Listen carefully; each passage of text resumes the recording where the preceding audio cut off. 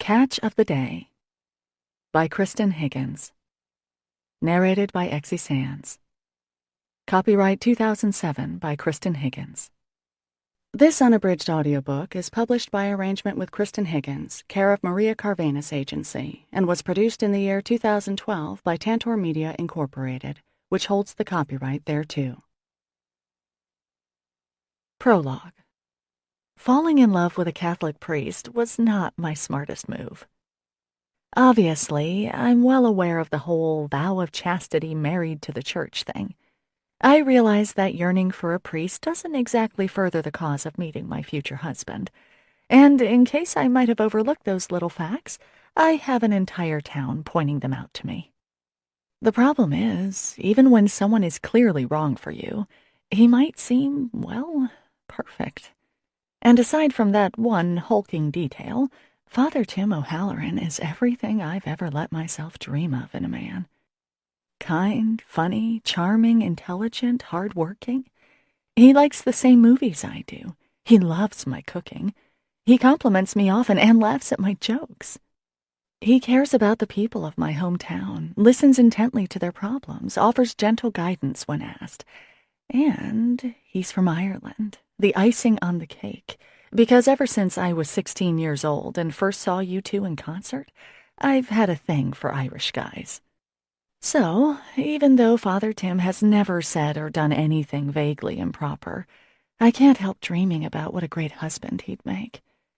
I'm not really proud of this, but there it is. My romantic problems predated Father Tim, though he's probably the most colorful chapter in the joke book that makes up my love life. First off, it's not easy being a single woman in Gideon's Cove, Maine, population 1,407.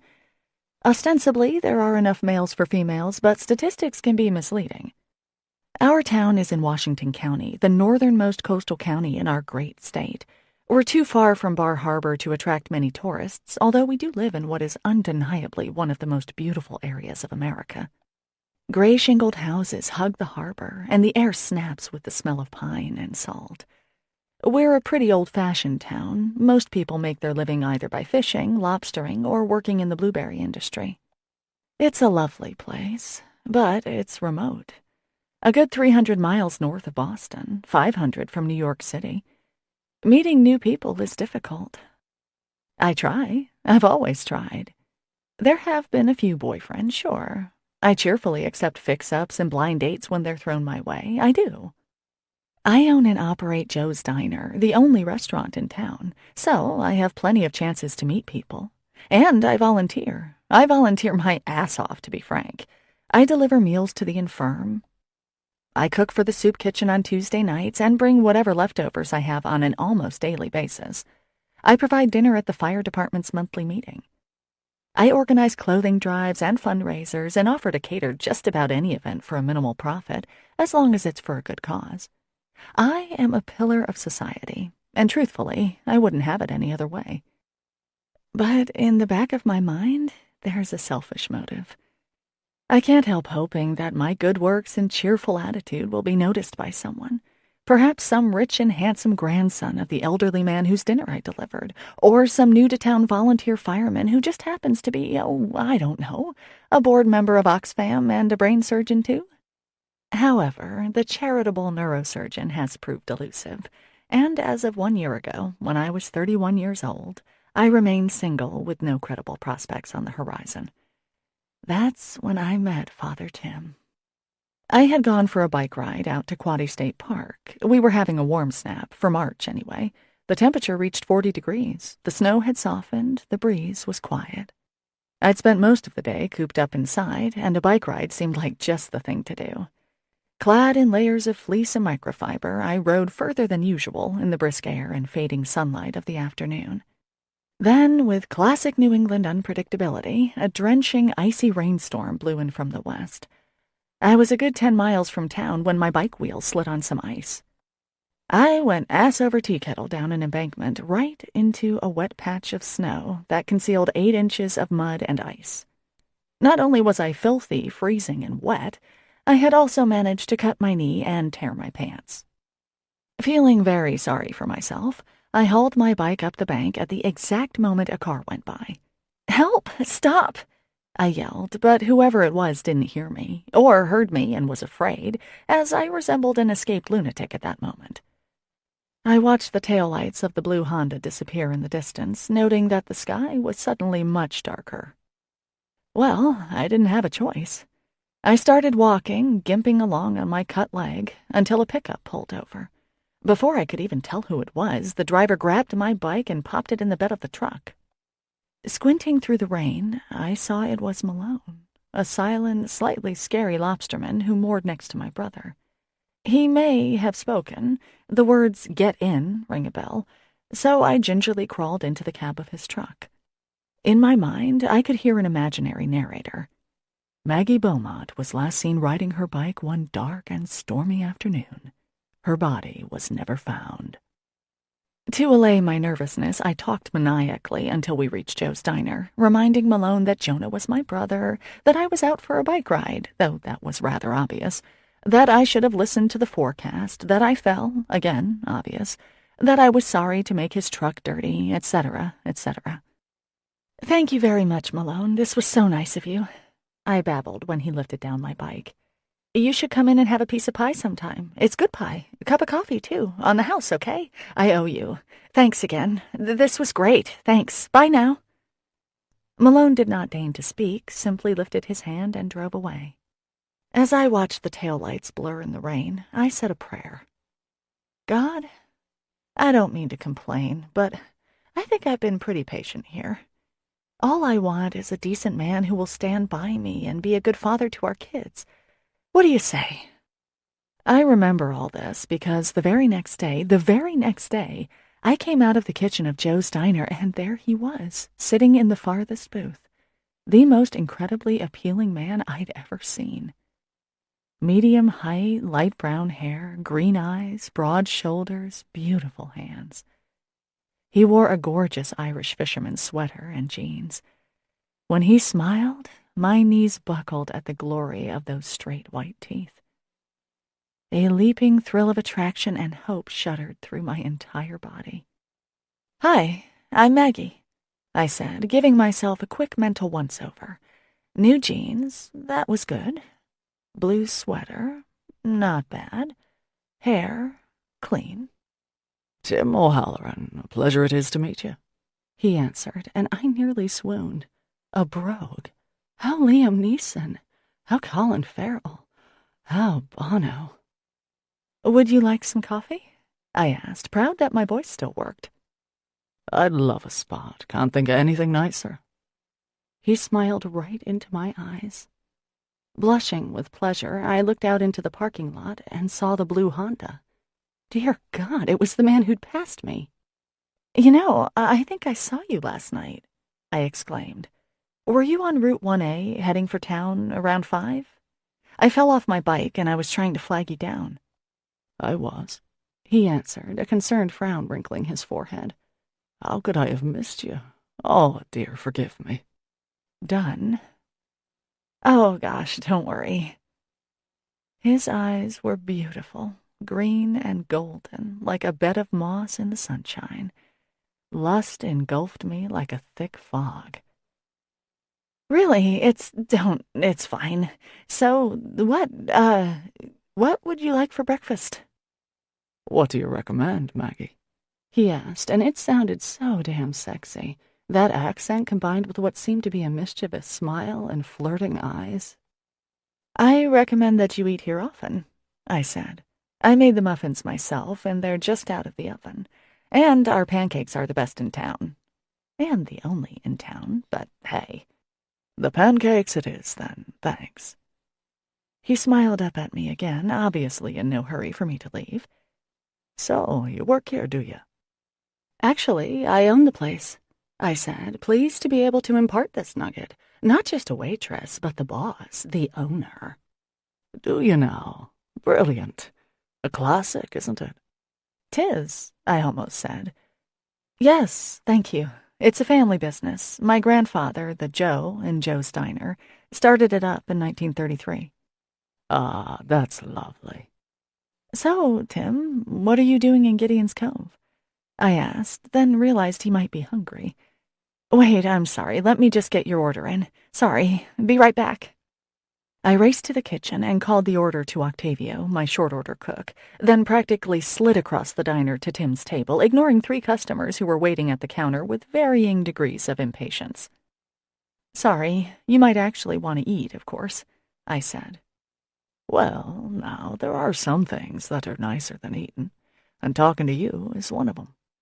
Dear God, you're the best. Thanks for listening. So, sorry, I was asking you what you were doing in town. Work-related? You might say that, Maggie. It was at this moment that the fatal event occurred. Georgie Culpepper, my dishwasher, burst into the diner. "Hi, Maggie," he shouted. "Hi, how are you, Maggie? It's nice out today, isn't it, Maggie? I saw snowdrops this morning. You want me to wash dishes now, Maggie?" He wrapped his arms around me and hugged me. Now, Georgie's hugs are usually very pleasant. I've been getting them since kindergarten. Georgie has Down syndrome, is wicked affectionate, and endlessly cheerful, one of the nicest, happiest people I've ever met. But right at this moment, I didn't want his burr-like head welded to my breast. As I tried to extricate myself, and as Georgie continued to tell me about the wonders of spring, Tim answered my question. I didn't hear him. Finally, I pried Georgie off me and patted his shoulder. "Hello, Georgie. Tim, this is Georgie Culpepper, and he works here. Our bubble boy, right, buddy?" Georgie nodded proudly. "Georgie, this is Tim." Georgie treated Tim to a hug, which was returned warmly. Lucky Georgie. "Hi, Tim. Nice to meet you, Tim. How are you, Tim?" "I'm excellent, thank you, my friend." I smiled even more.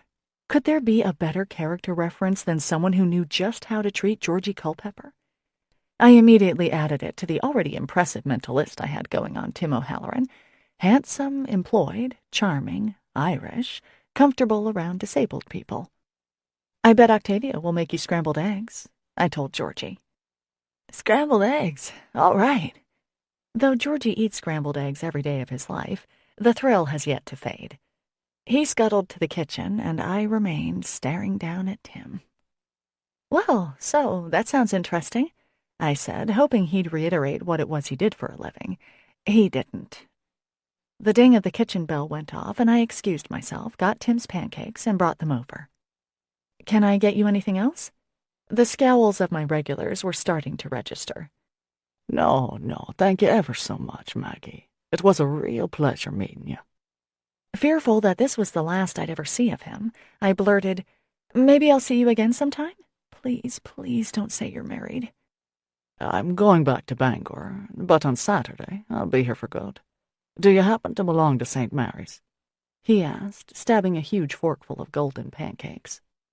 "Yes," I yelped. "Any connection, no matter how thin." "Then I'll see you Sunday." He smiled and took a bite, then closed his eyes in pleasure.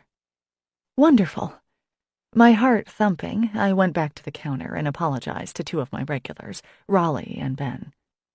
"Okay, so it was a little devout to mention where he went to church, but that was okay," I quickly assured myself. Perhaps the Irish were just more religious. But I was Catholic, technically anyway, and St. Mary's was indeed my home parish. The last time I had been there was 2 years ago when my sister Christy got married, but my lapsed state didn't matter. Tim O'Halloran was going to Mass, and so was I. I called my sister the moment he left. "I think I've met someone," I whispered, massaging cocoa butter into my hands. As Christy's squeals of excitement pierced my ear, I told her all about Tim O'Halloran, how sweet he was, what a connection we had, how easily we'd chatted. I detailed every aspect of his physical appearance, from his sparkling eyes to his beautiful hands, reiterated every word he spoke. There was such chemistry. I finally sighed. "Oh, Maggie, this is so exciting," my sister sighed back. "I'm thrilled for you. Listen, don't say anything to anyone yet, okay? Except Will." "Of course not. No. It's just so wonderful." But Christy wasn't the one who blabbed all over town. No, I did that myself. I didn't mean to, of course. It's just that I see a lot of people. Not only the regulars at the diner, not just the people I work with. Mrs. Kandinsky, my tiny, frail tenant whose toenails I trim each week, asked me if anything was new. Well, not really, but I think I met someone, I found myself saying.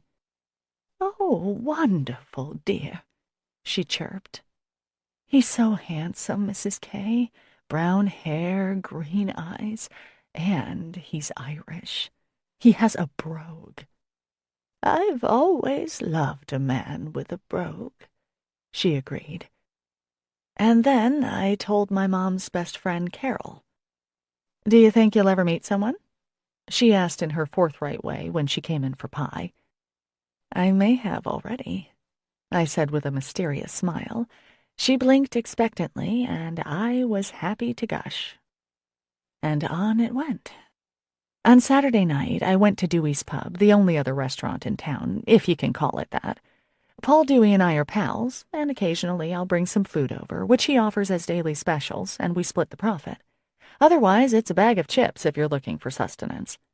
But Dewey's does a booming business as the only alcohol-serving institution in town, unless you count the firehouse. I was meeting my friend, well, a person I hang out with sometimes. Chantal is close to 40 and also single.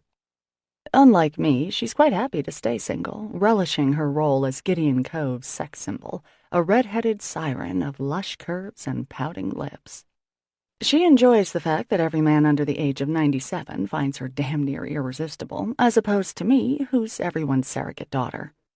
Even though Chantal never lacks for male companionship, we occasionally get together to lament the dearth of really good men in town. Having met someone so incredibly appropriate as Tim O'Halloran, I was bursting to tell her, and, I admit, to stake my claim. It certainly wouldn't do to have Chantal making a go for my future husband. Chantal, I met someone, I announced firmly as we sipped our beers in the corner booth. His name is Tim O'Halloran, and he is so... Oh my God, he's so yummy. We really hit it off.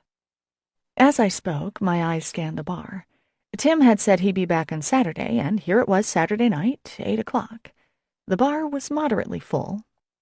Jonah, my brother, stood at the bar with a couple of his pals, Stevie, Pete, and Sam, all around Jonah's age, which is to say far too young for me. There was Mickey Tatum, the fire chief, famous for terrifying the school children with stories of self-immolation. He shows pictures. And Peter Duchamp, the butcher, a married alcoholic thought to be having an affair with the new part-time librarian. Also present was Malone, his face as cheerful as an open grave, who glared at me when he walked in as if daring me to mention the ride he'd given me. I dared not. Instead, I lifted my hand weakly, but his back was already turned. No wonder we called him Maloner the Loner. That was it, Gideon Cove's offerings to a single girl. Obviously, I was beyond thrilled at meeting Tim. Jonah, who never missed a chance to flirt with Chantal, drifted over. "Hey, girls," he said to Chantal's breasts, earning a smile from their owner. "What's cooking?" "Your sister was just telling me about this hot guy she's met," Chantal said, dipping a finger into her beer and sucking on it. My brother, then aged 25, was hypnotized. I sighed with irritation. "What guy?" he managed to mumble. So I told Jonah, too, my irritation vanishing with the chance to discuss the new man in my life. We sat there till closing, but Tim never showed. Still, I was optimistic. He said he'd see me in church, and see me he would. The next morning, I spent an hour and a half getting ready. Because I'd told my parents, sister, and brother about this guy I'd met, they were all coming to church, an activity our family usually saved for Christmas Eve if we weren't too tired, and the occasional Easter weekend. In we went, Mom, Dad, Jonah, Will, Christy, then pregnant, and myself. Looking around, I noticed that the church was pretty full, more so than usual. Was it a holy day? I wasn't sure, never having cemented those in my mind. Oh, yeah, I remembered hearing something at the diner. Apparently, Father Morris retired, and some new guy was filling in. Whatever. I tried to scan casually for Tim, looking over my shoulder, pretending to fix the strap of my pocketbook, getting a tissue, adjusting my mom's collar, any chance to glance back. Then the windy old organ started, and I fumbled for the hymn book. So busy was I studying the pews that I ignored the priest as he walked past. "Do you see him?" I whispered to Christy. "Yes," she whispered, her face a frozen mask of horror. At that moment, the music ended, the church fell silent, and I reluctantly turned to face the priest. "Before we start our celebration today," said a voice already imprinted on my brain, "I'd like to introduce myself. My name is Father Tim O'Halloran, and I'm very pleased to have been assigned to your lovely parish." Roughly 75 faces swung around to look at me. I stared straight ahead, my heart pumping so hard I could hear the blood rushing through my veins. My face burned hot enough to fry an egg. I didn't look at anyone, just stared at Father Tim O'Halloran's chest area and pretended to be fascinated and unsurprised. Tricky combination. "I'm from Ireland, as you might be able to tell, the youngest of 7 children. I'm looking forward to getting to know you all, and I hope I'll see you all at coffee hour after Mass. And now we begin today's celebration as we begin all things, in the name of the Father and the Son." "For God's sake," I muttered. I didn't hear a word during the next hour. I do know that Christy slipped her hand into mine, and that my father was shushed repeatedly by my mother. Jonah, farthest from me, was laughing that awful, unstoppable church laugh full of wheezes and the occasional squeak. And if he'd been closer to me, maybe I would have laughed too, or perhaps disemboweled him with my car keys. As it was, I pretended to listen, mouthed nonsensical words to songs I couldn't read, and stood when everyone else stood. I stayed in the pew during communion. And when at last Mass was over, we filed out with the others. Christy, my sister, my best friend, the person I loved more than anyone on earth, whispered in my ear, "I'm going to pretend we're talking about something really interesting, okay? And this way, no one is going to talk to you. So smile and pretend we're having a conversation, and we'll get the hell out of here. Sound like a plan?" "Christy, I'm so—" My voice broke. No, it's fine. Just keep going. Too bad they're re-bricking the side entrance. Shitty luck. Okay, we're getting close. Can you smile? I bared my teeth weakly. "Maggie," Father Tim exclaimed, "it's so good to see you. I was hoping you'd be here." He shook my hand warmly, his grip strong and welcoming. "And you've a twin. Isn't that marvelous? I'm Father Tim. So nice to meet you." Father Tim. The sound of it was like acid on an open wound. "Hi, I'm Christy," my sister said. "I'm sorry, I'm not feeling well. Maggie, would you take me home?"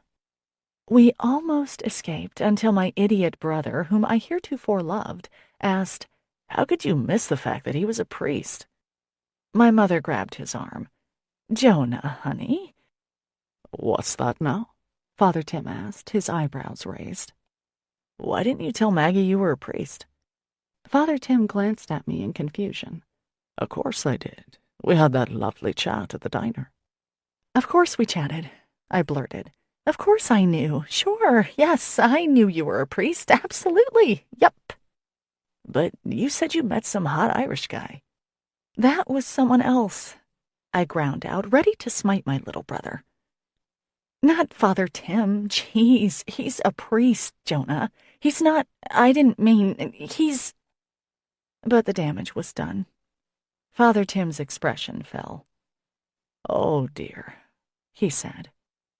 "Maggie, I need to go," Christy said. She grabbed my arm and pulled me away to the safety of her car. But it was too late. Father Tim knew.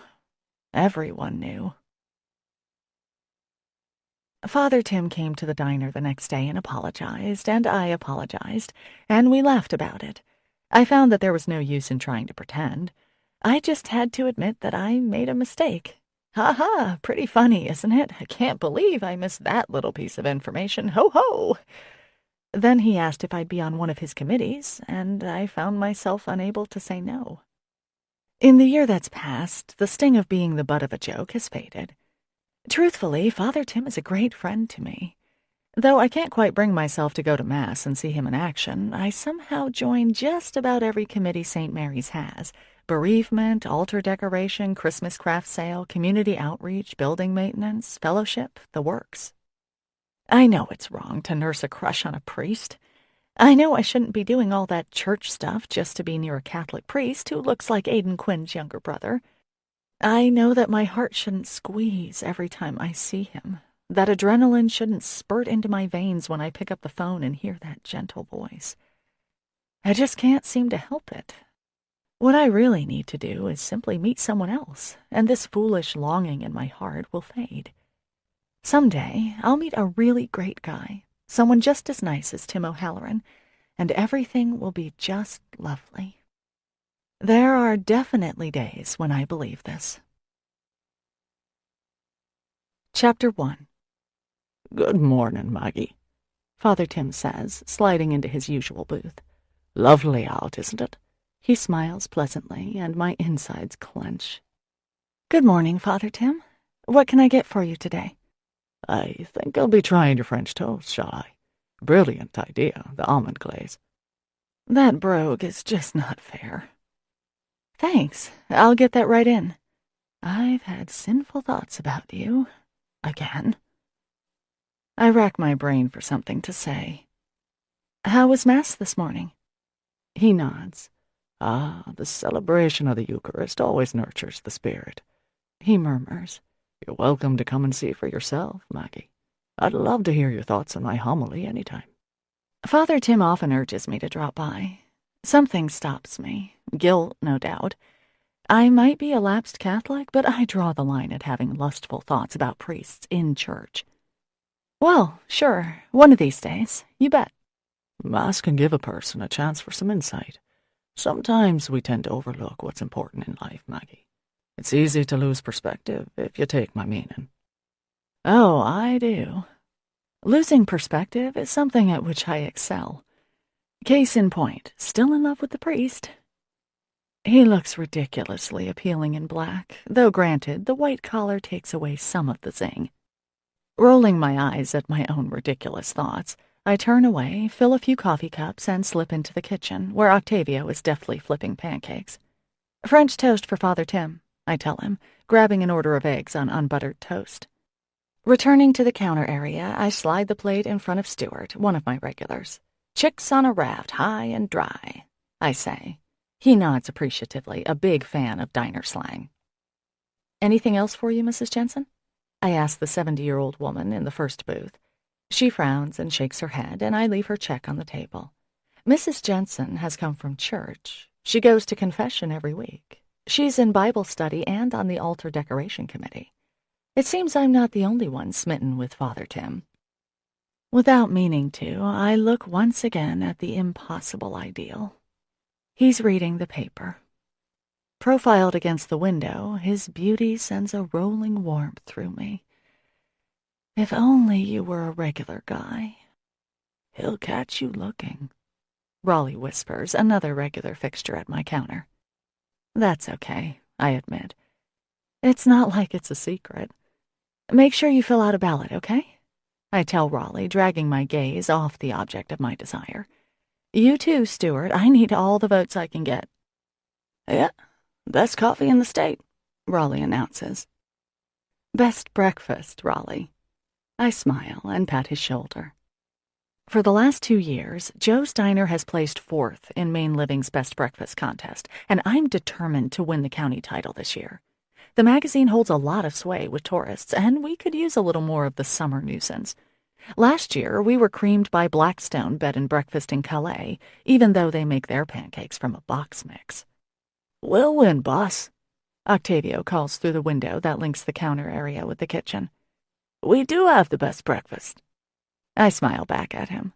True enough, but being the best-kept secret on coastal Maine isn't doing us much good financially. We'll be fine, he assures me. Easy for him to say. He makes more than I do, and he doesn't have to balance the books every month. Hey, Maggie, as long as you're up, can I get a refill? Asks Judy, my waitress. I oblige, then bring Father Tim his breakfast, sneak a glance at his smooth, elegant hands, and scurry off to clear a table. For the last 8 years, I've run Joe's Diner, taking it over from Jonah Gray, my grandfather, after he had a heart attack. The diner is one of the larger employers in our tiny town, having 4 people on the payroll. Octavio is the most irreplaceable, running the kitchen with tireless efficiency. Judy came with the diner. She's somewhere between 60 and 120, gifted at not working, though when she's pressed, she can handle a full diner, not that we get that a lot. Georgie gets some help in the summer when we hire a high school kid to deal with the light tourist business that makes it this far north. And there's me, of course. I cook the daily specials, do all the baking, wait tables, balance the books, maintain the inventory, and keep the place clean. Our final, though unofficial, employee is Colonel, my dog. My buddy, my precious boy. "Who's your mommy?" I ask him. "Huh, Colonel McKissy? Who loves you, pretty boy?" His tail thumps at my idiot talk, but he knows not to leave his place behind the register. A golden retriever takes up a lot of room, but most people don't even see Colonel, who has nicer manners than the Queen of England. At 13, he's mellow, but he's always been incredibly well-behaved. I give him a piece of bacon and get back to work. Father Tim rises to settle his check. "Hello, Gwen, love. How are you today? Don't you look smart in that lovely shade of yellow?" He says to Mrs. Jensen, who simpers in pleasure. He smiles at me, and my knees soften. "I'll see you both tonight, won't I?" "That's right," I answer. I may not be able to bring myself to Mass, but Father Tim has worn me down for Bible study. I stifle the urge to shake my head at myself. Bible study. My social plans for the week. Well, it's not like I'm turning away dozens of suitors. Sadly, Father Tim is closer to a boyfriend than anything I've had in some time. "Nancy Ringley's bringing the snack?" Father Tim frowns. "No," I smile. "I am. Her daughter's under the weather, so she called me." His face lights up. "Ah, wonderful. About the snack, at any rate. Not her dear little daughter. I'll see you later, then, Maggie." He pats my shoulder with avuncular affection, causing lust and exhilaration to flow down my arm, and turns for the door. "I love you," I mouth. I can't help myself. Did he hear me?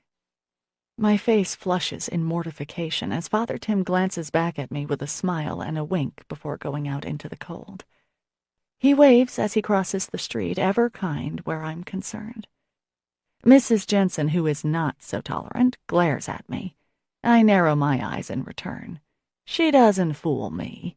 We suffer from the same disease. I'm just a little more obvious. It's a frigid March day, the wind howling off the water, slicing through the thickest wool hats and microfiber gloves. Only a few brave souls venture out, and the day drags. We don't get more than a handful of people at lunch.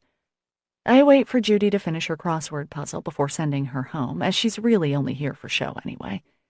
Octavio takes off his apron as I scrape the grill. "Tavy, take the rest of the pie, okay? Your kids'll like it," I tell him. He has 5 children. "They will if they get to taste it. I already had 2 pieces." Octavio grins his engaging gap-toothed smile. I grin back. "Did Judy get any more ballots?" "I think she gave out a few." "Great. I've been relentless in asking my patrons to fill them out. Last year we lost by 200 votes, so I need everyone who crosses the threshold to pitch in. Have a nice afternoon, Octavio," I say. "You too, boss." "Here, take these cookies, too." My cook grins his thanks, then goes out the back door. Colonel knows what time it is. He gets up from his spot and comes over to me for a little pat, pushing his big head against my thighs. I stroke his white cheeks. "You're such a good boy, aren't you?" He wags in agreement, then returns to his spot, knowing I'll be a while yet. I flip the open sign to closed and wipe down the last table. This is one of my favorite times of day, 3 o'clock. We're done for the day. Joe's opens at 6, though I usually don't roll in until 7, the joys of ownership. But I make up my time by doing all the baking each afternoon. I'm proud to say that Joe's desserts are locally famous, especially the pies and coconut macaroons. Joe's is a Jerry Mahoney design, red and cream porcelain with stainless steel siding on the outside, red vinyl seats, cream-colored walls, and a black and white tile floor on the inside. 10 swivel stools are bolted to the floor at the counter. At one end is the requisite pastry display case where my sweets tempt the patrons. There are 7 booths with nice deep backs and seats that are just bouncy enough. At some point, my grandfather had those little jukeboxes installed, and as kids, we loved flipping through to see what the new selections were. The kitchen is through a swinging door with a porthole, and there's a tiny supply room and unisex bathroom. In the corner window, a neon sign blinks those timeless words, "Eat at Joe's." For the next half hour, I add up the receipts, check the inventory, print out more ballots, and mop the floor. I play the jukeboxes as I work, singing along with Aretha and the boss. Finally, I go back into the kitchen and start baking the desserts for tomorrow, and the snack for tonight. Since Father Tim's face brightened when he heard I was on snack duty, I decide to do something special. In the tiny kitchen, I take out the necessary ingredients and set about making apricot squares, one of his favorites. Once those are in the oven, I roll out a few pie crusts and throw together a couple of blueberry pies.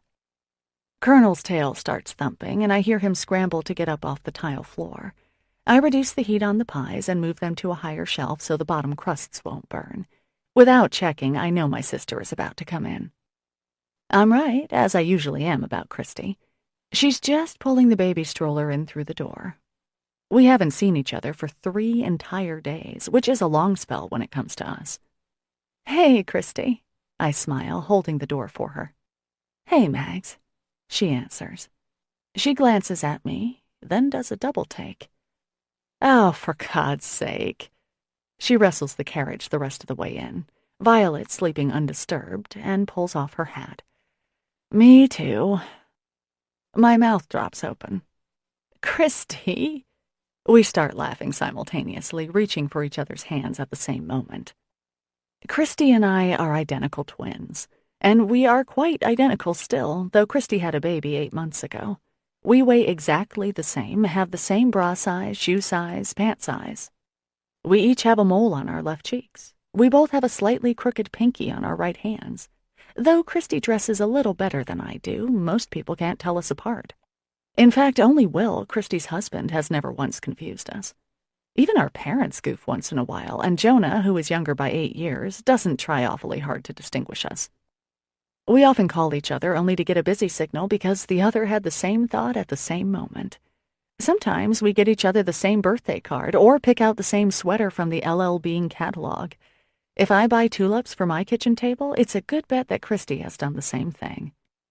But once in a while, in order to create some sense of individuality, one of us will get the urge to try something new. And so, on Monday, when the diner was closed, I went to Jonesport and got my hair layered a little, had a few highlights put in. Apparently, Christy had the same thought. Once more, we are identical. "When did you get yours done?" I asked. "Yesterday. You?" She smiles as she reaches out to touch my new do. "Monday. So, the haircut is really mine." I grin as I say it. I don't mind. In fact, I've always kind of liked being mistaken for Christy. "I wear mine in a ponytail most of the time anyway," I say. "Plus, you have better clothes. Unstained, anyway." She smiles, sitting at the counter. She takes off her coat and drapes it over the next stool. I go over to the stroller, which is one of those complicated Swedish affairs with everything from a wind guard to a cappuccino maker, and twist my head inside. Stretching my lips, I can just about kiss my sleeping niece. "Hello, Angel," I whisper, worshipping her perfect skin and feathery eyelashes. God, Christy, she gets more beautiful every day. "I know," Christy answers smugly. "So, what's new?" "Oh, not much. Father Tim was in. I think he may have heard me tell him I love him." "Oh, Maggie," Christy chuckles sympathetically. She knows better than to spout the platitudes that everyone else does. Why are you wasting your time on a priest? Can't you find somebody else? You really should meet someone, Maggie. Have you tried the internet or volunteering or church or dating services or speed dating or singles clubs, singles nights, singles cruises, prostitution? This last one was suggested by my brother's friend Stevie, who has been hitting on me since he was 12 years old. I've tried volunteering, and church, of course, contains the root of my problem.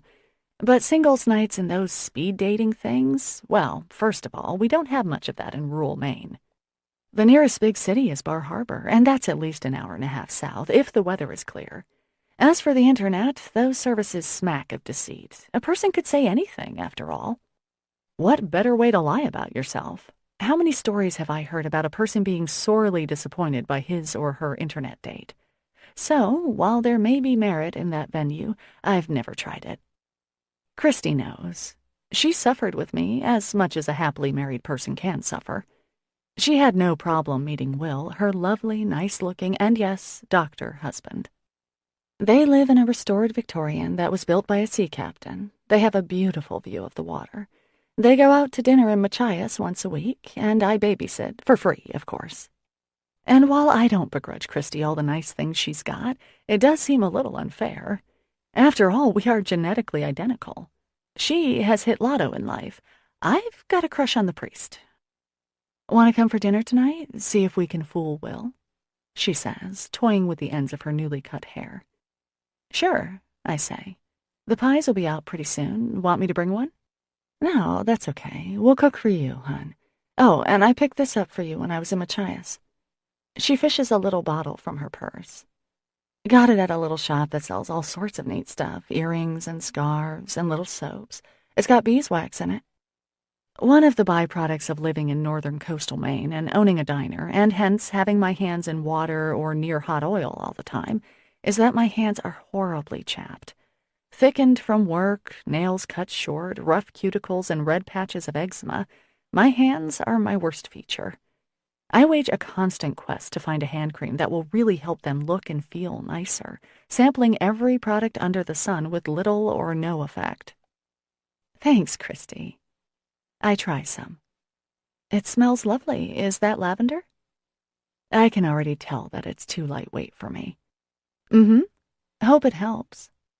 An hour later, we're at Christy's. A roast is in the oven, and I'm entertaining Violet by dangling some measuring spoons in front of her face. She bats at them, cooing and drooling, and I kiss her hair. Can you say spoons, Violet? I ask. Spoons? Oui, she answers. Very good, Christy and I chorus. The baby smiles, flashing her 2 teeth, and another waterfall of drool pours out of her rosebud mouth onto my lap. We hear Will's car pull into the garage. Oh, he's home, Christy says. Quick, give me the baby. I'll go in the living room, and you stand at the stove. Here, put on my apron. Giggling, she flings it to me, grabs the baby, and scampers off. For a brief second, I stand at the stove and let myself imagine that it's my home, my husband, my baby, my roast. That a man who loves me is hurrying in to kiss me. That the beautiful baby will call me Mommy. That this warm and lovely kitchen is a place I've decorated. The place where my family feels closest, laughs the most. Will opens the door that joins the kitchen with the garage. My back is to him. Hey, Maggie. Your hair looks pretty, too. Laughing, he kisses my cheek. Still trying to fool me? Christy appears, her cheeks bright. We had to try, she says. Hi, babe. They kiss, and Violet reaches a chubby hand to caress her father's face. I stir the gravy, smiling. I can envy my sister and rejoice for her, too. The two aren't mutually exclusive. So, how was work, doctor? I ask. Will is one of 2 town doctors and sees just about everyone in Gideon's Cove. He hired my mother as his part-time secretary, cementing the idea that Will Jones is a saint. It was great, he says, taking his daughter from Christy. Daddy was just saving lives, healing wounded bodies, soothing broken spirits, the usual. Does that mean no one barfed on you today? My sister quips. How about you, Maggie? Will asks. Anything new? How I hate that question. Second in loathing only to seeing anyone? No, not really, I say. Not that I can think of, anyway. But everything is great, just fine. Thanks, Will. Hey, hun, Christy says. Remember you mentioned that guy at the hospital? You said you'd try to fix Maggie up with him? Will opens the fridge and pulls out 3 beers. Right, yeah, Roger Martin. Nice guy, Mags. He's a nurse. What do you say? Want to be fixed up? Sure, I say, taking a long pull on my beer to cover my embarrassment. It still bothers me that I must rely on the kindness of others to get a date. However, I'm 32 years old. Time's a-wastin'. But, only if he is interested, and if he's nice. Is he nice? Of course he's nice, Christy exclaims, not that she's met him. You said he was kind of cute, right, Will? Yeah, I guess. But I'm straight, so I couldn't really say, Mrs. Jones. He breaks into the song they danced at their wedding 2 years ago. Mrs. Jones, we've got a thing going on. Please stop, you're scaring the baby, Christy says, her cheeks rosy with pleasure. I love my sister with all my heart. Violet is the joy of my life, and Will is one of the best people I've ever met, one of the few who might deserve my twin. But tonight, it's hard to be with them, as much as Christy and Will genuinely welcome me into their home. The fact remains that I'm a visitor, and I want what they have. The inside jokes, the unconscious affection, the nicknames. Christy senses this. After the dinner dishes are done, she walks me to the door. You want a ride? She asks. No, it's great out. Great night for a walk.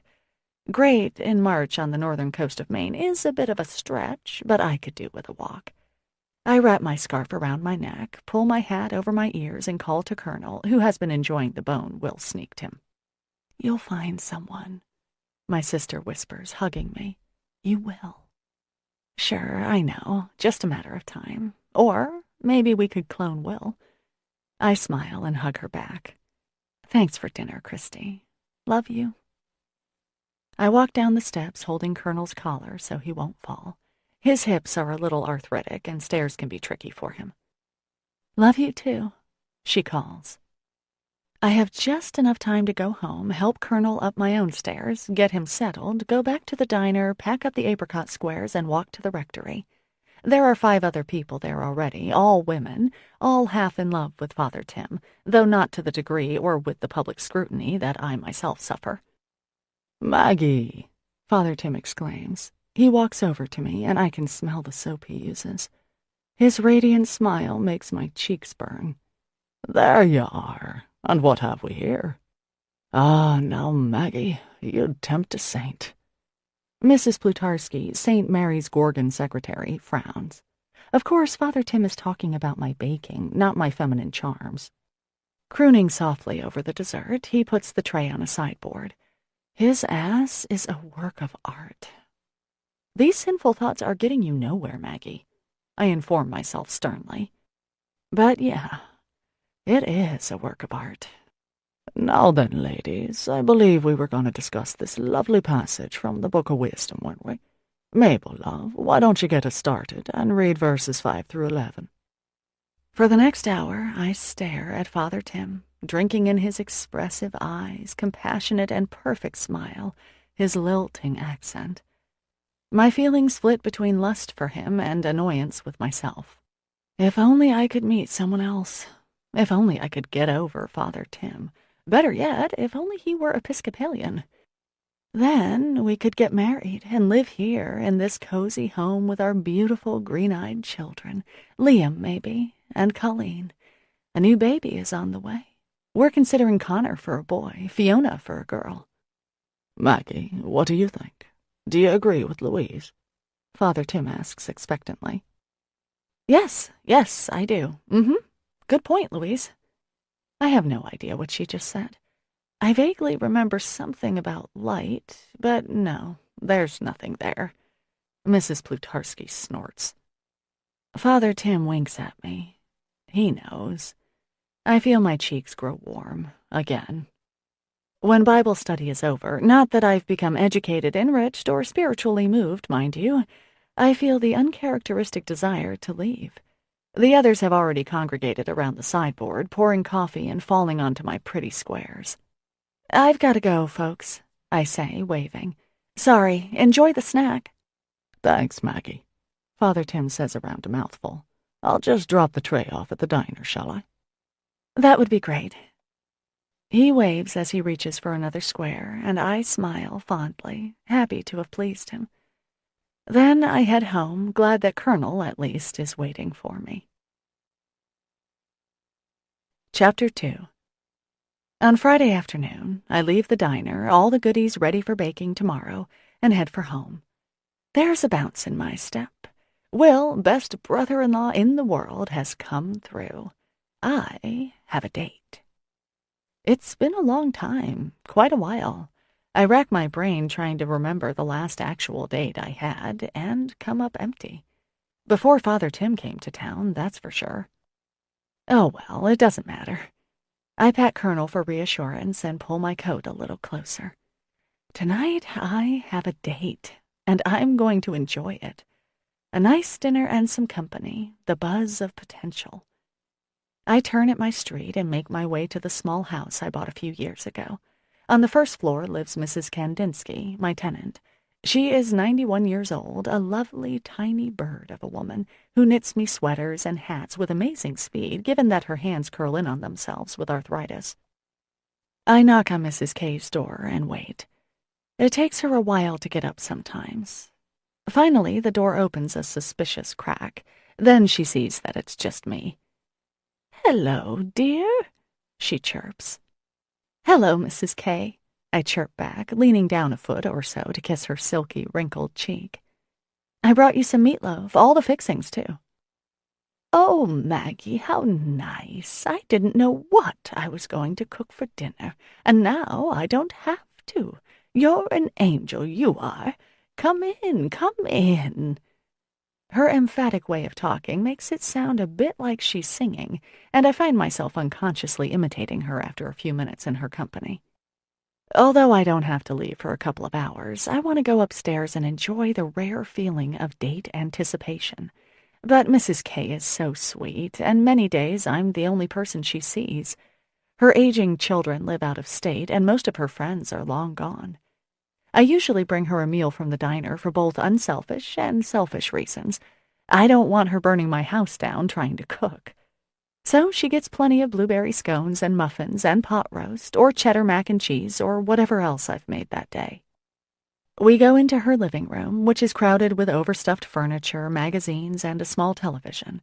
She's tapped into my satellite dish and is currently watching a soccer match between Italy and Russia. The smell of old person, close and medicinal and oddly comforting, tickles my throat. "I can't stay, Mrs. K," I tell her. "I actually have a date tonight."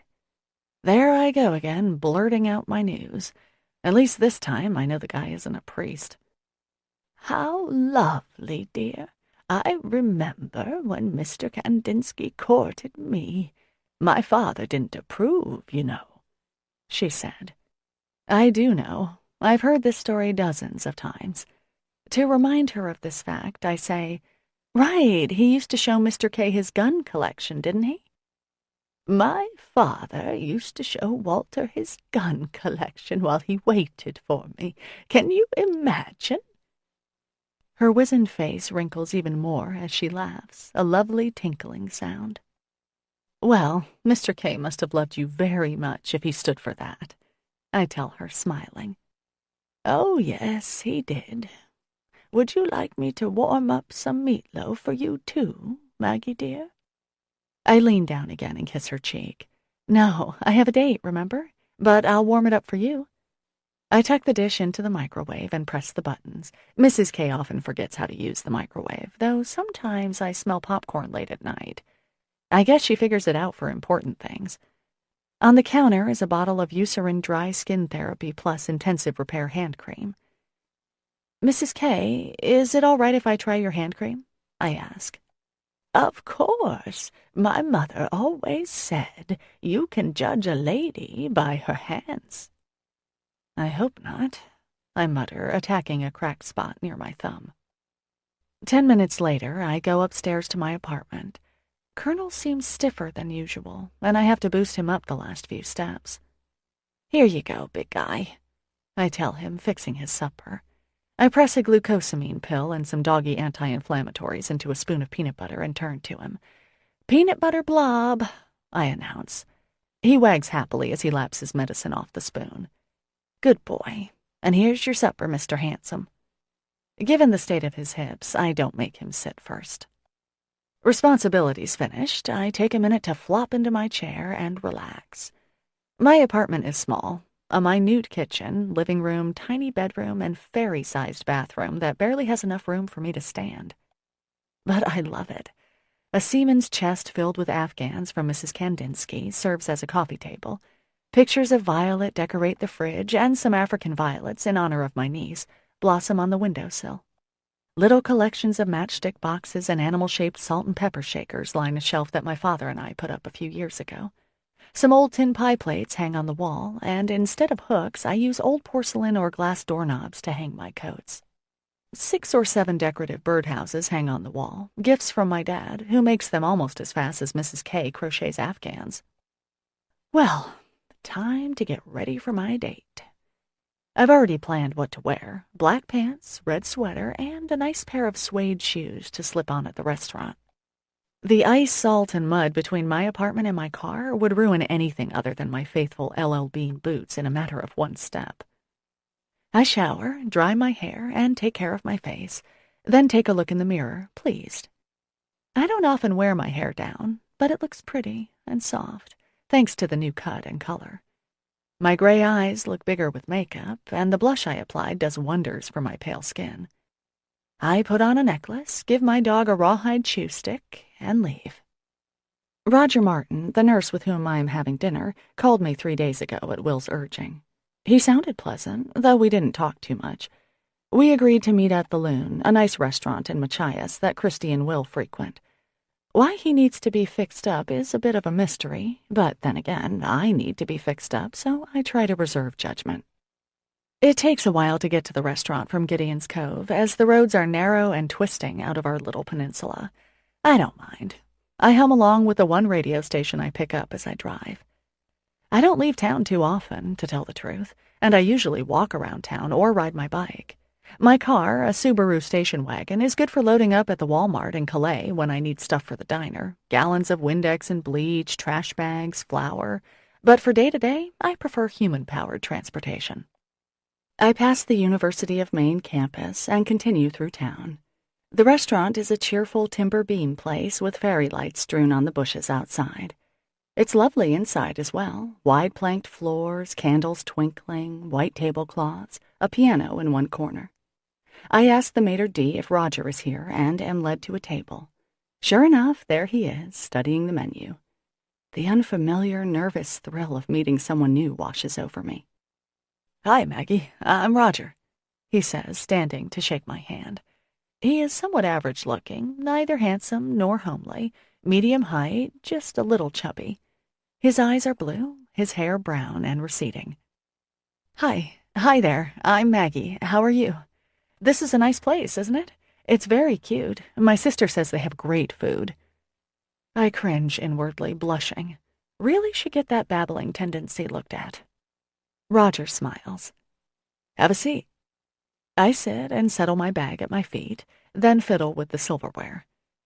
"So," I say, "this is nice. Thank you for coming, too. I mean, oh shit, I'm sorry." I laugh nervously. "I don't go out much." Stop talking. Stop talking. "On blind dates, I'm a little nervous, I guess. But you seem nice, and you have a good job, nothing scary, just nursing, so, so far so good." Jesus, listen to me. I sound like a chimpanzee on speed. Roger looks on. Would you like a drink?" he asks. Alcohol exacerbates my tendency to blather, so I should definitely refuse. "I'll have a glass of Chardonnay," I tell the waiter. Clamping my lips shut, I force myself to wait for Roger to speak. "Will is married to your sister, right?" he asks. "Yes. Good job, Maggie." "And am I correct in thinking that you guys are twins?" "Yes." "Identical, right?" "Yes." His eyebrows rise slightly. Perhaps now is not the time to shut up after all. "Yes, we're twins, identical twins, you're right. She's older by 2 minutes, but I like to say that Mom loves me best because I weighed less. Christy was 9 pounds, came out of Mom like a bullet, caused some pretty nasty tearing. No wonder I'm still single. I see, says Roger. His smile has faded. I turn my burning face to the menu. Relax, I tell myself.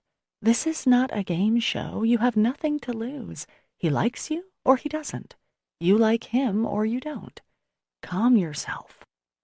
The waiter comes and we order dinner.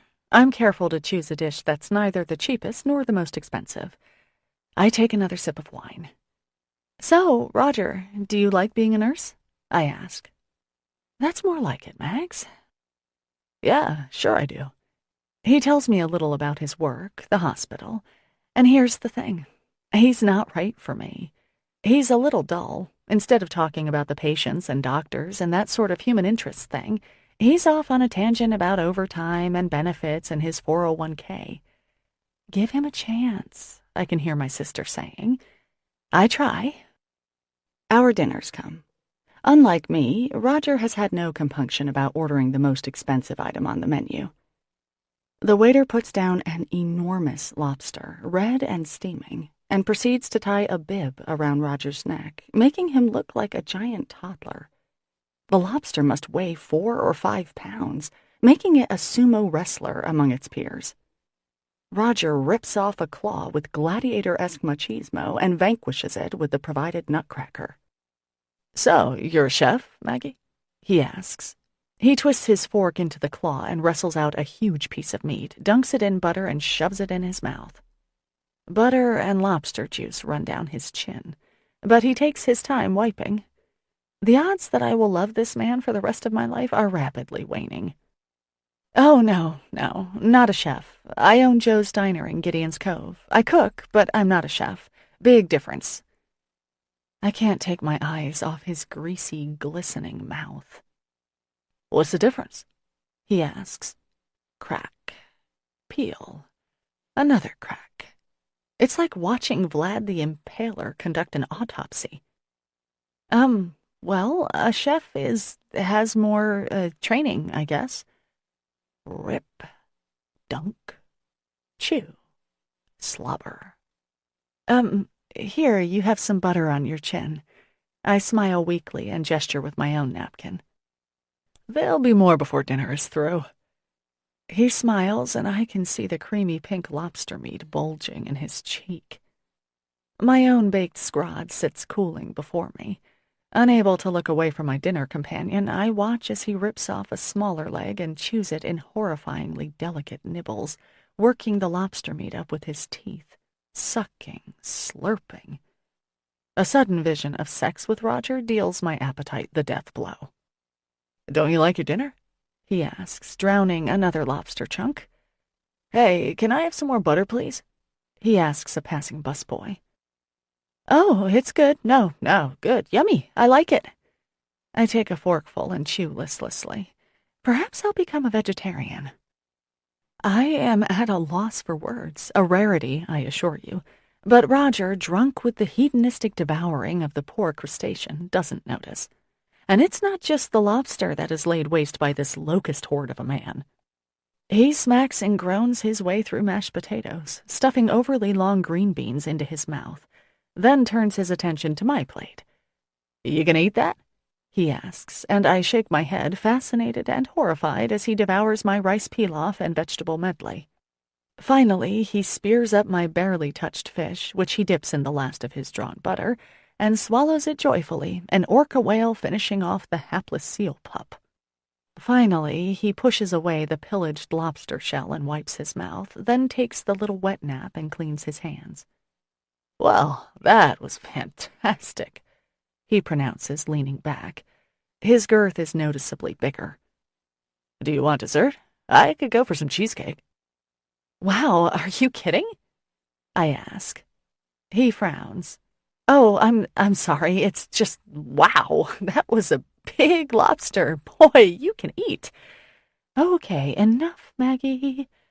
So, Roger, do you have any interesting hobbies? I ask. It would be really nice to think of something other than food at this point, and it's a good date question. Not that there's any chance of us getting together. The thought of kissing that rampaging mouth. I shudder visibly. You cold? He asks. No. Tell me about your hobbies, I order. Well, he says, actually, I'm glad you asked. I love being a nurse, of course, but what I find really fascinating, what I think might be my true calling, is animal communication. He looks at me expectantly. Oh, that sounds neat, I say. I'm not really sure what it is, but anything is better than watching him eat. So, is that like animal training? Our waiter is glancing our way, and I try to wave him off discreetly. Any more food, and Roger's belt will slice him in half. No, it's not training at all, Maggie. I'd think a smart girl like yourself would know that. I yearn for Colonel. Was I complaining about being single? Foolish me. An animal communicator reads the thoughts of animals. He lectures. Oh, I pause. Do they speak English? Who? The animals. I mean, if you can read their thoughts, wouldn't it be in cat language or dog or goat or whatever? Roger frowns, clearly displeased. No, Maggie, it's no joke either. Don't you watch Pet Psychic on Animal Planet? You know, I've missed that one, but well, interesting. So you what, try to read their thoughts and, I don't know, tell if they're hurt or if they've been abused or something? He smiles condescendingly, and my desire to be home, fasting and watching television grows. Some people do that, yeah. But I have a more specialized talent, Maggie. I communicate with animals who have passed. Wow, that's so... Gee. He must see the disbelief on my face because he sits forward suddenly, staring at me intently. Did you ever have a pet when you were a kid, Maggie? He asks. Yes, we did, I answer. A nice... Don't tell me. I jump, startled. Sorry, he amends. Just think of this pet. Picture him or her. Remember him or her, and all the good times you had with him. Or her, I add. Whatever, just picture. A tickle of laughter wriggles in my stomach. I picture him, or her, actually it's a him. Dickie, our childhood dog, a lovely chocolate lab as solid and wide as a barrel. Christy and I used to hold little Jonah on his back, and Dickie would walk proudly and slowly around the house, flanked on either side by us girls. Our parents' photo albums hold many images of this happy pastime. Okay, Roger says. I'm getting something. Was this pet a mammal? Amazing. Bingo, I answer. Good, Maggie, and please just answer with yes or no. He closes his eyes, and I take the opportunity to drain my wine glass. Maggie, was this animal a cat? No. Roger frowns slightly, but doesn't open his eyes. Are you sure? Yes. Not a cat. You're sure? Yes. My voice is tight with the effort of not laughing. A dog? Yes. Great, Roger exclaims. He opens his eyes and frowns at me. Are you sure you're picturing the animal? Dickie, come to me, Dickie. I press my napkin against my mouth to suppress a laugh. Yes, I'm really picturing him, I manage to say. You weren't supposed to tell me it was a him. Come on, Maggie, do you want this reading or not? I really don't. Roger clamps his eyes shut again. Okay, he's back. Right, this is a black and white dog, a Dalmatian, yes? No. A little snort escapes through my nose. Roger's trance is not disturbed. Okay, right. Is this dog black? Nope. An Irish setter? No, I squeak. Are you sure it's not a cat? My laughter can't be contained any longer. Okay, Roger, thank you. Listen, I really should get going. It was nice meeting you, but I just don't think we're right for each other. I say as kindly as I can. No kidding. I could tell that the minute you walked in. He whips out his wallet, throws some bills on the table, and stalks off. Can't say I'm sorry to see him go. I wonder if the hospital knows about his special gift. "Is everything all right, miss?" the waiter asks. "Oh, sure. It was fine. Thank you. Can I have the check, please?" I'm not surprised to see that Roger has left only enough to cover his lobster. He didn't even leave enough for his wine. Oh, well, I make up the difference and leave a huge tip for the waiter. When I get home, there's a message waiting on my machine. Father Tim asking a question about the spaghetti dinner next week. Perfect. It's too late to call my sister and tell her about the date, and Father Tim has just given me a great excuse to call him. He keeps late hours, something he's mentioned in the past, and which I stored in the Father Tim encyclopedia I keep in my brain. Besides, I just drove past the rectory and couldn't miss the fact that the lights were still on. "Maggie, how are you?" he says warmly. "Oh, I just had the funniest date," I say. By the time I'm finished filling him in on Roger Martin, enemy of lobsters and animal communicator, he's laughing so hard he's just wheezing. "Maggie, you're a special one," he says when he's regained control. "I must say, I was in need of a good laugh, and you came along and answered my prayers." I smile and scratch Colonel's tummy. "Glad to be of service, Father Tim," I say. I have to tell you, though, I'm a little, I don't know, disappointed. I don't meet a lot of new people. "I know, I do, Maggie," he says, "but you'll meet that special someone one day soon. Mark my words. You're a jewel, Maggie Beaumont." As to how the special someone and I will meet is something Father Tim doesn't address. "Well, thanks. You're sweet to say so." I pause. He goes on to tell me about the date change for the spaghetti dinner. As usual, my schedule is free. "Wonderful," he exclaims. "I don't know what St. Mary's would do without you. One of these days you'll join us properly, not just as a volunteer, mind you. And won't that be a happy day? God bless you, Maggie." I never know what to say to that. Amen? Thank you? God bless you, too, I say, wincing as he chuckles. I mean, good night, Father Tim. "Good night, Maggie." I hang up the phone very gently, then lie back against my pillows and indulge in just one quick fantasy. That it was Father Tim with me at dinner tonight, only he wasn't a father. That we were just two people in love, on a date, eager to talk and laugh and share the details of our day. That he played with my hands, which are smooth and lovely in this fantasy, and that his eyes crinkled when he laughed.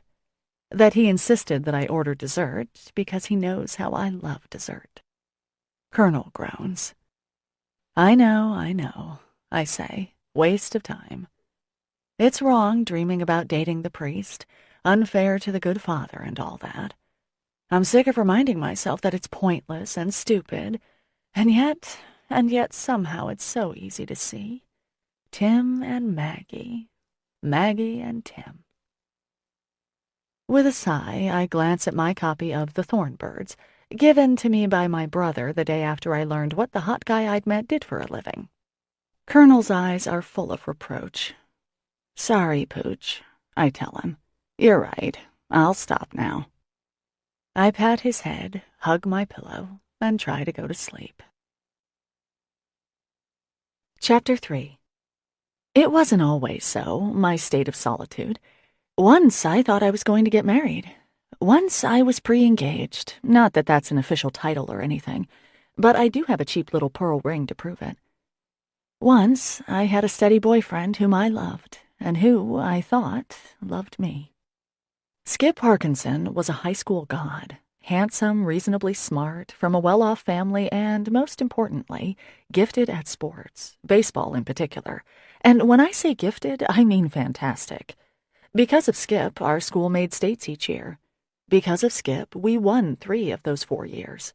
Because of Skip, newspapers and college scouts visited Gideon's Cove, sniffing around, eating at the diner, coming to games. Skip, somehow short for Henry, played shortstop, the sexiest position of all. He batted .345 freshman year, .395 sophomore, .420 junior, and an astonishing .463 our senior year. Stanford called and Skip answered, hoping to join the ranks of the university's famous alumni. David McCarty of Boston fame, or, less impressive to a son of Red Sox Nation, Mike Messina of the New York Yankees. We dated from sophomore year on. I was the chosen one, and not a bad match for Skip. I was smart, too, smarter than he was, honestly. It was because he needed to pass trig that we fell in love. I was his tutor, and one day, as I attempted to explain the joys of angle conversion capabilities, he suddenly said, "Maggie, I can't think. You smell too good." We kissed, and it was magical. Skip was my first real boyfriend, though I had held hands with Ricky Conway on the bus in 4th grade, danced twice with Christopher Beggins in 8th grade, and kissed Mark Robideau after a football game freshman year. But with Skip, Mom would have to pry the phone out of my sweaty adolescent hand each night and order me to bed. Skip would take me to the movies, and we'd kiss during the coming attractions, then watch the show in squirming, wonderful discomfort. I loved him with all the intensity that only adolescents can feel, to the point where Christy actually felt jealous. Skip and I lost our virginities to each other on the bunk of his parents' sailboat on 4th of July weekend, a grave event unlightened by any laughter or humor. I considered going to college in California to be near him, but I ended up at Colby instead, unable to venture farther from home or Christy than that. All through college, Skip and I stayed together, calling each other, writing, emailing, reuniting on those happy holidays where we flew into each other's arms and stayed there till the final call for his plane. His parents, both lawyers, didn't quite approve of him having a towny girlfriend while the fruits of Stanford were ripe for the picking, but hey, we loved each other. When Stanford went to the national finals our senior year, Skip was talking to coaches, scouts, and reporters. The Minnesota Twins picked him up in the draft, and he went to New Britain, Connecticut, to their farm team. That summer, I made the 10-hour drive down 4 times, cheering and screaming maniacally when my boyfriend, came up to the plate. But it was hard. If we managed a night together, it was rare. He was so busy, you see, traveling so much. I understood completely. When Minnesota called him up, Gideon's Cove went wild. A Major League Baseball player from Gideon's Cove. It was a miracle. People couldn't stop talking about it. My family subscribed to the Minneapolis Star-Tribune, as did about half the people in town, and we pored over it each morning. When Skip's name was mentioned, the article would be enlarged on the town hall photocopier and hung in the diner. Skip Parkinson, rookie shortstop, highlighted in yellow so all could see. He would make it, we all said. Our Skip, little Skip from Overlook Street. He was so good, so talented, so special. Except in the world of professional baseball, he wasn't. It's a lot easier to hit off a 20-year-old college kid than a 40-year-old veteran who can throw every kind of strike imaginable at 95 miles an hour.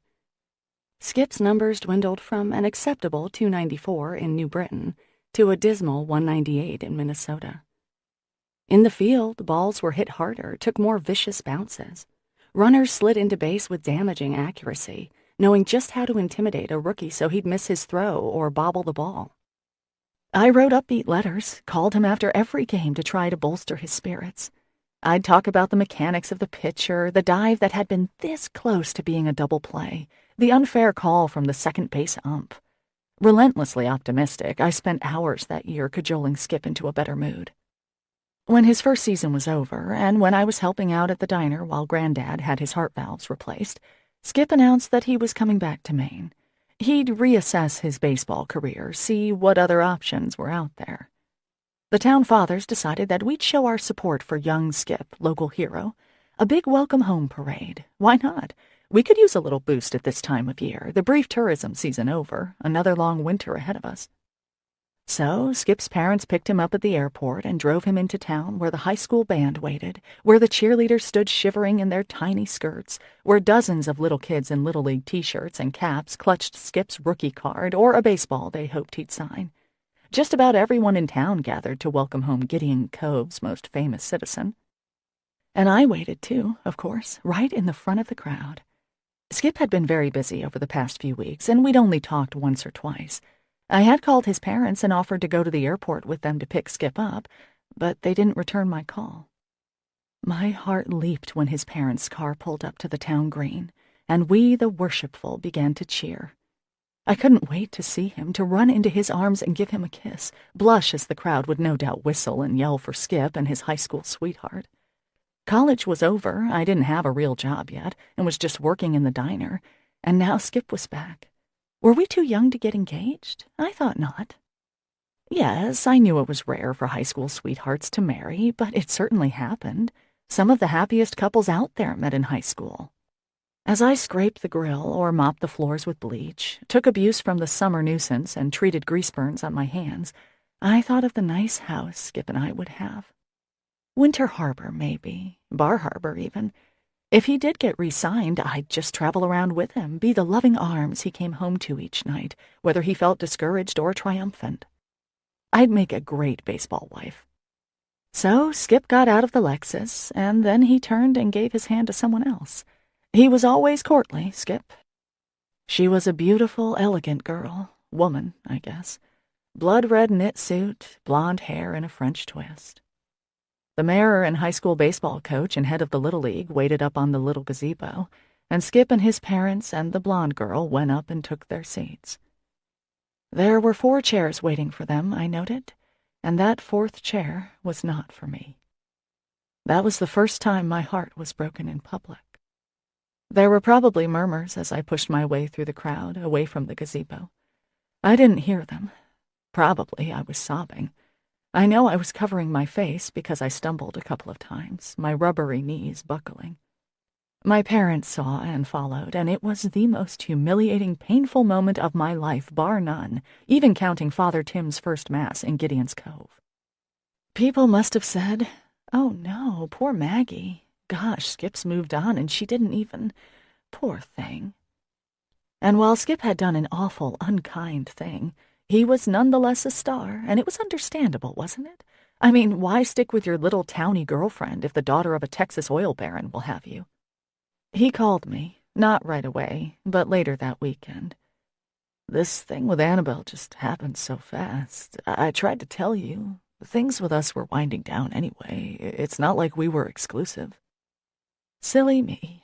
I thought we were. Skip and Annabelle left Gideon's Cove the next week.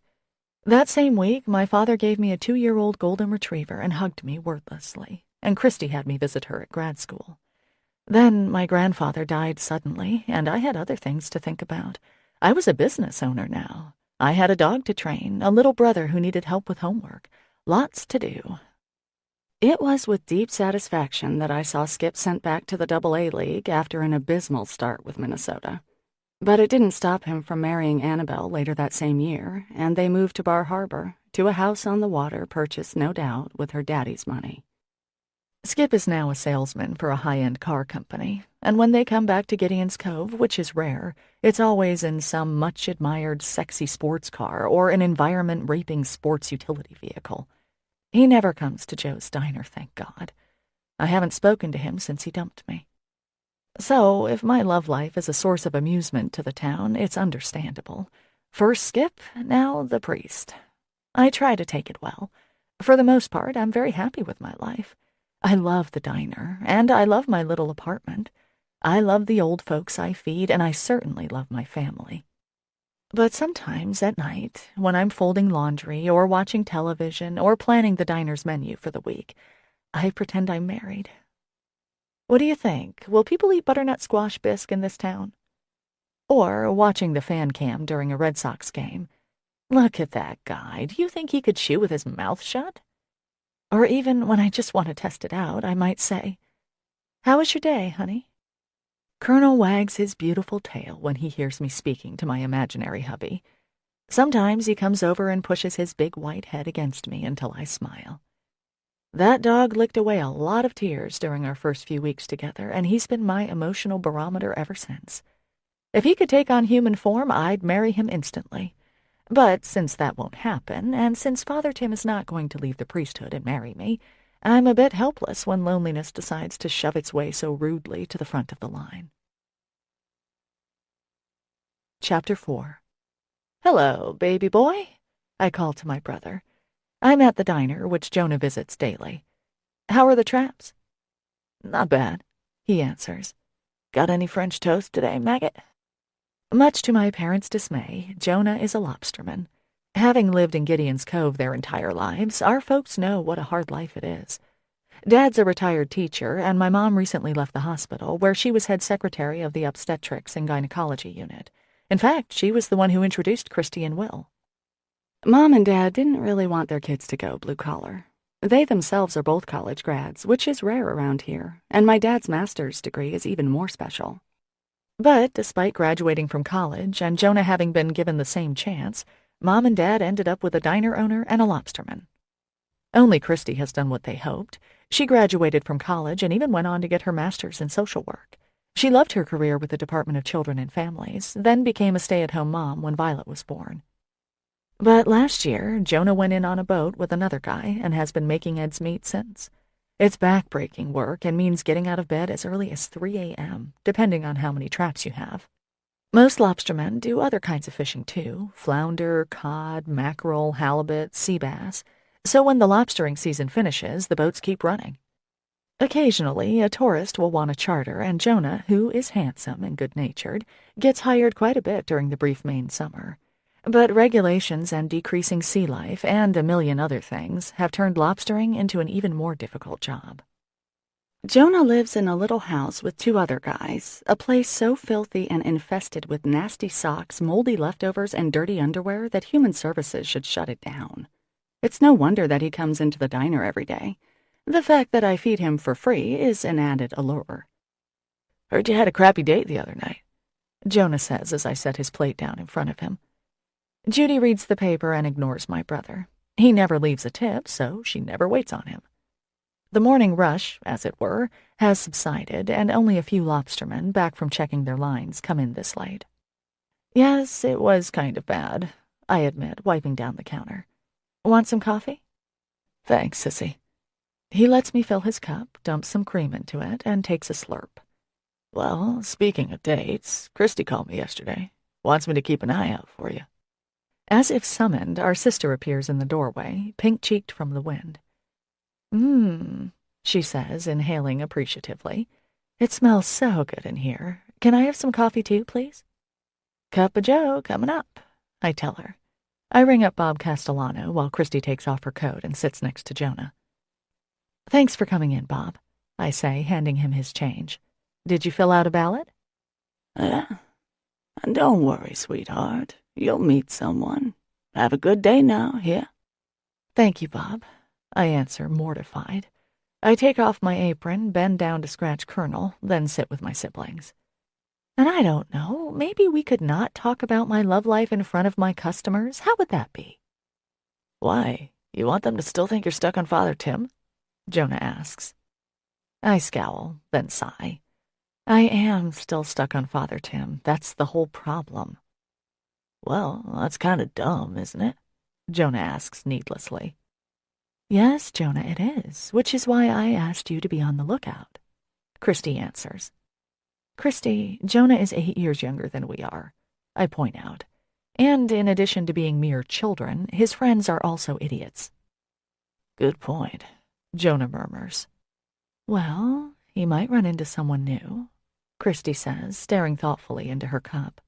"A new fireman or something? A new boat at the dock, something like that." Unlikely," I say, "but I like your optimism." "So, yeah, I'll be looking out for you, Mags. Wanted boyfriend for my sister. Must be, well, what are you looking for, Maggie?" "Someone who's not married to Holy Mother Church," I say. "Let's start with the basics. No priests, no married men, no alcoholics, drug addicts, or prison inmates." Jonah laughs. "Well, shit, Maggie, that rules out everyone I know." "What about Malone, Joe?" Christy asks, suddenly sitting up straight. "The guy who moors next to you." "Malone?" Jonah says. "Yeah, sure. Mags, how about Malone?" "Maloner the loner?" I say. "Come on, he's a mute hermit." I take a sip from my coffee, remembering my agonizing ride last year from Maloner the loner. "No hermits."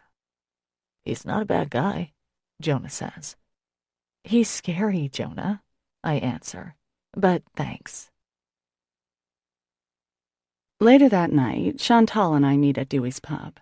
She's at our usual table, facing the bar, flirting with Paul Dewey by tying a maraschino cherry stem in a knot, with her tongue. Paul sits in front of her, slack-jawed, as Chantal's ripe mouth works seductively. Then her tongue pops out and voila, there's the stem tied in a near-perfect circle. "See?" she lisps. $10, please." "Jeezum crow," Dewey mutters, fishing out his wallet. "Hey, Maggie." "Hey, Dewey, how did the casserole go over?" I say. "Sold out already," he says, dragging his eyes to me. $20 for you. "Great. Hey, Chantal, up to your usual tricks, I see." I force a smile.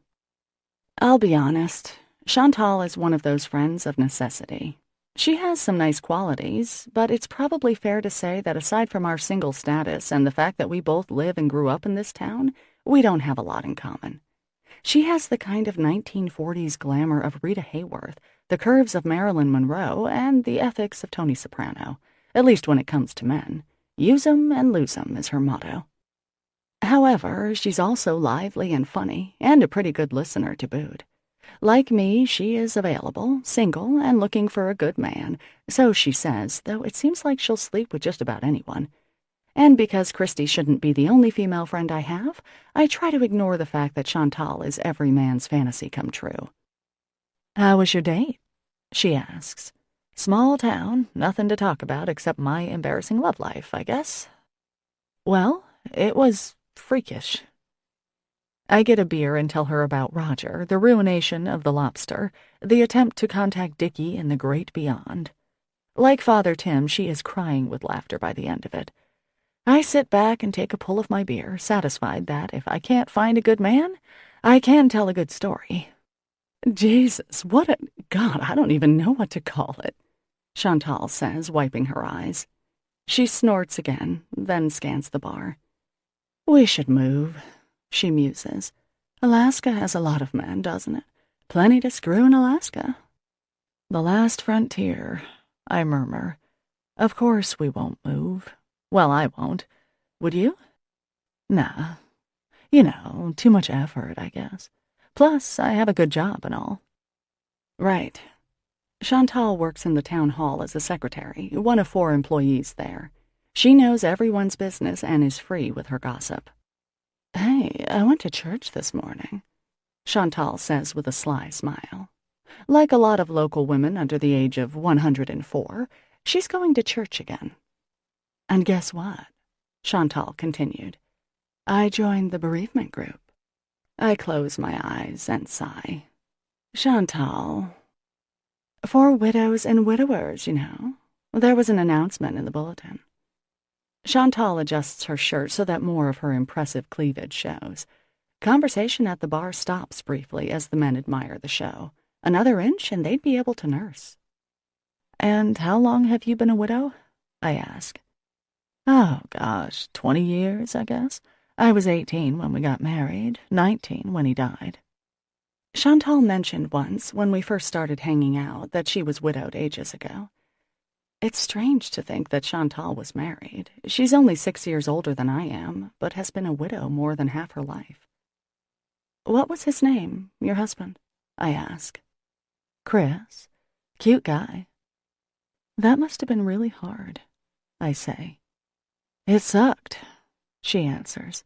"At least we didn't have kids." "Did you want to?" "Oh, shit, no, Maggie. I'm not the motherly type." She laughs and takes a swig of her drink, emptying the glass. "So you're suddenly seeking the solace of a grief group?" I ask, raising an eyebrow.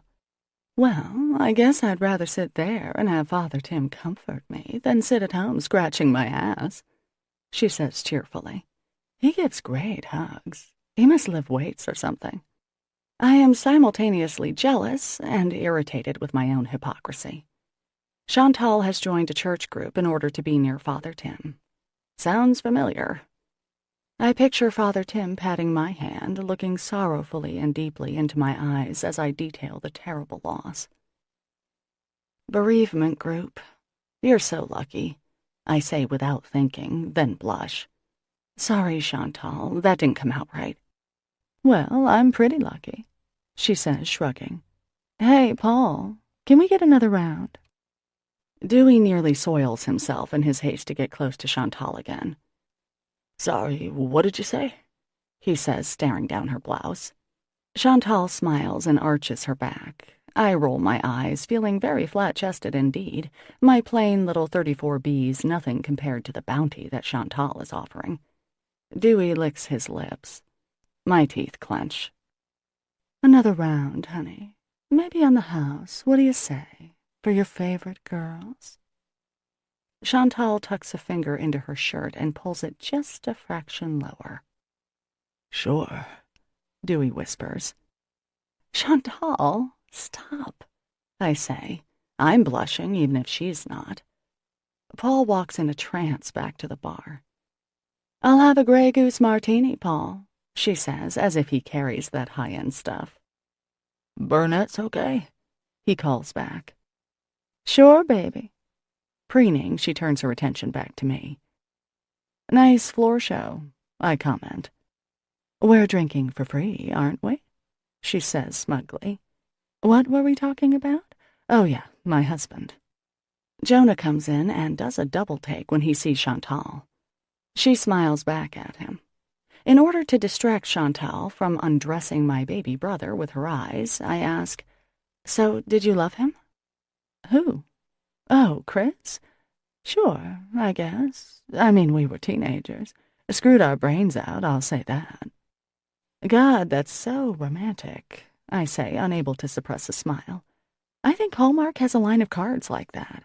I miss screwing your brains out, my darling departed husband. Chantal laughs her big, rolling laugh. Baby, no one did me like you. There's probably a market for that. Should look into it. She excuses herself to go to the bathroom, and I go up to the bar to say hi to Jonah, despite the fact that it's been mere hours since we last saw each other. Hi, I say. What's up? Hey, Max. Nothing. How about you? He says amiably. Hanging out. Is it okay if I come over to watch television tomorrow night? Jonah asks. There's that crabbing show on Discovery. Looked cool. Sure. I own one of the few satellite dishes in town. The cable service frequently goes out way up here, and as a single woman, well, let's face it, I watch a lot of television. Chantal returns. Jonah, my, how you've grown.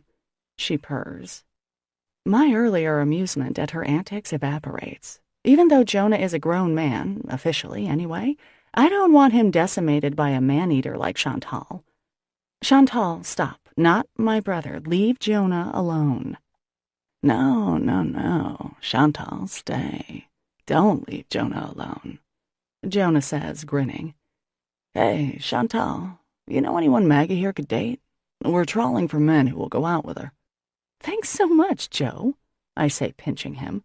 A little louder, please. I don't think they heard you in Jonesport. Hell, I don't know, Chantal says. The pickings are certainly slim, present company excluded. She edges closer to Jonah. I get up and wedge myself between them. If you sleep with my brother, I will be very mad at you, Chantal, I say firmly. Jonah, Chantal is a diseased woman. Crabs, chlamydia, gonorrhea, herpes, syphilis. Don't believe her, Jonah. Underneath all this, there's a heart of gold. She gestures to her chest. Is there? Jonah asks. Can I see? Stop, Joe. I smack my brother on the back of his head. Chantal smiles. Back to your problem, Maggie. How about Malone? God, you're the second person today who said that, I exclaim, jarred out of my irritation. First Christy, now you. Why not? Chantal says. He's kind of cute. This from the woman who said Dick Cheney had that sexy bald thing going on. Chantal shrugs. Well, I can't help it if it's true. I stare at her. Chantal, please. Maybe, I don't know, Andre Agassi or Montel Williams, but not Dick Cheney. Dick Cheney will never have a sexy anything going on. Well, Malone's got that Clive Owen thing going on. She continues, taking a sip of her martini. Clive Owen after being beaten and left for dead, maybe. More importantly, he's single, right, Jonah? My brother nods sagely at Chantal's breasts. Yeah. Malone is surly, scary, and ugly, I say, so I'm going to pass on him if you don't mind. I don't know, Chantal says. She looks past me. What do you say, Malone? Want to go out with Maggie? Crap. Crappity crap crap. I close my eyes and let the mortification wash over me. Big Mouth strikes again, and Chantal led me right into it. I open my eyes and glance past my brother. There he is, surly, scary, and ugly. Hi. Sorry. As nothing brings my brother as much joy as his sister's humiliation, Jonah is slapping the bar in mirth. You know Maggie, right, Malone? He chortles gleefully. Malone stares at me, unsmiling, and he is a little scary. But I never noticed, on the rare occasion that I've been this close to him, that his eyes are actually quite nice, light blue contrasting with thick black eyelashes. Short, curly black hair, heavy eyebrows, sharp cheekbones. Deep lines run between his eyebrows, out from his eyes, alongside his mouth, and let me assure you, they're not laugh lines. It occurs to me that I've never really looked Malone straight in the face before. Actually, I can kind of see what Chantal means, a little. He's definitely masculine, and... So, what do you think, Malone? Chantal asks. You want to go out with Maggie? By now, the whole bar is listening. Though I should be used to public embarrassment, my cheeks are burning. Malone drops his gaze to my chest, looks for a minute, then looks up at my face again. He shakes his head. The bar erupts in laughter. Chantal and Jonah clutch each other, shrieking. Stevie and Dewey high-five each other at Malone's insult, and I just sit there and nod my head. Right, I say over the hysteria. Well, I deserve that. Sorry, Malone. That was a crummy thing to say. He gives a slight nod, then turns to the beer that Dewey presents him. Okay, I've embarrassed myself enough tonight, I say to my brother and Chantal. I'm going home. Good night. Bye, maggot. Thanks for the laughs, Jonah says, sliding his arm around Chantal's shoulders. She blows me a kiss, then turns to say something to Jonah. My jaw clenches momentarily. I get my coat from the table and head out. At Malone's stool, I pause. Sorry again, I murmur. He nods without looking at me. I still owe you that pie, I remind him. He doesn't respond. Although I catch a glimpse of Malone once in a while at Dewey's or at the dock, I haven't spoken with him since he drove me to Joe's in the rain.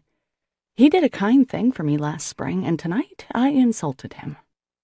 As I walk home through the quiet town, an unpleasant sense of shame keeps good pace beside me.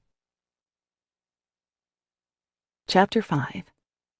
A few days later, whatever shame I felt has faded to a distant prickle. Once again, the presence of Father Tim melts away all bad feelings, his beautiful smile simultaneously reassuring and thrilling. Last night, my parents had summoned their offspring to a family dinner, something they insist on about once a month or so, and much to my delight, Father Tim was invited as well. As I showed Colonel to his doggy bed in my old bedroom, I could hear Father Tim laughing downstairs, the rumbling voice of my dad, Violet's happy, ear-splitting shrieks. It seemed so natural. We had a very nice dinner, and a lemon cake that I'd baked in honor of the occasion. Father Tim had 2 pieces. Maggie, you're a genius, you are, my girl, he said, finally pushing back from the table. I smiled sappily, heart fluttering. Talk turned to the inevitable, my failure at finding a boyfriend. Will, dear, can't you find anyone for Maggie? Mom asked. Apparently not, Christy intoned, nudging her husband, who looked rightfully chagrined. It's not funny, Christy, Mom said sharply. She's never going to meet anyone behind that counter. Think of how you're going to end up, Maggie, a spinster waitress like Judy. I like Judy, I answered weakly. Mom likes to go right for the kill. Now, Lena, Dad said meekly. I knew it was no use. There was no stopping my mother on this subject. No daughter of hers was going to be unmarried, not if she had a breath left in her body. Well, I just don't understand why it's so difficult, Mom said to Father Tim. She's perfectly nice. Look at Christy. Did Christy have trouble finding a nice husband? No. So why can't Maggie do the same thing? Maggie, if only you'd get a real job, someplace where you could meet some eligible men, like Christy." This comparison theme song, which I have mentally entitled "Christy is Better," is one Mom's sung many times. "Do you have to be so perfect?" I asked my sister. "Sorry," she sang, wiping mashed-up carrots from Violet's eyelid. "I really can't help it. It just happens." "In my day, people wanted to get married," my mother was saying. "Now, of course, everyone's out there doing all sorts of things. Why buy the milk when you can just rent the cow for free?"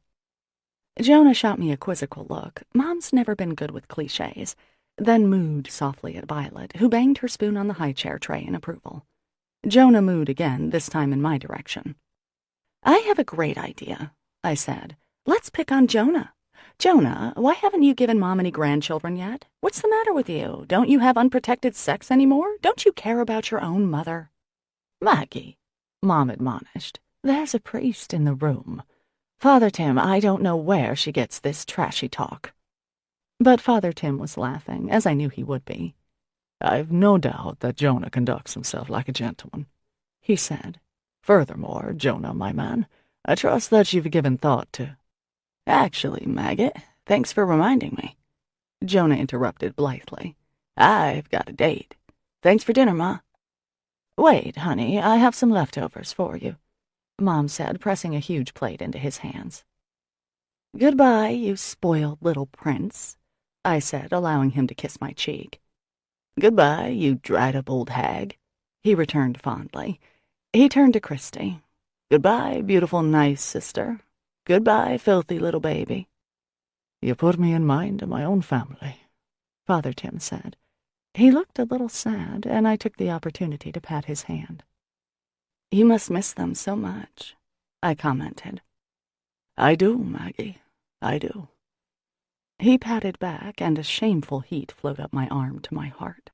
After Violet was tucked into her portable crib, my parents broke out the Trivial Pursuit. "3 teams, Dad announced. "The missus and I are undefeated, Father Tim, so we don't want to break our streak.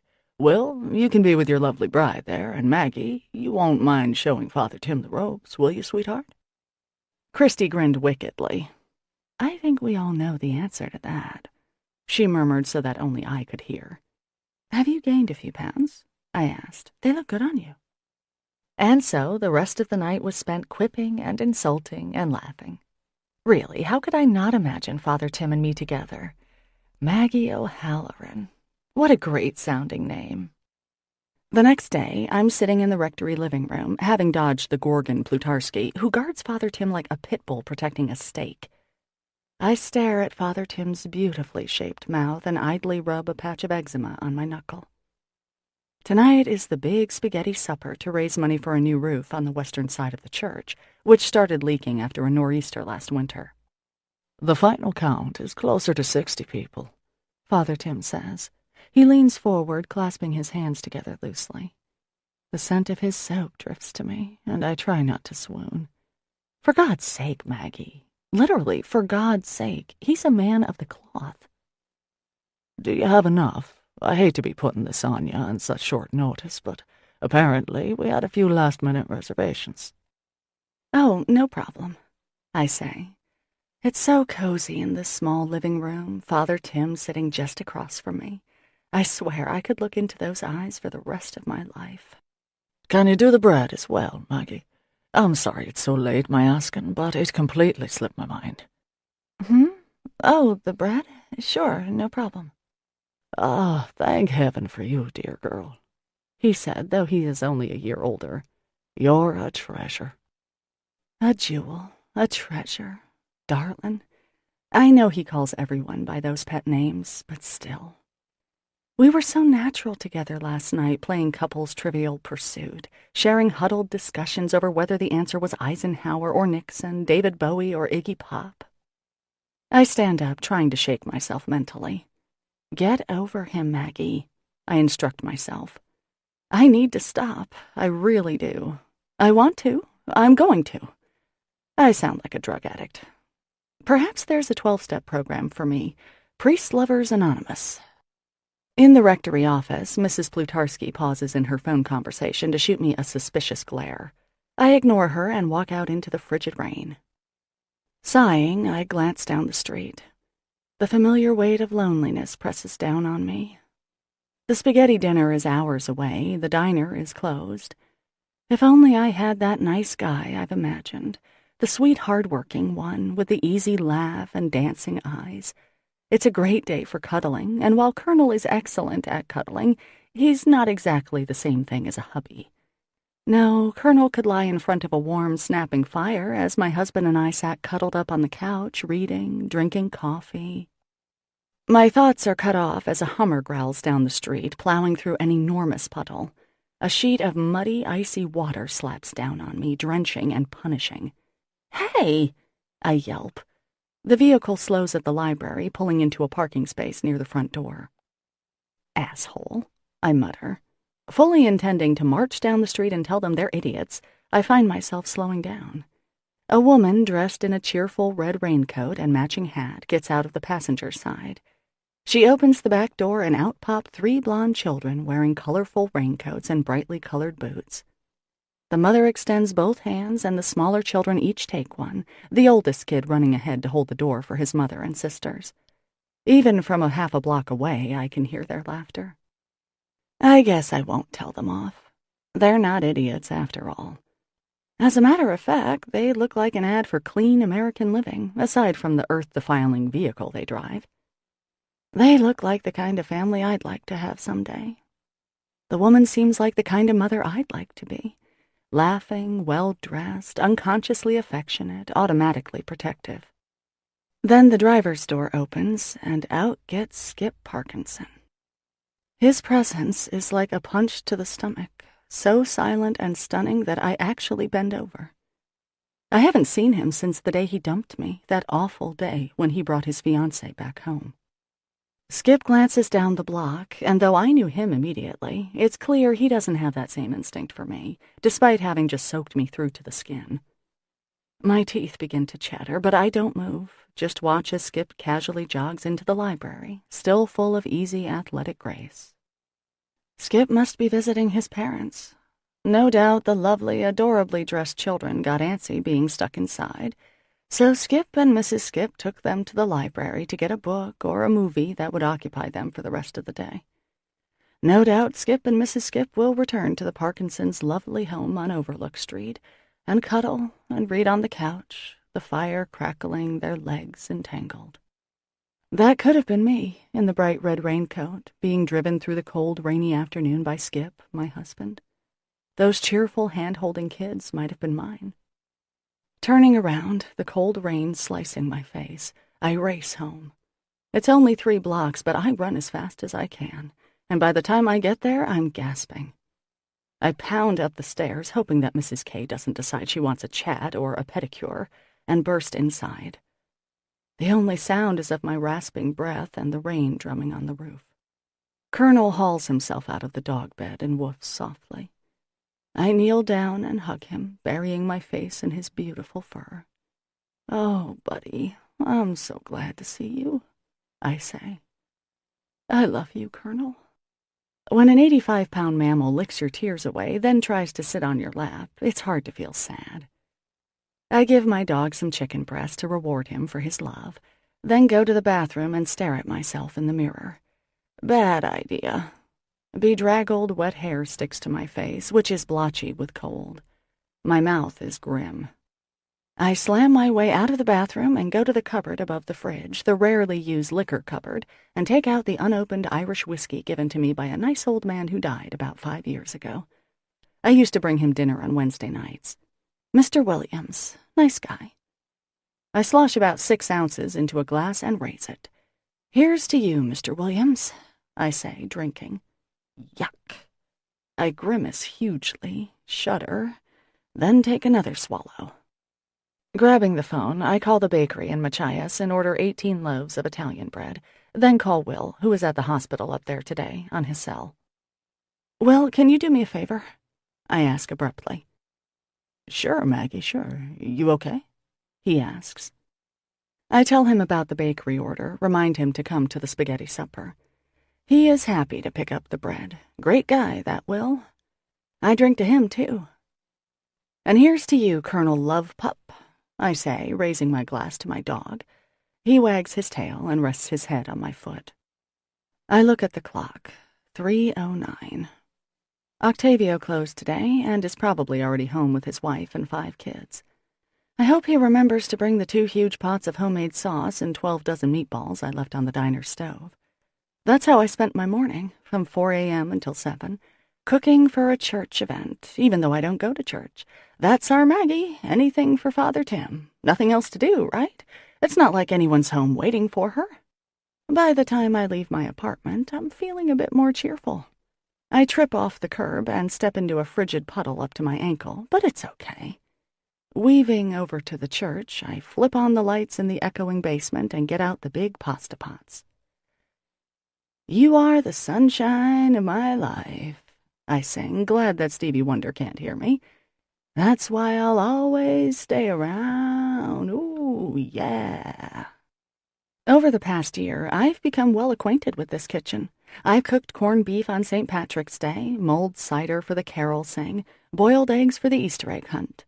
Here, I make huge pans of lasagna for after-funeral gatherings, throw together blueberry cakes and cookies for bake sales. Coffee hour? No problem. I donate the scones, set up the beverages, fill the creamers. My home away from home, this kitchen. You're such a loser, I tell myself. My voice echoes through the basement. I fill the huge pots with hot water, throw in some salt, and turn on the gas. Then, feeling a little bit dizzy, I decide to lie on the floor and wait for the water to boil. It's nice on the floor, cool and smooth. My back aches a little, and I stretch, then close my eyes. A brief nap, perhaps, before everyone comes. Hey, boss. The voice floats to me over the counter. Octavio and his wife come in, each carrying a giant vat of sauce, followed by their many children. Oh, hi, I say. Hello, how are you? It's nice to see you, Patty. Hello, Mookie. Hello, Lucia. Hi, other kids. Hi. You okay, boss? Octavio asks, giving me a questioning look. Yes, I am. I am A-okay. Thank you, I answer. Perhaps I should get up? I do, groping for a handhold on the counter and hauling myself unsteadily to my feet.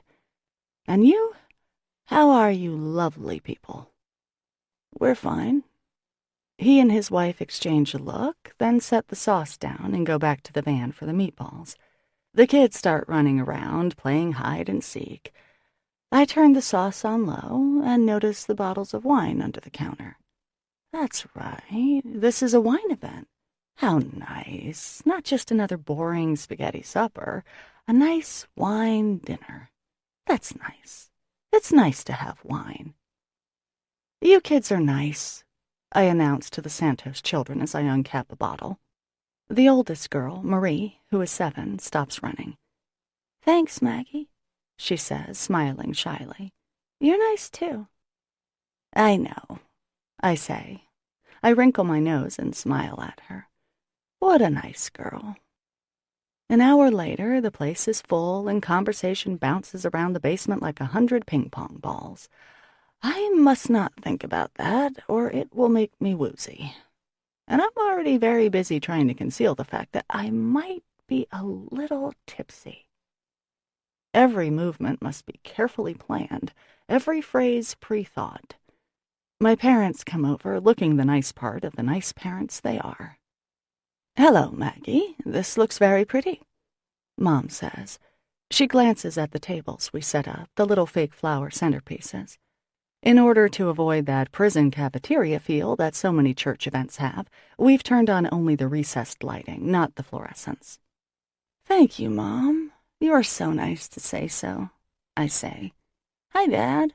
It does look nice, not like a prison, like a nice place, like a church. Luckily, Mom is scanning the room for someone for me to marry. Maggie, have you been drinking? Dad asks quietly. A little, I admit. It's hard to keep both eyes focused right now. The left eye seems to be wandering. I squint it shut so it will stop bothering me. Have you had anything to eat today? Dad asks. Yes, I had a sour cream cranberry muffin this morning, and let me tell you, Daddy, it was freaking fantastic. Okay, baby, let's get you fed. Dad, good old Dad, steers me to a table and pushes me into a seat. Can't I sit with Octavio? I ask. I love that guy. Stay here, Dad says. I'll be right back. It's so nice staying here. I'm glad I have to. But the room is spinning just a little, so I put my head on the table. It's like being on a carnival ride. I can feel the movement, but with my eyes closed, I don't have to see. Someone sits next to me. Hello, I say without lifting my head. Welcome to the dinner. Are you drunk? It's my sister. Mm-hmm. Daddy's getting me some food. I lift my head. Oops. I'm drooling. There's a wet spot on the table. I grab the flowers and place them on the splotch, then turn to face Christy. Hi. Whoa, she says. What happened? It doesn't seem prudent to mention the whiskey I drank earlier. Oh, I don't know. I think I had a glass of wine on an empty stomach, that's all. Just a little wine. I smile to cover the fact that I'm slurring. Dad returns with some salad, bread, a glass of water, and a bowl of pasta that could feed a family of 4. Eat, sweetie, he instructs. And Christy, can you run interference with your mother? She's over there talking to Carol. Sure, she answers. She stands up and pats me on the shoulder. I love you, I call, waving to her. You are so sweet, Christy. I eat the food. It's delicious, I have to say, and begin to feel drowsy. Christy, Violet, and Will come over with plates, and after a little while, Mom, too. Another family dinner. My eyelids droop, but Dad has me on the far end, away from Mom, so she won't know her spinster daughter is now also the town lush. Maybe I can go lie down on the coat pile, I think. It looks so cozy. People mill around, going up for seconds. Great food, Maggie, several people call, and I wave sloppily in response. Then I see Father Tim. He's chatting up Mr. and Mrs. Ruprecht, laughing, clapping Mr. on the back. Mrs. Plutarski, his self-appointed bodyguard, preens in her proximity to the priest. Preening proximity to the priest. I chuckle. Preening, I say out loud. Dad turns to me concerned, but I can't take my eyes off Father Tim. He's so nice, Father Tim. We had so much fun the other night, didn't we? That man is a great guy. He's no asshole. Not like Skip. Nope. Father Tim is my best friend. I love him. When everyone is just about finished and eyeing the dessert table with unabashed greed, Father Tim takes the microphone and clicks it on. His beautiful Irish lilt fills my ears. It warms my heart to see so many people here tonight, in spite of the nasty weather, he says, smiling at his flock. And what a lovely dinner we've all been enjoying. Thank you, Maggie and Octavio, for putting together such a fine feast, as always. People clap and turn toward me. I stand up, stagger back a little, but decide that no one really noticed. You're welcome, I call out. And thanks in advance to the hospitality committee, too, who'll be doing all the hard work of cleaning up afterwards. Father Tim continues. I'm happy to say that we've raised more than... Can I just say something? I call out, waving to dear, kind Father Tim. Oh, stop her, Daddy, Christy murmurs, her voice urgent. No, they will not stop me. I scoot with surprising agility around our table, only bumping into 6 or 10 chairs as I make my way to the front of the room, where Father Tim stands smiling with a little uncertainty. Can I have the mic? I ask him. I am not so drunk that I miss Mrs. Plutarski's mouth purse in jealousy. Yeah, that's right, because I'm Father Tim's friend. She's not the only one who adores him. Sure, Maggie, He says, handing it over to me. I've never spoken into a microphone before. It's kind of neat holding it. I feel a little like Ellen DeGeneres, like I have my own show. I wriggle onto the edge of the stage where last year's confirmation class butchered Godspell and blow into the mic. The rushing sound reassures me that it's on. Thank you so much, Father Tim, I say, proud not to slur. Oh, that's funny. I sound like Christy. Everyone laughs. I'm a hit.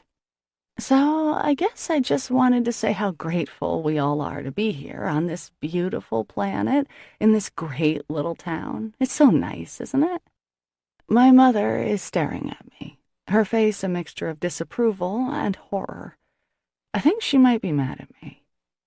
Hi, Mom, I say, waving. Anyway, I also want to say thanks to Father Tim. We are so lucky to have him in our parish, aren't we? I mean, remember Father, what's his name? That weird little fat guy? That guy at Christy's wedding? He was no fun. Not funny, that guy. And now we have Father Tim. He's so good, right? I mean, he's like a holy man, don't you think?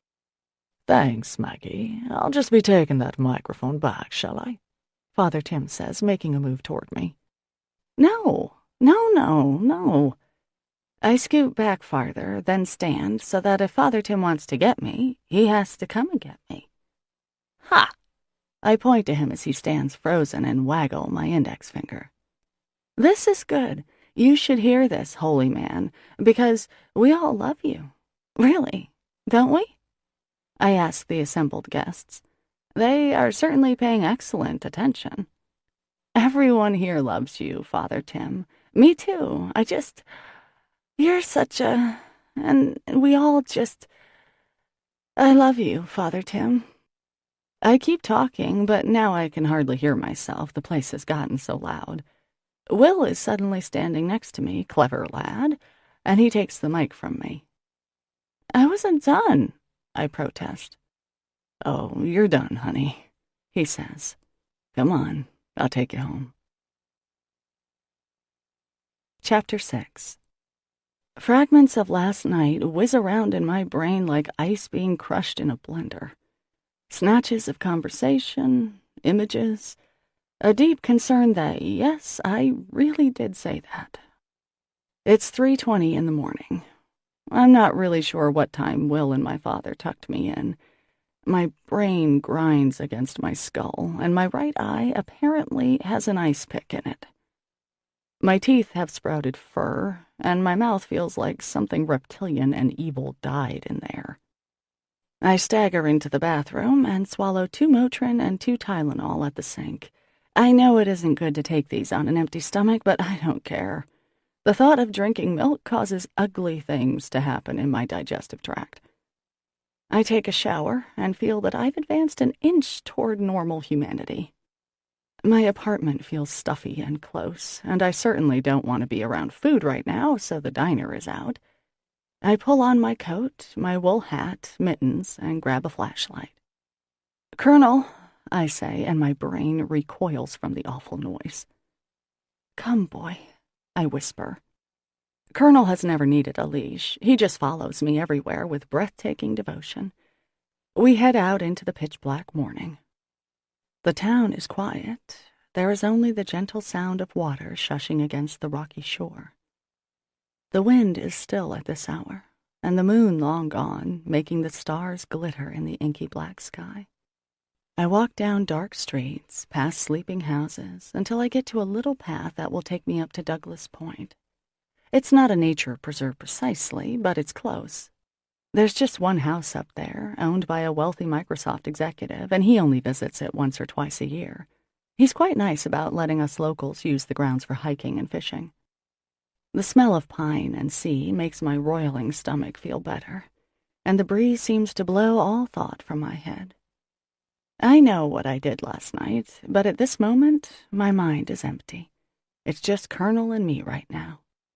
I go along the sea to a large outcropping of rock that sits directly over the water. In fact, it's called Bowsprit Rock, as it resembles that particular part of a boat. Rising behind me like a specter is the granite memorial to fishermen who died at sea. Carved on it are the names of 18 men Gideon's Cove has lost to the ravenous ocean. 18 men so far, that is. The wind is a little stronger here, and still quite cold, though it is almost April. The rock is like ice under my bottom, but it feels good, cleansing and solid. I switch off the flashlight and let my eyes adjust. Colonel lies down next to me, contentedly chewing a stick, and I put my arm around his neck and look east. Dawn is far away, but the stars are brilliant enough tonight that I can see whitecaps here and there. The water slaps against the rocky shore, shushing and whispering. With a sigh, I lie back and look into the Milky Way.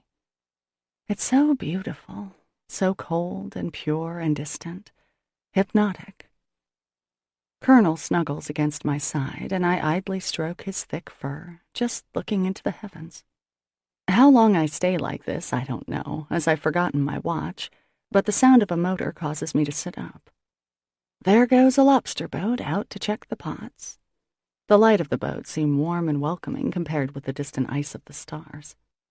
It might be Jonah, though he's on the lazy side of lobstermen.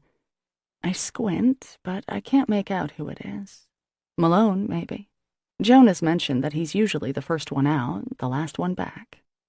Last year, the story goes, Malone and his cousin, Trevor, a man as sunny as Malone is dark, went in on a new boat. Real pretty, the local gossip sources said. 85 thou, maybe more. They were going to do some more commercial work, maybe even start a few scallop beds, but Trevor, who often came into Joe's diner and flirted equally with Judy and me, disappeared one day. Apparently, he sold the boat out from under Malone and took off with the money, leaving Malone with the payments. Trevor was never seen again. Rumors flew, mafia, drugs, homosexuality, murder, but Malone remained, silently working his traps himself, using the boat he'd had for the past 10 years. Well, I'd heard about it. You don't own the only restaurant in town and not hear these things. But I don't really know Malone. He was 5 or 6 years ahead of me in school. As he's barely spoken to me ever, I don't really know what his situation is, a rare event in Gideon's Cove. The grinding in my head has subsided to the pulsating of a wounded jellyfish. My ass is numb, my cheeks stiff with cold. With a sigh, I stand up. "Let's go, big boy," I say to the dog. We turn and head for the diner as the sky lightens almost imperceptibly on the eastern horizon. I put on coffee and start pulling together some muffins, cranberry lemon today, and raisin bran for Bob Castellano, who needs his fiber. Mrs. K likes them too. Soon the diner will start to fill up with people who will want to hear about my little speech last night, or people who witnessed it and want to relive it. Once again, I've embarrassed myself. At least no one can say I'm not entertaining. By the time the second batch of muffins comes out, I've started the potatoes for Octavio's rightfully famous hash browns. As if summoned, he clatters through the back door, and I wince at the noise. "Hi, boss," he says cheerfully. "Hi." I wait for the questions, but none comes. Instead, Octavio busies himself at the stove, checks the muffins. "How about some coffee, boss?" He doesn't wait for the answer, just pours me a cup and hands it to me, then starts cracking eggs into a large bowl. His big hands can handle 2 eggs at a time, and he's ambidextrous, at least when it comes to egg cracking. Smack. 4 eggs. Smack. 8. Smack. A dozen eggs lay waiting innocently in their bowl, not realizing they're about to be whisked without mercy. He glances at me, his face open and friendly. "Would you like a raise?" I ask. "It's okay, boss." "You deserve one." "Maybe in the summer, then." He smiles. There's a space between his 2 front teeth that I find very appealing. "So, I really told Father Tim I love him, didn't I?" I ask. "Yeah, boss. Sorry." He winks at me and continues frying the hash browns. "Any questions?" "Nope." "You're getting a raise this week." "Whatever you say, boss." He agrees.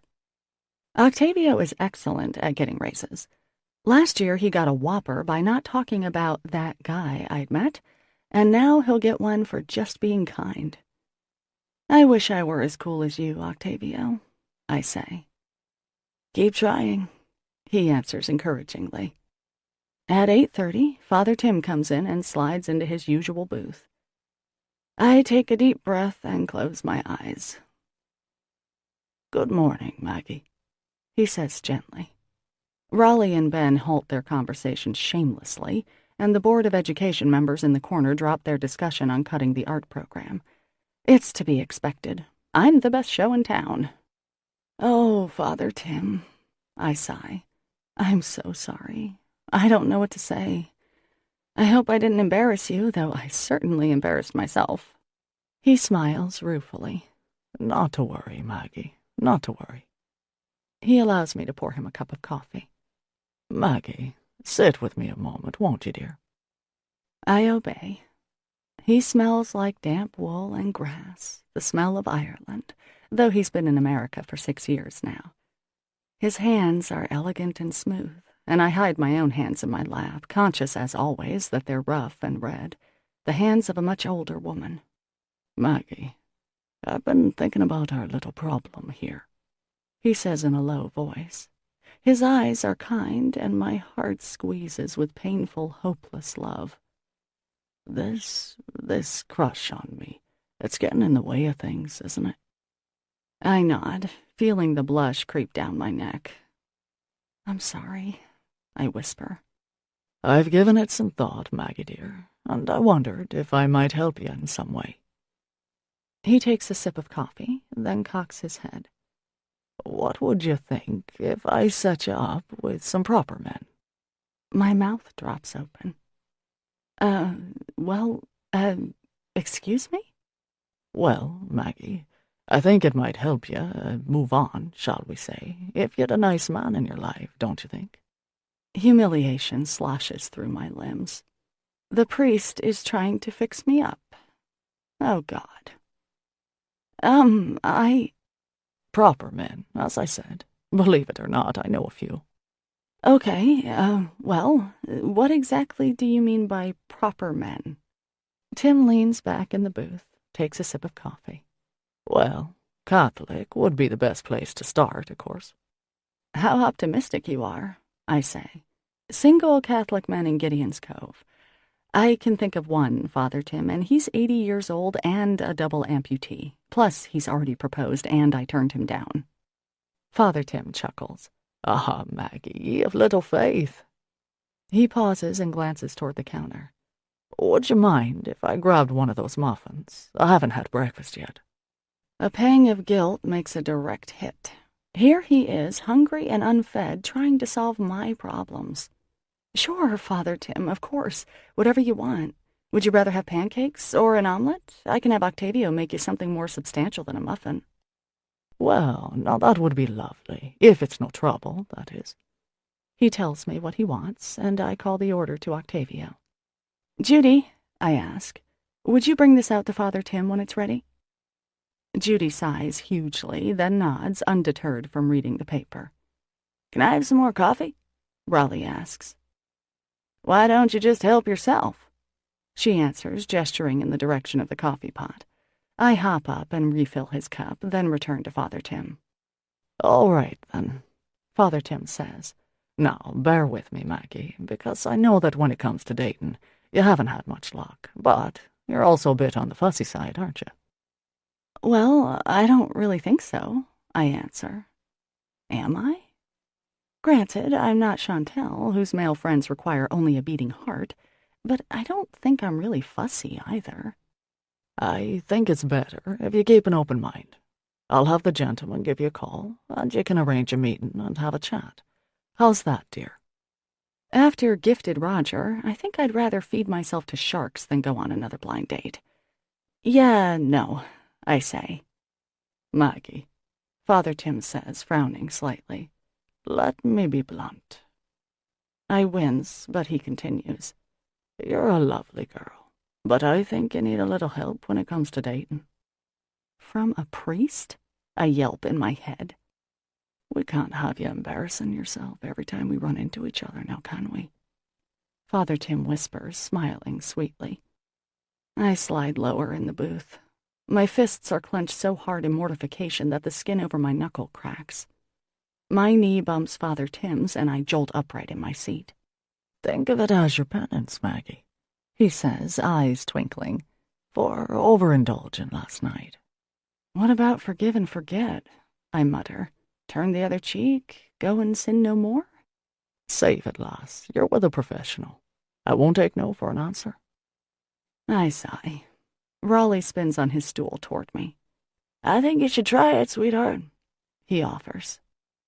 Thanks, Raleigh. I close my eyes.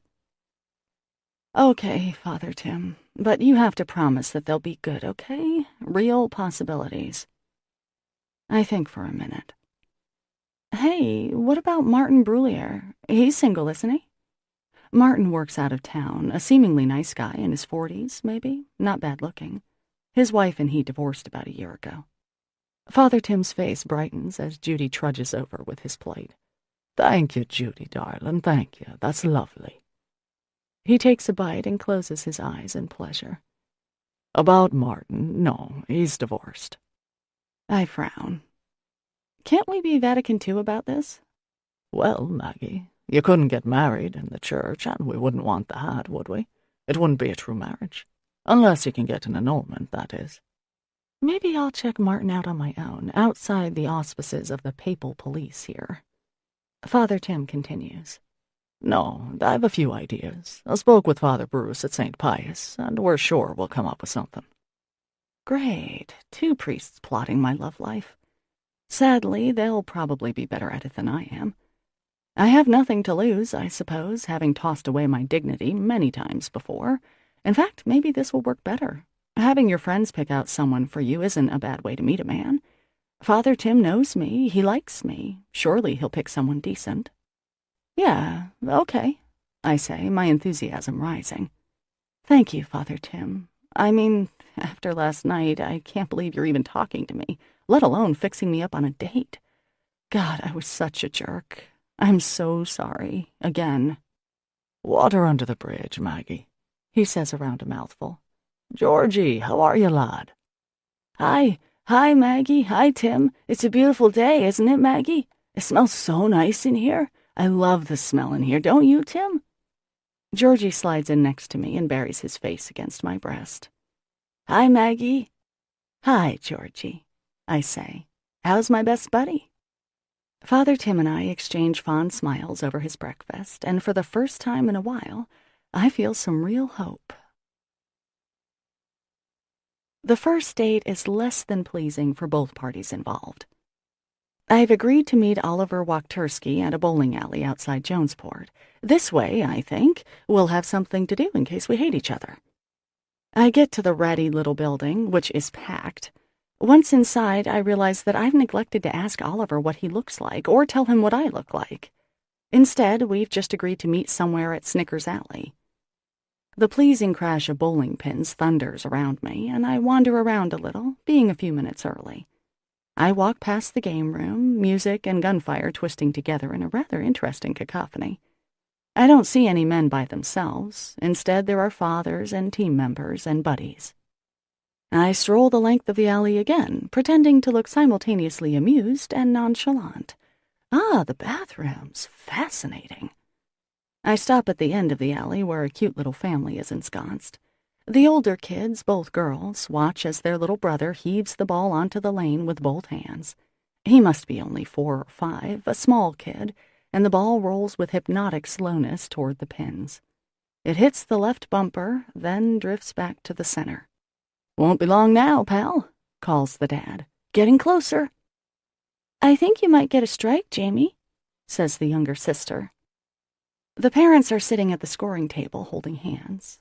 The woman looks at her husband, smiling, and he gives her a quick kiss. "No," the little boy cries out. His ball has stopped in the center of the lane. "No." He bursts into tears. Immediately, the older girl picks him up. "Don't worry, buddy. That's really special when that happens. Hardly anyone can do that, right, Melody?" That's right, Jamie. You get extra points for that. The girls exchange a conspiratorial big girl smile over Jamie's head. The alley attendant comes over and ventures out to retrieve the ball. He has a sticker for the boy, which cheers him up immensely. "I want a sticker, Mommy," he shouts. I smile. What a wonderful family, I think, studying the parents. They seem to be perfectly ordinary, neither handsome nor ugly, fat nor thin, and yet they obviously love each other and have tender-hearted kids. How is something so simple so hard to get? Someone taps my shoulder.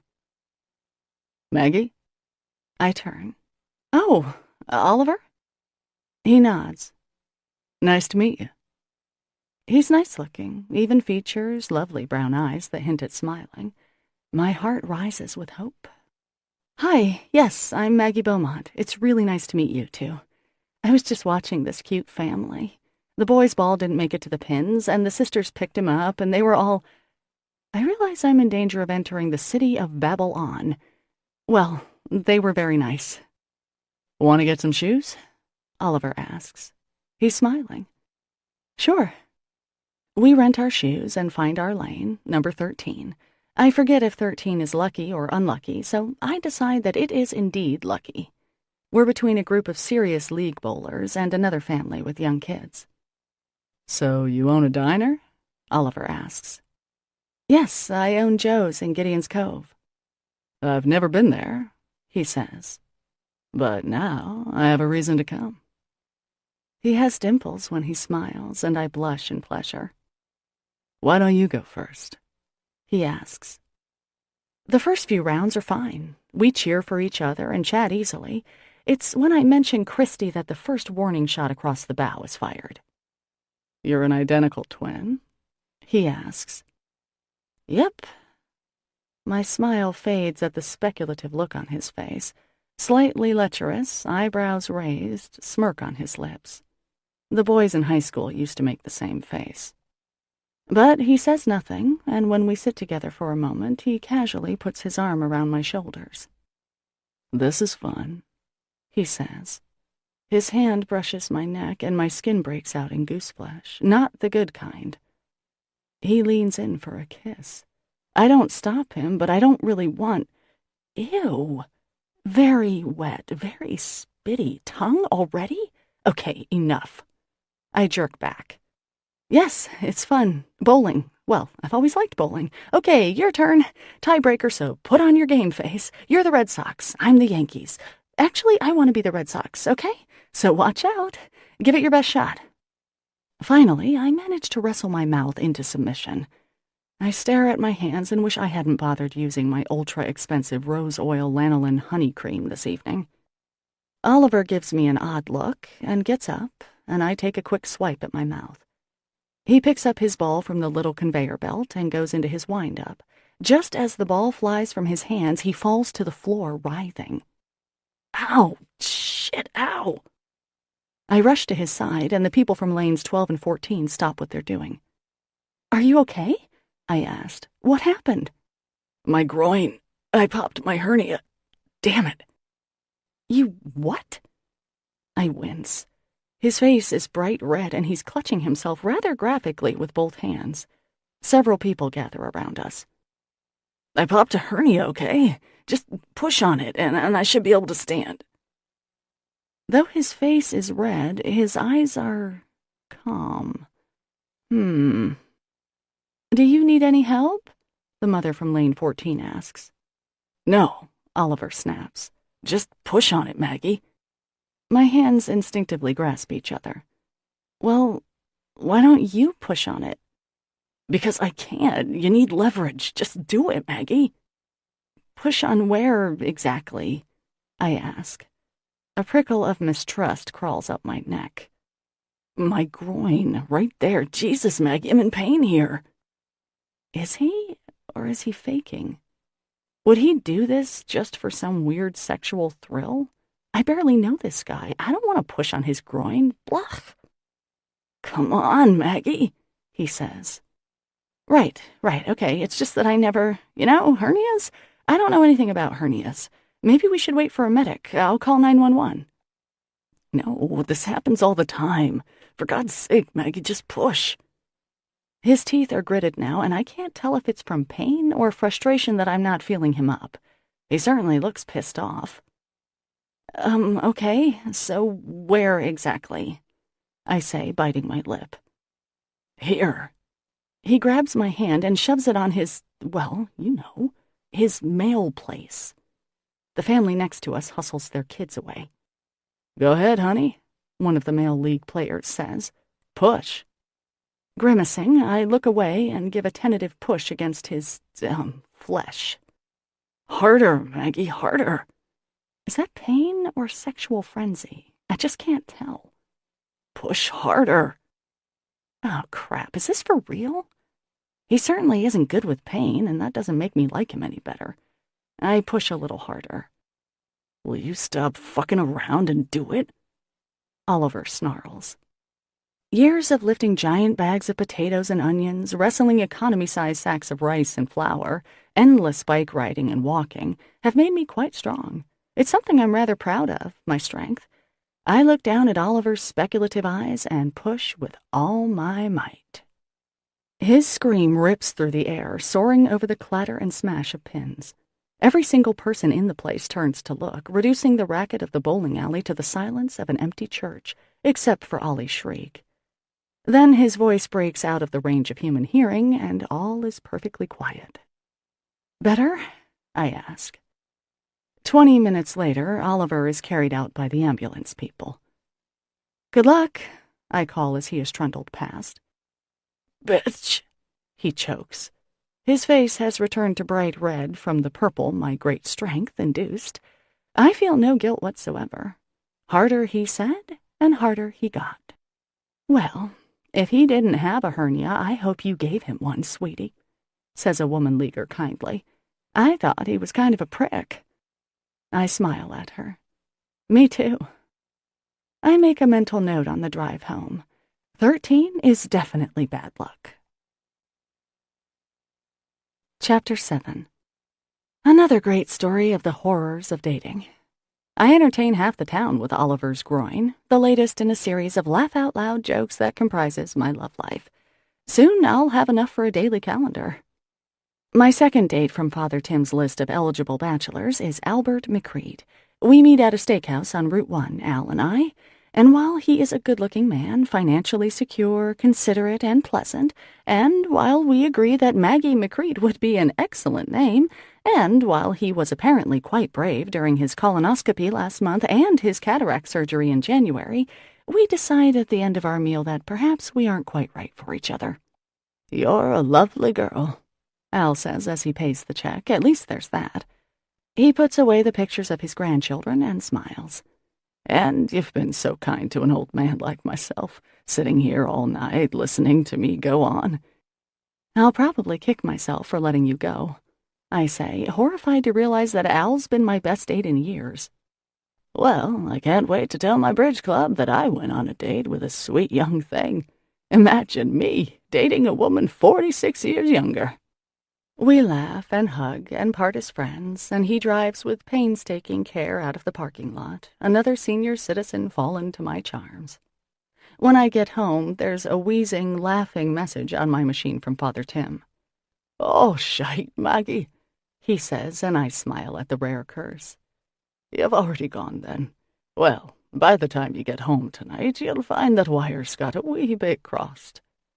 He dissolves into more gales of laughter. Ring me when you get in. I pick up the phone and hit number 3 on speed dial. You're speaking to the future Mrs. Albert McCreed, I say when he answers. Oh, Maggie, he says, I'm so sorry. It seems that Father Bruce was thinking of the wrong person. Tell me it wasn't awful. It wasn't, actually. He has beautiful grandchildren. This causes another shower of laughter, and I lie back on my bed and listen happily. That Sunday, as I field the after-church brunch crowd, I'm surprised to see Al come in. He waves vigorously as I serve the Tabors their pancakes. Thought I'd stop by and see you, sweetheart, he announces loudly, adjusting his hearing aid. The diner becomes quiet. I wanted to tell you again what a wonderful time I had on our date. I smile. Me too, Al. At least this time I'm not embarrassed. Or drunk. What about Kevin Michalski? Father Tim asks the next week, taking his usual seat at the diner. I used to babysit him, I answer, gazing out at April. Sadly, it doesn't look different from Muddy March, though the air is a bit gentler. There may be a slight fuzz of red on the distant oaks, but I can't really tell. Ah, and that puts him out of the running, does it? He must be 12 or 13 years younger than I am, Father Tim. He's 19 years old. I'd like someone who can buy a six-pack. All right, then, says Father Tim. He seems to have really gotten a tickle out of arranging my dates and consults his list with a serious expression. I've one last man to try, and if that doesn't work, I'm giving up on the world of dating. You realize how that sounds, don't you? I ask him. This one's a winner, mind you, he says. I've been saving the best for last. Crafty of you, I murmur. He grins. You'll thank me for this one, Maggie. You will. Good, I say, because this is your last chance. If he doesn't work out, I'm putting myself on eBay. The breakfast crowd is now finished. Octavio is singing in the kitchen. Georgie is packing up leftovers for me to take to the soup kitchen, and Judy is painting her nails in the corner booth. I've already baked 5 dozen chocolate chip cookies for the fire department tonight, and later this afternoon I'll do my Meals on Wheels route. Mrs. K and I have plans to watch a movie together. The Cave, I think she said. She likes a good scare. It's a typical day. Busy, full, tiring. Not a bad day at all. But loneliness gnaws at me, and filling my time with pleasant tasks ain't cutting it. While watching a gory movie with Mrs. K holds its charms, it's not what I really want. I want to watch a movie with my husband while our kids sleep upstairs. He'll ask me if I want some ice cream as I go upstairs to check that the covers haven't slipped off the baby. Then he'll say, "Hey, move over," so he can sit next to me and play with my hair. "I love you," I'll say, and he'll answer, "Thank God for that." After Mrs. K has fallen asleep on our movie, I creep up to the apartment, satisfied that Colonel, even if he isn't young, would at least alert me to the presence of evil. Then, I supposed, he would watch me be slaughtered by the creature that he barked at, and eventually he'd probably curl up and gnaw one of my bones for the rest of the night. "You wouldn't eat me, would you, boy?" I ask, getting him a chew stick just in case. He takes the treat delicately from me and lies down gingerly. His hips must hurt. "You're the best, Colonel." He glances at me and thumps his tail in agreement. I go to my little desk in the corner and glance out the window. From here, I can see the harbor and the few lights that twinkle sweetly there. I turn on my computer and go on the internet. I usually don't surf unless I have a reason, but tonight, that loneliness is waiting to pounce. I'll just look. No one will ever know. Last night, I babysat for Violet. I love my niece so much, marvel at her perfect dimpled hands, her sweet breath, silky dark hair, her fascinating pulsating soft spot.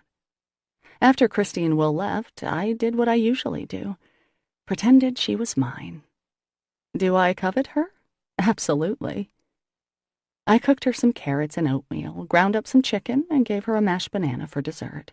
Then I bathed her and let her dump water out of a cup for a half hour, nearly becoming drunk on the smell of Johnson's baby shampoo. Holding her on my lap, I read The Big Red Barn 7 or 8 times. Violet never failed to be charmed at my animal imitations, and every time I said, "Cock-a-doodle-doo, moo, moo," she would turn to me, eyes dancing, her little pearl teeth gleaming with saliva. When I could keep her awake no longer, I sat in the rocking chair in her room and settled her against my chest, humming tunelessly until she fell asleep, holding her until my arms trembled from not moving. Laying her in the crib, I pulled up her tiny down comforter just so, arranged her bunny and her moose to be close to her head, but not too close, and watched her sleep, pink as a new rosebud, her eyelashes a sooty smudge on her cheeks. "I love you so much," I whispered. I rather hoped she would wake up and fuss so I could comfort her, but she slept deeply, not moving as I stroked her cheek with my pinky, the least rough of all my fingers. Right. So, can't have a baby if I don't have a mate. I type in a few terms for Google, then click on the first website that comes up without giving myself time to chicken out. Before I am allowed to see who is ripe for the picking in northern Maine, I must first answer some questions. Are you a woman seeking a man? I most certainly am. Then I enter in my approximate date of birth and zip code. Pick a username, I am ordered. Okay, I think. Something nauseating and memorable. Boo-Boo Bear. Sorry, that name is already taken. Please choose again. Really nice person. Sorry, that name is already taken. Please choose again. I glance at my dog. Colonel McKissy. Sorry, that name... Oh, for heaven's sake, I mutter. I type in some gibberish and finally get through. The next few questions are easy. My body type, hair color, eye color. For these, I'm truthful. Body type, average. Eyes, gray. Am I a light brown or dark blonde? Dark blonde sounds more alluring, so dark blonde I am. Then we get to the interesting stuff. Body art. Does double piercing my ears count? Apparently not. The choices include things like inked all over, fanged, and branded. Branded? Do people get branded these days? Should I invest in a brand, perhaps? See, I tell Colonel, this is why I don't do internet dating. Still, it's interesting. I skip the body art section and move on to best feature. I guess everyone would say their eyes, so I'll say smile. I have a nice smile, a ready smile. My teeth are straight and even. Smile it is. But smile is not on the list. Calves are on the list, and forearms, nipples, and navel, but not smile. Tell us about yourself, the computer form urges. Will do. Hometown girl, love my family, love my dog. Want to make a nice life with someone loyal, funny, and kind-hearted. I love to bake, feed people, and ride my bike. Nice looking, and once or twice a year I can even pull off beautiful. Yes, if I spend a few hours fussing with my hair, using a pore-minimizing mud mask, soaking my hands, and spending a half hour on makeup, that is. Not that I do, mind you, but I can. I'm good-natured and don't mind laughing at myself either. As I've demonstrated far too often, I think. Enjoy reading, scary movies, and baseball. Want to settle down and have kids. Why be coy, right? After numerous other sections, such as religious preferences, turn-ons, fangs are among the choices listed, and my idea of the perfect first date, I am finally allowed to see the eligible men within 75 miles of my zip code. There are two. Looking for Goddess to reign with me as we conquer the universe and all its mysteries, explore the depths of our sensual natures, and experiment on the laws of love. You are big-breasted, young, stunning, adventurous, sexually daring, and don't mind being submissive when your God commands it. So much can be learned from exploring each other physically. Why wait is what I say. Come with me and bend to my desires, O Goddess, and you will not be sorry. I'm sorry already, actually. The misspellings are enough to put me off, let alone the gist of the message. I click on the second. Single father of two, abandoned by whore of a wife, and left to deal with everything alone. She cleaned out the bank accounts, took the good car, and left me with nothing, and this after 15 years of sucking my soul dry in the first place. Let alone talk about what it's doing to the kids. Your mother's a bitch, I tell them. Sorry, kids, but that's the way it is. So, anyways, I'm looking for someone who loves kids and doesn't mind watching mine. Preferably someone who doesn't have kids of their own, because you know how fucked up that can be. I work long hours and won't be home much, so you should love taking care of the house, too. I'm extremely good-looking and have a great sense of humor. I don't care if you're Jude Law, I say. You need some serious counseling. Colonel shares my disbelief and rises to put his head on my lap. I stroke his ears, and he burps softly in response, tail wagging. The phone rings. Maggie, I've got you set up for a phone date, Father Tim announces. Bless you, Father, I answer. I think you're my last hope. Not that I've forgotten Oliver and his groin, mind you. I'm asking for your forgiveness on that one, Maggie, he says. That was a fluke. This time I've a fine fellow by the name of Doug Andrews. What does he do? I ask. I believe he's a fisherman. Okay. Plenty of men around here are. Anything else? Well, no, I've not met him myself, nor his Father Bruce. He's from Ellsworth, a member of the church down there, and Father Bruce was kind enough to speak to his pastor. But from the account I've heard, our Mr. Andrews is a good-looking man in his 30s. Mm-hmm. And why does he need to be fixed up by a priest? I ask. Even though I myself require this service, I'm suspicious of others who also need it. He's a widower, Father Tim answers. lost his wife a couple of years ago. Great, I answer, then immediately correct myself. I mean, of course not great. That's awful. So sad. I roll my eyes. What I mean is, at least he was normal enough to meet someone once. It's better than just being a weirdo who never was able to get married in the first place. I pause. Like me. Maggie, you're not a weirdo. Granted, you talk a bit too much, and you have a way of sticking your foot in your mouth, but you're a jewel. And if a girl as wonderful as you needs a bit of help in finding someone, doesn't it stand to reason that there's a wonderful man out there who does as well? I guess so. Did Father Tim just insult me or compliment me? A little of both, it seems. Well, is he going to call me? He is, yes.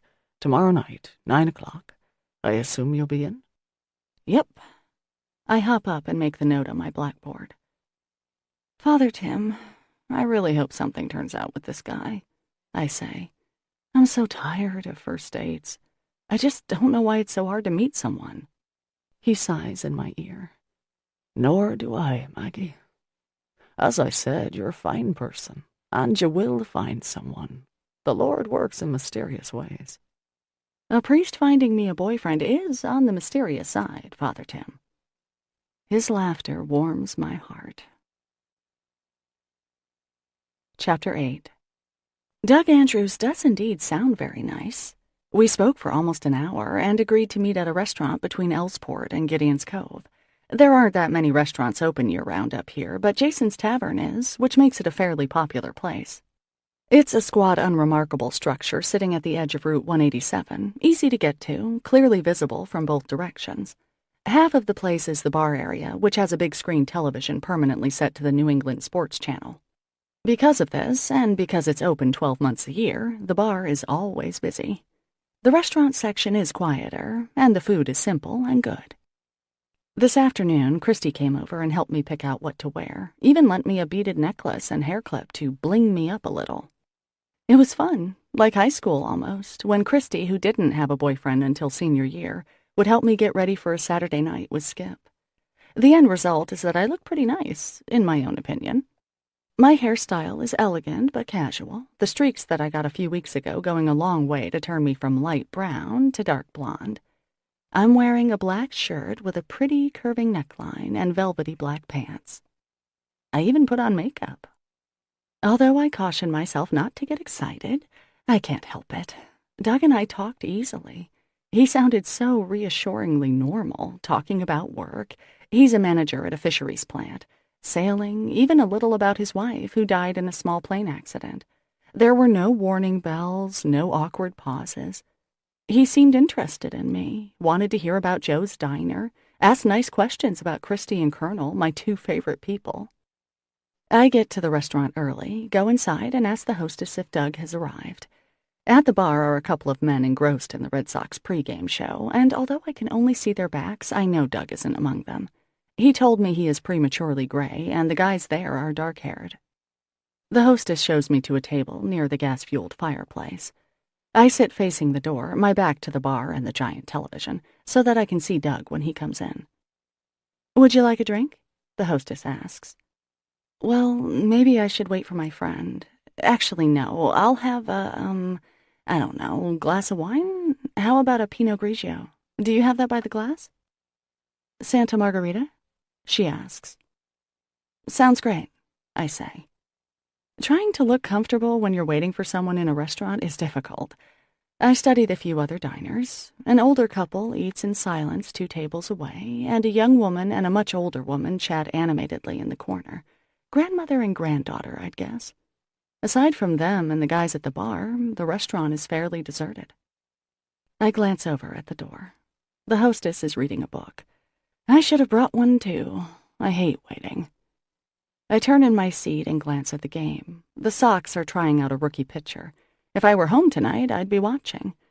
It's nice to have somewhere else to be. A waitress comes over with my wine. "Would you like to see a menu?" she asks. No, I'm sure my friend will be along soon, but thanks," I say. I glance at my watch. It's 10 after 7, and we agreed to meet at 7. I take a sip of wine to take the edge off my nervousness. He'll come, I tell myself. He sounded so promising, and eager to meet me. He'd even said how nice I sounded. Please, God, I pray silently, straightening out the salt and pepper shakers. Don't let this turn out to be a disaster, because I don't think I can take another one. I hate to bother you when I'm not dying or lost at sea or a soldier or whatever, but if you have just a sec, can you please send me a good guy this time? I don't need much, just a decent, good-hearted man. Please? Sorry to bug you. Over and out. The table now looks quite tidy. Nothing left to straighten. I take another sip of wine, then check my cell phone. No missed messages. I sneak another look at the door. We did say we'd meet in the restaurant, didn't we? Yes, I'm sure we did. Let's meet in the restaurant so we can talk, Doug had said. The bar is pretty noisy. That's right, he's been here before, so he's not lost, just a little late. Well, not so little anymore, 16 minutes. The waitress brings the older couple their food, then glides over to me. Would you like to order an appetizer? She asks. No, I'm fine. My friend is just a little late, I tell her. Sure, she says. Is that pity in her gaze? Just flag me down if you change your mind. Just then the door opens. This has got to be him, I think, willing it to be Doug. It's not. Feeling like I've just been slapped, I drop my gaze to my lap, away from the people who just came in. Please, no. It seems my bones have just evaporated, and my heart begins to pound. Don't let them see me. Shit, don't let them see me. Maggie? Oh my God, it is you. I look up with a firm smile. Skip, hello. Mr. and Mrs. Skip Parkinson stand at my table. I stand up, too, trying to wrap my brain around the fact that I've seen Skip twice in 1 month after a decade of reprieve. Wow, Skip announces. You look just the same. It's so great to see you. You remember Annabelle, don't you? Annie, this is Maggie, a girl I went to school with. A girl you slept with, too. The first one. The one whose heart you broke in public. Hello, I don't think we've met. I didn't get a look at her face in the rain a few weeks ago, but now I see that her features are small and delicate and girlish. Her makeup is perfect, subtle, invisible except for her deep red lipstick, which looks daring and provocative on her. We shake hands, and I can't help wince as my peasant-like paw envelops her satiny, manicured hand.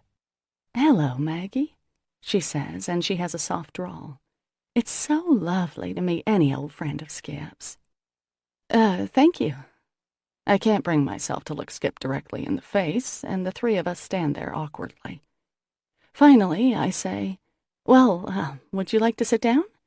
And instantly regret my foolish offer. Oh, well, now, we don't want to intrude, Annabelle says politely. Meeting someone, Maggie? Skip asks, glancing at the empty place across from me. Well, yes, I'm meeting a friend, and I got here a little early, and, well, please join me. I sit down heavily and swallow. They sit on either side of me, flanking me. I can't help it anymore. I look at Skip. He is still wonderfully handsome. His boyish face has improved with age, crinkles and lines giving him character that was lacking before. A neatly trimmed goatee hides his soft chin. He used to hate those profile shots when he was at bat. His suit looks expensive, a soft dove gray with a dark blue tie. So, how have you been, Maggie? He asks, and instead of awkwardness or shame in his voice, there's a touch of arrogance. Fine, great, I babble. And you, how are things? Couldn't be better. Skip answers. Right, Annie? She gives a cute little smile and rolls her eyes as if to say, isn't he a nut? Still working at the diner, Maggie? Skip wants to know. I take a long pull of my wine and glance hopefully at the door. If you came in now, Doug, I'd kiss you. Hell, I'd have sex with you right on this table. Yes, I own it now. What is usually a source of pride to me now sounds slightly embarrassing. A diner owner. Never left Gideon's Cove after you dumped me. Couldn't even find a different job. That's very interesting, Annabelle says. I wonder if he's ever told her about me. If so, she must have ice water in her veins because she looks calm and relaxed. She smiles pleasantly. Do you work, Annabelle? I ask. It's easier to look at her than at Skip. Well, not anymore, she admits. Not since Henry was born, our oldest. I do a little pro bono work on the side. She's a lawyer, Skip announces loudly. Well, now, honey, that's sweet, she says affectionately. Maggie, I was a lawyer before having the children, but now, between them and trying to take care of the house and all, I just don't have time. Lawyer, wife, mother. So, are you visiting your parents, Skip? I manage to ask. My heart is thudding in my temples, and I try to keep my hands on my lap so they won't see that they're shaking. Exactly. We left the kids with them. Thought we'd go out and grab a bite. It's our anniversary, Annabelle says with another doe-like look at Skip. That's great, I say. Much to my disgust, I feel tears prick at my eyes. I clear my throat and say, well, don't let me keep you from your romantic dinner. It was nice seeing you. Oh, not at all, Annabelle interrupts. This is wonderful. Two old friends getting the chance to catch up. We can surely spare a few moments.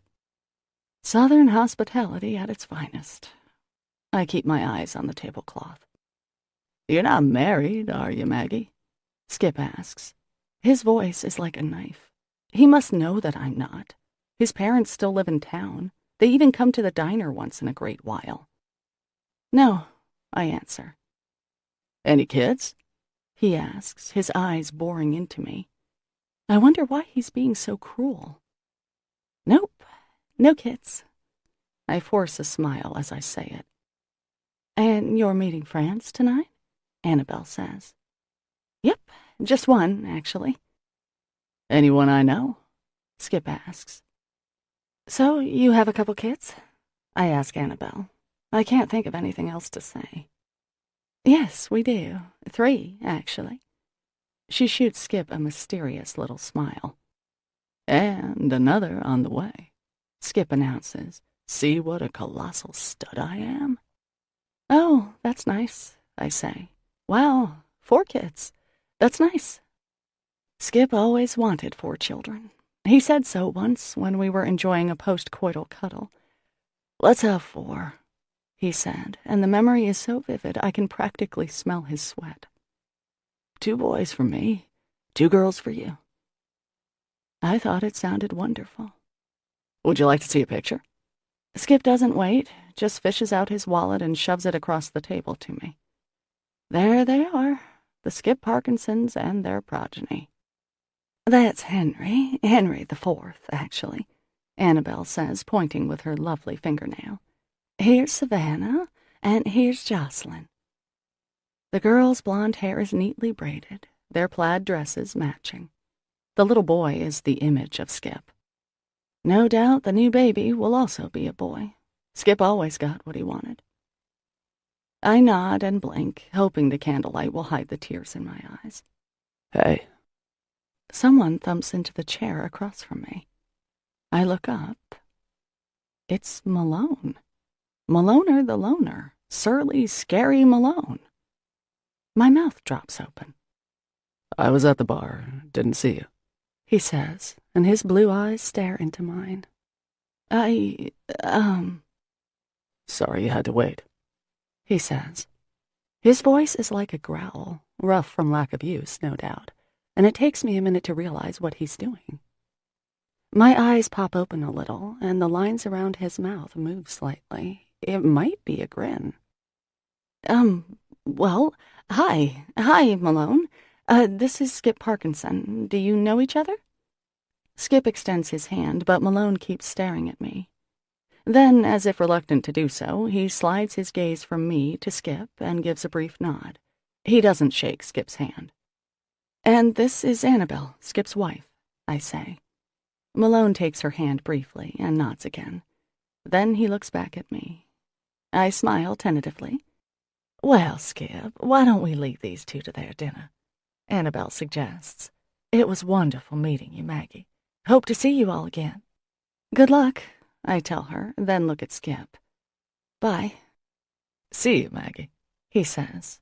As they walk away, Skip glances at Malone, then leans down to whisper loudly into Annabelle's ear. I catch the words, poor white trash. The shithead. I look back at Malone. I can't say I've ever been so glad to see someone in my life, I tell him honestly. He raises an eyebrow. That's my old boyfriend, I confide. He dumped me for her. I'm supposed to be on a blind date, but apparently I'm being stood up, and they came in and whipped out pictures of their perfect kids, and I was just about to lose it. Malone keeps looking at me, and I realize he knows all this. He came to my rescue. Thanks for pretending to be my date, I say. Want some more wine? He asks after a minute. God, yes, I answer. From over at their table, I hear Mr. and Mrs. Parkinson laughing merrily. I try not to look. Malone, how did you know I was, being stood up, trapped, whatever? And what are you doing here? The waitress comes over. Here you are, she cries merrily to Malone. What can I get you? Malone orders a beer and another wine for me, and the waitress bustles off. Malone looks at me for another minute before answering my question. You're pretty obvious, he says. I am? How? I mean... You kept looking at the door, then your watch. Then that arrogant asshole came in, and you looked like you wanted to crawl under the table. Good enough? Geez, surly guy. So you just dropped by for a beer? I ask. He doesn't bother to answer, just looks over at Skip. Over in the bar, there's a cheer as the Red Sox do something great. Skip doesn't look. Too many painful memories, no doubt. The waitress brings our drinks, and I clink my glass against Malone's. To you, Malone. Thanks. Another piece of pie awaits you, courtesy of Joe's Diner. He rolls his eyes. I gather we won't be talking much. So you don't have to stay or anything, Malone. Maybe I'll just head out. You hungry? He asks. It's like talking to a bear, just a series of low growls and grunts that I must translate into words. I'm starving, actually. Let's eat, then. And so begins one of the strangest dinners I've ever had. My emotions roll and collide. Distress at seeing Skip, gratitude toward Malone. Who knew he'd do something so nice? Irritation with Malone because he's about as friendly as a hungover troll. Still, I try to make conversation. So, Malone, you have a kid, don't you? Attempt number 1. He nods once in response. Boy or girl? His blue eyes, which would be beautiful on someone else, someone who smiled, say, just stare back at me. Girl, he says after a minute. Does she live around here? I ask. No. He stares at me as if daring me to go on, but I lose my nerve. Belatedly, I remember the story of his wife and child moving across country. I make attempt number 2 a little lighter. So, Malone is your last name, isn't it? He nods. What's your first name? I get the death stare and silence, then... I don't use it. I sigh and drink some more wine. We order dinner, hamburgers for both of us, and the silence stretches on. Skip and Annabelle seem to have no such problems. Lots of laughs from over there. Twinkling giggles from her, low chuckles from him. At one point during our meal, one of the guys at the bar goes over to Skip and asks, "Didn't you used to play baseball?" And Skip says with false lightness, "Oh, hell, long time ago when I was a kid." As if he gave it up for something more meaningful, like selling cars. I really think I hate him, I whispered to Malone. He nods. The Parkinsons are not finished. Apparently, I have forbidden myself to look at them. A gift is given because Annabelle cries, "Oh, Skip, oh, sugar, you shouldn't have." Malone doesn't look over, neither do I. We look at each other instead, united in this odd, uncomfortable way. I've now had enough wine that it's starting not to bother me.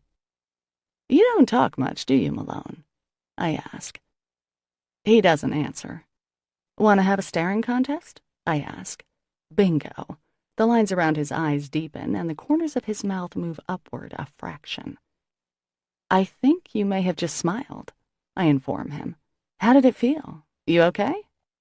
As usual, he doesn't answer, but there's something a little different. It takes me a minute to realize it, but Malone is kind of appealing. Those lashes are so long, they're actually tangled in the corners. His hair is thick, curling a little around his ears and neck. And while his face is slashed with harsh lines, and while I have yet to see a real smile, his mouth is full and slightly pouting and rather sexy, actually. Life has left its mark on Malone's face with a heavy hand, but it's an interesting face, scruffy and rugged and gloomy. His cheekbones are sharp and angular, carved by the wind almost, and it's this phrase that makes me realize I shouldn't have ordered that second glass of wine. I clear my throat and look away. The waitress brings our check, and I fish around in my purse for my wallet. Malone takes his out first and withdraws a few bills. No, let me," I say, taking his money and holding it out to him. "This is definitely on me." He scowls, making his face a little scary again. He doesn't take the money. I put it back down and stand up. "Okay, thank you for a lovely dinner and everything else," I say. He follows me across the restaurant. "Bye now, so nice meeting you," Annabelle calls out. "Ditto," I say. Malone offers nothing, and neither does Skip. In the parking lot, I pause. "Thanks again, Malone," I say. Yeah. He walks to his truck, pleasantries complete. I get into my car and turn the key. The engine doesn't start. This is not an uncommon problem for me, and I sigh, pop the hood, and get out. Malone is still there, sitting in his truck, watching me. "It's fine," I call. "Happens all the time." But it's dark, and I have to fumble in my purse for the screwdriver I carry at all times. If I can just find it, I'll open the hood, stick the screwdriver in the air filter, and the car should start. But I can't find it because I failed to transfer it from my everyday pocketbook to the smaller one I'm carrying now. Nor can I find anything else that would work, like a pen. Sighing, I walk over to Malone's truck. "Do you have a screwdriver?" Surely he must. He's a man, isn't he? No. I close my eyes. The restaurant door opens, and Skip and Mrs. Skip walk over to their expensive, shining car. "Good night now," Annabelle calls. Skip holds the door for her, then goes to the driver's side. He looks over to me and pauses. "Malone, how about a ride home?" I ask before Skip can do anything. Sure, Malone says. He leans across the seat and opens the passenger door for me, which is unexpectedly polite from a man who has uttered only a handful of words this evening. I climb in. Tomorrow, Jonah or my father will have to drive me back here, but at least I'm safe from Skip's eyes for now. Malone starts the truck and pulls out of the parking lot. "I really appreciate this," I tell him. He glances at me, but doesn't say anything. We don't talk on the way home. I'm too engrossed in thought to try to lure Malone out of his cave. When we get into town, I break the silence and direct him to my house. He throws the truck into park and hops out. I get out before he can open my door. I'll walk you in, he growls. "No, that's okay, you don't—" But he's already waiting by the porch. I sigh. "I live upstairs," I say. "That's Mrs. K's apartment. Mine's up there." Malone waits for me to go first. The stairway is a straight shot to my door, and there's barely enough room for both of us to stand on the tiny landing. I fish out my key and unlock the door, then turn around to thank him. "Thanks again, Malone. That was really—" My words are cut off because Malone leans in and kisses me. At first, I'm too shocked to think a damn thing. Malone, kissing me. Of all the... But then it occurs to me that I'm kissing him right back, and it also occurs to me that Malone knows what he's doing. His mouth is surprisingly soft and warm, and his razor stubble rasps gently against my skin. His hands cup my head, holding me steady, and I realize that my own hands are pressed against his chest. He feels deliciously solid, his heart thudding under my palm. His mouth moves to my jaw, and I breathe in the smell of soap and salt. Then he kisses my mouth again. My knees tingle and grow weak, and I grip his shirt, giving a little sigh. Then Malone pulls back, smooths his thumb across my mouth, and looks down at the floor of my porch. For a moment, I think he's going to say something, but he doesn't. He just gives a terse nod and heads down the stairs. Good night, I call.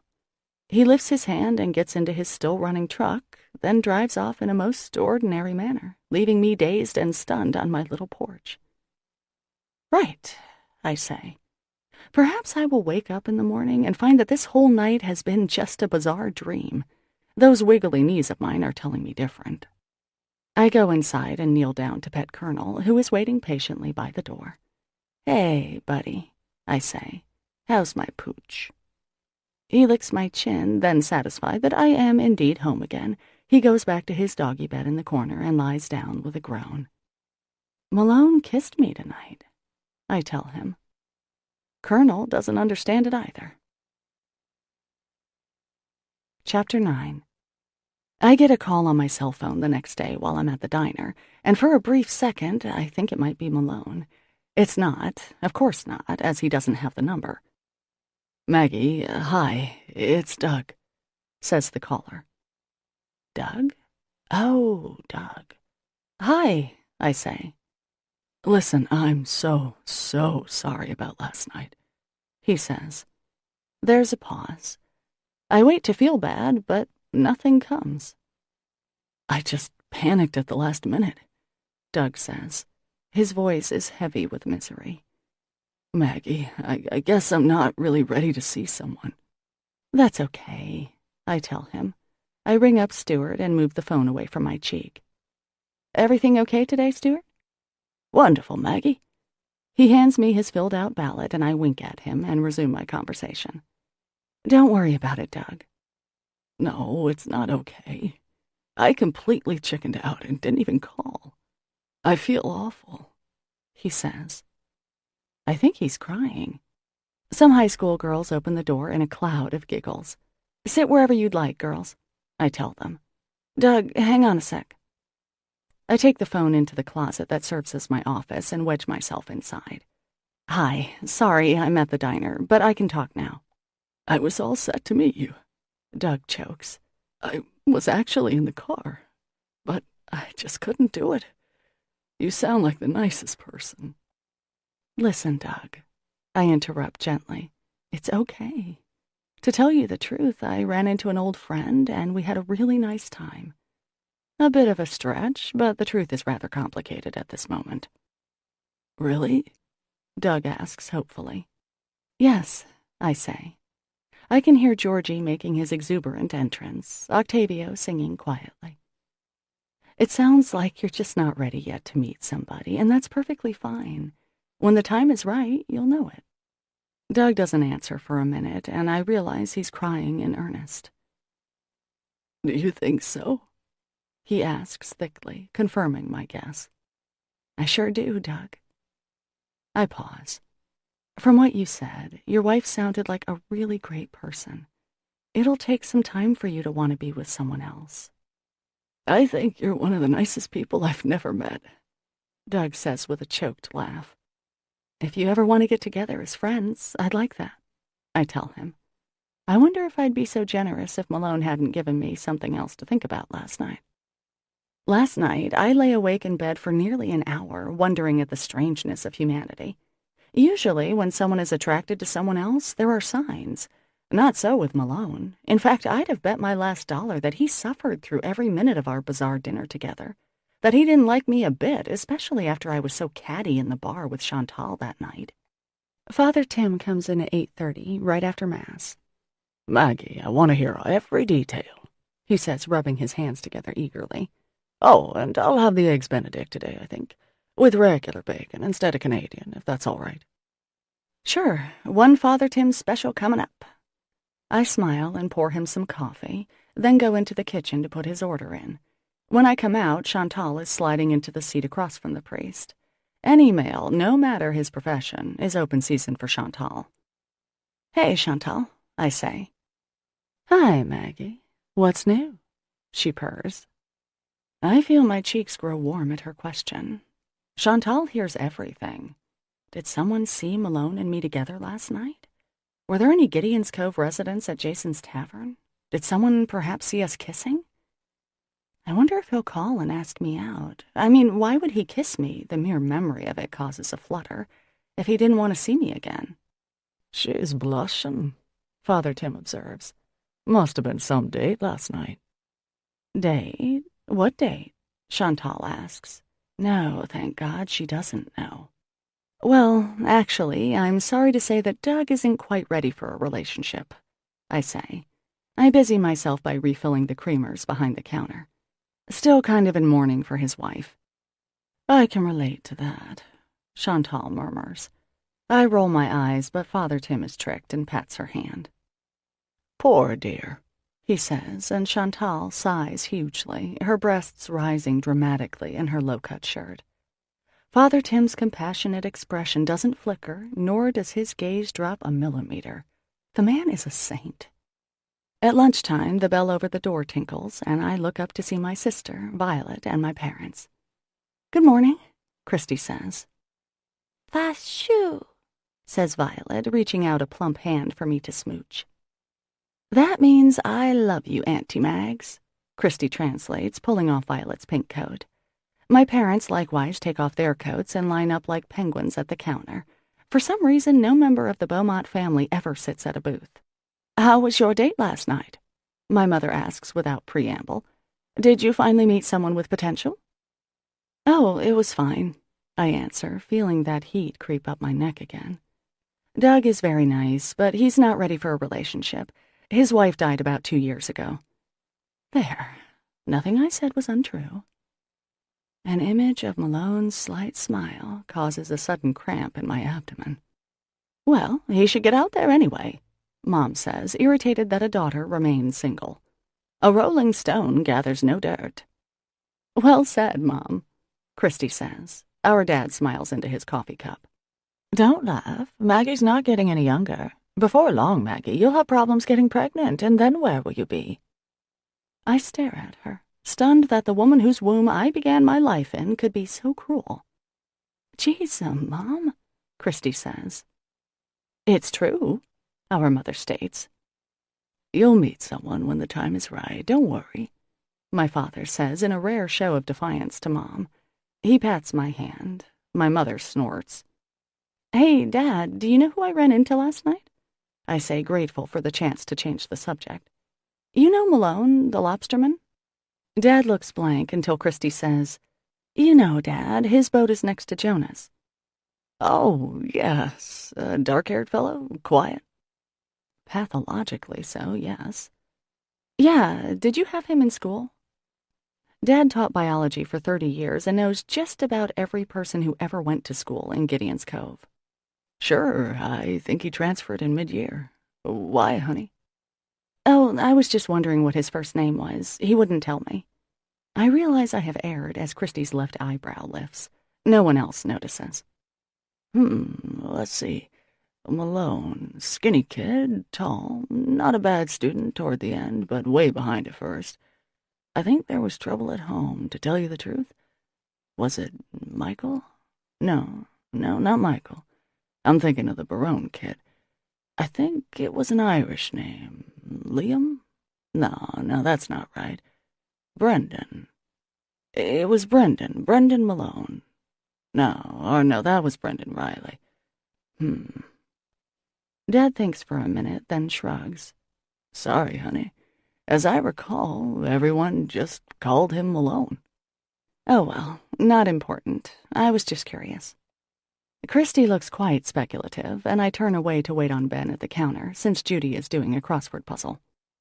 Our mother offers to take Violet for the afternoon, claiming that she never gets to see her only grandchild, here with a significant look at me, the daughter who has failed to reproduce.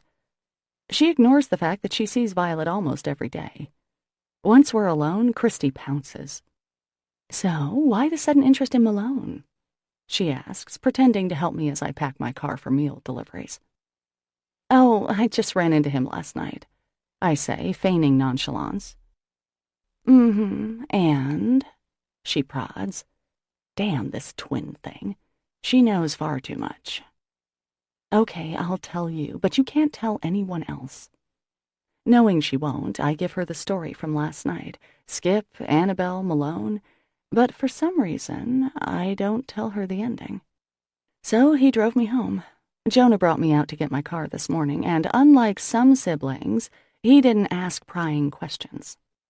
"Well," Christy says, "that was awfully nice pretending to be your date. Wicked nice." I murmur. "Listen, I have to go. Do you want to come? It'll be fun. They'll have Colonel and you." "Double the pleasure, double the fun," my sister says. "Sure, I'd love to." And it is fun. The 14 people on my route are always overjoyed to see Colonel and me, and when encountered with my mirror image, they nearly wet themselves in delight. We bring in the meals, tidy up at one house, check a prescription at another, chat with the clients, let them pet my gentle dog. I urge Christy to show pictures of Violet, and a lot of old faces break into tender smiles at the sight of my beautiful niece. "She could be yours," Mrs. Bannock says, handing the picture to me. "True enough," I answer. "I couldn't love her more if she was." We finish up our route and head for home. "So still no boyfriend," Christy says as we drive home. I don't comment. "Any ideas?" "Not really," I say, glancing in my rearview mirror. "I think I'll just give it a rest for a while. I've been on 4 dates in the last month, and none of them worked out very well." "You sure? Idle hands are the devil's workhorse, as Mom would say," Christy advises somberly. I laugh, but at the back of my mind is Malone and his gently scraping kiss. When I get home from dropping Christy off, I zip over to the answering machine, hoping to see the blinking light. No blinking. Malone has not called me. Nor does he call me that evening. The next day is Sunday, and as I flip between tables, clearing and serving, Malone is on my mind. Why hasn't he called me? Why would he kiss me and then not call me? Should I call him? I shudder at the thought. I wouldn't be able to see him either nod or stare from my apartment, would I? And since that seems to be his main form of communication, it wouldn't be much of a conversation. It's not that I really like him, I tell myself, because really he's a complete stranger. Almost. I liked kissing him, yes. At the thought, my stomach knots and my knees tingle. The after-church crowd takes their time finishing, and when they're done with breakfast, the Sunday lunch crowd comes in. Finally, by about 2, all my customers are gone. I wipe down with unusual speed, opting to skip the floor washing. I'll just wander down to the dock, I think, see how Jonah's doing, check on the little brother. Jonah's boat is right against the dock, not moored at its usual spot, which is convenient for me. Inconveniently, Malone's boat is out, so I'll just have to hang out with my little bro for a while. "Hey, Jonah," I call down. It's low tide, so the dock is a good 20 feet lower than it will be 6 hours from now. Tides in this part of Maine are dramatic, and the gangplank is pitched quite steeply. The smell of fish and salt and tide greet me as I totter down carefully and walk over to Jonah's boat, which is named Twin Menace after his beloved big sisters. My brother is not in sight. "Hey, Joe," I yell. "Maggie," he calls back, climbing out of the hold and shutting the door firmly behind him. "What are you doing here?" "Oh, nothing. Permission to come aboard, Captain?" No. Actually, I'm just leaving. Sorry." Drat. "So, do most people go out on a Sunday?" I ask. I've never really taken note of the patterns of the lobster boats. It's something that's so familiar and constant here that it's like background noise. During the summer, it's against the law to haul traps on a Sunday, that I know. But as for the practices of the off-season, I'm clueless. Nah, most of us stay in, even now, I guess. He glances back at the stern of his boat. But some go out? I prod. Yeah? When do they come back? I glance casually over the railing at a small school of baby stripers. Dunno. I sigh. Malone is rubbing off on Jonah, apparently. Usually my brother won't stop talking, rather like me, I guess. I give it another try. So they just come back whenever? Maggie, I just said I don't know. What's it to you? Nothing, just making conversation. Well, I have to tie up, and then I'm going, he says. See you. When I don't move, he frowns. Did you want something else? No. Sorry. Have a nice day. He nods and starts the engine, pulling the twin menace away from the dock out to his mooring, then disappears back into the hold, busy with whatever keeps him there. Clearly, I have to go. I can't be here when Malone comes in, because that would be too obvious and desperate. Hi, Malone, I'm just hanging around waiting for you. How was your day? Want to kiss me again? I wince and wisely decide to go home. Chapter 10. Monday is my day off, and I use it to clean my apartment and Mrs. K's. As I vacuum up her popcorn crumbs, she follows me around carefully, pointing with her cane at parts I've missed. Right there, Maggie dear, and gracious, there too. I can't get over how sloppy I am. I smile. She says this every week. When I'm done, I check her fridge and make sure she's got enough of the barley soup I brought over yesterday. Need anything, Mrs. K? I ask her. Dear, I'm fine, but tell me, did you have a friend over the other night? I freeze momentarily. No, just, someone gave me a ride home. I thought it was a man, she says. Well, yes, actually it was a man. Malone, my brother's friend. I hope she doesn't pick up on my blush. Malone? I don't know anyone by the name of Malone. Is he good people? Should you be driving around late at night with strangers? Well, he's not really a stranger, Mrs. K, because my brother knows him. But, of course, he is a stranger. And he still hasn't called me.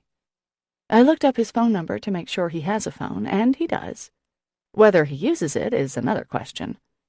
Again, I can't imagine why he'd kiss me like that, and then just... He's certainly a manly man, isn't he? Mrs. K offers. God, did she have binoculars trained on him? Malone? Sure, I guess so. I pause in mopping the floor of the tiny kitchen. I've always liked the manly ones, Mr. Kandinsky wasn't like that, but he was a dear. He never understood why I just loved Charles Bronson, but I did. I think I've seen every death wish ever made. Well, we'll have to rent them, won't we?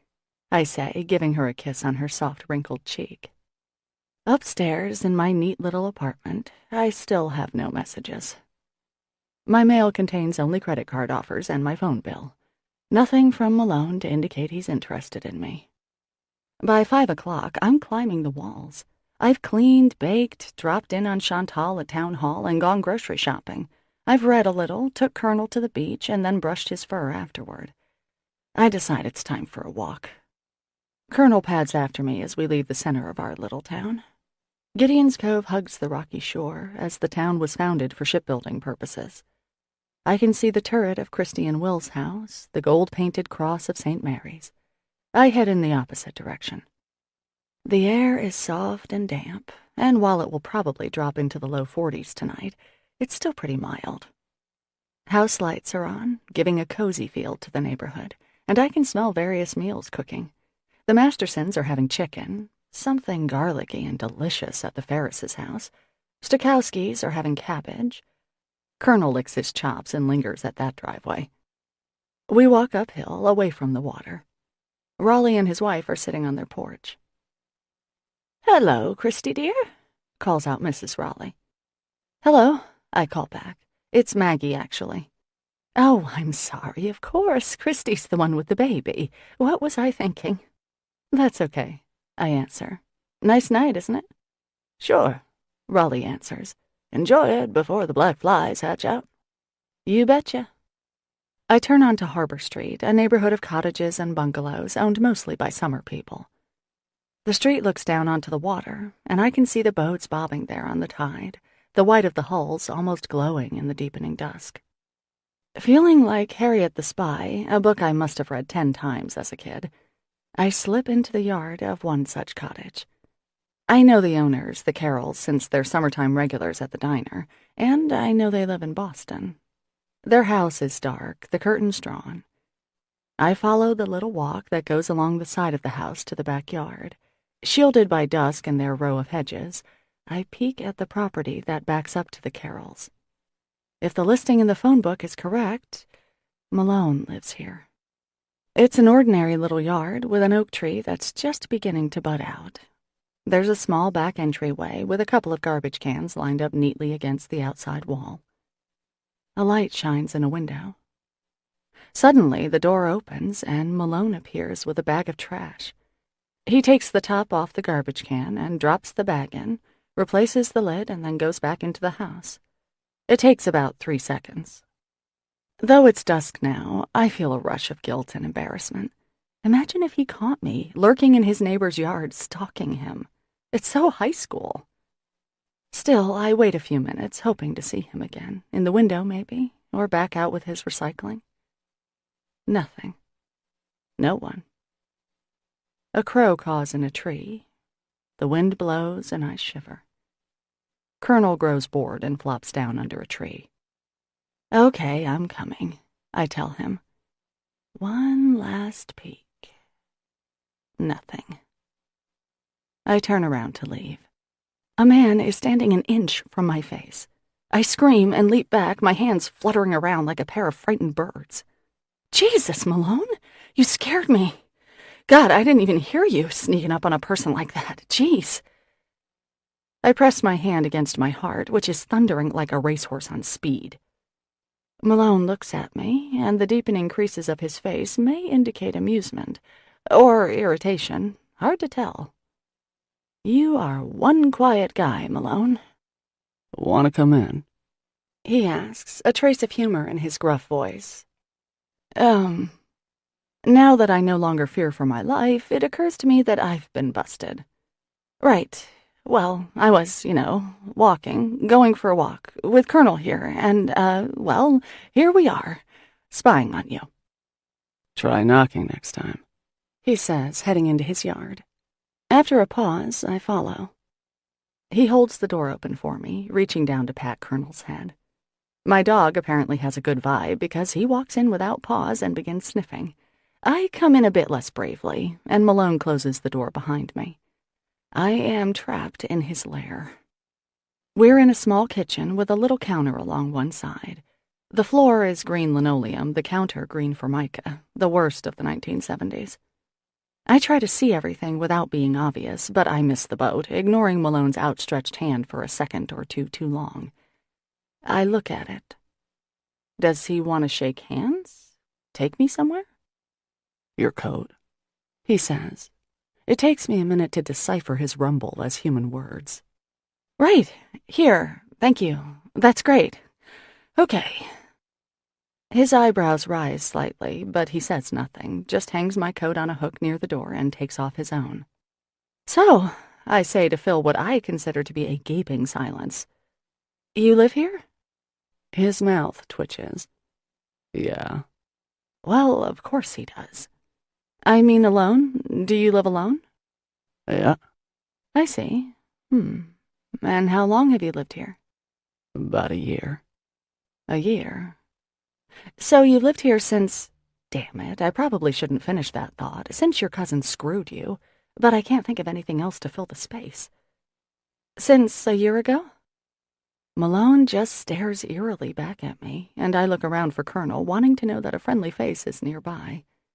Malone finally breaks his vow of silence, and I have to admit I'm grateful. Want a beer? He asks. Oh, no thanks. What am I thinking? Actually, yes, please. That would be nice. My palms are sweating with nerves, and I really hate the fact that I can't seem to say anything even moderately intelligent. Malone opens the fridge and hands me a Sam Adams. Thank you. At the sound of refrigerator action, Colonel comes in, wagging hopefully. Malone squats down and pets him. At last, a character reference. He likes my dog. Hey, pal, he says, scratching Colonel's head. Wow, a 2-word sentence. Colonel moans in pleasure, then licks Malone's hand and walks into the living room. Malone stands up and fixes me with that unwavering blue gaze. Apparently, I am quite fascinating. Is that your daughter? I ask, pointing to the fridge. There are a couple of photos there, one of a chubby-cheeked toddler eating an apple, another more recent shot of a girl around 10 or 12 sitting on a boat, shading her eyes from the sun. Yep. Back to the one-worders. My frustration and nervousness get the better of me, and I finally blurt, Malone, let me ask you a question, okay? He nods, a brief jerk of his head. Why did you kiss me the other night? There, said it. And if my cheeks are now flaming, so what? At least he has to answer. The usual reasons, he says, but the lines around his eyes are deeper. He takes a sip of beer, still looking at me. The usual reasons. Well, that's funny, because most times you can tell if someone, likes you, or is attracted to you. And I never really picked up on that before. With you, I mean. He doesn't answer. A clock on the wall announces the inevitable passage of time. Tick, tick, tick. Finally, I'm about ready to jump out of my skin. Can I look around? I ask. Sure. The living room holds a battered old upright piano with what looks like a pretty hard song. Sonata in A major, it says. Beethoven. Huh. Who plays the piano? I do. He grunts. Really? You can play this? I ask, impressed. He comes in and glides a finger over the keys, too softly to make a sound. Not that well, he answers. He's standing pretty close to me. Very close. He smells warm, a little like wood smoke. I can see that he must have shaved at some point in the last day or so, because his face doesn't look as scratchy as the night he kissed me. My eyes fall to his mouth, his full lower lip. So soft. I look away abruptly and take a step back. There's not much else to see. A television in the corner, a wood stove in the fireplace, a couch, coffee table. I could tap dance, I have so much nervous energy flowing through me. You hungry? Malone asks. No, I had a late lunch. Are you? Am I interrupting dinner? I should probably go. My heart is thudding away. My eyes feel hot and tight. Don't go. Malone takes my hand. His is warm and smooth and thickly calloused. He rubs his thumb gently across the back of my hand and doesn't say anything more. It seems the nerves in my hand are directly linked to my groin because things are definitely tingling down there. I swallow and look around. My dog is sleeping in front of the couch. Then Malone frowns a little and lifts my hand for a closer look. He makes a little tisking sound and my jaw tightens. Yes, well, my hands are in the water all day long, and then with being near the grill and all. Come here, he says, pulling me back into the kitchen. He lets go of my chapped, disgusting claw, opens a cupboard, and rummages around. I lean against the counter, miffed. So what? So I have chapped hands. Big deal. A little eczema and everyone gets distraught. Malone takes out a small tin and opens it. Then he scoops out a little bit and rubs it between his palms. I guess my nasty skin has reminded him of the importance of moisturizing. I've tried everything, I say, looking over his shoulder. Beeswax, lanolin, Vaseline, Burt's Bees, Bag Balm. Nothing works. I have ugly hands. My cross to bear. Big deal. You don't have ugly hands, he chides. It may be the longest sentence I've heard him say yet. He takes my hand in his and starts working in the cream. It's waxy and cool at first, then, after a few seconds, gets pleasantly warm. He's not gentle. Malone rubs my hands hard, pressing deep into the soft parts around my thumb, my palm, the heel. He works every finger, giving attention to each rough cuticle, each reddened knuckle. His eyes are intent on my hands as he works, and his face loses some of its harshness. Those sooty lashes go a long way toward softening his expression. "That feels really nice," I say, and my voice is husky. His mouth pulls up at one corner as he glances at me. He gently returns my hand to my side and starts on the other one, and I close my eyes against the lovely pressure. My hand feels boneless and small in his, smooth and warm and cherished. When he's done with the left, he takes both my hands in his, sliding his fingers between mine with a slowness that makes it feel like the most intimate gesture in the world. He gently folds my arms behind my back, making me arch out toward him a little. He waits until I open my eyes. "So," I say, and he kisses me then, not letting go of my hands. He kisses gently at first, but with such intensity, like it's the most important thing in the world that he kiss me just exactly right. And he does. God. His lips are firm and smooth and warm, and he takes his time kissing and kissing me until I pull my hands free and grip his thick, wavy hair. Then, without his lips leaving mine, he lifts me onto the counter and moves closer. His tongue brushes mine, and electricity jolts through me, weakening my limbs. His arms are around me so tightly I can hardly breathe. It's like being pulled against a granite wall, safe and solid. When he pulls back a little, I'm literally panting and it's hard to focus. His eyes are heavy-lidded too, his mouth parted. "Stay," he rasps. "Okay," I breathe. Then he kisses me again, lifts me off the counter, and carries me into his bedroom. Chapter 11. I wake up alone, roughly 12 hours after I arrived.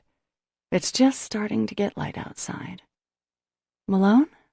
I call out softly. There's no answer, but Colonel's head pops up at the side of the bed. "Hey, Colonel," I say, patting him. I get out of bed, pull on my shirt and pants, and pad into the kitchen. There's a note on the table, anchored by the little tin of hand cream. "Maggie, coffee's there if you want it. Take this." And that's it. I sigh and flop in the chair. I gather that this in his note is the hand cream, and I take a minute to study my hands. They do feel better than usual, and the redness is a little less, but I still feel mildly disappointed. After changing your perspective on the world, mind-altering, life-transforming, earth-moving, sky-shattering sex, it would have been nice to see the other party responsible. I realize I'm smiling, possibly purring. Then, acknowledging that I have to get home for a shower and change of clothes before I go to the diner, I get up to find my socks. All that morning, I'm in a great mood. Every now and then, a bit of last night will flash through my head, and I feel quite steamy. A little smile stays on my lips as I flip home fries and pancakes, crack eggs, and pour coffee. Malone, I assume, is out checking his traps. Soon he'll come back. Maybe, for the first time, he'll come into the diner. Maybe he'll finally cash in on that piece of pie. Maybe he'll stare at me as I try to act normal. He might even smile as he drinks his coffee. I didn't see him smile last night. Not really. It was dark. But boy, it was... "Maggie, love, could I get a spot of coffee?" "Hey, Father Tim," I call. Now the blush on my cheeks is from guilt. "Don't you look rosy this morning? I rang you last night, but got your machine." Tim holds his cup for me to pour, the move of a regular. "Oh, well, I think I just felt like going to bed early," I stammer. It's not a lie. Sometimes you just get, and you just have to go to bed. Or get carried to bed, as the case may be, by the incredibly sexy guy who lifts you like you're a bit of milkweed seed and kisses you like it's his last act on earth, which, I'm happy to say, it wasn't. Father Tim notices my days. "Are you all together, Maggie? You seem distracted." I glance around the diner. The morning rushes past. Judy is checking lottery numbers, and Georgie is whistling in back. I decide that I owe my pal here a little time and sit down. "Sorry, Father Tim. How are you?" He leans back in his seat. "Well, now, I'm just fine, Maggie," Father Tim says, and proceeds to tell me about the choir's latest endeavor. "It would have required divine intervention for them to pull off that Beethoven piece, and it seems that our Lord was busy with other things." He chuckles. Beethoven. Malone plays Beethoven. My cheeks warm, but I force my thoughts back to Father Tim. Maybe it's because I'm not a proper parishioner. Maybe it's because we're roughly the same age. But I know Father Tim and I have a different relationship, a true friendship. He's told me all about his family, his childhood, and I've reciprocated. I like to think he's not just a priest with me, but a regular guy, if priests are allowed to be regular guys. Of course, that's the kind of thinking that leads me into trouble, but even a priest must need to relax around someone once in a while. Half an hour later, he leaves the diner. And while I'm always happy for his friendship, it's something of a revelation that I suddenly have someone else to think of. Even if it's Malone, who barely speaks, at least it's something. In the space of a night, Father Tim isn't the only man in town. "About time you left my boy alone," I imagine God saying. "Sorry," I whisper. I glance at my watch. Jonah usually only takes a couple of hours to check his traps, but I know that Malone is more serious than my brother. He has a lot more traps, too, and farther offshore as well. Still, I hope Malone will make it in today. If he doesn't, maybe he'll call. By 3 o'clock, I'm irritated with myself. By 5, disgusted. By 8:30, I'm mad at Malone, and by 10, I hate him. He didn't drop by the diner or my apartment, and he hasn't called me. I throw myself onto my couch with punishing force. It seems I've made the mistake of far too many women, assuming that last night meant something more than a physical sensation, that is. Colonel comes over and nudges my feet until I move them, then climbs carefully onto the couch. "Naughty boy," I tell him automatically, sitting up a little to give him more room. What do I really know about Malone? I search my memory, sifting through the reams of gossip that I've heard in 10 years of diner work. Malone was a few years ahead of me in school, 4 or 5 maybe. I can't remember us being in high school at the same time, and as my father pointed out, he moved to town at some point during his teenage years, maybe from Jonesport or Lubeck, somewhere north of here. I know he married young, maybe just out of high school. I can't remember his wife's name, but I do remember the buzz when she left him. I had just taken over the diner, was struggling through a crash course in restaurant management, dealing with things like inventory and ordering and how not to burn people's food, so I don't have a clear memory of it. But it was quite a little scandal in our town, and people gossiped about it fiercely. She left while he was away, as I recall. He came home to an empty house, found that his wife had taken their daughter to Oregon or Washington with another man. There were rumors that Malone had knocked her around, that he couldn't get joint custody because of it. Rumors that she was a lesbian. Rumors that she joined a cult. The usual nonsense from a small town. Aside from that, I haven't heard much about dark, silent Malone. He works hard, that's widely known. First one out, last one back. His haul is usually the largest of the year, despite the fact that he only hires a sternman to help him during the summer and does the rest of the season alone.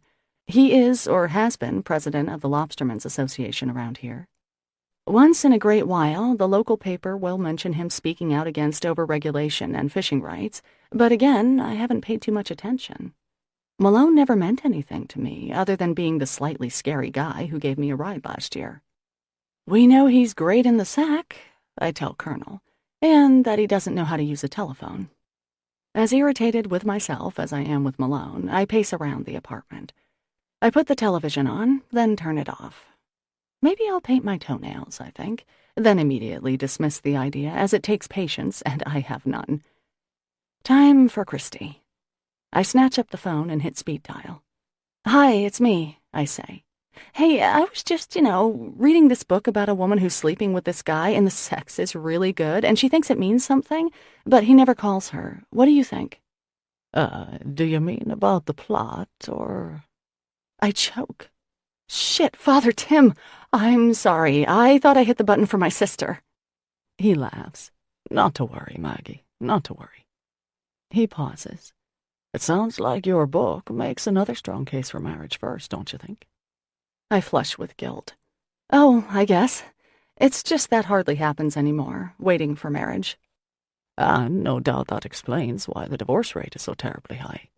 More people should be like you, Maggie, willing to wait to get to know someone before rushing into a purely physical relationship.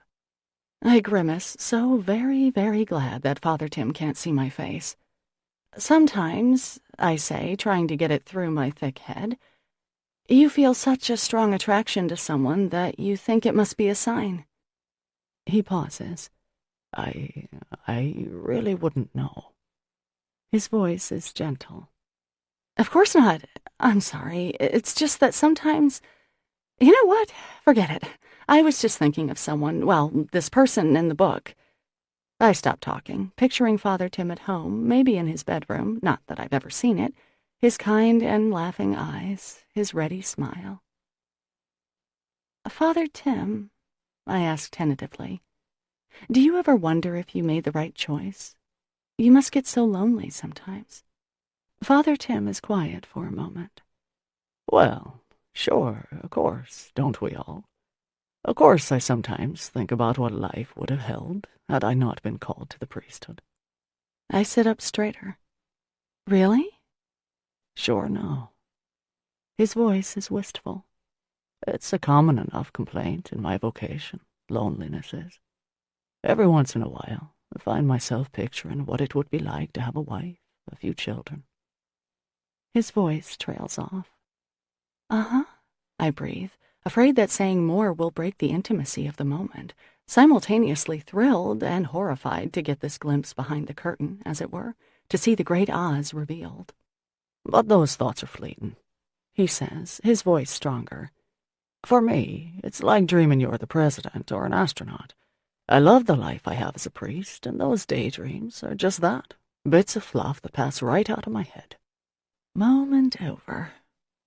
I guess it's only human to wonder, I say. And you know, Father Tim, even if you don't have, a family, well, we all love you here in Gideon's Cove. You're a wonderful priest. Thank you, Maggie, he says gently. You have a gift of making people feel very special. You know that, I hope. I smile, feeling a warm squeeze in my chest. Thanks, Father Tim, I half whisper. After we hang up, I go into the bathroom and look at myself in the mirror. I like my face. It's not beautiful, not really, but it's nice enough, pretty. A pleasing, friendly face. And to hear Father Tim confide in me, tell me I have a gift, well, I like my face even more. Of course, Christy's face is exactly like mine, but that's a minor detail. There's a knock at the door, and I jump. It's Malone, his face as cheerful as the angel of death. Irritation, nervousness, and attraction flutter around in my chest as I open the door. Hi, I say. Hey, how are you, Malone? Oh, what a nice night, isn't it? I thought maybe it was raining. He stands there, looking at me as if assessing my babble, then deigns to speak. Hi. Hi, I echo, in full idiot mode. So, want to come in? He steps inside, immediately making my apartment seem even smaller than it is. Colonel slips off the couch and comes over to greet my guest, wagging gently. Hey, boy, Malone says, bending down to pet Colonel's head. Colonel licks his hand and goes to his doggy bed in the corner and begins his nightly ritual. 5 turns in a tight circle, followed by intensive sniffing, followed by the actual lying down. I watch him intently so as not to have to look at Malone, who is staring at me. Don't say anything, Maggie. Let him go first. Keep your mouth shut. Can I get you a beer or some coffee or something, Malone? I ask. My inner self rolls her eyes at me. No thanks, Malone says. Okay, well, do you want to take off your coat? He takes it off and hangs it on a hook.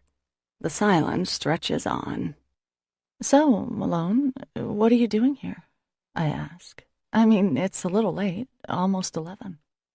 I wanted to see you, he says, and there's a softening around his mouth. My stomach squeezes gently in response. God, I'm such a slut. Well, you know, Malone, I do have a phone, and I am in the book. Maybe you could call next time? My prissy tone doesn't fool me. Even now, I'm kind of hoping he'll take me on the kitchen table. He steps closer, and my heart rate kicks up. Oh, yes, the table. The line was busy, he murmurs, his scraping voice sending tremors to my joints. What? Oh, yes. Yes, that's right. I was on the phone.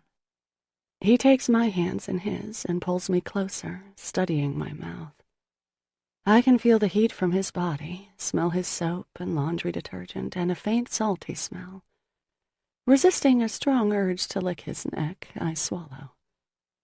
Who were you talking to? He asks, just when I want him to kiss me the way he did last night.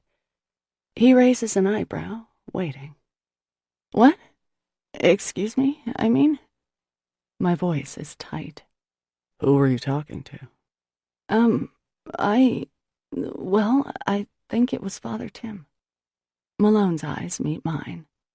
Yeah, I'm on all these committees and stuff. At church committees. His eyes return to my mouth, his tangled lashes lowering. Lashes like that are just not fair. That's nice, he mutters. Malone, I whisper hoarsely, then clear my throat. You think you could drop the chit-chat and kiss me? Chapter 12. So when I wake up in the morning, alone again, I really have no one to blame but myself. I'm as clueless as I was yesterday. Perhaps I should make a list and mail it to him, because that man does something to my brain. Things to ask Malone. 1. Are we seeing each other or just sleeping together? 2. Do you like me at all, or is this just a physical thing? Unfortunately, I suspect the latter, at least on my part. 3. Can you tell me about yourself so I don't feel like you're a total stranger? 4. Why don't you ever come into the diner? Oddly enough, it's the last thing that bothers me the most. The diner is a surprising little treasure in Gideon's Cove. For the first few years that I ran it, I worked a second job over at the hospital, filing medical records from 4 until 10 each night so that I could sink some money into the diner. It took me almost 4 years to completely restore it. I pulled up the linoleum that Granddad put down over the tile floors, painstakingly retiling the areas that needed it, scouring the grout with bleach until my hands were raw. Reupholstering the seats in their original red vinyl took some money, and I had to buy the bigger oven so that I could bake all the homemade goodies that we're now known for. I'd like Malone to see it, to have that pie that I promised him. Chantal comes in for lunch, something she does every Thursday, and because Judy is in a rare mood and actually working, I sit down and have lunch with the resident expert on the men of Gideon's Cove. These fries are the best in town, she says, popping another curly spiced delicacy into her mouth. The only fries in town, I correct her with a smile. When Chantal's not busy seducing some man, or any man, she can be quite pleasant.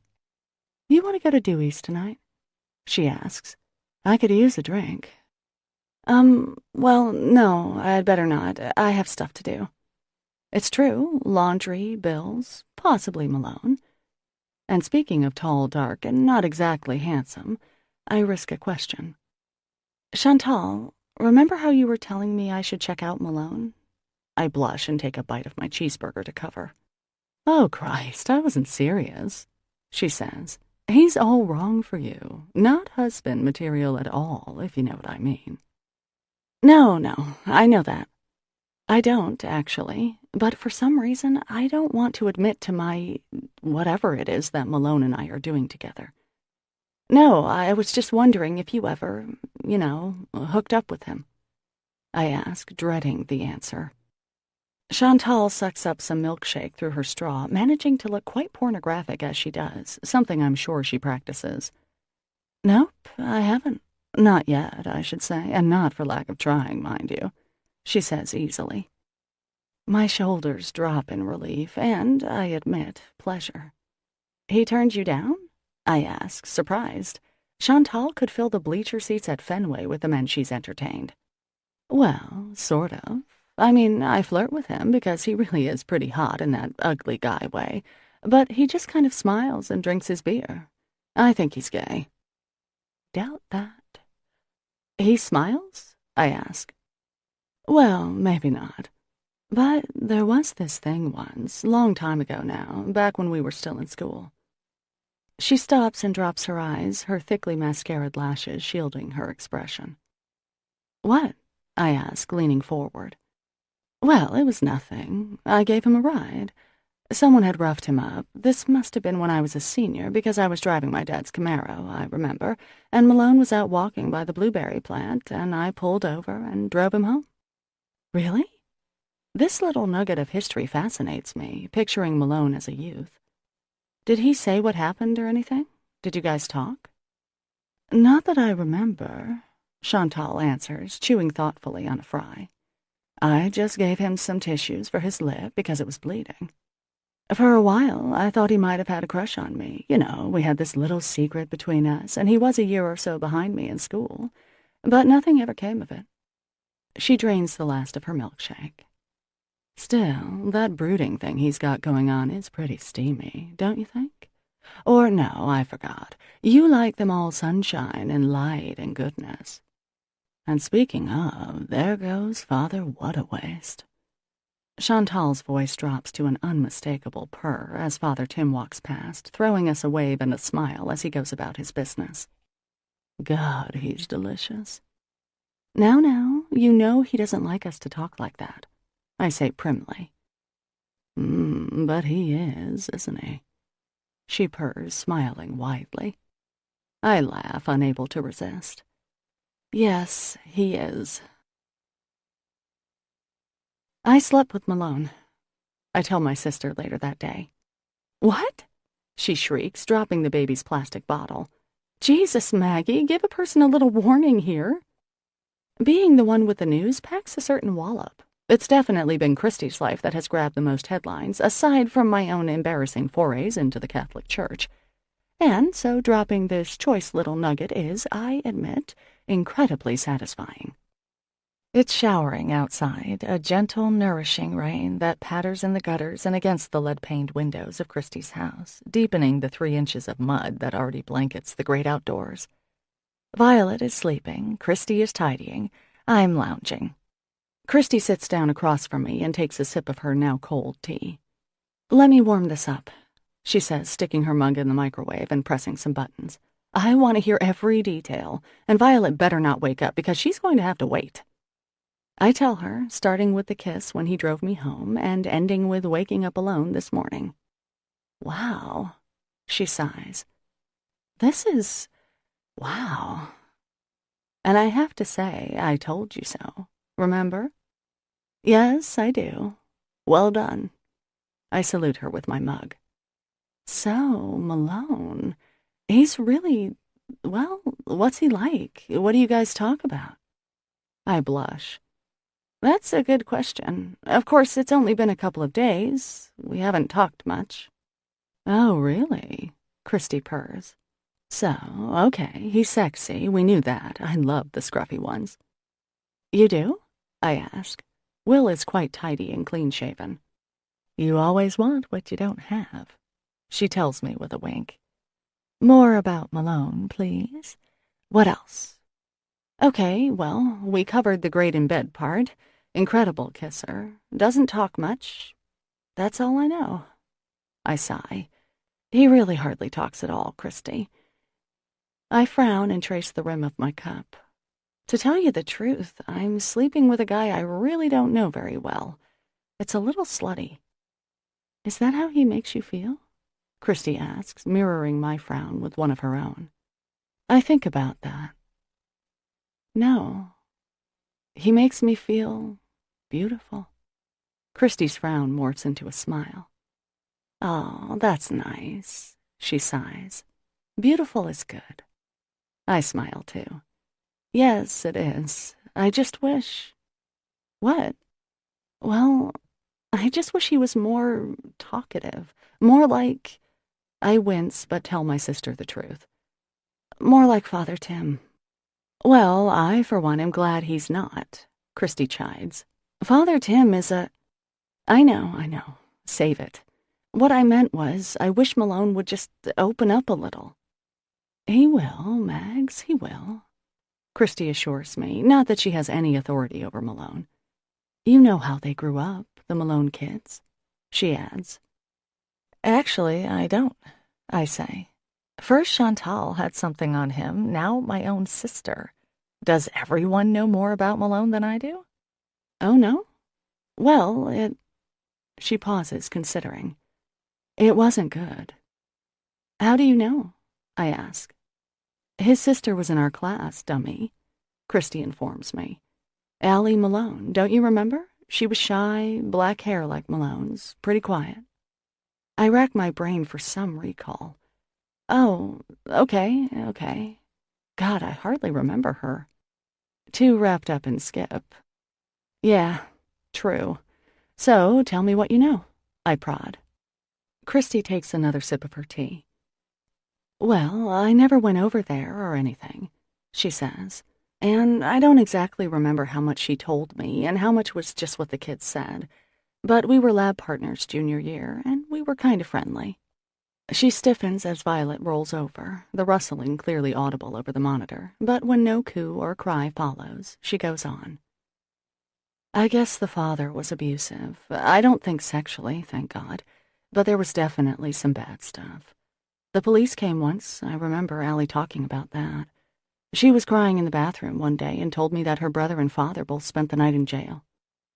Yikes, I murmur. So, anyway, I really don't know more than that. She went away to Boston, and we never really kept in touch. Did you ever hear that Malone hit his wife? Christy frowns. No, I never did.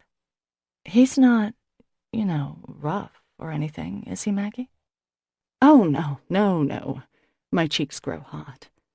Not rough at all, just intense. I wish you could see your face right now, my sister says, laughing. Listen, don't tell anyone about this, okay? About Malone and me. It's not like we're actually seeing each other. We're just, I don't know. Fuck buddies? Christy laughs. Christy, no. Oh, hell, maybe. I can't help laughing, too. Can you imagine what Mom would say? I really don't want to think about that, I answer truthfully. Mother is not one to be sympathetic to hormonal urges. Young people today are so trashy, she's fond of saying. Don't they have any self-respect? Even if Malone and I had a real relationship, he's not exactly what Mom has in mind for me. Why can't you meet a doctor, Maggie, or a lawyer? Or maybe that Microsoft executive on Douglas Point. If you'd just clean yourself up a little, you'd be quite presentable, you know. You need to stop lighting your fire under a bushel. At this moment, my niece lets out a coo over the monitor, signaling the end of her nap. Christy gets up and goes upstairs, and I sit at the table, mulling over what she's told me. I stay to play with Violet, rolling on the floor with her, encouraging her to grab the little moose puppet Jonah gave her at birth. She finally does, and Christy and I cheer as the genius baby stuffs an antler into her drooling mouth and chews on it. Christy convinces me to stay for supper, and I do, drinking in their domesticity and happiness. On my way home, I try to imagine Malone acting like Will, laughing, pulling me onto his lap the way Will does to Christy, kissing his baby, and practically leaping at the chance to change her diaper. I can't. Malone doesn't inspire thoughts of husband and father. So what are you doing with him, Maggie? Mom's voice asks in my head. Killing time until the real thing comes along, or just scratching an itch? I'm pretty sure I don't want to answer those questions, but I have a long time to think about them. Malone doesn't come over that night. He doesn't call either. And I don't call him. Chapter 13. So, Maggie, how's the quest going? Father Tim asks me as I pour him some coffee. The man quest? I ask. Are you on any other kind? He quips, raising his eyebrows with mock sincerity. Oh, how cutting, and you a priest. Tisk, tisk. I glance around the diner. pretty full since it's raining hard outside, and people love to go out for breakfast when it's raining. The quest is on hold at the moment, Father Tim. I answer. When the time is right, yada yada. What can I get you this morning? I guess I'll have the special, Maggie. Sounds lovely. The special is French toast made with homemade sweet almond bread and soaked in a peach glaze. It is lovely, and an original recipe, and if I could get a restaurant critic out here, I'm sure he or she would love it. You got it, I tell him. Bacon with that? You know me well. He smiles. Yeah, and I know you'd better get your cholesterol checked. You're a wonderful friend, he says, and unexpectedly he takes my hand and pats it, looking up at me. And though I have a coffee pot in my hand and he's wearing his priest clothes, there's something very marriage proposal about our little tableau. For one second, that sense of longing and rightness I always get around Father Tim hits home, and I feel my face grow hot. Well, I say, right back at you. To hide my discomfort, I glance out the window and freeze. Malone is standing in front of the diner, and with him is a woman, a beautiful woman, a young, gorgeous, wow kind of woman. She's laughing and he's smiling. He's smiling. A baseball cap shields his face against the rain, so his expression isn't completely clear. But yes, that is a smile, ladies and gentlemen. Father Tim releases my hand, and I smile automatically at him. When I glance up, Malone's smile is gone, and he's looking at me. The lines that slash down his face are emphasized from the lights in the diner. Is he angry? He says something to Miss Universe, and without so much as a wave, they continue on their way, away from Joe's. What the hell is his problem? I mutter. My face is burning. Suddenly, I feel quite grimy in my worn jeans and the sweater with the coffee stain on the left wrist. Who cares? I ask myself, but my heart feels tight. Ah, Louise, love, Father Tim calls. Come and keep a lonely priest company. Louise, a middle-aged widow, wrestles her umbrella inside the door. Back in a flash, Father Tim, I say as the kitchen bell dings. I get to work, bringing Father Tim and Louise breakfast, chatting up Georgie, exchanging diner slang with Stuart, bussing tables and wiping up spills. But my thoughts stay with Malone. Who was that woman? I've never seen her before, and truthfully, I never want to again. I can't say I've ever seen Malone with a woman, though surely he hasn't been without female company since his wife left him all those years ago. But still, smiling with that young, beautiful creature, it stings. It's been 3 days since I last saw him. During that time, he hasn't called me or stopped by once. Not once. So I'm forced to think that yes, indeed, any connection we have is purely physical. I'll admit, I've been feeling a bit conflicted. It seems wrong somehow to have these intense physical reactions to Malone when I don't even know his first name. My mother's voice keeps floating through my head. When are you going to find someone decent to marry? Why can't you settle down with someone like Will? My protestations to my mother that I'm trying fall on deaf ears. I'm not succeeding, and as she so ruthlessly points out, the years are passing. Of course I'd love to settle down with someone like Will. Someone who found me delightful and couldn't wait to come home to me. Someone who loved children and wanted a couple. Malone is not that guy. After all, there he is out with Maine's answer to Catherine Zeta-Jones. If he finds me delightful, it's only in the sack. The only time we've spent when we weren't all over each other like black flies on tourists was the evening he rescued me from the skip monster. There was no joy in Mudville that day, that's for sure. No happy exchange of information took place there, no laughter, nothing other than some primal attraction. It's not enough, especially if he's primally attracted to more than one woman at a time, damn it. Father Tim is right. People shouldn't jump into bed with people they don't know well, because this is what happens. You make a fool of yourself with someone who doesn't even care about you, and then you still have to live in the same town. It's not enough, I repeat to myself as I refill coffee mugs and bring out breakfasts. I want more. Chantal calls me a day or so later. We're both suffering from varying degrees of cabin fever induced by 3 days of rain. Malone hasn't called me, bastard. I remind myself that I don't want him to call. Sure, I'd love to go out, I tell her. We agree to meet at Dewey's for a few drinks. Knowing my low alcohol tolerance, I opt to walk, even though it's still raining steadily.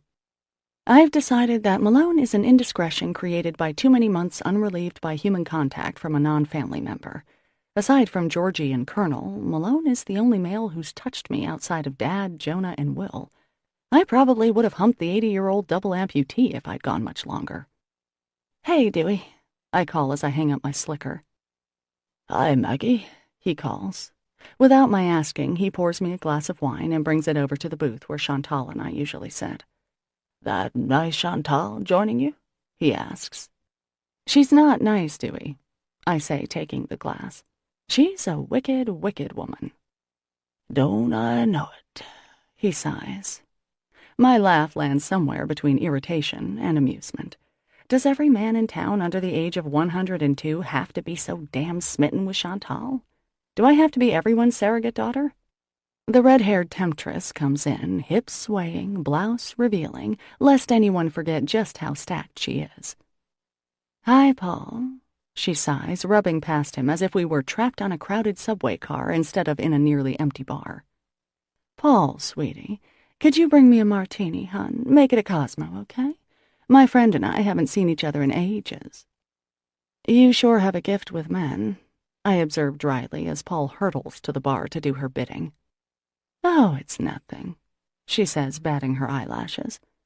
Man, this rain. I'm climbing the walls. Tell me what's new with you. I rack my brain for something I wish to tell her and come up empty. Not much. What about you? Well, I had the most incredible sex the other night. She purrs. Me too, I almost say, then chide myself. That was just a fling, Maggie. Stop thinking about him. Oh, well, that's very nice. Good for you. Guess with who? She leans forward, her beautiful dark eyes mischievous. There's a strange sinking feeling in my chest, like I swallowed a rock. I don't know, Chantal. Who? Take a guess. Malone? I say, my throat tight. She leans back in the booth.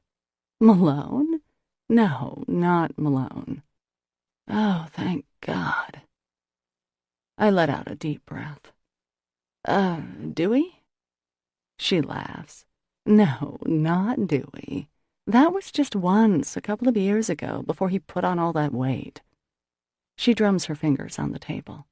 Any more guesses? She asks. It better not be Jonah, I warn. No, not your precious baby brother, she answers. You suck at guessing, so I'll just have to tell you. Mickey Tatum. The fire chief? I blurt. Mm-hmm. You know what they say about firemen. She smiles. And it's true. I look away. Actually, Chantal, I don't know what they say. Guess. Can we not do this 20 questions thing? I don't know. Come on, she implores. Guess. Paul brings Chantal her drink, peeks down her low-cut lacy blouse, squeezes her shoulder, and leaves. She looks at me expectantly, smiling. Firemen do it hotter? I guess resignedly. No, honey. Firemen have longer hoses? No, but that does seem to be the case. She takes a sip of her pink drink. Guess again. I really don't know, Chantal. Please stop making me guess. They still know how to use a split lay. Chantal laughs merrily. I don't know what that means, I say, laughing in spite of myself. And please don't tell me. Well, okay. But I joined the fire department, so say hello to the newest member of Gideon Cove's bravest. Chantal launches into far too much detail about Mickey Tatum, who must be 60 if he's a day.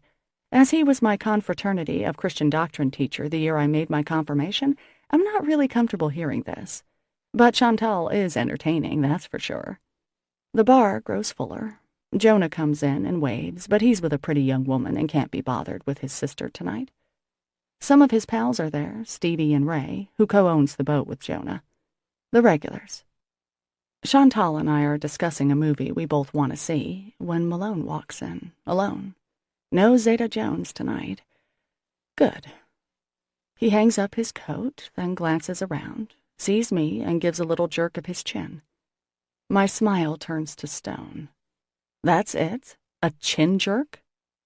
Oh, Malone just came in, Chantal says. She's been documenting the arrival of every man here. Let's make him sit with us. She slides out of her seat. No, you know what? Let's not. Let's just have, girls' night, okay? No guys. Chantal? But she's already gone up to the bar. She slides her hand across Malone's back and says something. I pretend to fumble in my purse for something, hoping he doesn't think I sent her over. Damn. Malone smiles at her, a little anyway, and I am embarrassed at a sudden longing to have him smile at me, then immediately disgusted with myself for feeling that way. This is the guy who slept with you and ignored you, Maggie. The guy who may also be sleeping with someone prettier and younger than you. Ignore him back. Say nothing. I mean it. Okay if Malone joins us? Chantal asks, slipping back into the booth, graceful and lithe as a snake. Malone sits down next to her, his face grim and lined. Normal, in other words. Sure, I don't care, I say. Sit wherever you like. You can sit anywhere, right? Free country. Malone, Chantal says in her man-seduction voice, a lower, sexier tone that she saves for the XY chromosomers. Maggie and I were just talking about you the other day. Damn her. She turns to offer him a view of her breasts, but he's staring at me. My jaw grows tight, and I take a slug of wine. Malone tips his head to the side slightly, and there might be a little upward movement to one corner of his mouth. His knee brushes mine under the table, and a prickle of lust creeps up my thigh. Chantal puts her hand on Malone's bicep, and I can just about feel it, too. That solid, bulging, rock-hard. Maggie was wondering if you're gay. She purrs. Jesus, Chantal, I was not. I look at Malone. The hint of a smile is gone. I wasn't. So, are you, Malone? You don't seem to like girls. I mean, if you've passed over me and Maggie. I try to come up with an expression that will hide my embarrassment and advertise my indignation. I fail miserably. So, Malone, are you? Malone finally decides to speak, a decision not reached lightly. No. But you don't like women? Chantal persists. I psychically and ineffectually order her to shut the hell up. Are you just sort of asexual, Malone? An image of Malone on top of me flashes through my head. I believe the fading hickey just below my collarbone can prove he's not exactly asexual. At the thought, my knees start with that watery, wiggly feeling. I gulp down some wine. I like some women, he says, still looking at me. I believe my name has just been removed from his list, judging from the ice in his eyes. My cheeks are on fire, much to my disgust. Chantal, at least, is too busy thrusting her prow-like bosom into Malone's arm to notice my discomfort. Well, too bad Maggie and I aren't your type, she pouts. Too bad. He agrees, then turns to look at her, dropping his gaze to her obvious charms. You know, I kind of hate him at that moment. Make that both of them. Actually, there's no kind of about it. I drain my wine and look away. If he wants to make me feel inadequate, he's doing a great job. At that moment, a cry goes up from the bar, and a most welcome cry at that. Father Tim! The cavalry has arrived. He shakes hands, claps a few backs, then sees me, and bless his dear Irish heart, his face lights up. As he makes his way across the now-packed bar, I can't help the wave of pride I feel. Out of everyone here, he picks me as a seatmate. Maggie, how are you, love? He asks happily. And Chantal, too. What a treat. He's wearing civvies, a beautiful knit sweater made by his sainted mother, no doubt, and jeans. Yes, jeans. The look is Catholic rugged and nicely done. I smile widely and scooch over to make just enough room for him to sit down. I hope Malone notices. I shoot him a glance. Yep, he does, giving the word's thunderous expression new clarity. My smile grows even more. "Hello there," Father Tim says to Malone. "I don't think I've had the pleasure. Tim O'Halloran, Father Tim, in case you missed that." He winks at me and extends his hand. Malone. Tall, dark, and scowling, shakes Father Sunshine's hand.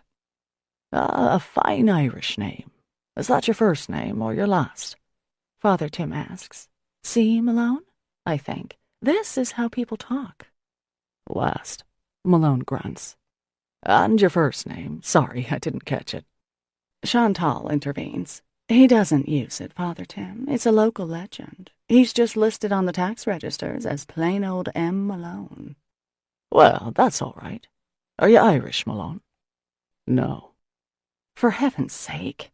To break the awkward pause, I jump in. How are you, Father Tim? I ask. Would you like a beer? Paul Dewey appears at our side. "I think the weather calls for something a bit stiffer," Father Tim says. Chantal raises her eyebrows at me. Stiffer, she mouths. My jaw clenches. Luckily, Father Tim doesn't see her. "How about an Irish whiskey, Dewey, my fine man?" Malone is staring at the table, which somehow avoids turning into a puddle of black tar. He lifts his gaze suddenly to mine, and I turn instantly to Father Tim. So, how did the funeral go in Millbridge? "It was a sad affair, Maggie. Quite sad. Thanks for asking. You're very kind." I nod compassionately and give Malone a satisfied glance. You were such a comfort to me the other night, Father Tim, Chantal says, widening her doe-like eyes. At bereavement group, she explains to me. Malone shoots her a look.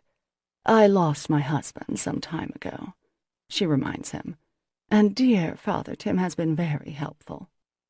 "I'm so glad to hear it, Chantal," Father Tim murmurs. I bite my lip. Helpful my ass. I know, and Chantal knows I know, that she's there for voyeuristic purposes only. She gives me a look and smirks. Meanwhile, Dewey brings the whiskey, and Father Tim takes a deep sip. "That's the thing for a night like tonight," he says appreciatively, taking another. "So, Malone, is it? Malone, what do you do for a living?" Father Tim grins his beautiful smile, and I find myself smiling sappily back at him. "Lobsterman," Malone says tersely. "Ah, fine profession indeed. And have you got a wife and children?" "A daughter." "Are you married, then?" Father Tim asks, looking around the room. "Divorced." "That's such a shame, isn't it?" Father Tim leans back in the booth, his arm pressed against mine. "A terrible shame for the children. It ruins their world, doesn't it now?" Malone's mouth is rapidly disappearing in a tight line, and his jaw looks ready to pop. He doesn't answer. "Maggie, tell me, how did that seafood lasagna go over yesterday?" Father Tim asks, and again I glance at Malone, hoping to impress upon him that there are people out there interested in more than my girl parts. It was really good, Father Tim. Thank you so much for asking. I had some left over, but I brought it to Mrs. Kandinsky. I'll be sure to save you some next time. "Oh, you're a generous girl." He smiles at me, that irascible lock of hair dropping over his forehead. It's all I can do not to smooth it back. "So, how do you know Malone here, Maggie?" he asks. I look at Malone a long minute. I know him biblically, Father, I answer silently. He moors next to Jonah, I say out loud. Malone stares back. "And does he know about your little situation?" the priest murmurs. Which situation? I ask. "How you're looking for a nice man to marry." Shit. Hopefully Malone didn't catch that. His scowl tells me otherwise. Ears like a bat, that Malone. Chantal speaks up.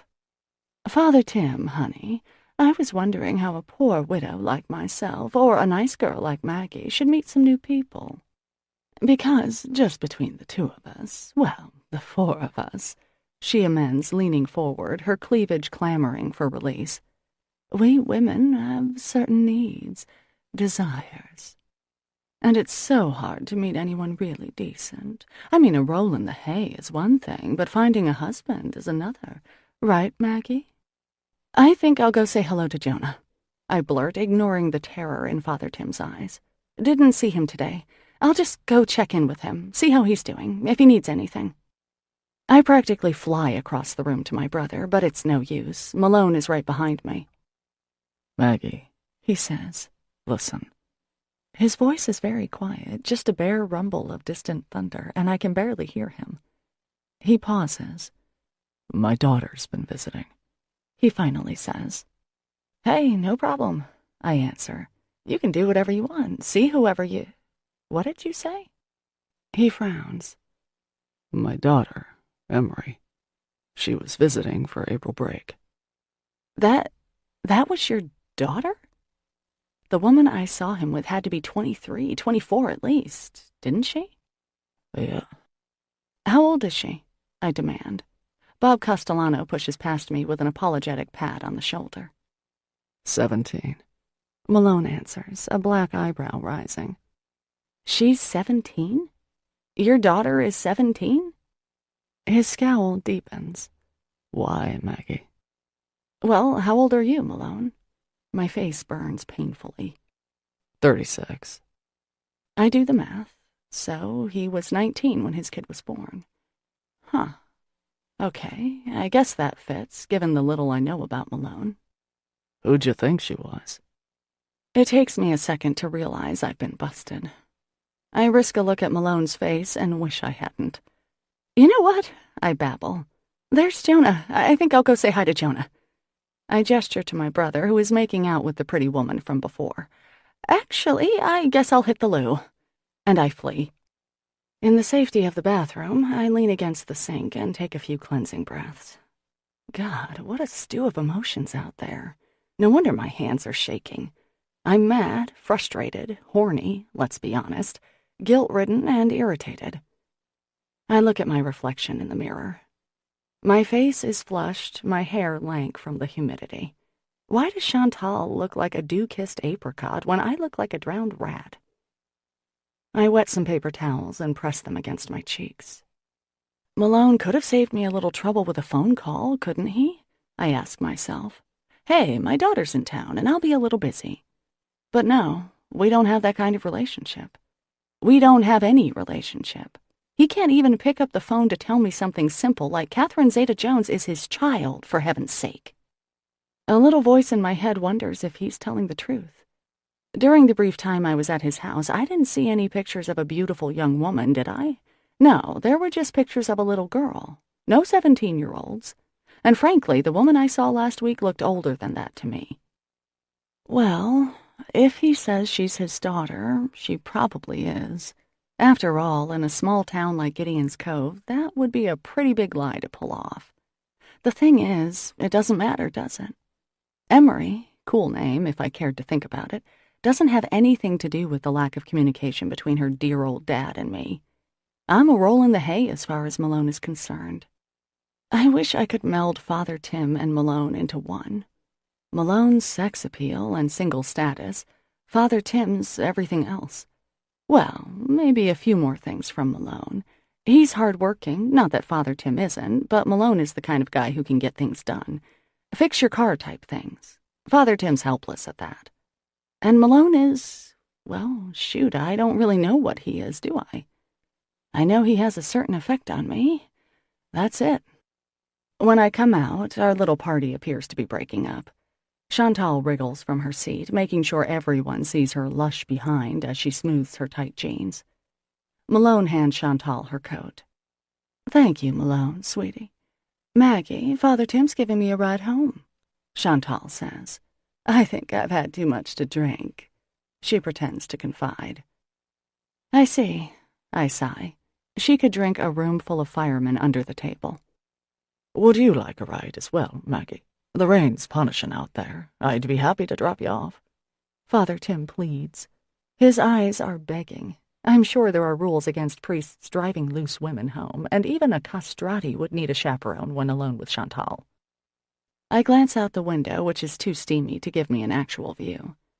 Will Malone offer me the olive branch of a ride, to apologize for not calling, for not telling me his daughter was occupying his time for the past week?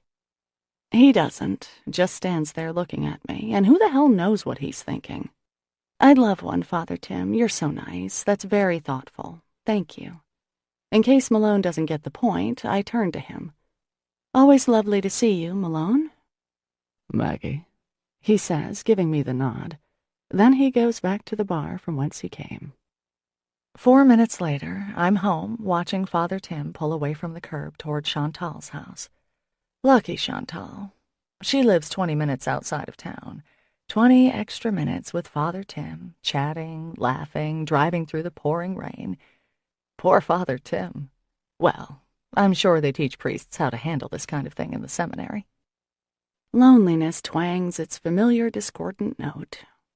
Though it's a reasonable hour to go to bed, it feels that the night stretches in front of me, endless. I feel it so sharply I even wish, briefly, that Malone would call me. Screw it, I say, filling Colonel's water bowl.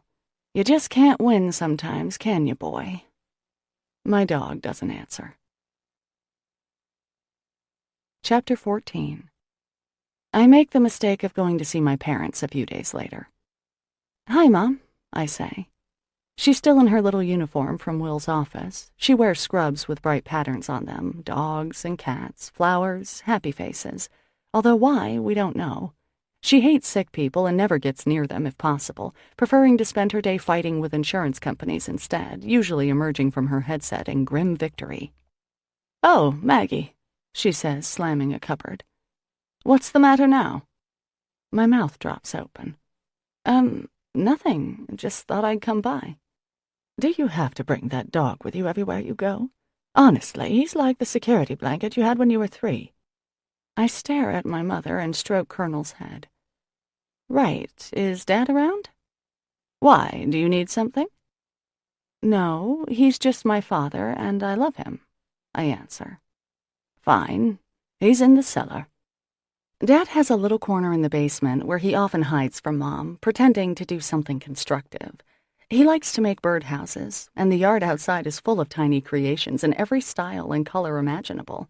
Victorian, log cabin, gourd, southwestern, apartment building. His corner has stacks of tiny pieces of wood, a shelf of tools, and 6 or 7 birdhouse books. He also has a stash of Robert Ludlum novels and a tiny radio. Dad's bomb shelter, we call it. Hi, Daddy, I say. Go talk to your mother, he orders, giving me a kiss. She says you only come here to see me. I'm scared of her today. She's in quite a mood. Tell me about it. Go. Coward, I tell him fondly. Obediently, I go upstairs. Mom, would you like some tea? I ask, putting the kettle on. When are you going to stop wasting your time at the diner? She demands, yanking out a chair and slamming herself into it. Okay, so it's going to be one of those days. A Christy good, Maggie bad day. I don't think I'm wasting my time, Mom, I say resignedly. I really love it, you know. We didn't send you to college to be a waitress, she snaps. Christy managed to find a decent career, why can't you? Right. I sit down. I do own the diner, too, and run it, and cook. Well, it's not as if you bought it, you just took it over from my father. And it's just a diner, Margaret. The use of my Christian name indicates that I've done something quite heinous. If she calls me Margaret Christine, I'm dead. It's not like you went to cooking school, Mom continues, her voice brittle and sharp as broken glass. You just crack eggs and sling hash and fry bacon. Look at your hands, Maggie. Don't you know people judge you by your hands? Hands make the man, they say. Do they, I wonder? It's actually clothes, Mom. Clothes make the man. Naked people have little or no influence on society. What? What are you babbling about? It's a Mark Twain quote. She looks blank. And I might not have gone to culinary school, I continue, but the food at Joe's is great. You know that. So what? Are you going to spend the rest of your life in that greasy little diner? It's not greasy. That's your opinion, she snaps. Why are you on my case today, Mom? I ask through clenched teeth. Have I done something wrong? I just came to see you and Dad, and you're all over me. You'd better do something about your life, young lady, and fast. If you want to have a family and do something meaningful with your life, you'd better stop hiding out at that diner. I study her. These are the kinds of lectures I've heard all my life. In high school, it was, don't become obsessed with that boy. Unfortunately, she was right. In college, it was, study something that will help you find a job. Again, right on the money. While being an English major at least allows me to quote the classics better than Mummy here, it hasn't done much to further my career. We've since moved on to, that diner is a dead end, and my personal favorite, your ovaries are shriveling. These lectures tend to bounce off me like hailstones bouncing on the roof of a car, tiny pings, but no real damage. Doesn't mean I like them, of course, but today she seems more worked up than usual. Why do you hate the diner, Mom? I ask. It was your dad's. Exactly, she snaps. So, now it's a family business. It's a nice place. I might even win Best Breakfast in Washington County. I'd think you'd be kind of happy about that. Oh, that silly contest is pointless. And yes, it was my father's. He worked there 7 days a week so I could go to college, make something of myself. Not so my own child would go back there like some high school dropout. You pay that cook of yours more than you make yourself. Why, Maggie? Because he has 5 kids, Mom, I tell her patiently. So, if he doesn't have the sense to use birth control... Okay, that's enough. I'm leaving. Love you, even though I'm not sure why. I get up and open the cellar door. Daddy, stay down there. It's not safe up here. Love you, you big chicken. Love you too, baby. I only want what you want, Maggie, my mother says, her voice a little gentler. I only want you to meet someone like Will. I say the words along with her. I know, Mom. He's a great guy. But Christy got him, okay? In fact, you're the one who picked Christy for him. You didn't pick me. I shrug into my coat, my movements quick and angry.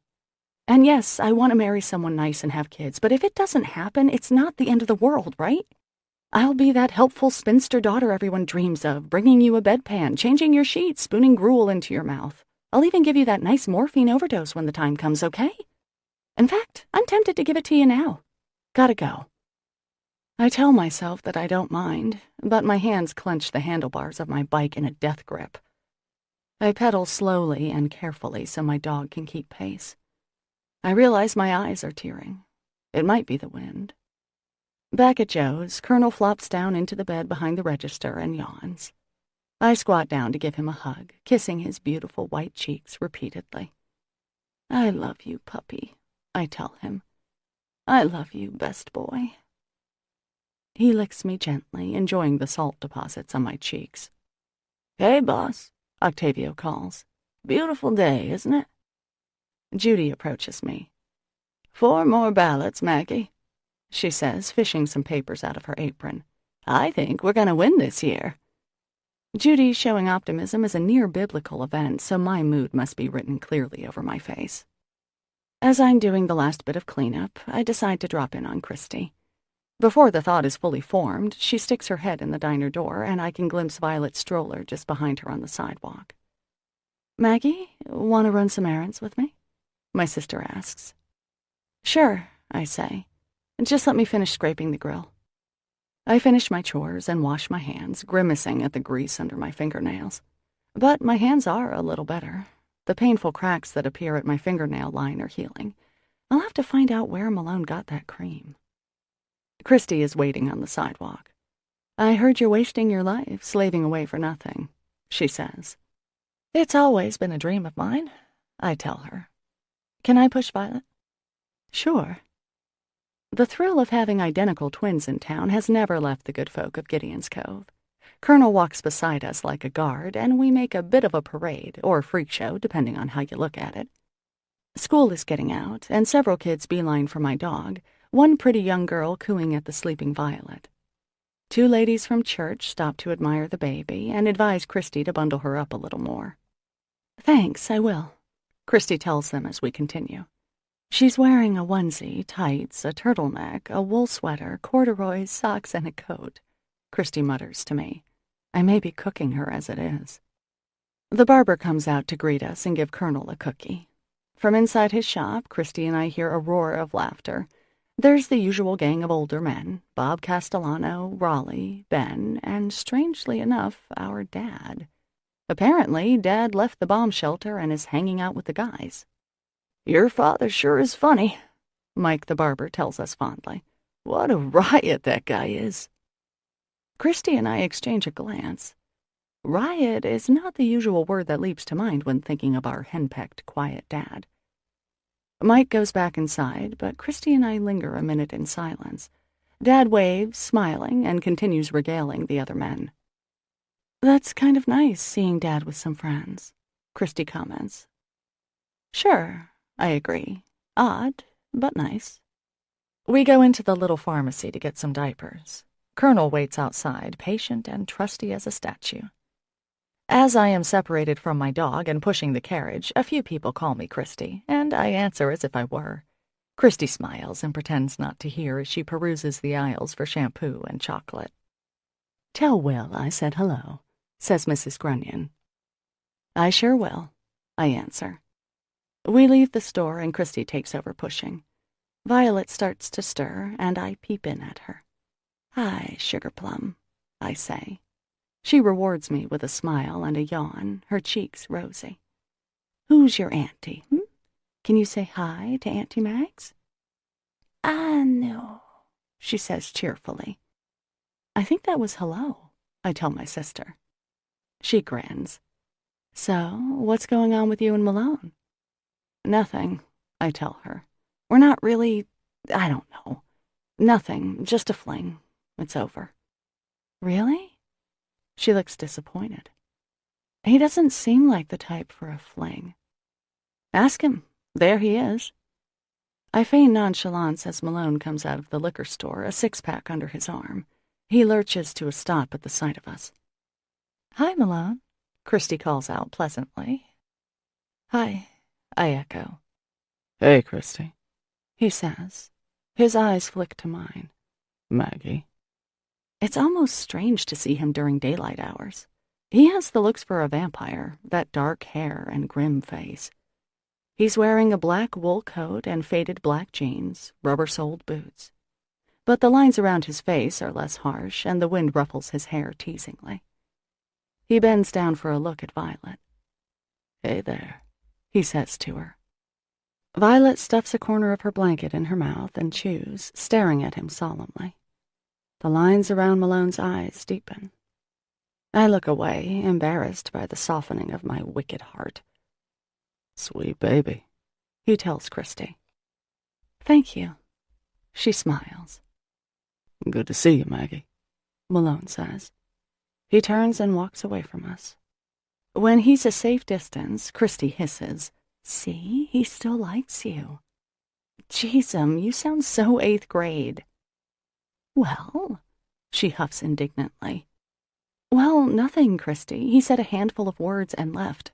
Where you come up with your theories is beyond me. We haven't spoken since we slept together. Well, hardly." But I can just tell." She looks at me. "It's true, I can." "Okay, great Swami. Thanks for the input." I smile and pat her arm. How patient I am today. First with Mom, now with my sister. Clearly, I deserve some Ben & Jerry's tonight while I watch the Sox game. Perhaps the entire pint. "Do you like him, Mags?" my sister says, irritating as a greenhead at the beach. My patience evaporates. "I like him in bed, Christy, okay? In bed, he's awesome. Otherwise, we barely speak. So, any other questions? Would you like to know if he has any identifying marks or deviant tendencies?" I realize I'm barking. Christy shoots me a grin. "Well, actually, a tattoo. On his arm, a Celtic band right around his bicep." I'm more interested in the deviant tendencies. She widens her eyes expectantly, and I can't help laughing. Chapter 15. It turns out she's a little bit right. That night, I'm at home as usual, already dressed in my pajamas at 8:30, a huge basket of laundry on my coffee table. Ever since my skip days, I've been a baseball fan, and because it's Maine state law, I am a devotee of the Boston Red Sox. I watch with smug satisfaction as the designated hitter clips a double into right field, then decide I deserve that Ben & Jerry's. While I rummage in the freezer, there's a knock on my door. "Sissy, it's me, your favorite brother," Jonah calls out. "Dimitri?" I call. "Wicked funny," he says. "Come on in," I say. "Television's out at the firehouse. Can we watch the Sox game with you?" "Sure, it's already on." The freezer is crammed with foil-wrapped leftovers from the diner, and I can't find the damn ice cream. Shoot. Who's we?" Jonah sticks his head in the kitchen door. "Just me and Stevie. Malone, too." I jerk my head out of the freezer. "Malone?" "Yeah," Jonah says, turning his head to see the television. "Saw him at the dock, asked him if he wanted to come." He seems unaware of the import of his actions, but then again, Jonah is unaware of much in life. He blinks owlishly at me. "Right, Malone," I say. "Okay, sure, yeah, that's fine." A sudden image of my laundry causes me to lunge into the living room. I'm too late. Underwear of varying ages litters the coffee table. "You need some new stuff, Mags," Stevie says, snatching up a pair of once white panties. I reach for them, feeling my face go nuclear hot. "Out on parole, I see, Stevie?" "Maybe some thongs. I like a woman in a thong," he says. "Not that you've ever seen one," I say, snatching the panties back. I stuff them, along with my faded bras and t-shirts, deep into the laundry basket. "Hi, Malone," I say, hoping my voice sounds casual. "Maggie," Malone says. He makes the boys look like just that, boys. He's not smiling exactly, but he's not glaring either, and he doesn't look away. It seems very small in my apartment. Of course, it is a very small apartment, and 3 full-grown males make it microscopic. "Got any beer, Maggie?" Jonah asks. "Maybe a snack?" I yank a sweatshirt over the tank top I'm wearing. "Sure, hang on. Don't move him, Stevie, he's old," I say as my brother's friend, who must weigh close to 300 pounds, tries to wedge himself in next to Colonel. "Sit on the floor." "Me or him?" Stevie asks. "You, dummy. Want a beer?" "Yes, ma'am." He bats his eyes at me and lies on my floor, taking up approximately half of it. I speed back into the kitchen and open the freezer again, letting the frosty air cool my face. "Calm down, Maggie," I urge myself. "Nothing to worry about. Malone's here. It's no big deal. Just think of him as another one of Jonah's annoying friends." "Need some help?" Malone leans in the doorway between the kitchen and living room.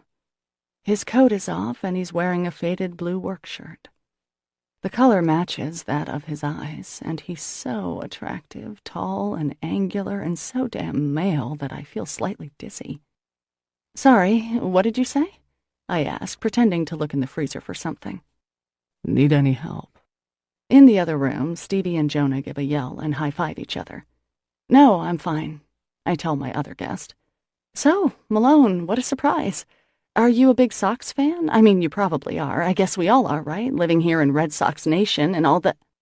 "Not really," Malone says, stepping closer to the fridge, where I continue to stare. "Your brother asked if I wanted to come over and watch the game here, and I said yes." "Really? Uh-huh. And why is that?" I ask, leaning a little deeper into the freezer. "I wanted to see you." "Oh." I risk a glance at his face, and the little smile he's wearing causes a tug of desire to pull at my insides. "I do have a phone, you know," I whisper. Without thinking, I take an ice cube from the bin and press it against my forehead.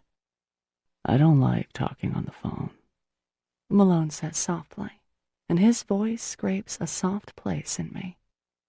"Really? What a surprise," I manage. He reaches out and smooths the little hairs on the back of my neck, and my knees practically buckle. "Maggie, how about that beer, hon?" Stevie calls from the living room. "So, is it okay?" Malone asks. "Is what okay?" I ask, tossing the ice cube in the sink. Is it okay if I stay? I look him full in the face. It's a face I'm really starting to like, I realize. Sure, I say, smiling. He grins back and my heart squeezes hard, because his front tooth has the tiniest chip in it, and that imperfect smile makes him suddenly the most delicious, appealing man I've ever seen. And without even fully being aware of what I'm doing, I've wrapped my arms around his neck and am kissing him greedily, relishing the scrape of his 5 o'clock shadow, clutching his hair, practically wrapping my legs around him. Malone's hands slide under my shirt, and his hands are so hot after the cold air from the freezer, his mouth hard and soft at the same time. "Maggot, the beer!" my brother yells. "Come on, you're missing a great game." With a shaky laugh, I untangle myself from Malone. His eyes are smoky. "Listen," I say, swallowing, glancing toward the living room. "I'd rather that Jonah, not know about this, this thing of ours, okay?" Malone opens the fridge and takes out a couple beers. His face is back in its usual lines. Sure.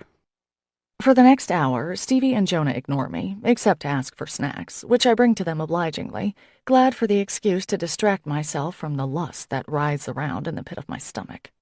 Malone deigns to drink a beer, but he doesn't eat anything. Stevie takes up most of my floor space, and Jonah has the club chair that I got 3 years ago at a going-out-of-business sale in Bangor. Malone and Colonel sit on the couch, the dog's head in Malone's lap. Malone's hand rests on the dog's shoulder, and Colonel sighs contentedly once in a while.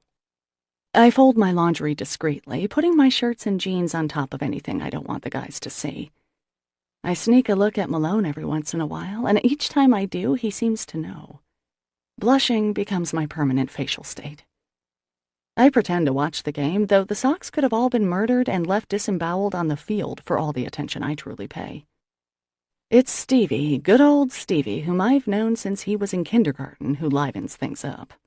"Hey, Maggie," he says idly, eyes fixed on the television. "I heard you told Father Tim you were in love with him the other night, at the spaghetti supper." I choke on the beer I'm nursing, the fizzy burn surging up my nose. Stevie and Jonah roar with laughter. Malone, I note through tearing eyes, does not.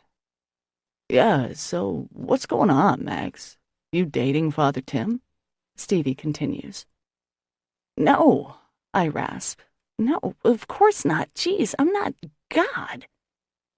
Malone isn't moving, just staring, glaring at me, his eyes like chips of ice. "That's not what I heard," Stevie sing-songs. "Have you kissed him yet, Mags? Father Tim and Maggie up in a tree, Kissing." "Jesus, Stevie, you're such an ass," I say, getting better control of my voice. There's nothing, he's a priest, come on, kissing? Jeez. "'Cause, Maggie, if you're that desperate, I could help you out, babe. Show you a good time, if you know what I mean." "Jonah, can you beat him up or something? That's your sister he's talking about," I remind my brother, shooting another nervous glance at Malone. "Shut up, Stevie," Jonah says automatically, stuffing a fistful of popcorn into his mouth. "I'm not dating Father Tim," I say emphatically, my eyes darting between Malone and Stevie. "He's a priest. Of course I'm not, you know. Oh, look, another run." Thank God, I think, as the Red Sox divert Stevie's tenuous attention. It doesn't divert Malone's. He continues to look at me, the lines that run between his eyebrows and slash alongside his mouth harsher. I shrug as if to say, "Stevie, what an ass." But I'm betting my face gives me away. Goddamned fair skin. At the next commercial break, Malone extricates himself from Colonel and the couch. "Thanks, Maggie. Guys, I'm gonna go." "The game's not over," Stevie protests. "Gotta get up early," Malone says. "See you." He grabs his coat and opens the door. I start to go after him, then stop. "Okay, bye, Malone. Nice to see you," I call out idiotically. He gives a curt nod and walks out, his feet thumping down the stairs. "There's an odd one," Stevie says, glancing at the door. He's not bad, Jonah says mildly. Hey, Maggie, got any more beer?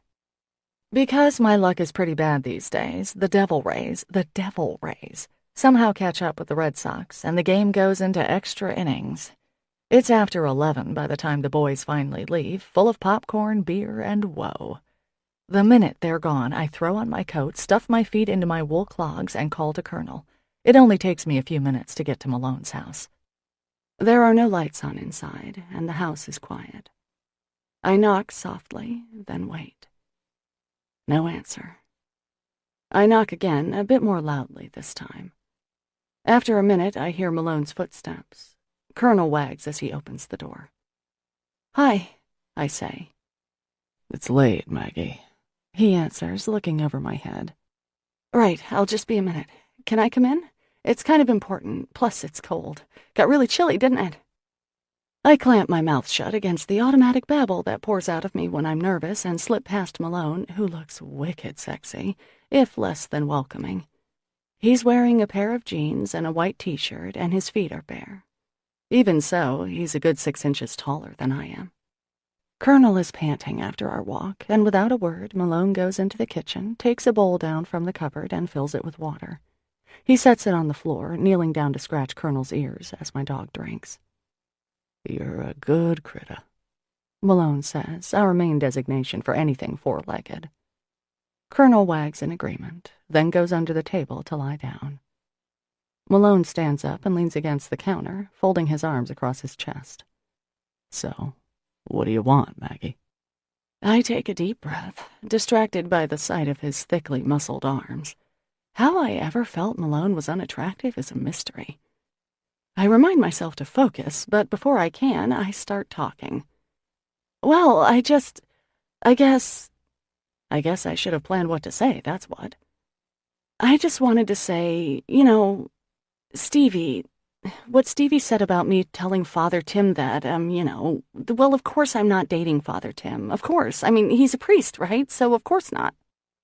Malone purses his lips as if deciding whether to believe me or not, and the words continue to rush out of my mouth.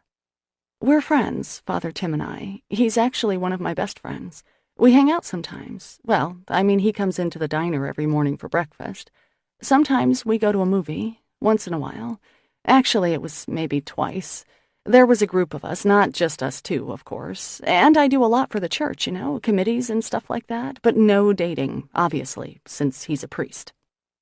Malone looks at the floor, and I force my mouth shut and wait for him to speak. He sighs, running a hand through his hair. Look, Maggie, he says quietly. I live in this town, too. I hear things. He looks back at me. My nervous energy drains into the floor. Right. The clock over the fridge ticks loudly, reminding me that it's almost midnight, and Malone and I both have to get up early. Well, the thing is, I did have a thing for Father Tim, and I did actually... I swallow. I did say that I loved him. While I was under the influence, I might add. Malone says nothing. So, there you have it. I fiddle with the zipper of my coat, wondering if I just severed things completely with Mr. Happy here. As the silence stretches on, I feel a stir of irritation. Malone, I've heard things about you, too, I say, a defensive note creeping into my voice. And just because that's the gossip doesn't mean I believe it. His face darkens, but I continue anyway. There was that thing about your cousin last year, right? I mean, people had a whole lot to say about that, but I didn't jump to any conclusions or anything. Still no reaction from Malone, which I find slightly ominous, but true to character, I keep going. Let alone what they say about your wife. Oh, shit. Now I've gone too far, and even I realize it. My heart starts thumping erratically against my ribcage. Though Malone hasn't moved or changed expression, I'm suddenly a little afraid. And what do they say about my wife? He asks very, very quietly. Oh, well, I don't know. People talk about all sorts of... What, Maggie? I swallow. That you hit her. That she was scared of you and That's why she moved across country. His face looks so hard now, it could be carved from granite. And do you believe that? He asks in that scraping, quiet voice. I wouldn't be here if I did, Malone. He stares at me, and I force myself not to look away. Finally, his gaze flicks somewhere past me. When? He growls. When what? When did you make your little announcement? Oh, well, that was a while ago. You know, 3 weeks ago, a month maybe. But before you and I hooked up. Colonel's tail starts thumping in his sleep. Malone exhibits no such happiness, just continues glaring at me, the creases between his eyebrows unrelenting. Okay, well, I wanted you to know that, I say, peeved at his lack of reaction to both my confession and my trust. Whatever, I'm sorry I woke you up, if I woke you up. I just thought you should... I don't know. I didn't want you thinking anything. Do you still have a thing for him? Malone interrupts. There's a note in his voice I haven't heard before, and it gives me pause. For once, I don't immediately answer. Instead, I stare back at Malone a minute, then decide to take a chance. No, I say softly. It seems like I have a thing for you. He looks back at me, not smiling, then covers the space between us, takes my hand, and leads me to bed. Chapter 16. At least I didn't wake up alone, I think the next day as I slice onions for potato soup. Malone was already dressed, granted, and it was still dark out, but he kissed me gently and said the tender words, "Gotta go." And he did. But he kissed me. He woke me up. That must be a step forward, I think. Last night marks the 3rd time we've spent the night together. This must be a relationship, right? The fact that I still don't know much about him rankles, though. What we really need to do is go out and not just go to bed. This idea holds a good bit of appeal in theory until I remember the night we spent staring at each other at the restaurant. Maybe I should go ahead with that list and just hand it to him. Please fill in the answers to the following questions. What is your first name? Do you have any hobbies? Are you going to introduce me to your daughter? Am I your girlfriend? The sun is shining brightly today, the air cool and clean, and business is slow. A few people come in to pick up an order, but that's about it for the lunch crowd. It's Octavio's day off. Since we're so slow, and since she's reading a novel anyway, I send Judy home at noon and handle the few customers who actually come in to eat. After I close, I take Colonel home and swing by the soup kitchen with the vat of soup and a few dozen biscotti. Then I spend an hour or two writing letters to tourism writers and restaurant critics, hoping to lure someone to Joe's diner. But my mother is probably right. Even if Joe wins best breakfast in our county, or even in the whole state, it wouldn't change much. Gideon's Cove is just too far from anywhere to be popular. I take a walk to the harbor. My brother's boat is in, but Malone's, the ugly Anne, is not. I wonder how he picked the name, who Anne is. Another question for the list, I suppose. I walk back home, oddly deflated. Having cooked all day, the last thing I want to do is make myself some dinner. On a whim, I get into my car, which is caked with dried mud, drive 20 minutes to the next town, which has a car wash. I've always loved the car wash, that feeling of surrender to the conveyor belt, the ease with which the car is suddenly sparkling clean. As I'm feeding quarters into the vacuum machine, another car pulls up next to me. "Maggie, how are you?" says Father Tim, getting out. "Great minds think alike, don't they?" Hi, Father Tim. How are you? I haven't spoken to him in several days, and that mere fact gives me pause. He hasn't come into the diner since, heck, a few days. And I haven't really noticed. "We missed you at Bible study last night," he chides gently, fishing around in his pockets for quarters of his own. Right, shoot, I'm sorry. I guess I had some things to take care of, I say. My face and other parts grow warm at the thought of just what those things were, but I cover by vacuuming the back seat. When Father Tim is finished, he straightens up and glances down the street. "Would you care to grab a cup of coffee, Maggie?" he asks. I thought I saw signs of life at Abel's. Sure, that would be nice. Abel's Tables is a tiny little cafe down the street, and they are indeed open, though business is light at this time. A sign promises open mic night beginning at 8, but I don't expect Father Tim and I will be around for that. We order coffees, and Father Tim gets a brownie the size of Rhode Island and sit at a table near the window.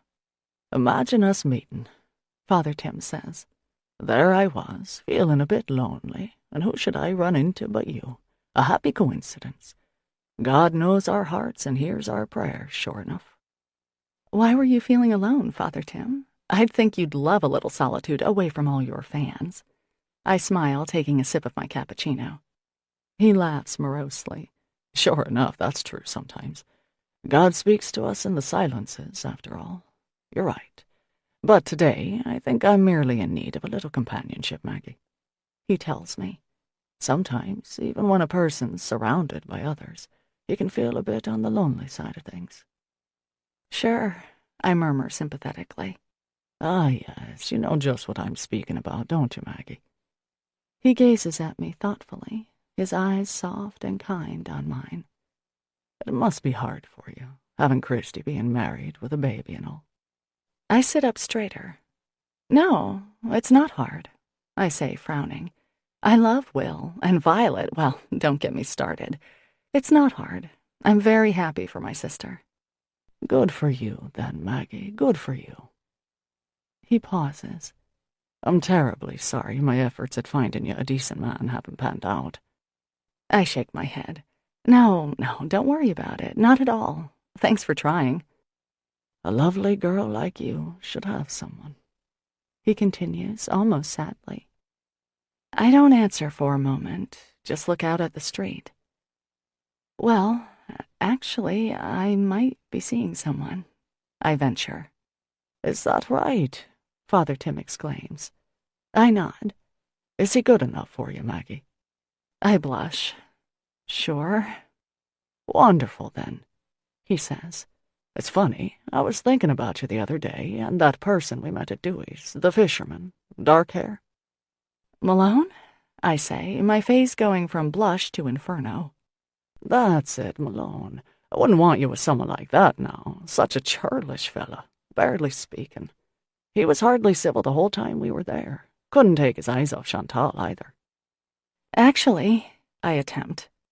So, I'm glad you found a man with potential, Maggie. I'd hate to see you settling for someone who wasn't blessed with the same good heart that you have. My mouth opens and closes a couple of times before the words come out. Actually, Malone is the person I'm seeing. Father Tim's mouth falls open with comical surprise. Is he? Oh, dear. I'm terribly sorry, Maggie. He looks away, wincing. He's not really that churlish, I manage. Great job, Maggie. Talk about damning with faint praise. Let's change the subject. The waitress comes by with a free refill for Father Tim. Here you go, Father, she croons. She ignores my now empty cup. Ah, thank you. That's lovely, he says, smiling up at her. Her cheeks grow pink. Is that how I am? Oh, God, it is, isn't it? Gross. I'm mortified. Poor Father Tim to have us waitresses fawning over him all the time. The woman finally fills my cup and goes back behind the counter, her eyes still on my companion. Is it hard being a priest, Father Tim? Always having to be so, well-behaved? I ask. He laughs long and hard. No, Maggie, it's not hard. It's a beautiful calling, a privilege, really. But you're always a little... I stop, fearful that I'm once again about to put my foot in my mouth. A little what? He asks. He really is just pointlessly good-looking. Those soft green eyes, the gorgeous hands. A little apart from everyone else, I venture. His smile drops. Well, you have a point, don't you, Maggie? He sets his cup down. The price we pay to serve the Lord. He forces a smile and takes another sip of coffee. Maggie, he continues more quietly. Did you know Father Shea when you were growing up? I I gasp, unfortunately just at the moment I'm sipping my cappuccino and burning foam drips into my lungs. Yep, I rasp. Father Shea was our priest when I was probably 10 or 11. He was handsome, somewhere in his 40s or 50s. Who can tell when you're little, right? A jovial, teasing priest who shamelessly bribed us kids to be good in church by giving us Hershey's Kisses after Mass. Then Annette Fournier's husband dropped dead of a heart attack when he was out for a run one day. Father Shea was a great comfort to the tragic young widow and her 3 kids. Such a comfort that he left the priesthood and married her a year later. I believe they had 1 or 2 more kids themselves, making Father Shea go from father to plain old dad. Yeah, I remember Father Shea, I say, still coughing a little. He was pretty nice. But he, left. Why do you ask? Father Tim shakes his head a little, his eyes distant. No reason. Well, no reason I should be discussing, at any rate, Maggie. Sorry to bring it up. He's just... never mind. On my mind lately. Enough said. I stare out the window, my face hot. Guilt flashes like heat lightning. How many times have I wished Father Tim wasn't a priest? In truth, I don't, really. He's a very good priest, from all accounts, anyway, and I'd hate for him to scandalize the town, as did Father Shea, leave the priesthood, break his vows.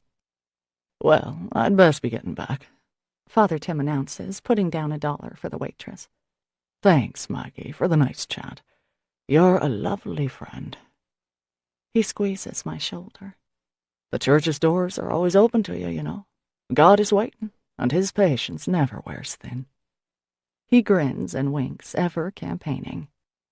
Okay, thanks. Nice to see you, Father Tim, I say, slipping another couple bucks for the waitress, glad that he's back to his normal, chipper, priestly self. I get into my newly clean car and head for home, but the trickle of discomfort remains. Why would he ask about Father Shea? Why would he ask me in particular? Surely the dragon Plutarski would give him every salacious detail at the merest flicker of interest. By the time I get back to Gideon's Cove, the sky glitters with stars overhead, the air so clear that I can see the Milky Way swirling above me. Standing on my front porch, I take a deep breath. The smell of wood smoke from the many fireplaces and stoves mingles with the faint smell of pine and sea, and to me, it's the best smell there is. I suck in another breath, then jump at the sound of the door behind me. Maggie, dear. Oh, hi, Mrs. K. You startled me. I laugh. Dear me, I'm terribly sorry. She motions for me to come in, and I obey. There was a man here earlier, she says. That dark man who came over the other day, the tall one. I am simultaneously thrilled and nervous, which seems to be the hallmark combination of emotion Malone evokes. Malone? He was here? When was that? About an hour ago, dear. She shuffles over to her chair and lowers herself carefully into it. Maggie, would you find the remote control? There's nothing on tonight, nothing. 300 channels and nothing worth seeing. The remote sits in plain sight on the coffee table. I hand it to her. So, did you talk to Malone? Well, I must say I tried. He didn't say much in return, Maggie. He seemed quite angry, if you ask me. Mrs. K flips through the channels. Angry? Are you sure? I mean, I can't think of why he'd be mad. Mrs. Kandinsky stops on a station. Linda Blair's head rotates around as Father Damien looks on in horror. Oh, look, Maggie, The Exorcist is on. Damn it all to hell, I've missed the first part. Mrs. K, I say, trying to steer her back to our conversation. Did Malone say anything? Oh, the angry man? Malone, you say his name is? Well, yes, I told him I didn't know where you were, and he said he'd see you soon. That doesn't sound angry, I say. Oh, my, isn't she hideous? Mrs. K croons appreciatively. My word. Okay, well, this one is too scary for me. The priest, however, is quite good-looking, but I have enough good-looking priests in my life. I'm gonna go, Mrs. K. Enjoy the movie. She doesn't acknowledge me as I kiss her goodbye, too engrossed in the terror on the telly. I head up to my apartment. There's no note or phone message from Malone. I pick up the phone book, look up his number, and call. The line is busy. 15 minutes later, I try again. Still busy. The idea that Malone can speak for this long is somewhat surprising. Certainly, he never speaks to me that much. No, we seem to have other things to do than speak. Well, he said he'd see me soon. Maybe he wasn't angry. What does he have to be angry about, anyway? It's not like I was out with my boyfriend. Father Tim is a friend, and I don't have to feel guilty about having a cup of joe with him. Besides, he needed me. He was lonely. We spent an hour talking, just talking. Nothing to feel guilty about at all. Out of curiosity, I checked the internet dating site I visited last time. The messages haven't changed. The god is still seeking his goddess. The angry husband is still angry. Come on, Colonel, I say to my dog. Let's go to bed. I take the phone into the bedroom with me, but Malone doesn't call. Chapter 17. Fush, Violet says, patting Colonel. Mappa. That's close, honey, I tell her. It's doggy. Can you say doggy? She opts to kiss Colonel instead, leaving him with a large wet spot on his side and her with a mouthful of fur. Colonel wags his beautiful tail as Christy swoops in with the tissue, smiling and grimacing at the same time. You love Colonel, don't you, Violet? She asks. He's a nice dog.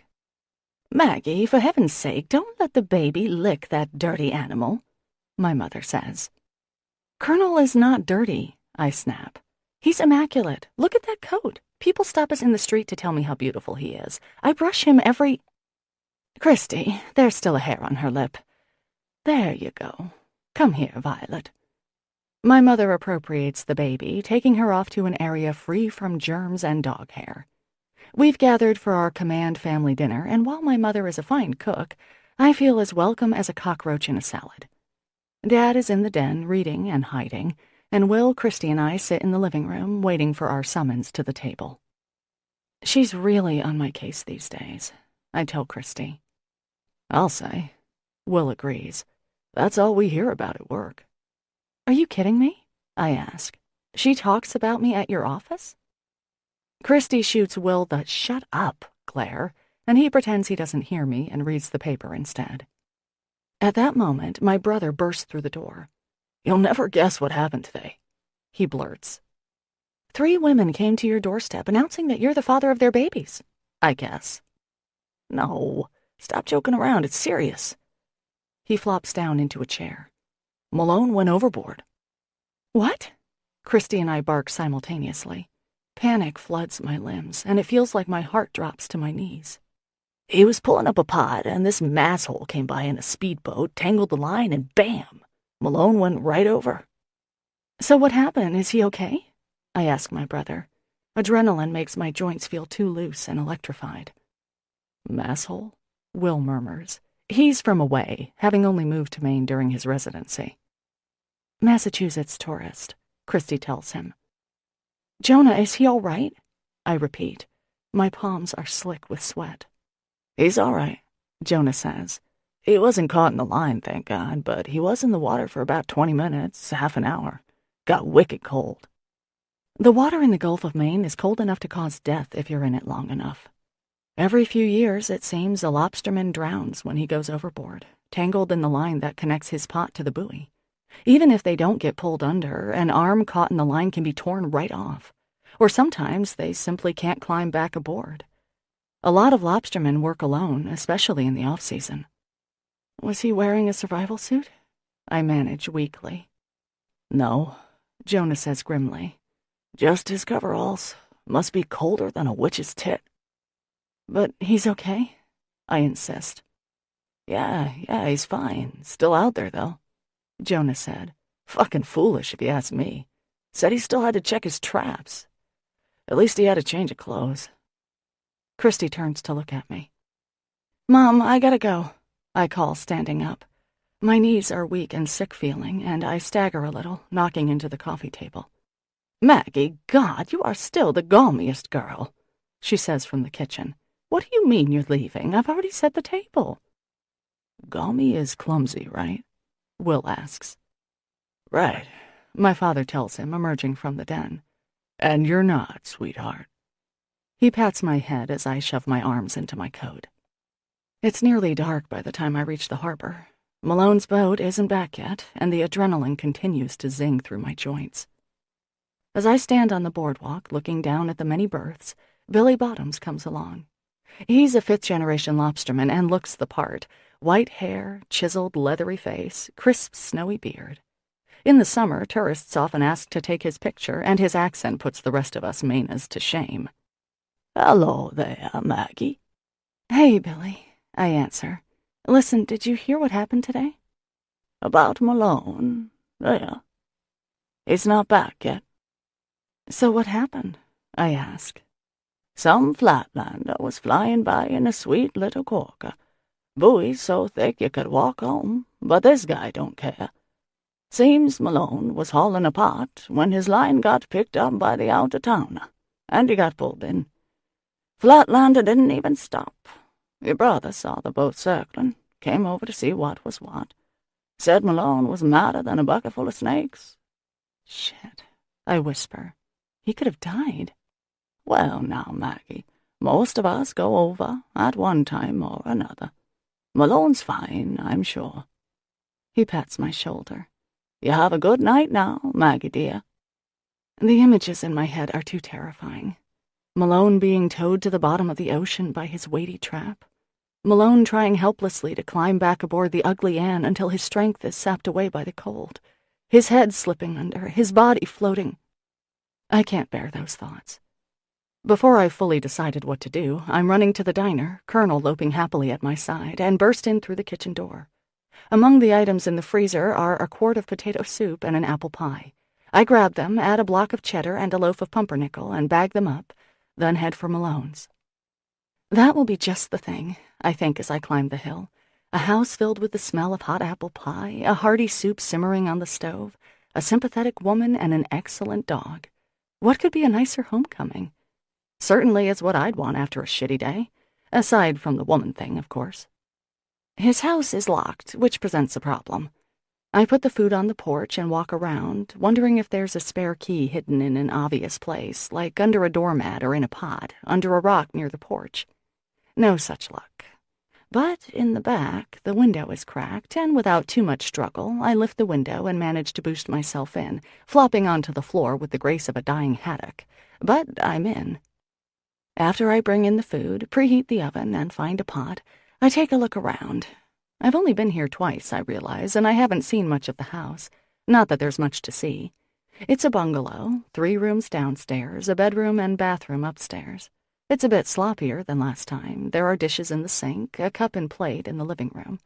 It's chilly, too. After a dip in the frigid Atlantic, Malone shouldn't have to come home to a cold house.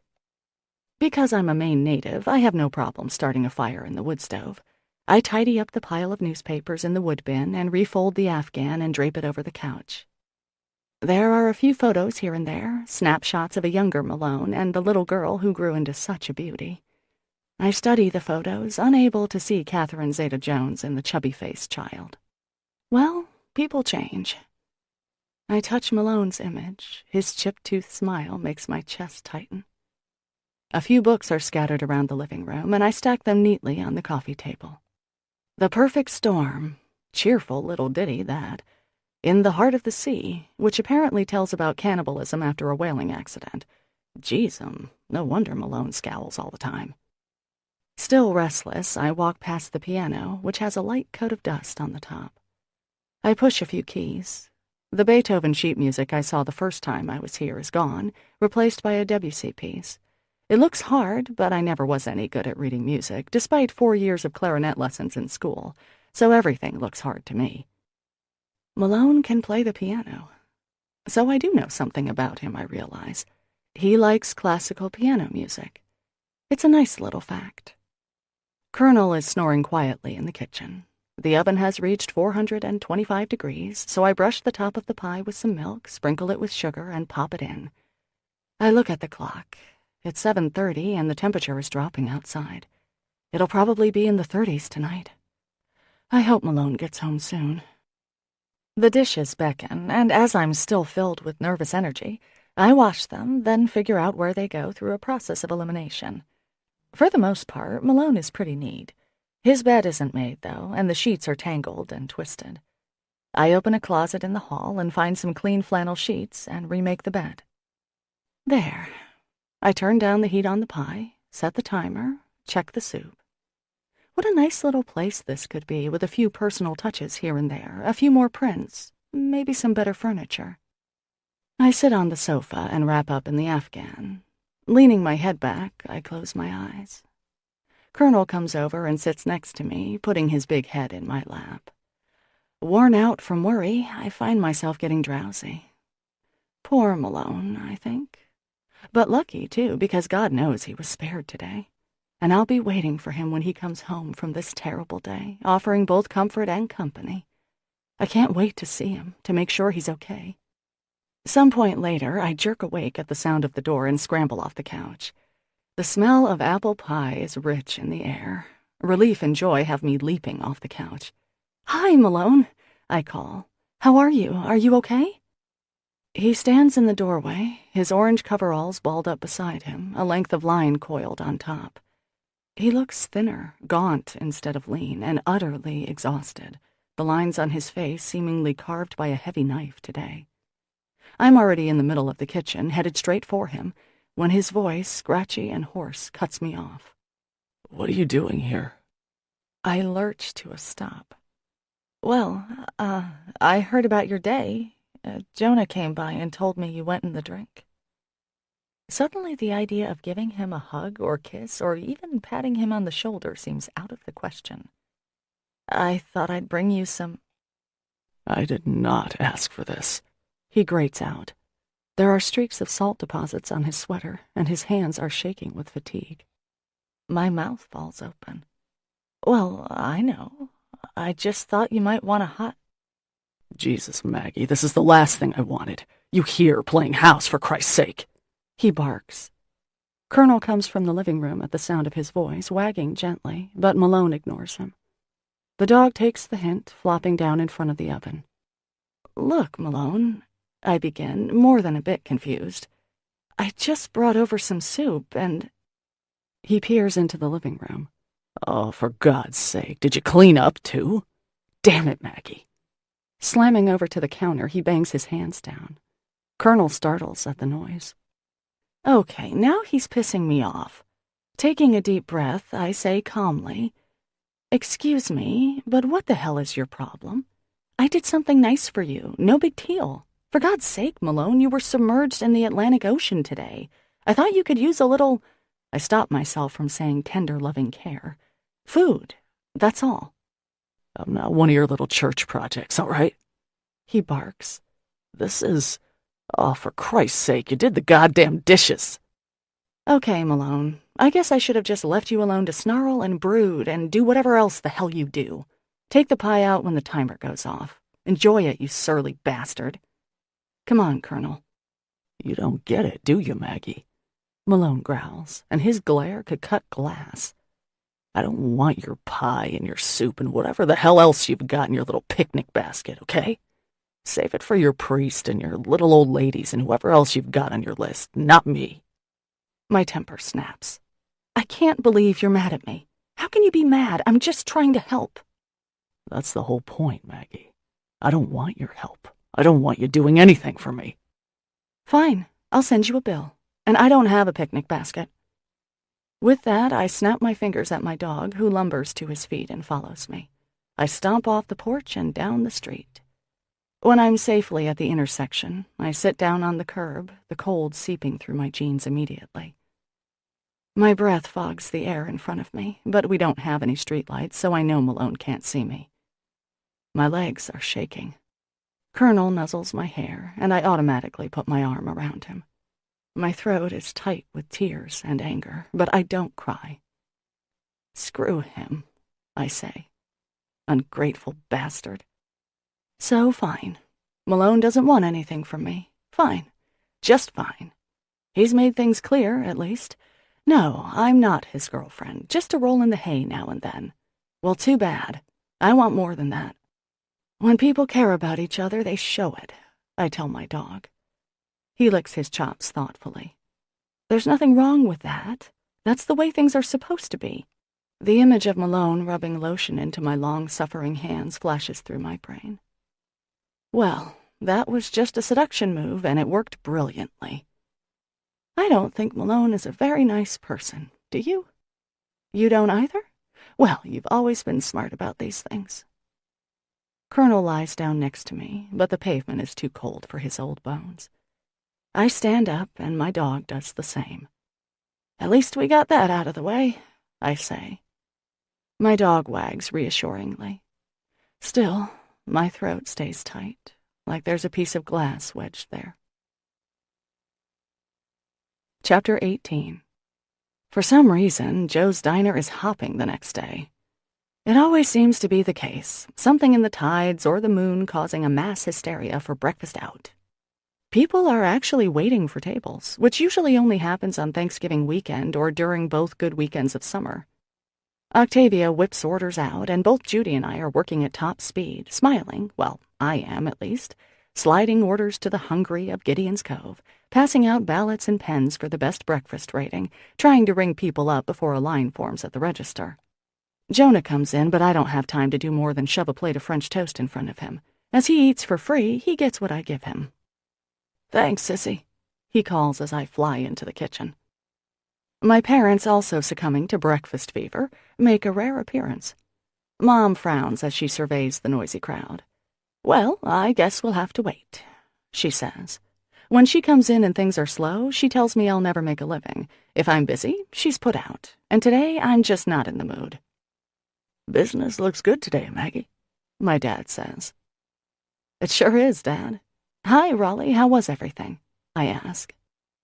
"Cracklin'," he says. I take this as a compliment. "You filled out your ballot, right?" I ask. "Every day, Maggie, every day." Finally, a booth is free for Mom and Dad, since the counter is jammed. "What would you like, Mom?" I ask. "Oh, I don't know. I should have eaten a bowl of bran flakes, really." "How about pancakes, Maggie, hun?" Dad asks. Pancakes it is. Having been a waitress for half my life, I don't need to write down orders. "And you, Mom?" My mother sighs. "Well, I just don't know. I guess I'll start with orange juice, only don't fill the glass. It's too much. Your glasses are too big. Fill it about 3/4 full. Can you do that? Because otherwise I won't be able to drink it all." "Squeeze 1 3/4. Got it." Georgie comes in and attaches himself to my side, his head only reaching my collarbone. "Hi, Maggie. How are you, Maggie?" I put my arm around him and kiss his crew cut. Mom assumes her lemon-sucking expression. "Hey, buddy," I say to Georgie. "Someone spilled juice under the last stool. Can you take care of it?" "Sure, Maggie." He gives me a squeeze and goes to the back room to get the mop. I glance back to the counter, where people are in various stages of eating and ordering, then do a double take. Malone's here. He's sitting next to Jonah, talking to him, and his presence causes my face to go hot. He looks my way, his face as blank as a blackboard in July. No sheepish grin, no apologetic shrug, just the penetrating blue stare and the slashing lines of his perpetual scowl. I turn back to my parents. "Mom? I don't know, Maggie. There's just too much to choose from." "Fine, you get nothing." I snatch the menu from her hand and fly back into the kitchen, ignoring Malone, ignoring my mother's squawks of indignation. I grab an order of the spinach omelet special, some pumpkin bread French toast, and a plate of silver dollar pancakes. "Another stack for my dad, Tavy," I tell Octavio. "Yeah," he answers. I serve the family at the 4th booth, then grab the coffee pot and head for the counter, overhearing Jonah saying, "Oh, shit, it was nothing. You'd do the same for me." So, Malone came here to see Jonah, to thank him. Not to see me, or, God forbid, thank me. "Good morning, Malone," I say briskly. "Coffee? Let me guess, black, murky, and bitter. Maybe you just like to suck on the grounds? Malone turns his clear blue eyes to me. Maggie, he mutters. Hope you've slept well, I snap. Jonah's eyes widen, but he wisely refrains from comment. Malone's eyes don't flicker from mine. I slosh some coffee into his cup, spilling some, and smack the pot down on the counter. Without looking away, Malone deliberately takes the creamer and dumps about half of it into his cup, then shakes 4 sugar packets, tears them open, and pours them in as well. "All done, Maggie," Georgie calls cheerfully. "Thanks, Georgie. Don't know what I'd do without you," I call back, not looking away from Heathcliff of the Moors here. "Have you got something to say to me, Malone?" I say. "Oh, I've got a lot to say to you, Maggie," he answers grimly. Jonah slips away to join our parents. "I'm waiting," I say. "Excuse me, can we get some ketchup over here?" calls Helen Robideau from the corner. "Hello, Maggie dear. How nice you look today." Father Tim comes behind the counter. He's a regular, after all, and grabs a mug. Finally, I break the staring contest between Malone and me and turn to greet my friend, my happy, cheerful, dependable friend. "Father Tim, how nice to see you, and what a great mood you're in today. You really brighten a place up, you know that?" I believe I hear Malone growl. "Ah, Maggie, you're too kind. I'll just grab some coffee, shall I, and let you get back to work." He opens the kitchen door a crack and sticks his head in. "Good morning, Octavio, my fine man. Can I throw myself at your mercy and get an order of the pumpkin French toast?" I have work to do. Malone can go to hell and play with his compatriots there. Stepping around Colonel, I ring up a young couple who's been waiting patiently, ask about their kindergartner, and bring the ketchup to Mrs. Robideau. Malone sits at the counter, staring straight ahead. The bell over the door tinkles, and I sigh. Another customer, a man about my age, with silvery hair. He looks around uncertainly. "Be with you in a sec," I call. Judy has disappeared. Must be time for her ciggy break. "Maggie, for heaven's sake, can I please have a fried egg?" my mother asks. "Fine." I've heard about how in some fancy New York restaurants, the waitstaff spits on the orders of bitchy customers. I'm tempted to give it a whirl. "Hi, Stuart, you want the usual?" "That'd be great, Maggie," he says, sitting next to Malone. "Adam and Eve on a raft burned the British," I call to Octavio, slang for 2 poached eggs on a toasted English muffin. "Side of hash, too?" Stuart asks. "Sweep the kitchen," I call, hearing Octavio grumble. He's quite proud of his hash and doesn't like that particular moniker. Stuart, however, laughs. "Sweep the kitchen," he repeats to Malone, chuckling. Malone doesn't chuckle back. "Hi," I say to the gray-haired stranger. "Sorry, we're a little swamped today. Just one?" "Are you Maggie?" he asks. "That's right." "I'm Doug," he says, holding out his hand. "The guy who stood you up?" he adds at my look of incomprehension. "Oh, hi." I shake his hand and look over my shoulder. "Here, why don't you sit with Father Tim? He kind of fixed us up, right, Tim? This is Doug... Oh, sorry, I forgot your last name." "Andrews," he says. He's a nice-looking man, kind brown eyes with shadows under them. "Listen, I'd love to sit and chat, but I've got to take care of those people. Be right back." Malone is gone. There's a $5 bill tucked under his cup. I note that he hasn't drunk any of the overly sweetened coffee. Should have stuck with the grounds. I clear and wipe and take orders and serve and pour coffee. I don't have a chance to talk to Doug, who is deep in conversation with Father Tim. Occasionally, I catch a snatch of their conversation. "Not for us to understand the reason. Comfort of knowing she was deeply loved." And my heart warms at Father Tim's kind, gentle words. Finally, Doug comes to the register to pay his bill. "Maggie," he says, "I just wanted to apologize in person for not meeting you that night." "Not at all," I answer. "I'm sorry I didn't have a chance to talk to you this morning. The joint's been jumping since 6. "That's okay. I really enjoyed talking with Father Tim," he says. "And I wanted to say again that I'm really grateful for how nice you were about everything.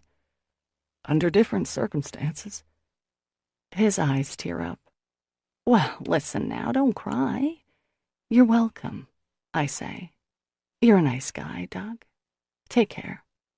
By the time I turn off the Eat at Joe's sign in the far window, my feet are throbbing, my face is oily, my hands are raw, and my back hurts. Needless to say, I'm in a bit of a mood. Because I would hate to snap at Georgie, I send him home early, Judy's long gone, and Octavio and I clean up in silence. "Everything okay, boss?" he asks as he shrugs into his jacket. "How long have you been married, Octavio?" I ask, wringing out the dish rag. 8 years, he smiles. You and Patty seem really happy, I say. Oh, we are. I have a feeling I'm never going to find someone, I say, and suddenly that tight-throated feeling is back. Octavio gives me a thoughtful look. What? I ask him. Malone came in today, he says. Never seen him here before. I snort. Yeah, he came in to thank my brother. Jonah gave him a hand yesterday. Octavio is a man of few words. Well, good night, boss. Bye, big guy. And it's only 4 o'clock. It's beautiful out, finally, 50 degrees or so. The trees have the soft buzz of buds on them, the palest green imaginable, and the wind is salty and gentle. Unfortunately, I'm too busy today to take a bike ride or even a decent walk. Instead, I bake some brownies for tomorrow's dessert offering. Then I load up the car and head over to the firehouse. I get paid to cook their monthly dinner, and though it's not much, it's one of those fees that helps, especially during the off-season. While I'm able to pay all my bills each month, there's usually not a lot left over. Mornings like today's are few and far between. I know I should have a cushion in case something goes wrong, but I'm tapped out. Winning the best breakfast title would help, even if it was just to get people from neighboring towns to take a drive-in on the weekends. Colonel settles himself down in the corner of the firehouse kitchen while I unload the car. The soft April air beckons, and I wish again that I could take a bike ride, but by the time I'm finished, it will be getting dark. Plus, Colonel needs to get home. He seems stiff today, quieter than usual. You okay, pup? I ask him. He looks at me with his beautiful eyes, but his tail doesn't wag. Who's my pretty boy? I croon, kneeling to stroke his head. There, his tail swishes. I give him a piece of roast beef and get to work. What's Malone doing tonight? I wonder, then immediately purge the thought from my head. Malone is a callous user, and I'm no better. My behavior toward him has been embarrassingly slutty, says a chastising inner voice sounding exactly like my mom. Fools rush in where angels fear to bed, she'd say. And in this case, she'd be correct. I snap on the radio to drown out my self-condemnation. The boys, firefighters, start filing in around 5:30, Jonah among them. He waves to me, but is engrossed in a conversation with the head of the truck committee. The firefighters are convinced that Gideon's Cove needs a ladder truck, though we'd also need a new structure to house it, which would be just fine with the boys, firefighters. I set up the sterno burners and bring out the trays of food, basic hearty fare, roast beef, horseradish mashed potatoes, green beans, pesto chicken, pasta, and sauce. 20 or so guys usually show up. Chantal pokes her head in the kitchen. Hey, girlfriend, she says. Hey, Chantal, I answer. I forgot you're a member here. I grin as I say it. Best thing I ever did, she sighs dramatically. Community service and all that crap, not to mention the best-looking guys in town. I didn't realize sleeping with the fire department was community service, I retort, pouring the sauce over the ziti. Oh, it is. Don't let her talk you out of it, Chantal, Jonah says, coming in and putting an arm around my laughing friend. And here's a fireman who needs your special skills. You're disgusting, I tell him. Chantal purrs. Want to test some hose? Jonah murmurs, ignoring me. Jonah, leave us, I command, and for once my little brother obeys. You want to go out later on, grab a beer or something? I ask Chantal. Her eyes are still on my baby brother, his ass, to be precise. Chantal. She jumps. Oh, sorry, Mags, she says. I've got plans. Her voice changes. Hi there, Chief, she coos, her voice dropping into a sultry croon. How's my little recruit? Chief Tatum croons back. Practice any search and rescue lately? Okay, I can't take any more, I say, sounding quite peeved even to my own ears. Come on, Colonel, I don't want you hearing this kind of talk anyway. Chantal and the fire chief don't seem to notice.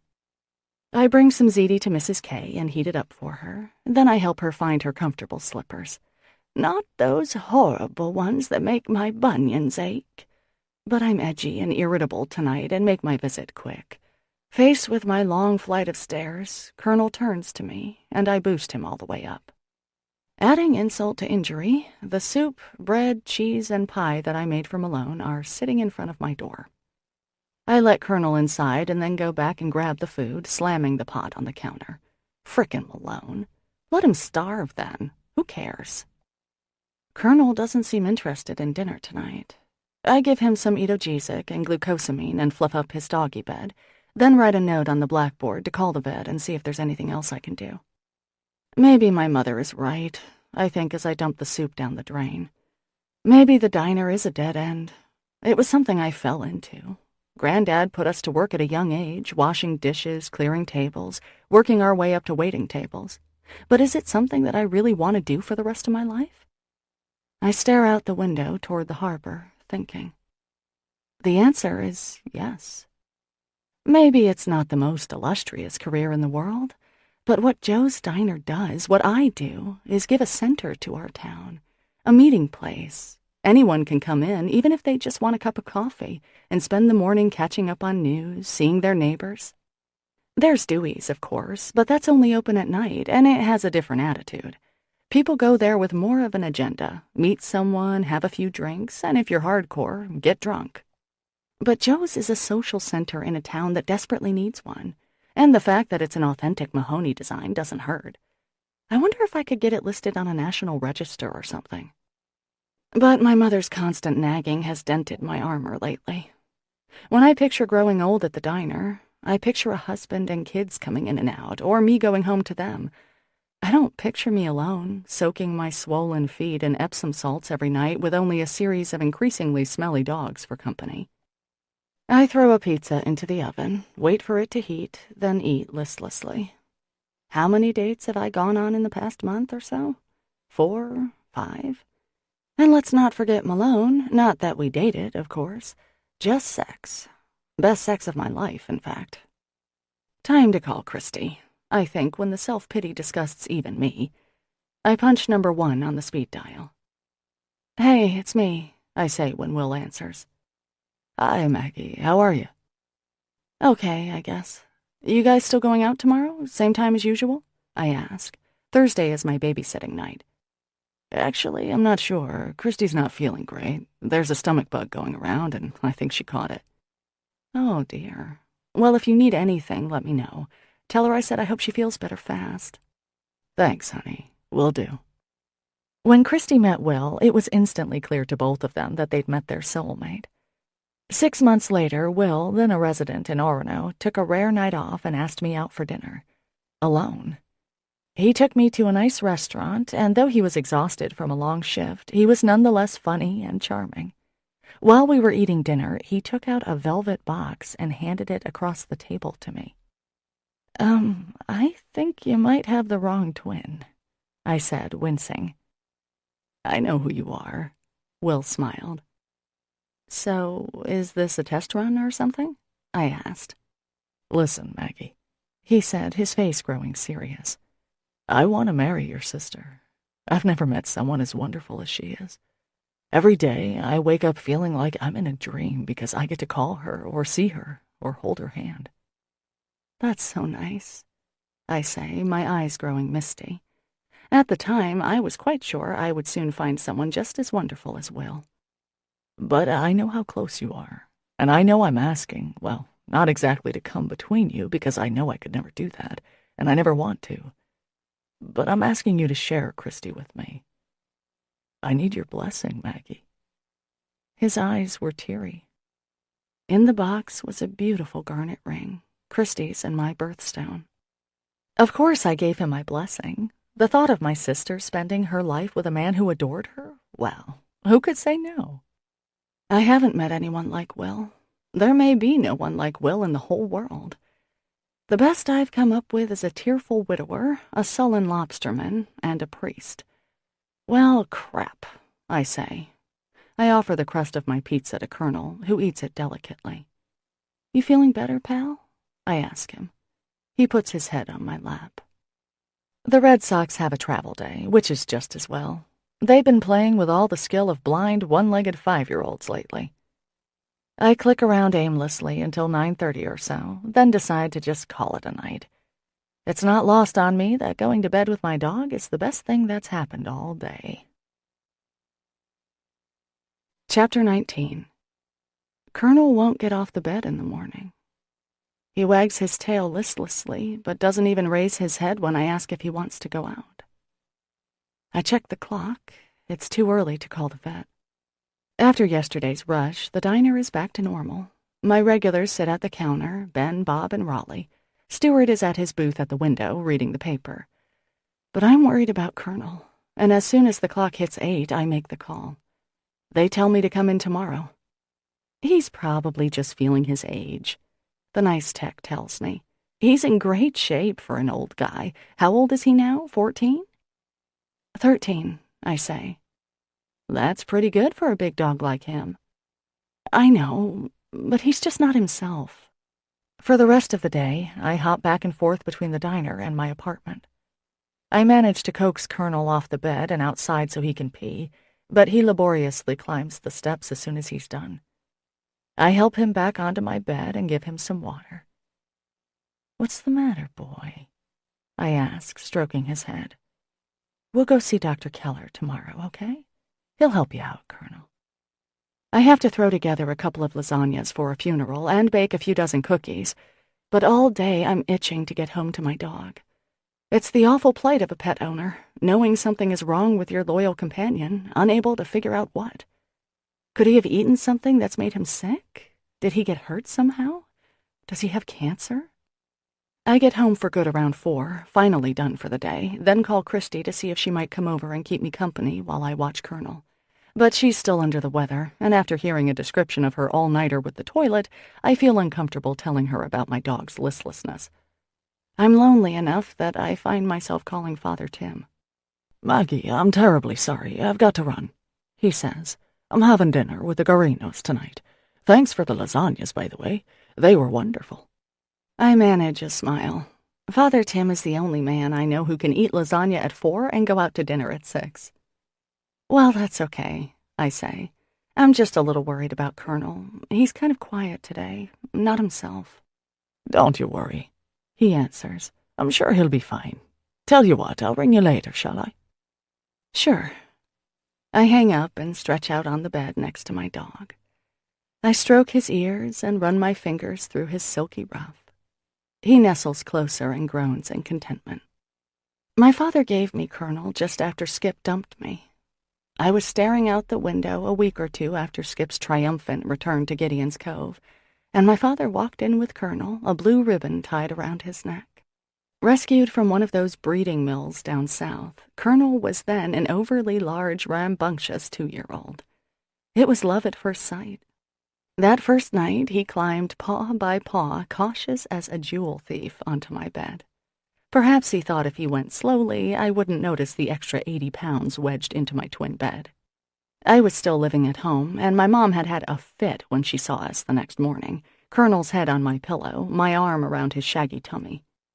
For heaven's sake, Maggie, it's an animal. Get it off. It might have fleas or lice or something.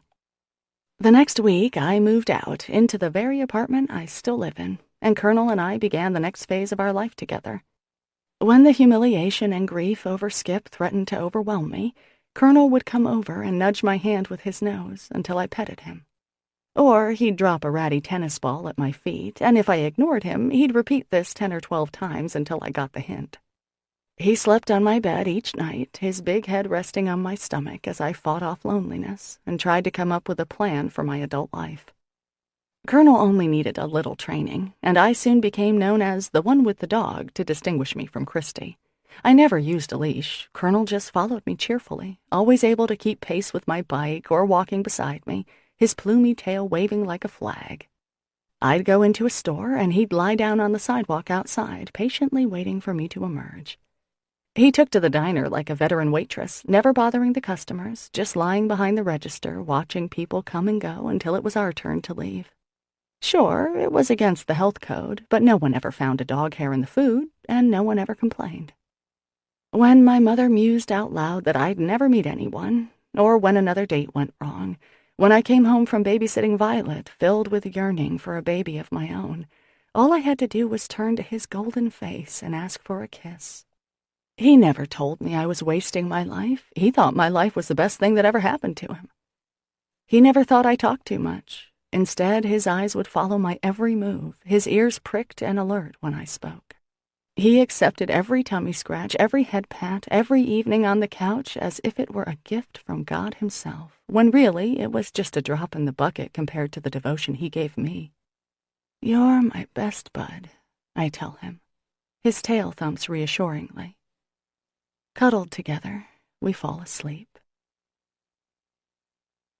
I wake up around 3 in the morning, knowing immediately that Colonel has died. His body is still warm under my hand, but there's just something missing. Tears flood my eyes, but I keep petting him, his beautiful, soft, golden fur. I stroke his white cheeks, feeling the wiry whiskers, the soft jowls of his throat. I don't turn on the light. It would be sacrilegious somehow, because then I'd have to see that my dog of the past 11 years is dead. Instead, I just move closer to him, wrap both arms around his neck, bury my face in his fur, and cry. "I'm sorry, Colonel," I choke out. Sorry that I didn't rush him to the vet to see if there was anything wrong. Sorry that I didn't take the day off to be with him. I'm so sorry, boy. I cry until the sheet beneath my face is soaked, until the sky goes from black to blue velvet to pink. When I can't avoid it any longer, I sit up and look at him, his noble, gentle white face, the silky feathers of his belly and legs. "Thanks for everything," I whisper, my words pitifully inadequate. The phone rings, and I know it's Christy before I hear her voice. We know when the other is hurting. "Is everything okay?" she whispers. It's only 5 in the morning. "Colonel died," I tell her. "Oh, no. Oh, Maggie," she cries, and I start crying again, too. "Maggie, I'm so sorry, honey. Did you have to? He just died in his sleep, right on my bed," I whisper. "Oh, Colonel," she murmurs, sniffing.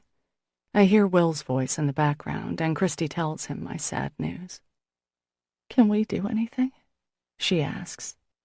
No, I say. "I'm calling Jonah. He'll give me a hand. How are you guys doing? Still sick?" Christy sighs. "I'm still pretty whipped, and Violet's got it now. She threw up all night after she ate 3 helpings of ground-up spaghetti and meatballs for supper. We've barely slept." I notice that I'm still petting Colonel's soft fur. "I hope you feel better," I tell her. I call my brother and ask if he'll help me bring my dog to the vet for cremation when they open. Then I call Octavio and ask him to cover for me. When Jonah comes over at 7:45, he thumps up my stairs and hugs me tight, tears in his eyes. "Shit, Maggie, this just sucks," he says, looking at the floor. "Maybe he's with Dickie now or something. They were both awesome dogs." We go into the bedroom, and I kiss Colonel's head once more as Jonah wipes his eyes on his sleeve. Then we wrap him in a blanket and carry him down to Jonah's truck.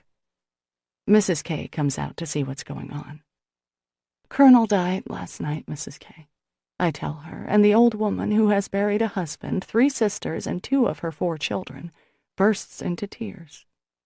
"Oh, Maggie," she weeps, and I hug her frail shoulders, crying again myself. Jonah and I slide Colonel into the back of his pickup, and I climb in beside my dog. "It's gonna be cold back there, Mags," my brother says. "That's okay," I tell him. I hunker down and put my arm over the blanket so it won't blow off, because that would just be too sad to see.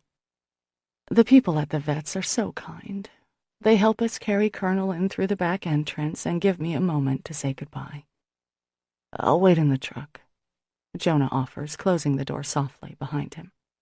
I pull the blanket off Colonel's head and take one long, last look. He seems cozy, wrapped in the red plaid blanket that we used together on chilly nights. "I'll miss you so much, buddy," I whisper, my throat barely able to force the words out. "You were such a good dog.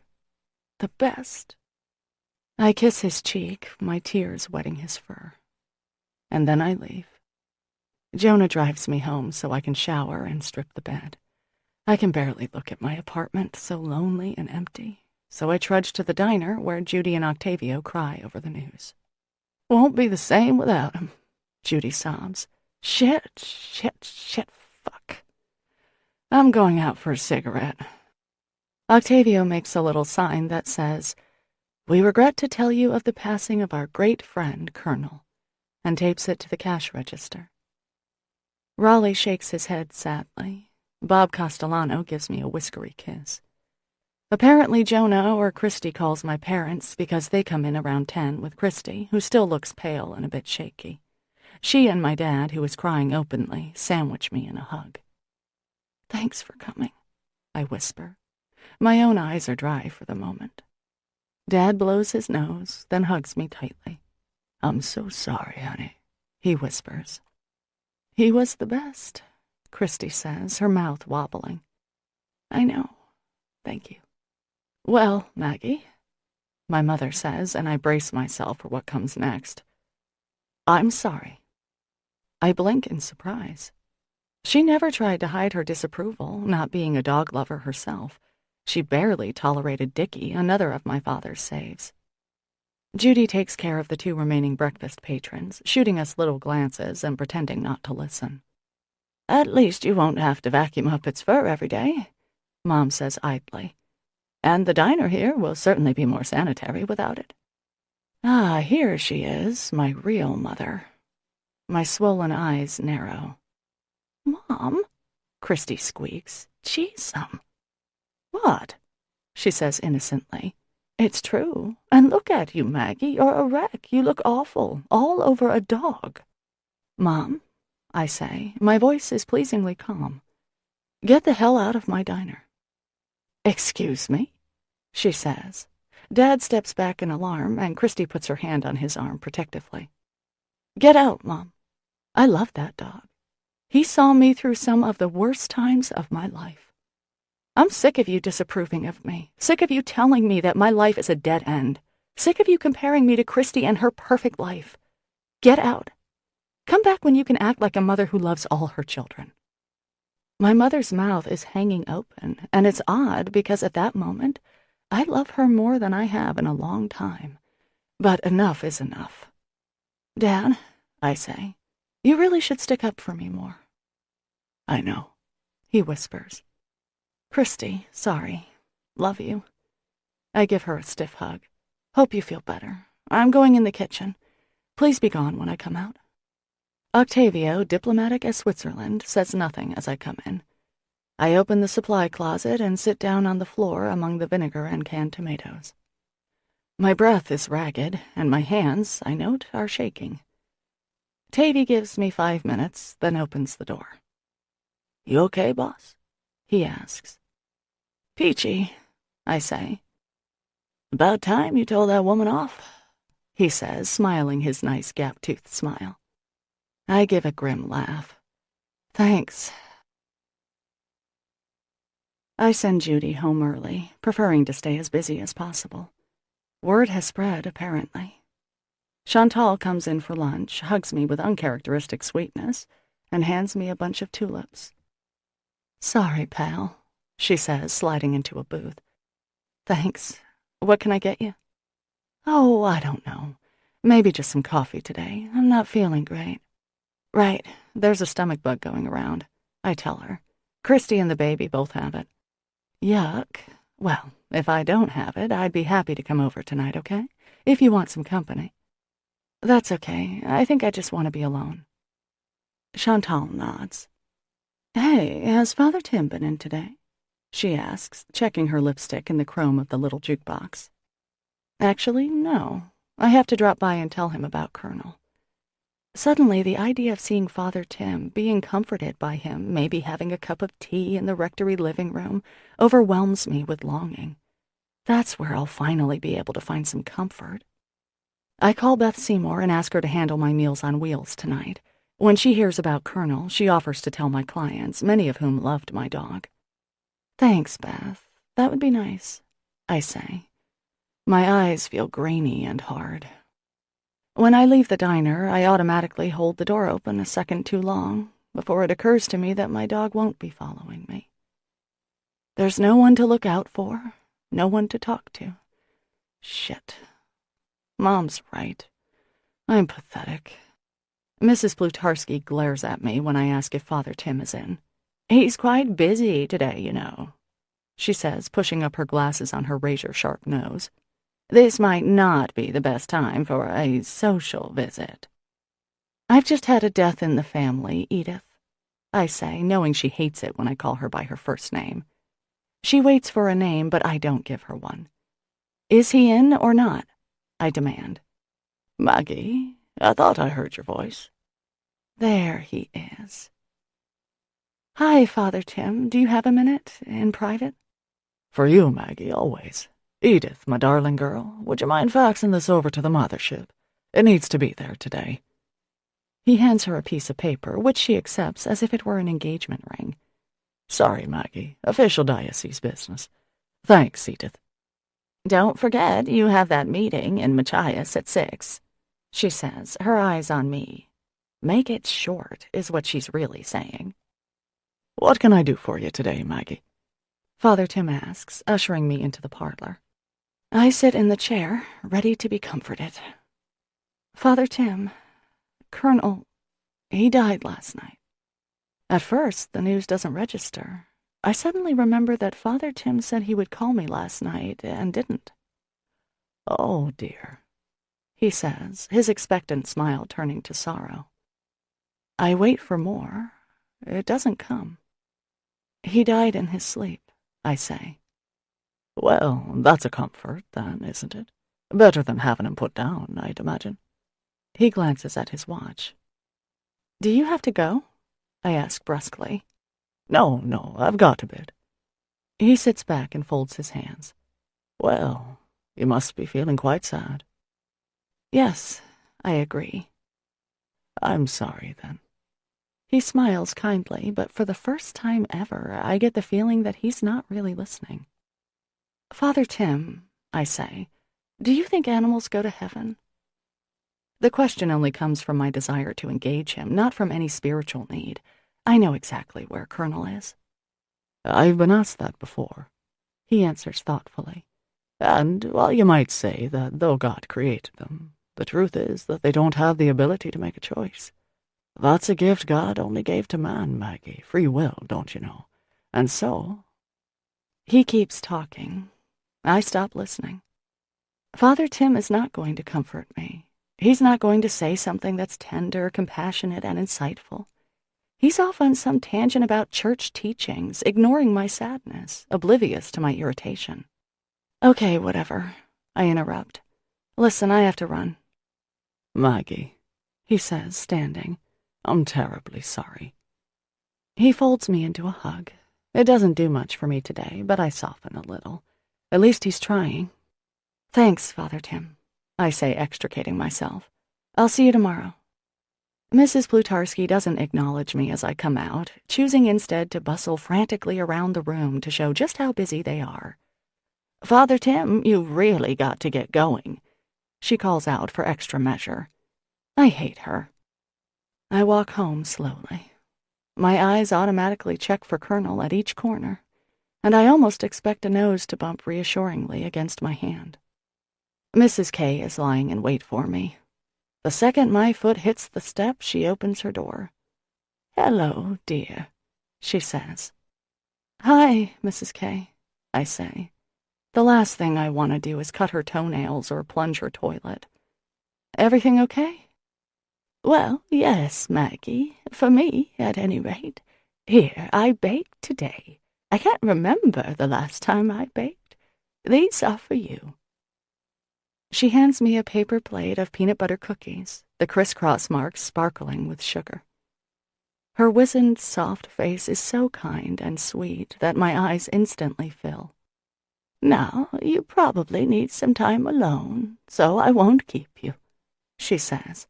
"But I'm here if you need me." She squeezes my arm and closes the door. I open the door to my apartment and step in, then stand for a minute facing my loss. I've never come home and not had Colonel either with me or here to greet me. His bowl is still there, still filled with kibbles. His doggy bed, worn on one side where he draped his paw over the side these many years, seems enormously empty. A couple of hours later, I'm in my oldest, most comfortable flannel pajamas. Winged blue coffee cups float over an orange background, a color combination that explains why I got them for $3. 2 inches of my ankle stick out, and my bosom, or lack thereof, is now coated with peanut butter cookie crumbs. Exhausted but not sleepy, I listlessly watch the Red Sox blow a 4-run lead. My mother hates me, my father's disappearing, my sister's perfect, and hey, let's not forget that my dog is dead. In a word, I'm not feeling too chipper. Of course, that's when someone knocks on the door. I heave myself off the couch. Probably Jonah, I think. But it's not. It's the last thing I need, Malone. I open the door. "Malone, it's not the best time for me," I say, looking at his chest. "I'll just be a minute," he answers, pushing past me. Why is he here? Do we need to break up? Did we have a relationship that actually requires a breakup scene? "Look," I say, but I'm talking to his back because he's ignoring me and going into the kitchen, taking off his coat even. The nerve. And opening a cabinet. Pretty rude, if you ask me. I stay where I am, hands on my hips. If he wants a fight, he's in for it. I am in no mood for shit today, as Mommy Dearest could attest. This has been a piss-poor day, and my throat grows tight with anger. "Malone, I really don't want you." Malone comes back in the living room with 2 glasses of what looks and smells like scotch. He hands one to me, then clinks his glass against mine. "To Colonel. He was a great dog, Maggie." Whatever hardness I'm feeling crumbles like a sandcastle. I cover my eyes, which have instantly filled with tears. "Malone," I whisper. He puts his arms around me, kisses my head, and the kindness of the small gesture just destroys me. My fists clench in his shirt, and I sob against his chest. "Jonah told me," he says, kissing me again. "Here, take a drink. You'll feel better." It's one of his longer speeches. I obey, wincing as I swallow. Then he leads me to the couch and sits down, pulling me with him, tucking my head against his shoulder. My tears leak out, wetting the wool of his sweater, and I hiccup occasionally. We sit there like that for a long time, watching the Sox lose, not saying anything. I sip the drink, feeling a pleasant warmth grow in my middle.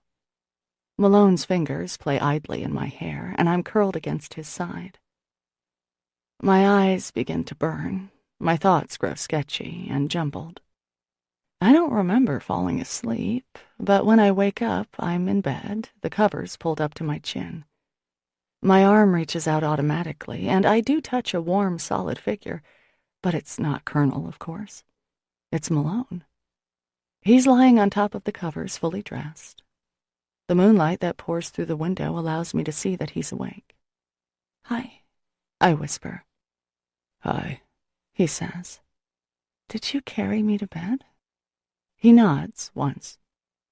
"You're pretty strong, then," I say, and he smiles, tugging my heart. He reaches out and pushes a strand of hair back from my face, his smile fading. Maggie, he says, his voice as gravelly as the stones at Jasper Beach. The other night, when you came over, I wasn't exactly at my best. My goodness, an apology. I think you're making up for it now, I tell him. Can you spend the day with me tomorrow? He asks, still playing with my hair. A date, I think. He wants to take me on a date. Octavio and Judy can run the place without me for a day. It's been known to happen. Sure. My eyes are getting tired again. Do you want to come under the covers? I murmur. It's pretty chilly.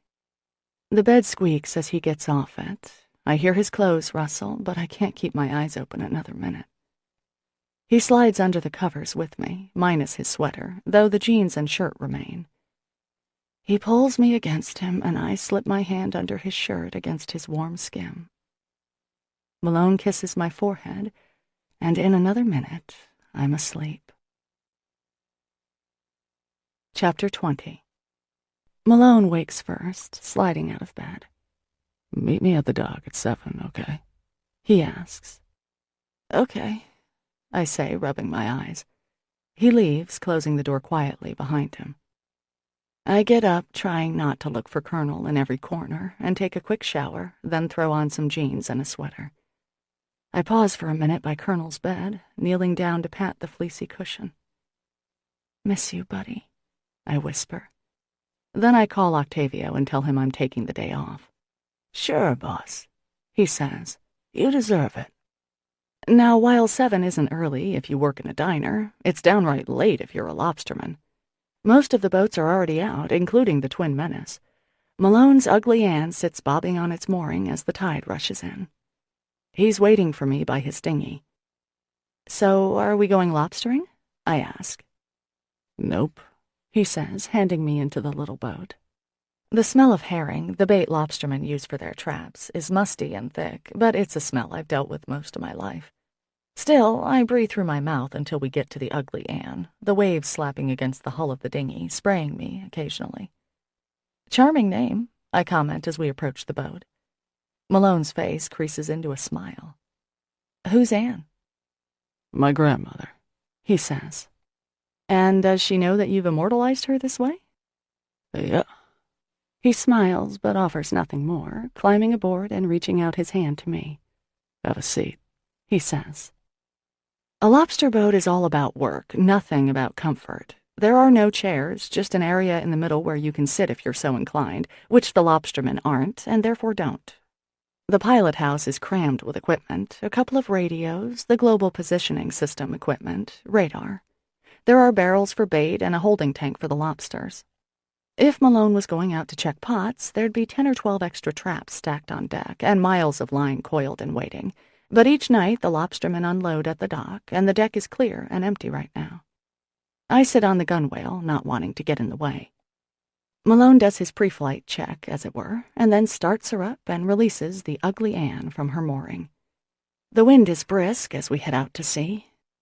Malone steers us past Douglas Point, dodging Cuthman's Shoal.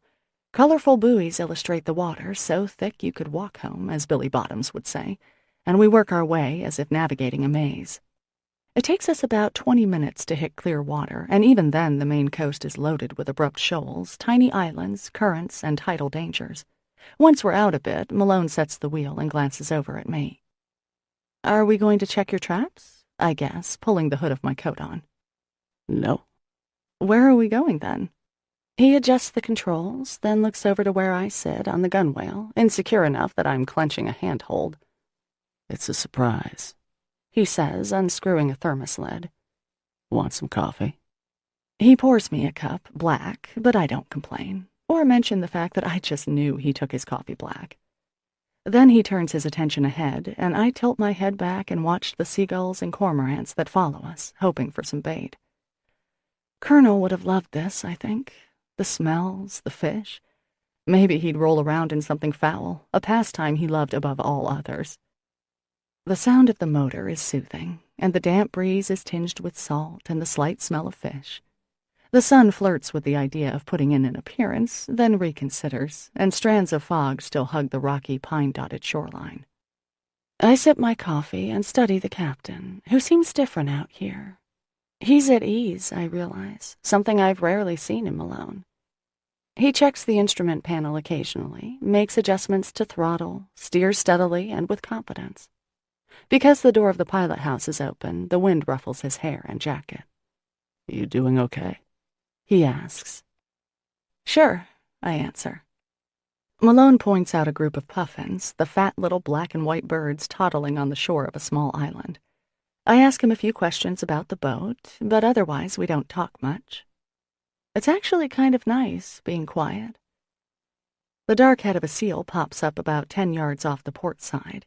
It watches us for a moment, the silky brown fur gleaming, then slips noiselessly beneath the surface. My hair blows around my face until Malone offers me an elastic, one of the thousands he has to slip over the strong claws of the lobsters. The motor is loud and strong, but not strong enough to drown out the cries of the gulls that follow us, or the slapping of the waves as we cross a wake or current. After an hour or so, we once again encounter a sea of offshore buoys.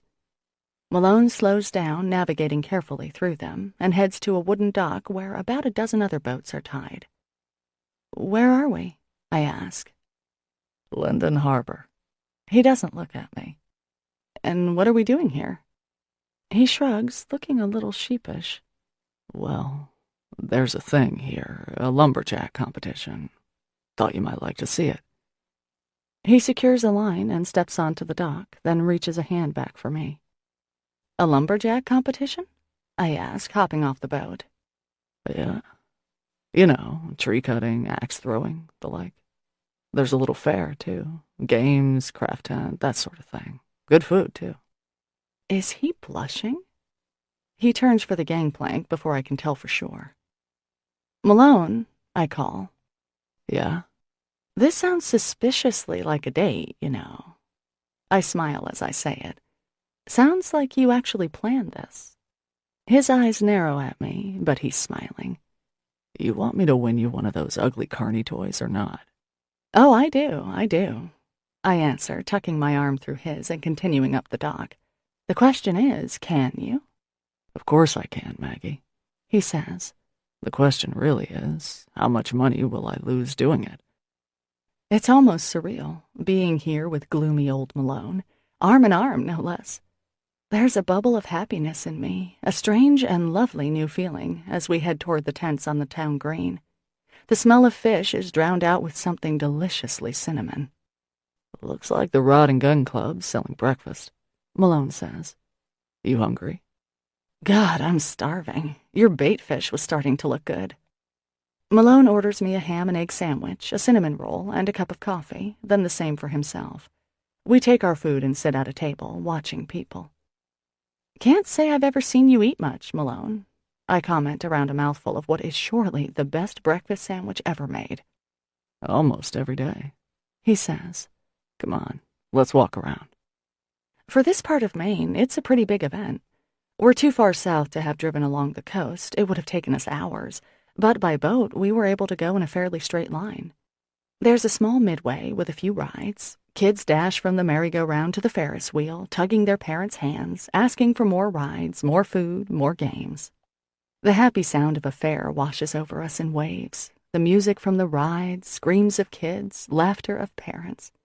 Before I think about it, I slip my hand into Malone's. He turns his head to look at me, and as the corner of his mouth pulls up in a smile, my heart pulls too. Win a prize for the lady, calls a carny. Shoot the target just 3 times and win a prize.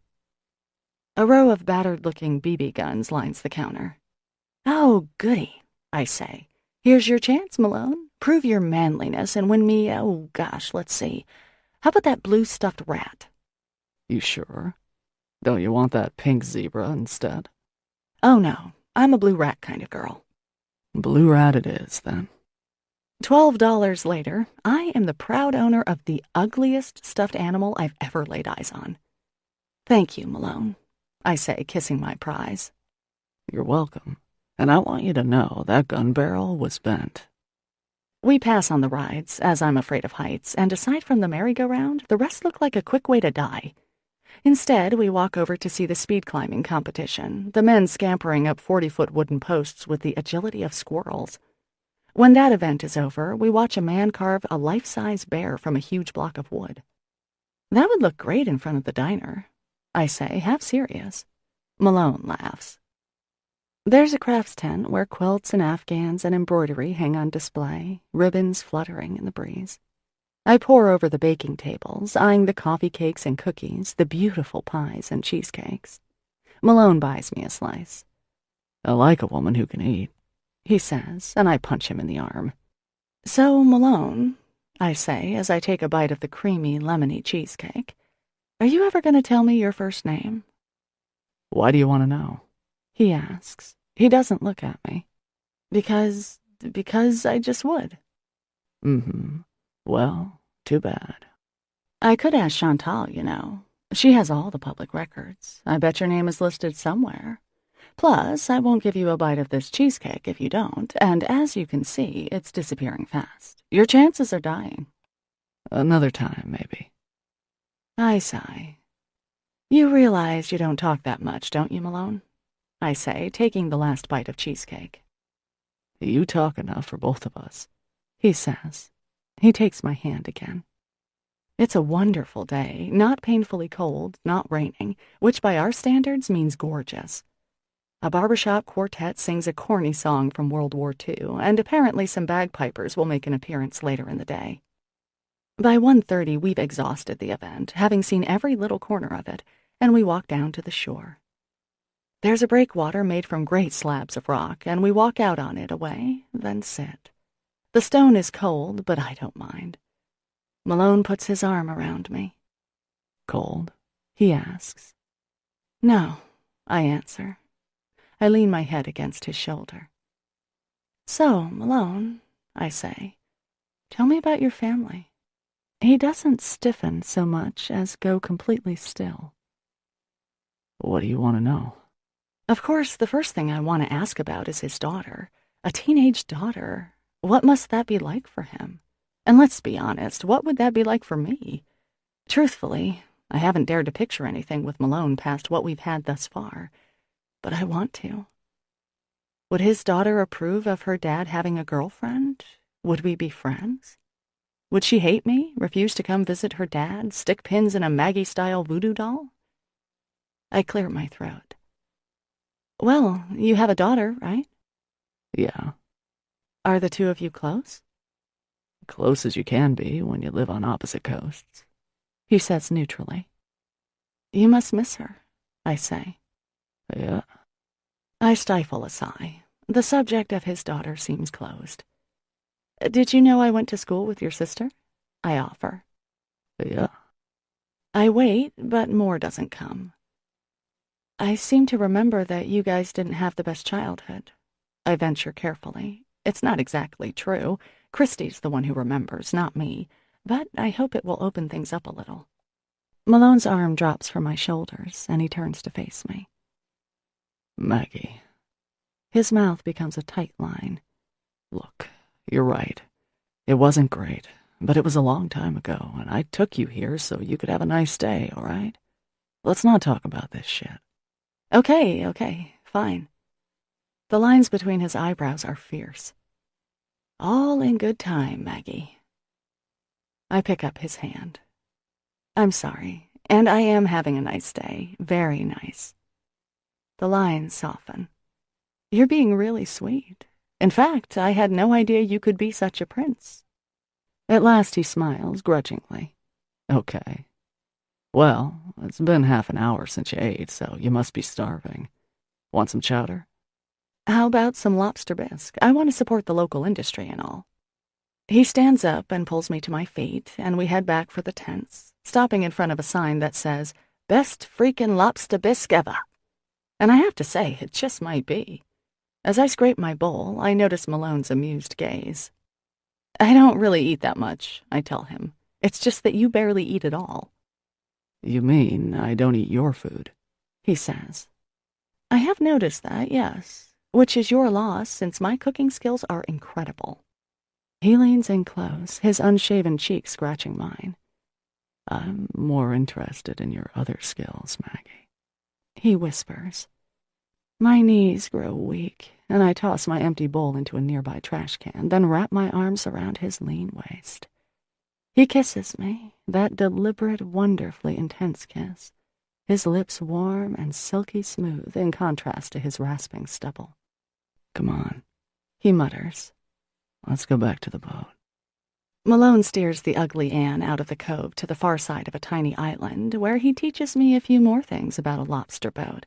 That you can make love standing up in the pilot house, though there's little room for error. We bang into a few things here and there, and my legs are still shaking when we're finished, my breath coming in gasps. Sorry if I was too loud, I whisper. Sure, I'm quiet now. 2 minutes ago, I was, well, not quiet. I thought you sounded just about right, Malone says, smiling against my neck.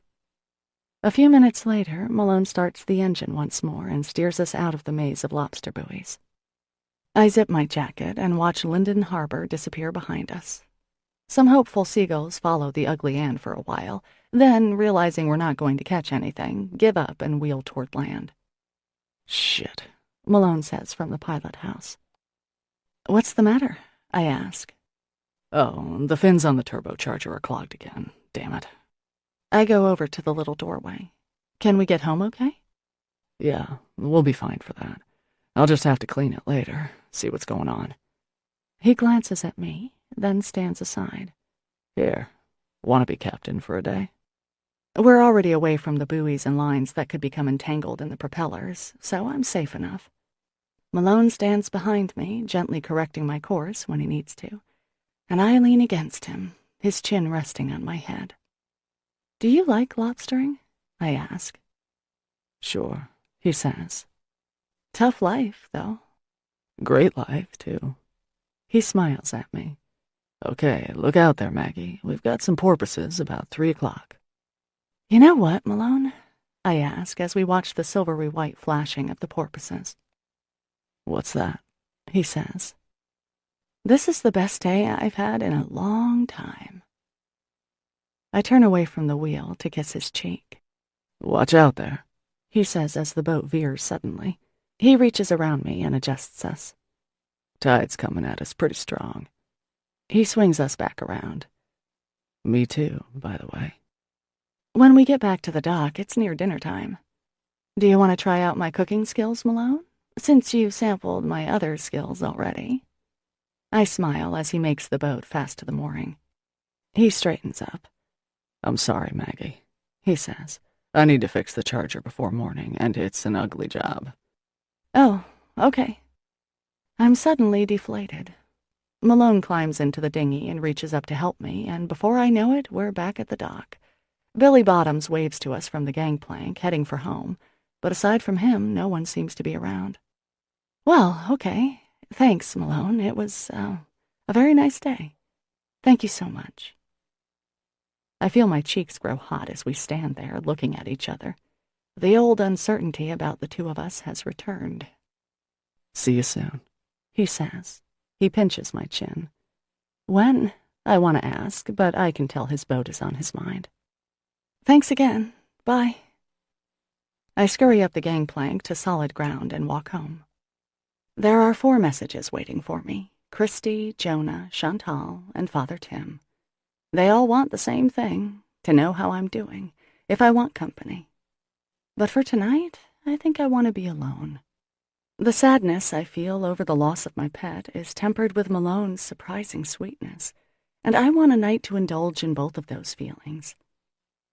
I put a frozen pizza in the oven and then pack up Colonel's things in a box, letting myself have a vigorous cry as I do.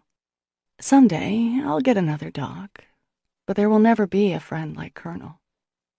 But I do have a new friend, Malone. When I needed it most, he really came through. Chapter 21. In a shocking new development to our relationship, Malone actually picks up the phone and calls me a couple of days after our date, just when I'm starting to grow irritated. Jonah had mentioned that Malone had to go down to Bar Harbor for a part, So I had granted him a grace period, but his time was running out.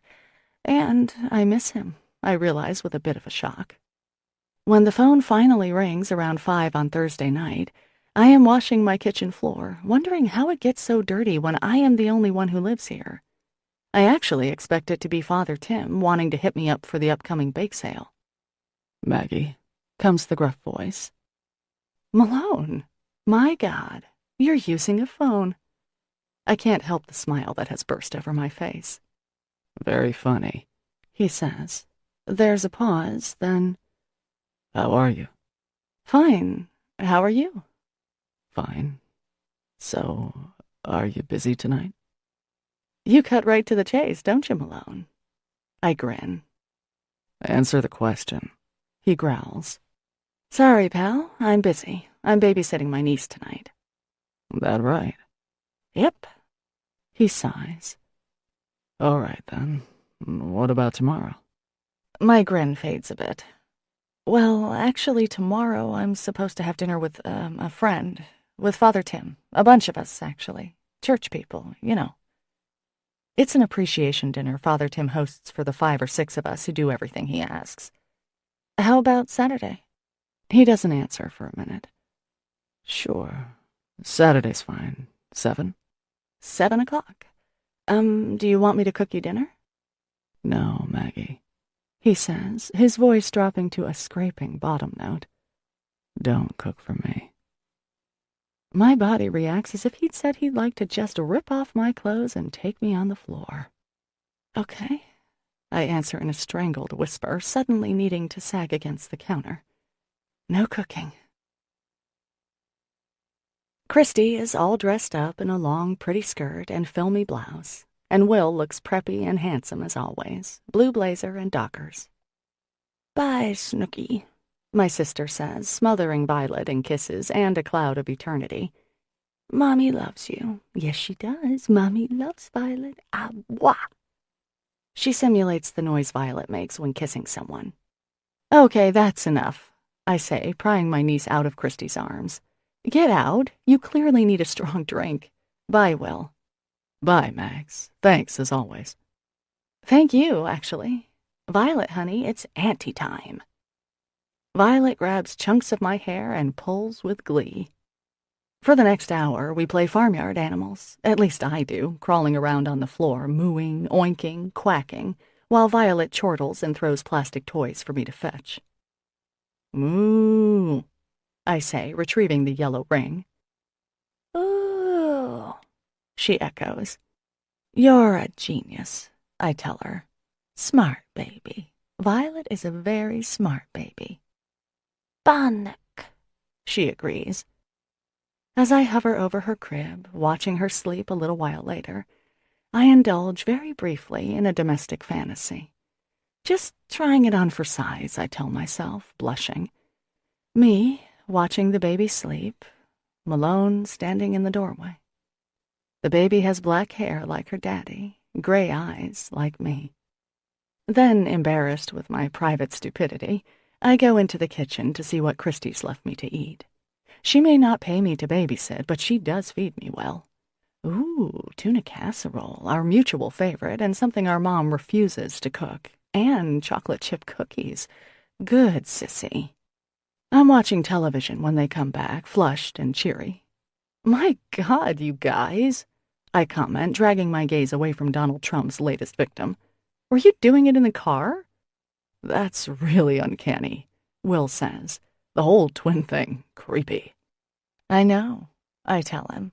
The fact that your pants are unzipped was just confirmation. Will grins, zips, and flies upstairs to look in on his precious, while Christy flops down on the couch next to me. What did you do with Violet? She asks. Oh, the usual. We lit matches, and I gave her a few sips of vodka, which she really seemed to like, and then we went up to the Widow's Walk, and I let her stand on the railing. It was fun. Christy hits me with a throat pillow. So, are you doing okay? She asks, about Colonel and all. I nod. I'm okay. It's weird, though. I've never been without him, really. Not as an adult. My eyes grow misty, but I smile. Where were you the other day? I called you and even swung by, but Octavio said you took the day off. I tell her about Malone, how he came over and slept on my bed like a good dog himself, how he took me to the festival, how incredibly nice he was the whole day. So you guys are what, dating? Back together? She asks. She takes a cookie from the tin on the coffee table and bites into it. These are great, aren't they? Yes, they are. And I guess we're sort of, well, yeah, dating. I guess so. Christy cocks an eyebrow at me. You're not sure? I sigh. Well, it's weird. He was great. He really was. But it's not like... What? Well, he's still kind of a stranger. When we were at the lumberjack thing, I asked him a couple of questions. Normal things like if he's close with his daughter, what his first name is. You still don't know? Christy interrupts. No, I don't. And he never really tells me anything. So we're together, but I don't know if we're just sleeping together or if we're actually going somewhere relationship-wise. Well, here's a great idea. Why don't you ask him? My sister suggests. I grimace. Yeah, I muse, taking another cookie. It may be my 5th. No. Why not, dummy? It shouldn't be a mystery. You have a right to know what he's thinking. I mean, what if he just wants a warm body once in a while, and here you want marriage and children? I think you should ask.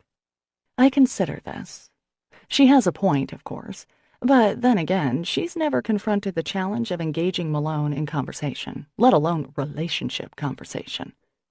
Maybe. I think about it as I walk home.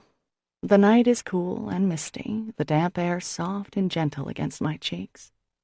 Of course, my reluctance to talk to Malone stems from the fear that he does indeed just want a warm body. Then again, if that's the case, I shouldn't be wasting my time with him. As usual, Christy has a point. How irritating. My father comes in for breakfast the next day, alone. He sits at a booth, which is fine since the place is deserted this morning. Since 6 o'clock, I've had a grand total of 4 customers. I've paid my monthly bills, sent in my order to the food suppliers, and cleaned the bathroom, and it's only 9 o'clock. Judy left at 8, disgusted with the lack of patrons for her to ignore, and Georgie only comes in 3 times a week. Hey, Dad, I call from behind the counter. What would you like today? Maybe just some coffee when you have a chance, dear, he says. He looks out the window, his face somber. I come over and pour him a cup, then sit down. Is everything okay, Daddy? You look... Your mother and I are getting divorced, he interrupts. My mouth falls open, but no sound comes out, just a little wheeze. Dad shifts in his seat, then looks at the table, shaking his head. I'm sorry, Pumpkin. What? But... Dad sighs hugely. I know. We've been married for 33 years now. Seems silly, doesn't it? My eyes fill, and I grab a wad of napkins out of the dispenser and blot. What happened? I whisper. Nothing big, really. It's just... He pauses, fiddling with the silverware. It's not your mother's fault, he continues. I just don't want to... I'm trying to say this gently, understand? You just don't want to live with Mom for the rest of your life, I supply. Right. I'm tired of hiding in the bomb shelter. I sit up a little straighter. Dad, look, I know Mom can be quite a harridan sometimes. I mean, I certainly get tired of her nagging me all the time. But I thought... My voice chokes off suddenly. I thought you loved her. I finish in a hoarse whisper. Dad's own eyes tear up. I did, but Maggie, the past few years, well, we haven't been happy. She hasn't been happy, and I'm just exhausted with trying to guess what mood she's in and why and how I can make it better. What does she think about all this? She's furious. Dad's mouth tightens again, then wobbles. She told me if that's what I want, then I'm even a bigger idiot than she thought, and she'd be glad to get rid of me. Sounds like Mom, all right. Mom was never the kind of cookie-baking Girl Scout leader mother depicted in most of our childhood books. She took care of us, certainly, fed us nutritious meals, and sent us to bed on time. But there was always an edge to her, and while I never doubted her love, I often doubted that she liked me very much. Christy dealt with her better. She was the quieter, more studious, more helpful child, while I tended to be a little sneakier, disappearing when the kitchen needed cleaning up, drifting into the bathroom when the groceries had to be unpacked. And with Jonah, the classic little boy, always grubby, always making messes and losing things, Mom's thin patience had evaporated completely. Only after he moved out did Jonah become someone my mother really seemed to enjoy. We had to get married, you know, my father tells me, interrupting my bemused thoughts. Excuse me?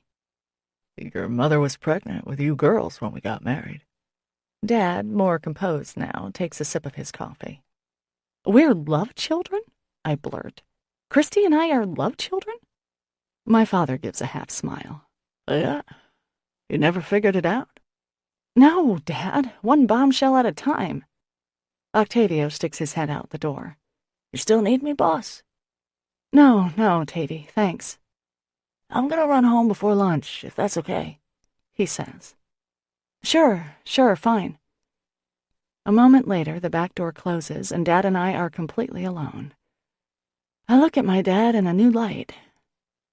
So, you knocked up that nice Lena Gray and had to marry her. Yep, you and Christy. 2 for the price of 1. Did Mom want to get married? Well, Maggie, that's what you did back then. None of this unwed mother stuff that goes on nowadays. You got a girl pregnant, you married her, and fast. So your anniversary is really when? Because my parents never really celebrated their special day, the reason now a little more clear, it was never a big event in our calendar year to begin with. We got married on March 15th. You and Christy came along 6 months later. The Ides of March? You got married on the Ides of March, Dad? I start laughing. No wonder you're getting divorced. Beware the Ides of March, Caesar, I quote. Shakespeare knew what he was talking about. Dad graces me with a smile, but his eyes are sad. Listen, sweetheart, your mother's gonna need a little sympathy. Don't be too hard on her, all right? Well, we're not really speaking at the moment, I tell him. Not since I kicked her out of the diner the other day. Oh, that's right. Well, it would be nice if you could patch things up. I roll my eyes. Yeah, sure. She only insulted my beloved dog on the day he died. Dad sighs again. I know, Maggie. But do it for me, won't you, dear? Of course I will, and Dad knows it. Have you told Christy and Jonah? I told Joe last night. I'm headed for Christy's now. Do you want me to tell her, Dad? You must be worn out. His eyes shine with gratitude. That would be great, honey. I'd appreciate that. You know you're my best girl now, don't you? Yes, and I know you say the same thing to Christy, you dog. I slide around to sit next to my father, wrapping my arms around his neck. I love you, Dad. Thanks, baby, he whispers. Sorry about all this. Where are you staying? I can't imagine you both in the same house if Mom's on a tear. Well, my lawyer said not to leave home just yet. His lawyer? He's already called a lawyer. So I'm still there, in the cellar, as usual. He leaves a minute later. I watch him walk down the street, his shoulders slumped, eyes on the pavement. Poor Dad. He must feel completely desperate if he's resorted to this. And yet not just desperate, actually doing something about it. I summon my sister to a late lunch at Joe's diner and break the news as she eats. Christy isn't as stunned as I expect her to be. I always wondered about that, she muses. If they had to get married, it makes sense. You mean it explains why Mom's been in a bad mood since the day we were born? I say, far less sympathetic than my sister. She really deserves the title of the good twin. Well, yes, Maggie. I mean, in those days, there was a lot of shame over being pregnant before you were married. So suddenly she's 22 years old, and her life is mapped out for her. No choice in the matter now. She just finished college, remember? She wanted to be an editor in New York City, and instead she's pregnant and living in her hometown, knitting booties for twins, the icing on the cake. She wanted to be an editor? I never heard that, I say. Christy breaks off a piece of grilled cheese and offers it to Violet, who opens her mouth as obediently as a baby bird. Yeah. Christy turns away from her baby to look at me. Imagine, Maggie, the first girl in our family ever to go to college. Granddad would have been so proud. The whole town would have talked about it. Little Lena, a college girl, look at that. And then, bam, she's pregnant, knocked up. No career, no New York, just mud season and black flies and 2 colicky babies. It does put things in a new light.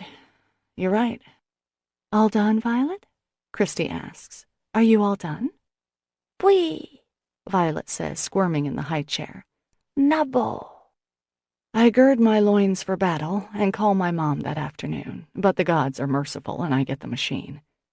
Hey, Mom, it's Maggie. I heard the news. Sorry.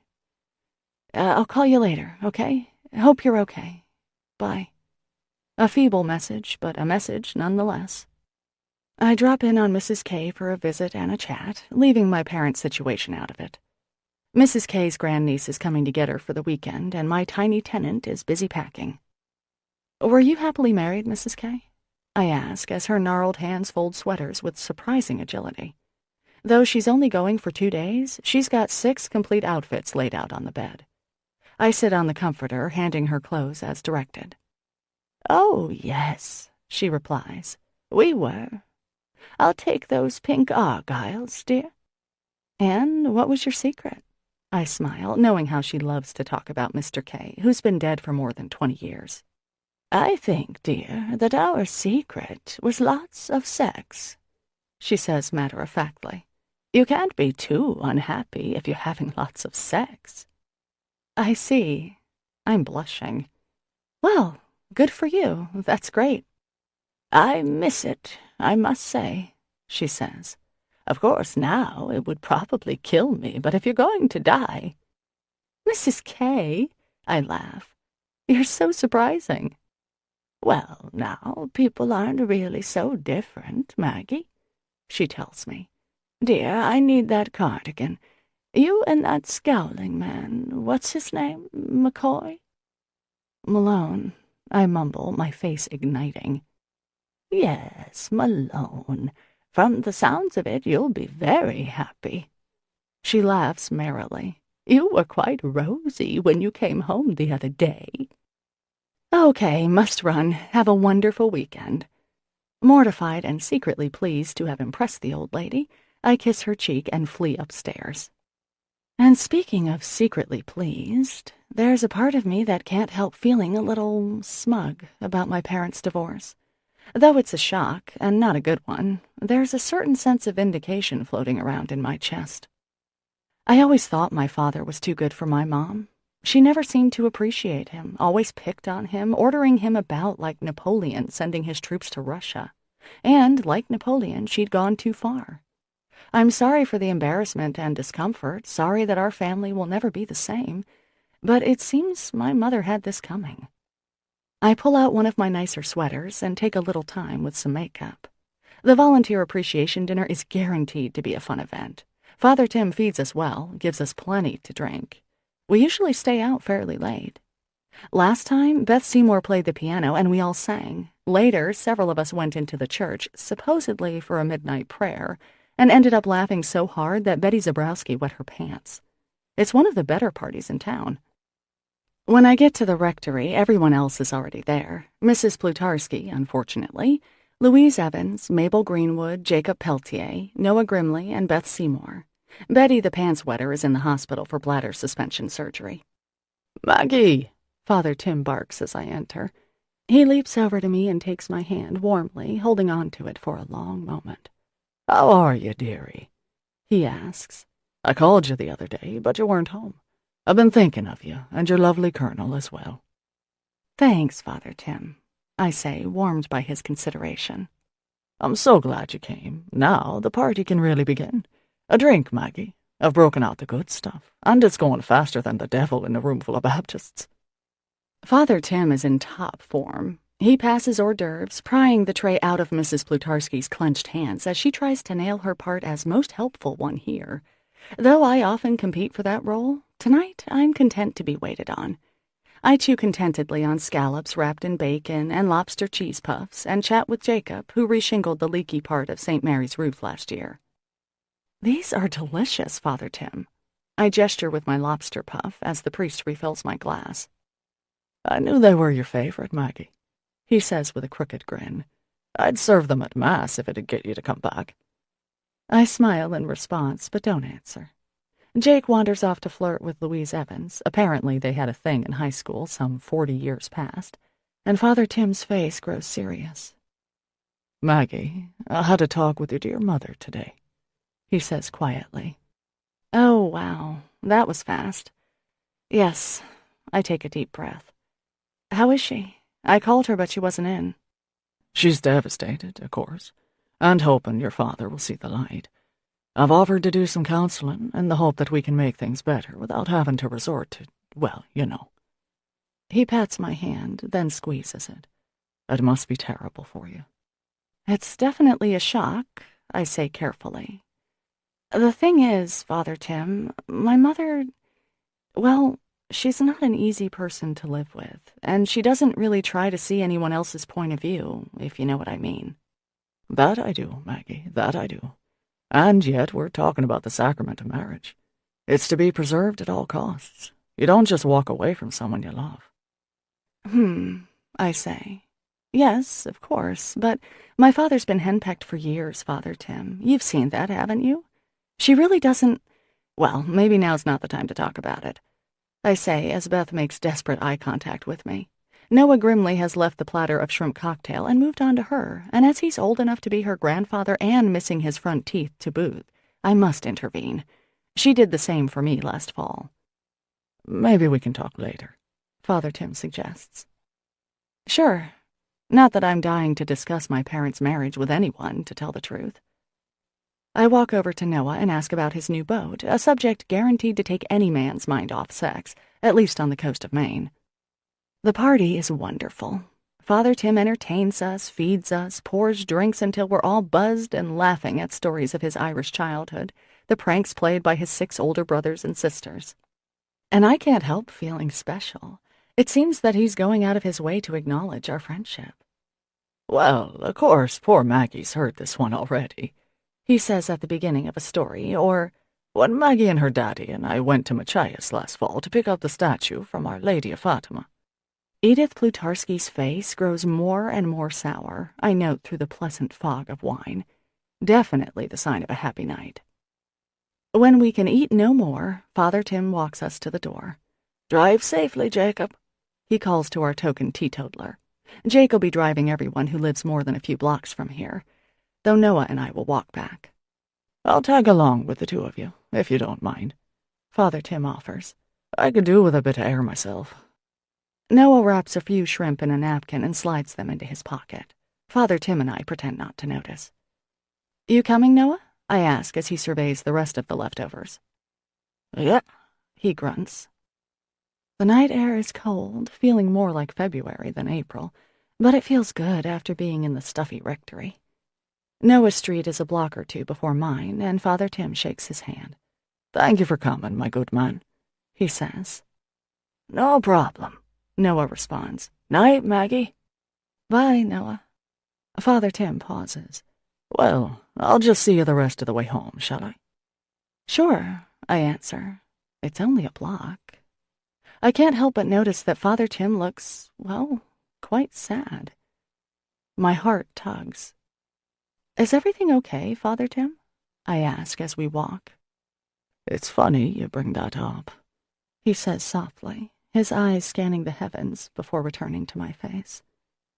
As ever, the old attraction thrills through me as I look at his gentle eyes, his perfect bone structure.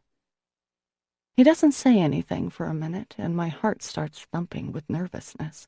Or maybe it's guilt for still finding him so appealing. "Well, difficult decisions lie ahead," he says obliquely, sounding more like a fortune cookie than a priest. He doesn't elaborate, and I don't ask him to. It only takes a minute more to get to my little house. Father Tim turns to me.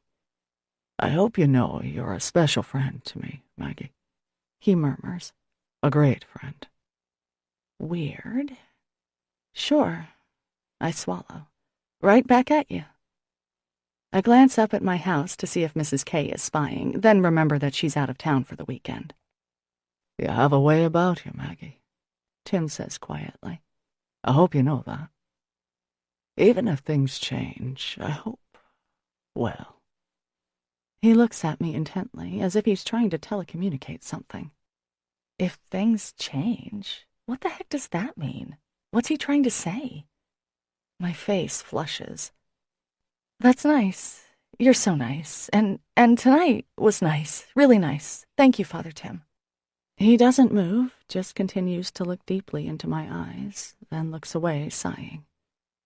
Well, good night now, Maggie. Good night. Thank you. Thanks, Father Tim, for everything. Bye now. I scurry the remaining distance to my porch, then race up the stairs, glad, perhaps for the first time, to put some distance between me and Father Tim. Chapter 22. I have a date with Malone, I tell my reflection the next afternoon. Just have to go see Mom, get that over with, and then I have a date with Malone. It's a calming thought. Malone, after all, is not my angry mother, nor is he a priest. No vows of chastity for Malone, that's for sure. And thank goodness for that, I grin. But something is definitely going on with Father Tim, and I'm not sure I want to spend a lot of thought on what it could be. When he didn't come into the diner this morning, I was surprised to find myself a bit relieved. However, any sense of reprieve I might feel is canceled out by the dread I have of seeing my mother. Still, I can't just ignore her, so I pedal my bike out to my parents' house, take a few cleansing breaths outside, and go in. Dad is nowhere in sight, as usual, but Mom is sitting at the kitchen table. Hi, Mom, I say, bending down to kiss her cheek. Oh, Maggie. Hello, she answers. How are you? I'm fine, I say, pulling out a chair and sitting. What about you? This must be very... My voice trails off. Yes, it is. Very. She stares at the table. So, what's new? Did you get another dog yet? No. I think I'll wait a while. Mom, are you okay? She sighs and looks at the ceiling. No, Maggie, I'm not. I'm the town laughingstock, dear. Divorce after all these years. Poor Mitchell Beaumont couldn't stand it another minute. That's what they're all saying, you know. Nice old Mitch, married to that bitch.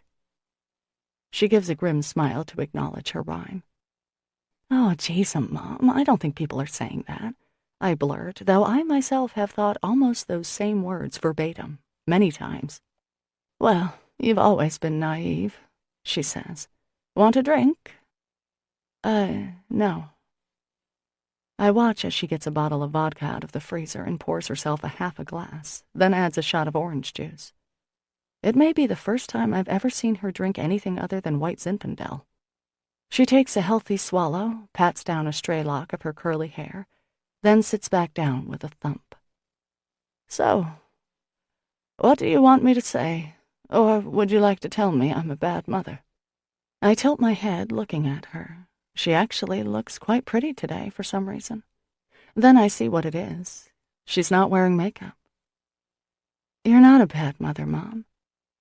Well, thank you for saying that. She takes another slug of her pale orange drink. Mom, I blurt. You were kind of rushed into marrying Dad, being a mother, all that. Maybe this is your chance to have some independence, start a new life, you know, that kind of thing. That's rich, Maggie, she says. I'm 55 years old. I don't want a new life. You didn't want your old one either, I point out cautiously. You've been unhappy most of your life, haven't you? Surprisingly, she reaches out and takes my hand, frowning automatically at the roughness, my short fingernails, the cut on my left middle finger.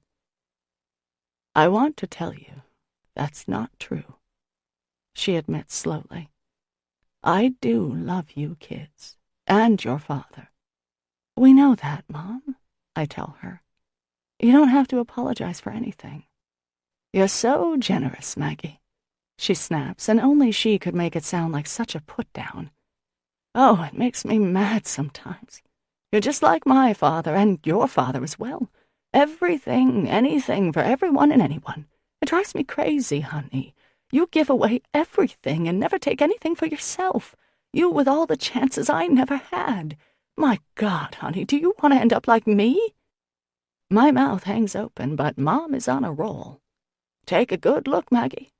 I was all set to have a life I'd dreamed of. Get out of Washington County. Get out of Maine and live in a big city. Have a career. Really do something. I imagine myself climbing up the ladder at some publishing house, becoming like Jackie O or something, surrounded by books and creativity and excitement. Her fist slams down on the table, her voice rising. And I ended up here, working in a stupid doctor's office instead. And now my goddamn husband is divorcing me, and I'm terrified. My mother bursts into tears. I get up from my seat and kneel next to her, gingerly putting my arm around her shoulders. Mom, I say gently, listen, calm down. It's going to be okay. Daddy's not going to kick you into the street or anything. You'll be fine. And if you want to do something else, you can now. This is a second chance for you. You can move, you can get another job, do anything. Don't cry, Mom. But she continues to sob. You don't understand, Maggie, she chokes out. It's too late. I'm too old. You can't teach an old dog young tricks. And before you know it, honey, you're going to be just like me. So, okay, that didn't go too well, I think as I ride home. That was definitely not good. I never thought of my mother as poor Mom, but I can't seem to help it right now. Maybe Father Tim's right. Maybe my parents should work it out. Then again, it seems like my dad has suffered enough. Besides, it's not like they'd be fighting for their old, happy life. Maybe a divorce will give them both a new chance, clean slate, all that crap. But I'm shaking a little. My mother was never afraid of anything before. I decide to go to Malone's house, even though we had said 7 at mine. I don't care. He'll have to deal with me showing up on his doorstep 2 hours early. Malone's house is at the top of a hill, and I get off my bike and push it up the steep incline.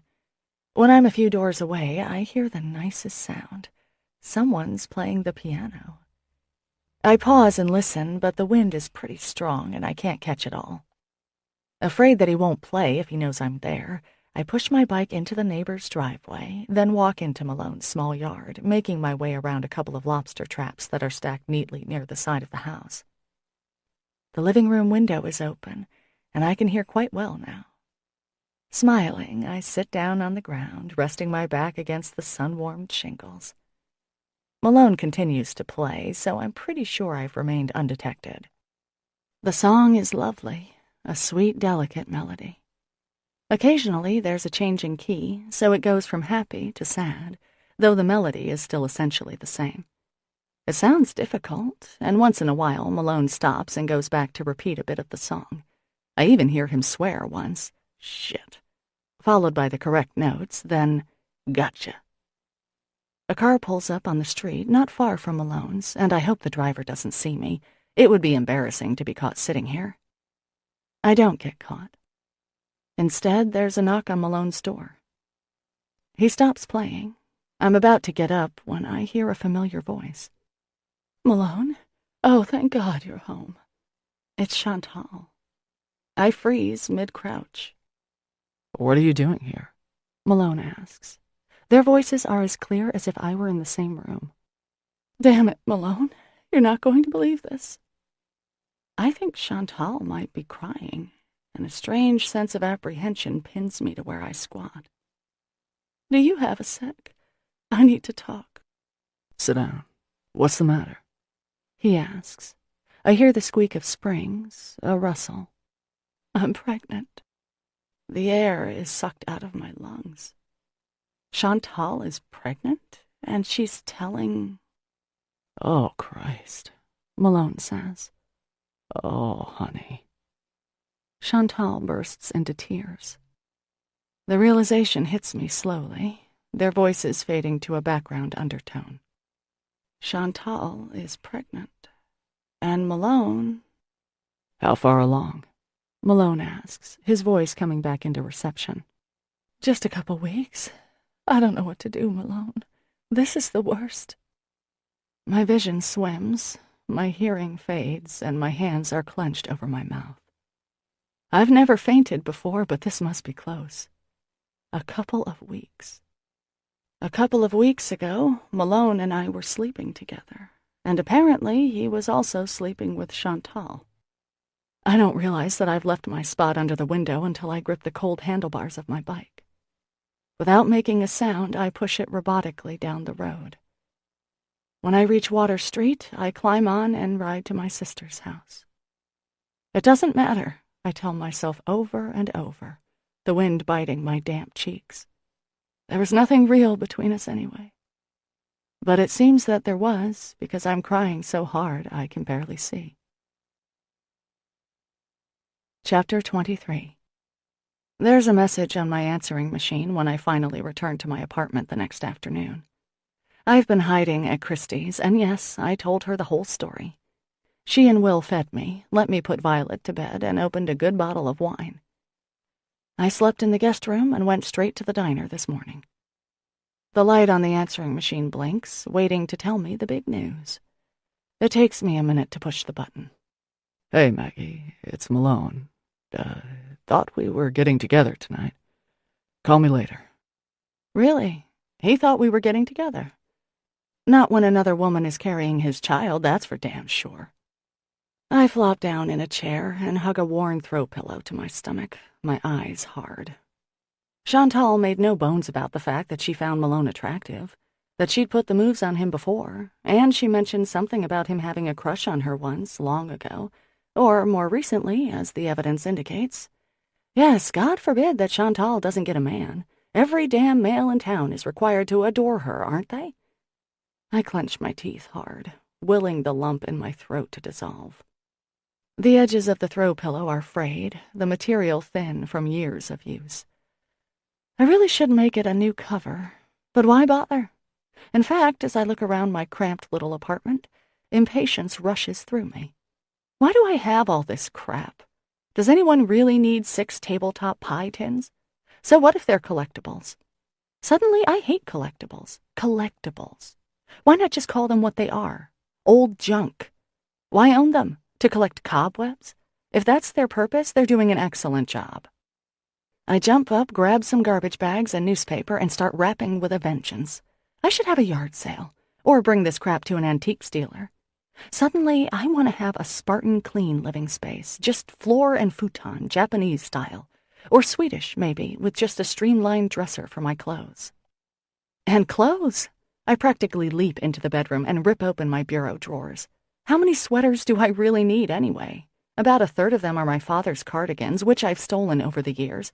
Maybe he'll want them back. And God, look how many stained t-shirts I have. Working in a diner is no excuse. Surely I can afford clean shirts. When I dribble gravy or coffee on them and can't get the stain out, into the trash they shall go. Maybe I should have t-shirts made up for the diner. Yes, that's what I'll do. That will eliminate the question of what to wear every day. Just a black t-shirt with red writing. Joe's Diner, established 1933, Gideon's Cove, Maine. Perfect. The summer nuisance will love them. Ruthlessly, I stuff 6 shirts into a trash bag, vaguely noting logos of places I've been, sayings I thought were cute. Stupid, cluttering crap. I barely pause at the blue rat, stuffing it with far greater force than necessary into the giant black trash bag. Good. Bury it, stupid cheap thing. After Skip traded me in for a classier model, I moved in here, renting the place from some summer people who had bought it as an investment. When Gideon's Cove failed to be the new Bar Harbor, they sold it to me for an affordable price, and Dad and I overhauled the place and found Mrs. K as a tenant. It was so safe here, so cozy and tiny. But now it seems crowded and stuffy, just as my mind is crammed with memories of my romantic failures. Skip, of course, is at the head of the class, but there were others, too, before Malone, before Father Tim. A couple of years after Skip was Pete, a very nice guy from a few towns over. We dated for a year, practically living together at the end. When he asked me out for dinner one night, I imagined that he was going to pop the question, and I imagined myself saying yes. We were very solid, very content, I thought. It wasn't a huge romantic love, but I thought it would last. Instead, Pete gently informed me that he was moving to California, and he would really miss me. If he'd asked, I would have said, No, I can't possibly come with you. I love Maine. I don't want to move. My life is here, my family. Our breakup would have been sad, regretful, but required, because I honestly wouldn't have left home for that guy. My heart was not broken. Still, it would have been nice to turn him down. I pull out a green sweater that still has a few golden hairs on it, Colonel's hair. He must have rubbed his head against me while I was wearing this. My eyes fill. Sudden, desperate longing for my dog flows over me like a river. This sweater can stay, I decide, putting it in the keep pile. I blow my nose and continue purging. After Pete was DeWitt, my boyfriend of 4 months. He asked me to put some distance between myself and my sister, successfully ending our romance with that one sentence. Unfortunately, he then told everyone that I had an unnatural thing going on with Christy and implied that I'd never find someone because I was fixated on my own sister. Asshole. Maggie. Jesus God, you shouldn't sneak up on people like that, I squawk. Malone leans against my doorframe and smiles. I have to look away. Sorry, he says. I knocked. Must not have heard me. Well, so, you're here. That's... The animal magnetism he exudes shrouds my reasons for being mad. Oh yeah, Chantal. Got it. Okay, Malone, so what's up? What's new? Anything new? His smile fades. Not really. Missed you last night. Did you? Well, something came up. So, he's not going to admit anything. You'd think even Malone would acknowledge something. Hey, by the way, Chantal and I are having a baby. Want to grab some dinner? Fine. If he's not going to say anything, I'm sure as hell not going to admit I was lurking under his window the moment he learned of his impending fatherhood. Swallowing bile, I feel so tired of having my relationships make me look like a fool. Skip, those other dweebs, Father Tim, and now Malone. I just can't take it. I won't be made an ass of again. I just can't. I finish stuffing the contents of my drawer into the trash bag, willing myself not to feel anything but anger. However, the image of Malone lying on my bed the night after Colonel died shoves its way into my head. How could he be so... Everything okay, Maggie? He asks, a slight frown between his eyes. You know what? No, everything is not okay, Malone. Here, come in the living room, okay? I shove my way past him into the mess I've made in the next room. Sit down. Have a seat. I take a deep breath and sit on the other side of the coffee table, not wanting to be too close to him.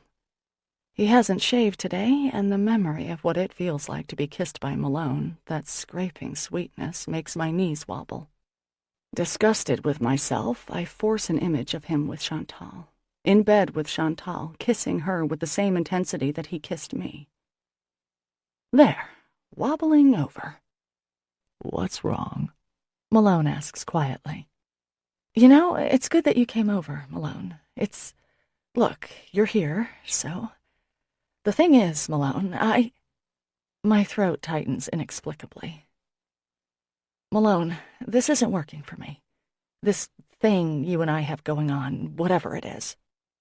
Though his expression doesn't change, his head jerks back a fraction, and for a tiny second, I feel bad for him. He's surprised. Didn't see it coming. Well, I know the feeling, don't I? I keep talking, taking a grim pleasure in the fact that at least I'm not on the dumped end of this breakup stick. You know, you're very attractive, I guess. I think so anyway. But aside from that physical stuff, well, to tell you the truth, Malone, I'm looking for a little more. He just stares at me, not frowning exactly, but almost concerned. Did something happen, Maggie? He asks, and the kindness in his rough voice causes fresh fury to slap my heart like a rogue wave. I don't know, Malone, I snap. Did it? His black brows come together. What's going on? He says, and now there's a note of irritation. You tell me. I stand in front of him, hands on my hips, daring him to admit what he's done. Are we fighting here? He asks, scowling, because I don't remember us having anything to fight about. Fine. He's being a coward. Fine. I'll make it simple for you, Malone. You're really just not my type. Score a direct hit. His mouth closes abruptly. His face is fierce and dark. And just who is your type, Maggie? Father Tim, maybe? He growls. I cock my head. Well, funny you should say that. Aside from the priest thing, yes, actually. He's a true friend to me. We talk, we have fun, we laugh together. We tell each other things. That's more of what I'm looking for, a friend and a lover. That's not so surprising, is it? A friend?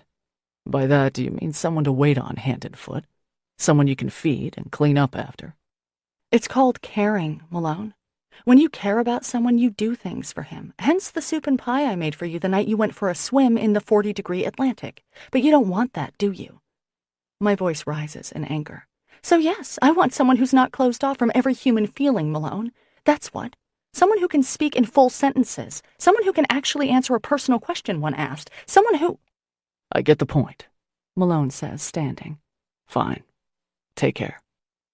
He slams the door behind him, and I burst into tears once more.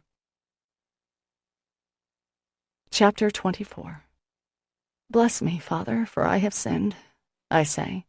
It's been 22 years since my last confession. Funny how the words come racing right back. Can we get to it, Father Tim? I really need to talk.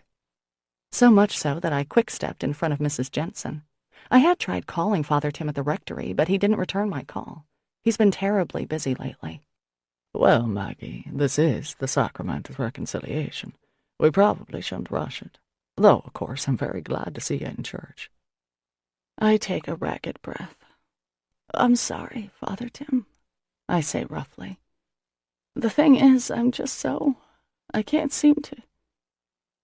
My throat is gripped by all the misery of the past week. Colonel, my parents, Malone, Chantal. My own future stretches ahead of me, alone, childless, ankles swollen, no one to change my diapers in my dotage. Tears drip down my cheeks, and I sniff wetly. What is it, Maggie? Father Tim asks, his voice full of alarm and concern. My life is a joke, I manage. I know what I want, but I just can't seem to get it. And I don't understand why everything is so hard and confusing. Why do I miss Malone? Why have I analyzed every second we've ever spent in each other's company? Why does my mother's fear break my heart the way it does? Why can't people just meet and get married and be happy like Christy and Will? And worst of all, why does it feel like my last chance will die with Malone, even knowing what I know? I broke up with Malone, I blurt. You were right, he's churlish. Oh, Maggie, I'm sorry. Sorry to be right. He leans forward so I can see his face through the filigreed screen of the confessional. There are times when life tests us, he says gently. Times that seem so lonely and bleak. It's how we handle these difficult situations that really proves who we are. I swallow and wipe my eyes. I've been so jealous of Christy lately, I admit in a whisper. She has everything, Father Tim, everything I want. And you're happy for her as well, Maggie, he says. You want those same things. There's no shame in admitting that. But it doesn't seem fair, I protest. I don't want to end up alone, Father Tim. I get so scared sometimes that I'll be this weird aunt who'll be passed around like a virus. Like, it's your turn to feed Aunt Maggie. No, it was my turn last week. You do it. Father Tim doesn't laugh, bless him. He doesn't say anything for a moment. None of us wants to look into the future and see ourselves alone, Maggie. He nearly whispers. No one wants that. There it is again, that undercurrent of his own loneliness, of sadness, maybe. Or am I reading into things? But there's something. I raise my hand to the screen that separates us, pressing against the pretty scrollwork of the metal, and suddenly my old fantasy of being with him doesn't seem so ridiculous. "Father Tim?" I whisper. Outside in the church proper, Mrs. Jensen coughs loudly. "Maggie, you're such a wonderful person," he says, so softly I can barely hear him. "Don't be sad.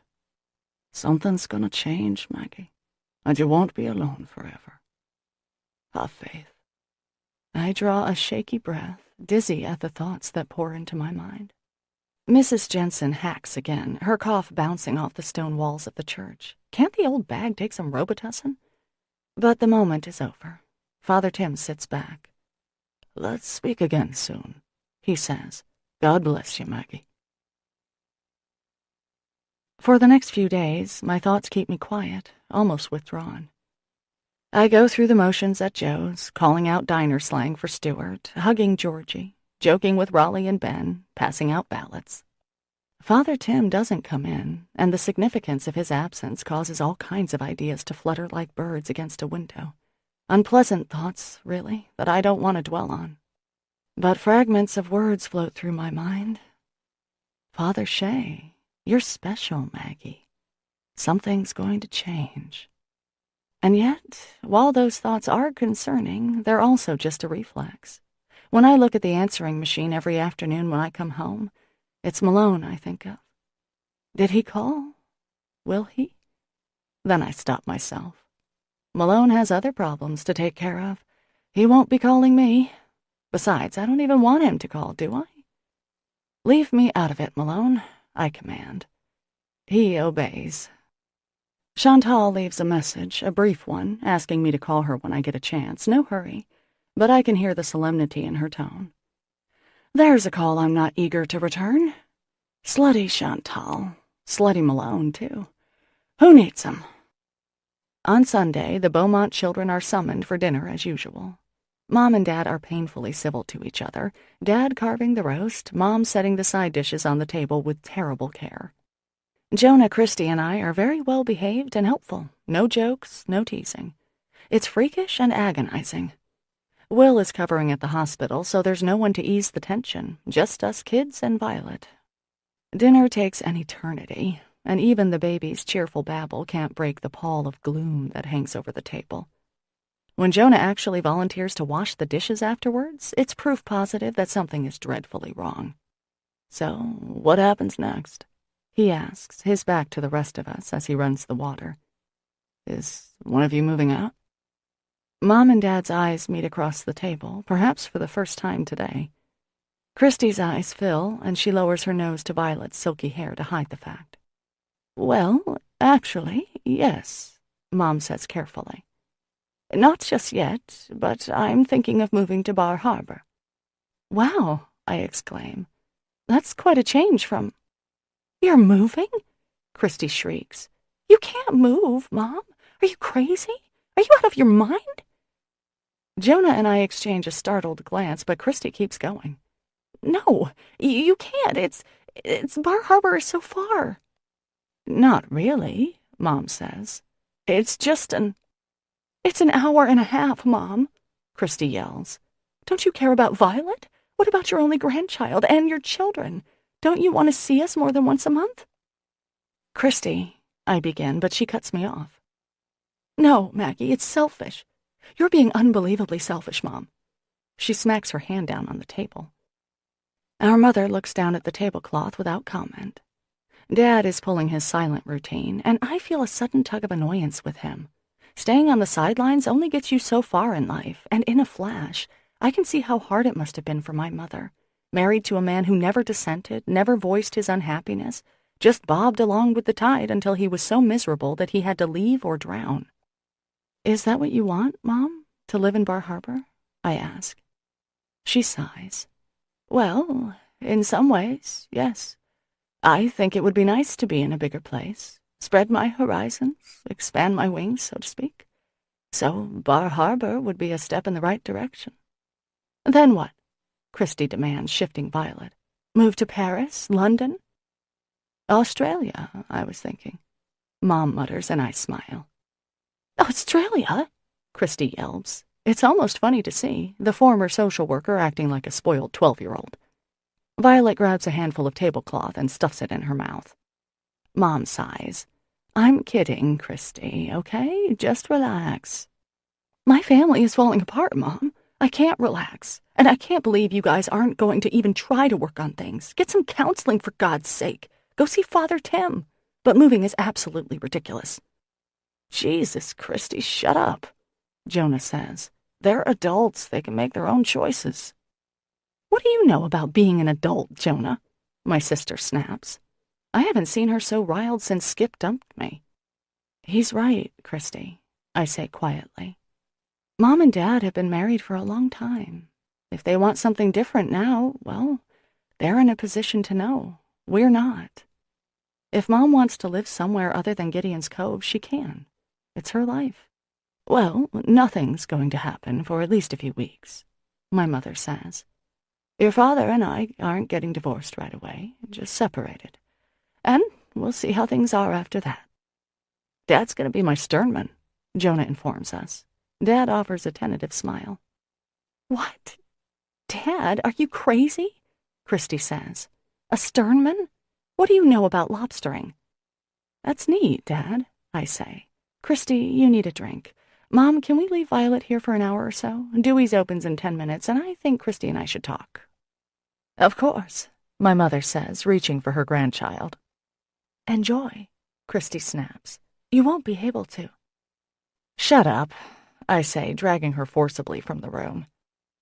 We ride in silence to Dewey's, Christy driving with sharp movements, braking hard, jerking the steering wheel. She stomps into the bar in front of me, not making eye contact as we sit at a table in back. The bar is nearly deserted. It's 4 on a Sunday, and Dewey is still taking chairs down. Dewey, can we get a couple of... What do you want, Christy? I ask. I don't care, she mutters. Scotch, I guess, Dewey. Sure thing, girls, he calls. He pours us our drinks and brings them over, then hustles off to fill the register. So, what's your problem? I ask my sister. Our parents are acting like idiots, she says. What happened to all that nice compassion you had last week? Poor Mom getting knocked up, abandoning her dreams. I take a sip of my drink and instantly remember the last time I had scotch, with Malone, the night Colonel died. I shove the thought aside. Christy takes a sharp breath, and her eyes fill with tears. I didn't know she would leave, Maggie. How can she? And Dad's going to become some stinky, weird old guy without her. A sternman, for crying out loud. But aren't you a little bit, I don't know, proud in a way? That our parents are doing something new? That just because they're middle-aged doesn't mean that their lives are carved in stone? I think it's kind of neat. Christy shoots me a death glare. A little neat, anyway, I amend. No, she sulks. It's not neat, Maggie. Mom is moving far. Her tears slip down her cheeks. I know you'll miss her, I say, but she deserves a chance to do something different, Christy. She's not obligated to stay around and watch our lives anymore. My sister stares out the window for another minute. Oh, shit, you're right, she says, swallowing a mouthful of scotch. You're right. I guess I just feel abandoned and sorry for myself. I mean, I'll miss her, Maggie, and so will Violet. She loves Mom so much. Christy's face scrunches up in misery, and I reach across the table to squeeze her hand. Here now, what's this? Dewey asks. Maggie, why are you crying, hon? I'm not, I say. Christy is. Oh, dear, no crying in my bar, sweetheart, Dewey says. And the day I can tell you girls apart will be a banner day, let me tell you. He pats her head and walks back to the bar. Christy gives me a watery smile. Man, I was such a bitch back there, wasn't I? She asks. Yes, I answer, smiling. All right, bitch. I'm so happy. Happy? Why? Because it's high time I got to be the good twin, I say. You're so funny. She smiles genuinely now, and simultaneously we reach out a foot under the table and nudge each other. "Hey, what happened with Malone?" she asks, her head swiveling to the door. My heart sinks like an anvil, but no, it's not Malone. Just Mickey Tatum, the fire chief. "I broke up with him," I tell her. There's a tightness in my throat that the scotch doesn't alleviate. "What did he say about Chantal?" Christy asks. "Nothing. We didn't talk about it. He didn't say boo about her." Christy sighs. "Sorry, Maggie." "Yeah, well, other fish to fry, right? Other eggs to scramble. At least I caught bait before things got too whatever." I don't fool Christy. She smiles sadly, seeing right through me. "I do have to tell you, though," I say, artfully changing the subject. "Something's going on with Father Tim. Have you talked to him lately?" "No. Why? What's up?" Dewey comes over with a bag of potato chips. "For the beautiful weeping lady," he says, handing them to me. "That's Christy," I correct, pointing across the table. "Of course, for the beautiful weeping lady," he repeats. "Thanks, Dewey," she says. "Just the ticket."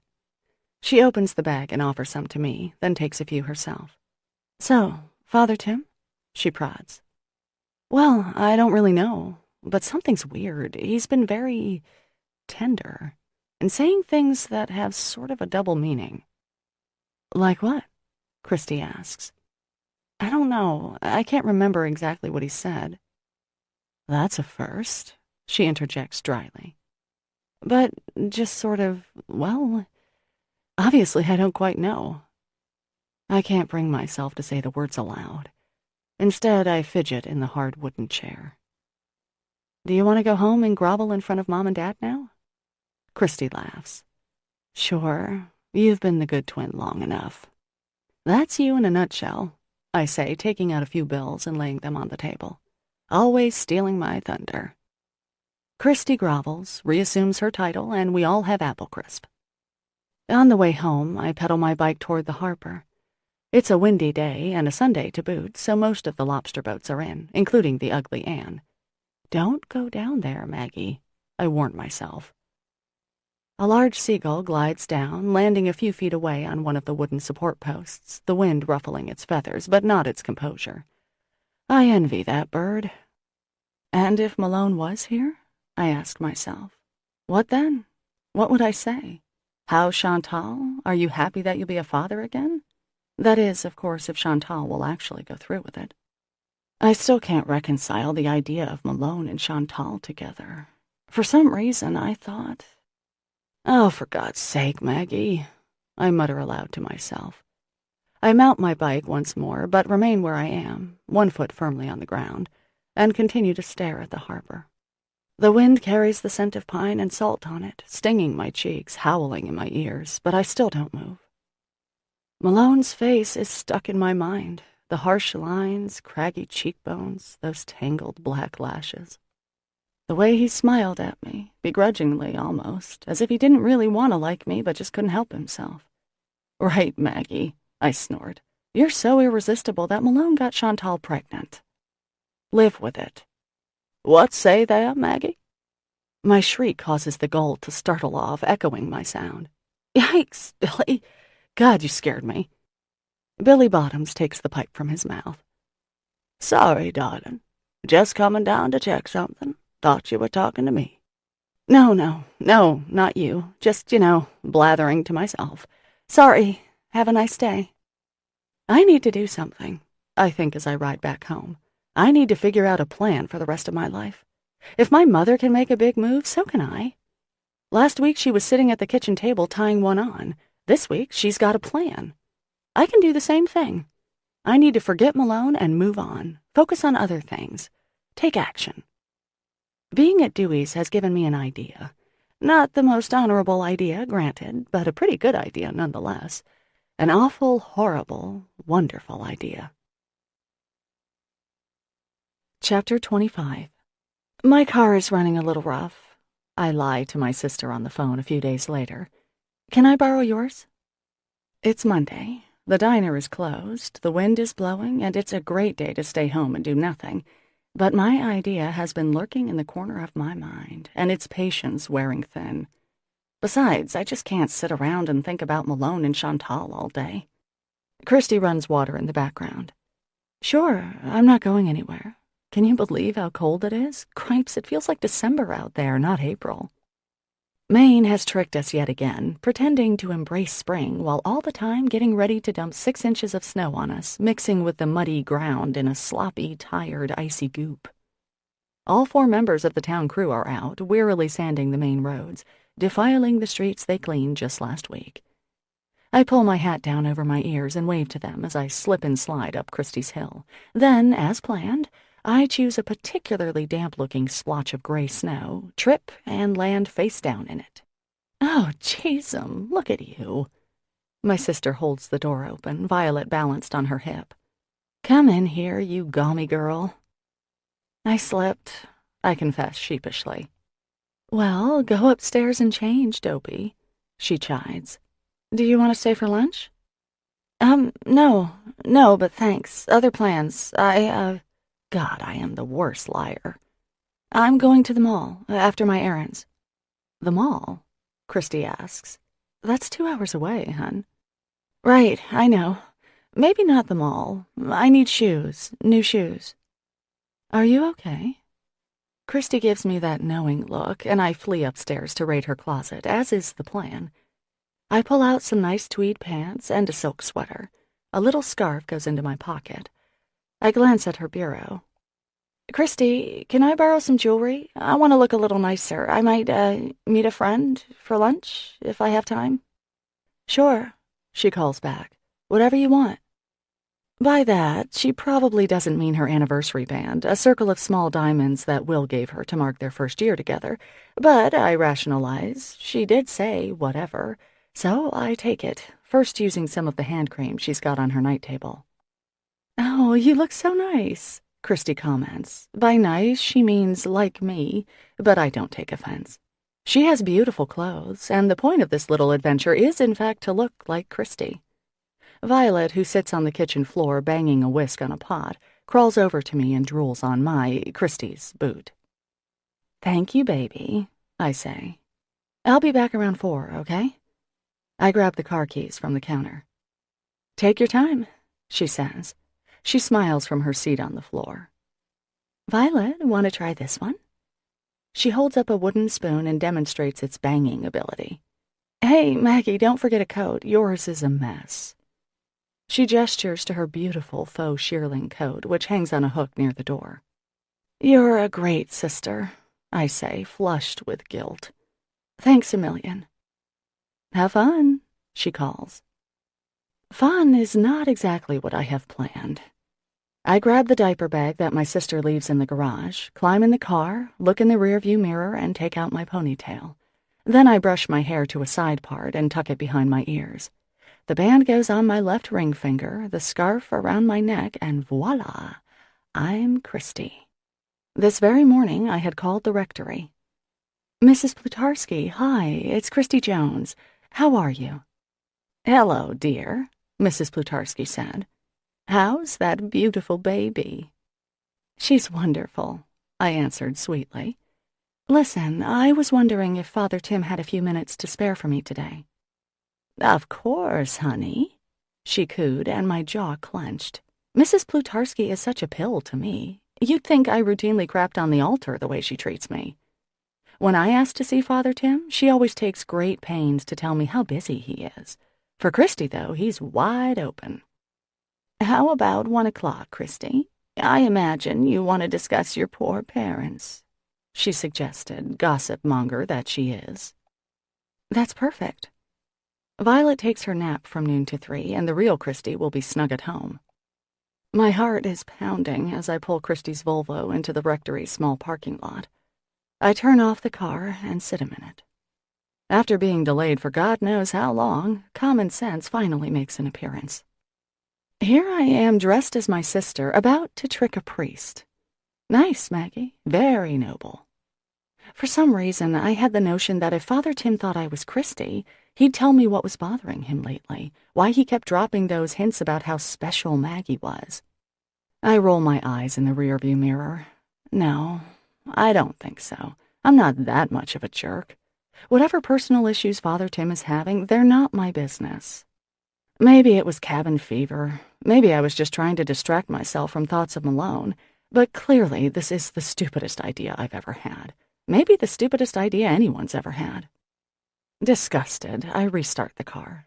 I'll drive down to Machias and catch a movie, get a big bag of popcorn and some Swedish fish. I scream as a knock comes on the car window. Father Tim! Oh, wow. Hello there, Christy. He beams. Come in, dear girl, come in. My stomach contracts with the agony of being caught. Hi, Father Tim, I mutter. Well, it looks like I'm going to have to go through with it, because I just can't think of anything else. Wobbling a bit in Christy's boots, which have a higher heel than I'm used to, I grab the diaper bag from the back seat, my prop, further evidence that I am my sister.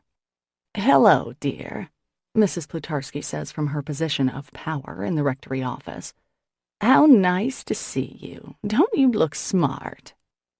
Oh, Mrs. Plutarski, you are so sweet, I simper. I just love that color on you. Would you call that oatmeal or liver? It's wonderful. Don't blow it, I warn myself savagely. You got yourself into this mess. Now just get out as fast as you can. If they figure out you're Maggie, you're dead. Make yourself comfortable, Christy, Father Tim says, holding the door of his office for me.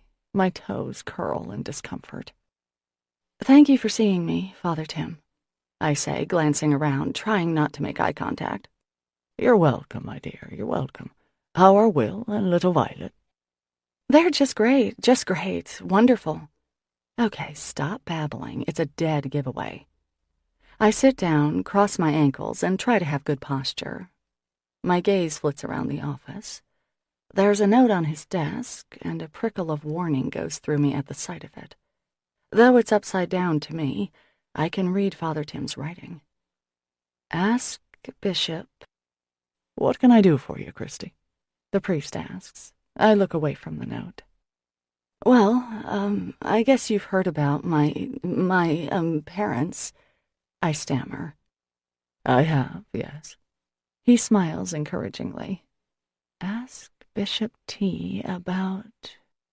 And, of course, we're all saddened, quite sad. We invite you to slow down, listen closely to the melody, and allow yourself to recharge during this short break. This is a free audiobook experience for all.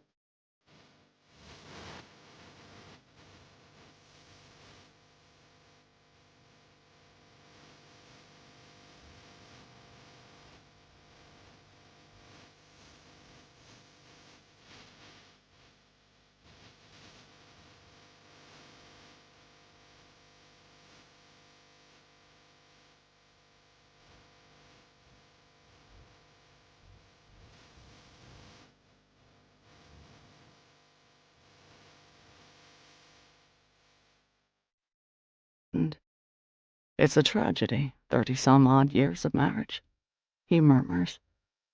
Ask Bishop T about the Father Shea situation. Holy moly, jeez. The Father Shea situation? The left the priesthood for a pretty woman situation? Oh my God. I gulp in a huge breath. Christy, dear, don't cry now. There's still hope. And if you turn to prayer, perhaps it will help your parents remember how sacred those vows were, and still are. How are your vows, Father Tim? Everything rock solid there? I realize that a response is required. Right.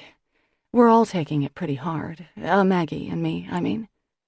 I take a sharp breath at referring to myself in third person, then swallow. And, Jonah, too. I've spoken with Maggie a bit, but how can I help you, Christy?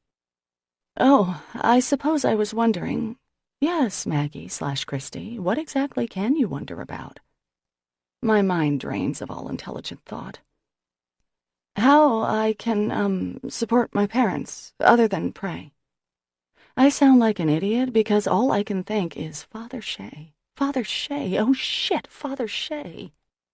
Father Tim glances out the window. Well, as their daughter, Christy, You could remind them of all the good things their marriage has given them. You 3 children, of course, and their darling grandbaby. A life together, rich with family and happy memories. Trials and tribulations as well, of course.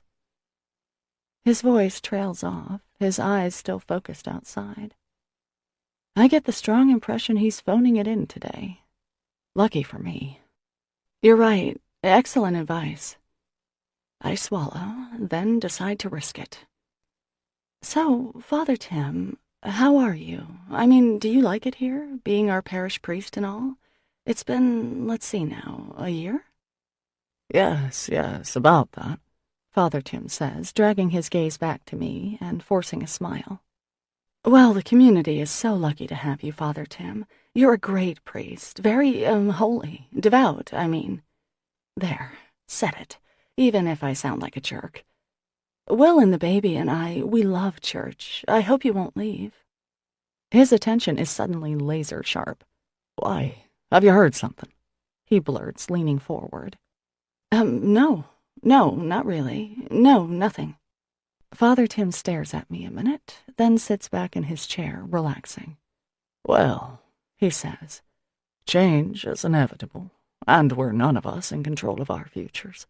That's in God's hands, as is everything. Again with the clichés. Well, yes. I tuck some hair behind my ear. God, I feel guilty. Lying, tricking, deceiving a man of the cloth? I am surely damned. Sweat trickles down my neck. You have a wonderful family, Christy, Father Tim says, apropos of nothing. Thanks. I hope that you and Maggie, well, never mind. Desperate to somehow set Father Tim straight regarding my own feelings while not blowing my cover, I swallow convulsively. You're a good friend to Maggie. It's nice for her to have a friend who's a priest, very comforting, and she, values your friendship. I'm counting on that, he says, smiling and rising. She's very special. Oh, my dear God. He's counting on that. I'm special. Shit. My pulse zings through my veins, my heart pounds. What does that mean? Why would he be counting on my friendship? And why is he so interested to know if Christy's, heard something about him leaving? Well, okay, Father Tim, thank you so much for everything. I really should get back to the baby. Thanks, this was so helpful. Father Tim's face is puzzled. Glad to be of service, Christy, he says. He stands aside as I practically leap out of the room, nearly colliding with Mrs. Plutarski, who is too close to the door for any purpose other than eavesdropping. So nice to see you, Christy, she says, pretending to pick up a piece of paper already in her hand. It certainly is. Take care, I say distantly, grabbing my coat. I need some air. My head is buzzing and my hearing seems to be off, and I need to get outside and away from the rectory. I burst into the slush, sliding and nearly falling on the sidewalk, then slip over to Christy's car, taking great gulps of air. Where did I put the keys? Where are the damn keys? I check the diaper bag and can't find them. Father Shea. How many compartments does this thing have? Diapers here, wipes there, changing pad, pacifier, teething ring, goodnight moon, a stuffed dog, a sterilized bottle in a sealed plastic bag, some emergency formula, but no goddamn keys. And then, around the corner, comes Malone. Shit, I hiss. I can't believe the crap luck. Where are the fucking keys? 15 more feet and I'll have to talk to him. Maggie, he says cautiously. Without thinking, I turn and walk away from the Volvo and away from Malone as fast as I dare in the slushy mess on the sidewalk. Jerking open the door of the CVS pharmacy, I hustle inside, looking for a place to hide until he passes. I stop in front of the tobacco display, which hides me from the front door, and pretend to look at pipes. I'm sweating bullets. "Hi, Mrs. Jones," calls a teenager from behind the counter. The Bates girl. What's her name? Susie? Katie? Bessie? Shit, I can't remember. "Hello, honey," I call a little too loudly. The bell over the door rings, and Malone comes in. I scamper farther down the aisle, then take a left. Ha! Here, I'll go here. I try to stop panting and run a hand through my hair. I'm shaking, but I should be safe. He wouldn't dare follow me here. He dares. Maggie. His voice is low and grumbling and vaguely menacing. I stretch my mouth into an approximation of a smile and turn to him. Oh, hello, Malone. It's actually Christy. Don't worry, happens all the time. Shimmers of heat are rolling off my face. I snatch a box of tampons from the shelf and study it hard. Extra absorbent for your heaviest days. That should scare off any male. Malone doesn't move. I shove the box back and grab some pads large enough to serve as dog beds. Why are you pretending to be Christy? He growls. I steal a glance at him. He's scowling, of course, and his hair is rumpled from the wind. He hasn't shaved today, and he's so ridiculously male that even here, even knowing what I know, my knees soften in a biological rush of attraction.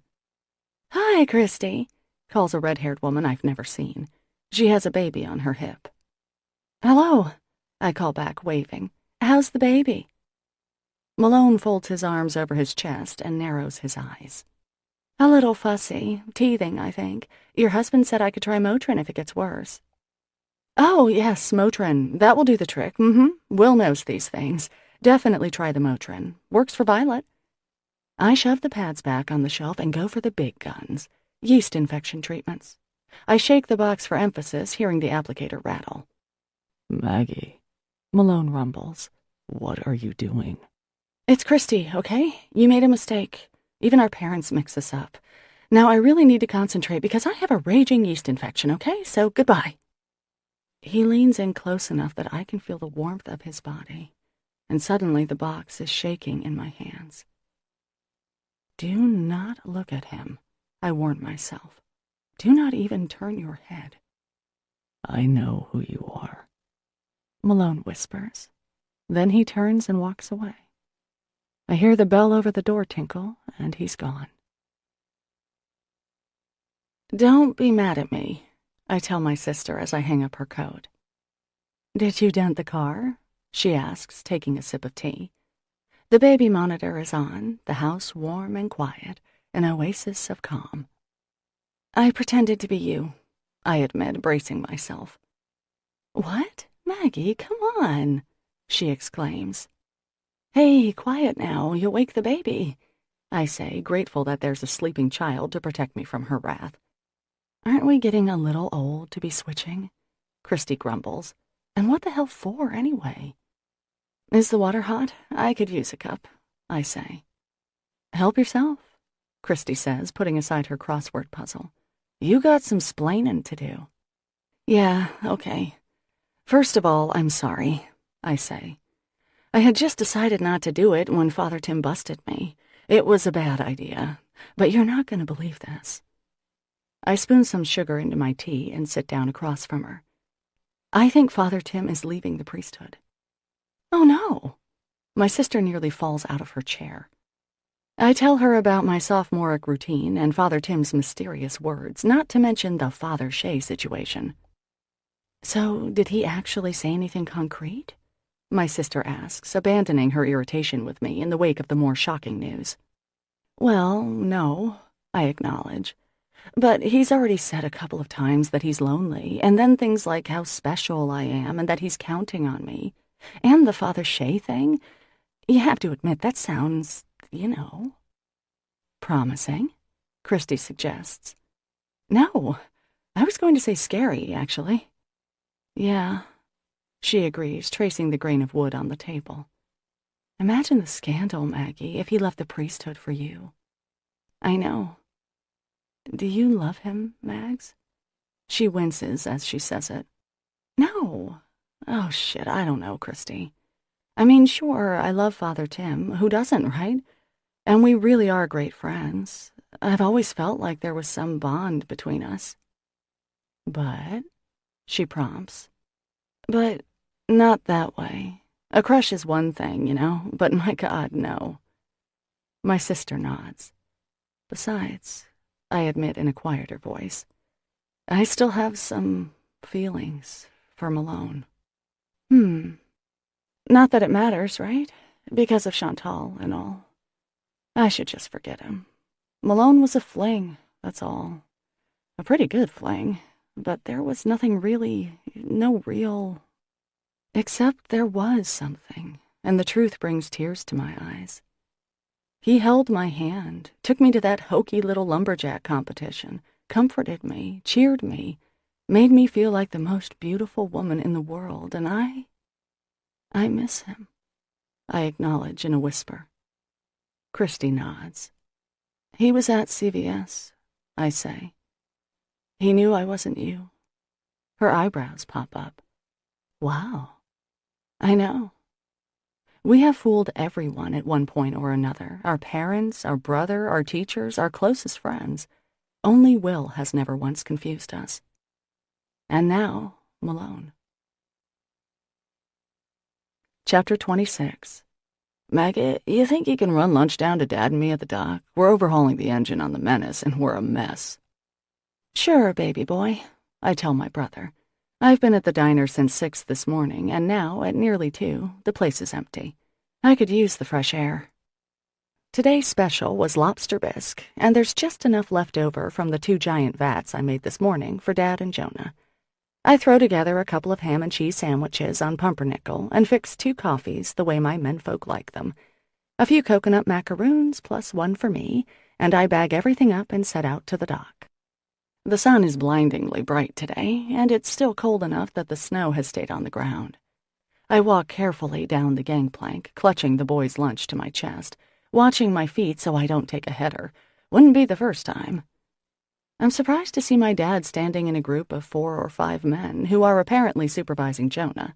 That is to say, they're slouching helpfully at the base of the gangplank, gossiping, while a banging noise comes from my brother's boat. Hi, Dad, I call. Hi, guys. Hello, sweetheart, Dad says, giving me a one-armed hug. How's my girl? Need a hand? Isn't she pretty, boys? My little girl, all grown up. I blink as the boys murmur assent.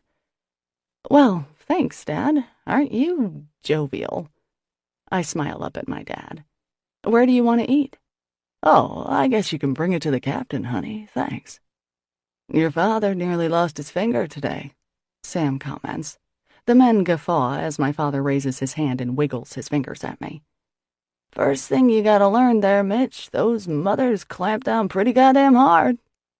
Apparently this is hilarious because the men all bark with laughter, Dad right along with them. Bemused, I walk down the dock to the Menace. Seeing Dad out with the boys, it's different.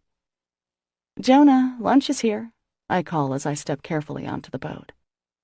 The door of the hold opens, and Malone comes out. My heart lurches, then sinks. He's wearing his black peacoat and a scowl, wiping his hands on a rag. Maggie, he grunts. Malone, I grunt back, instantly irritated. Excuse me. He doesn't step aside, just stares at me, looking both angry and, well, no, just angry. What?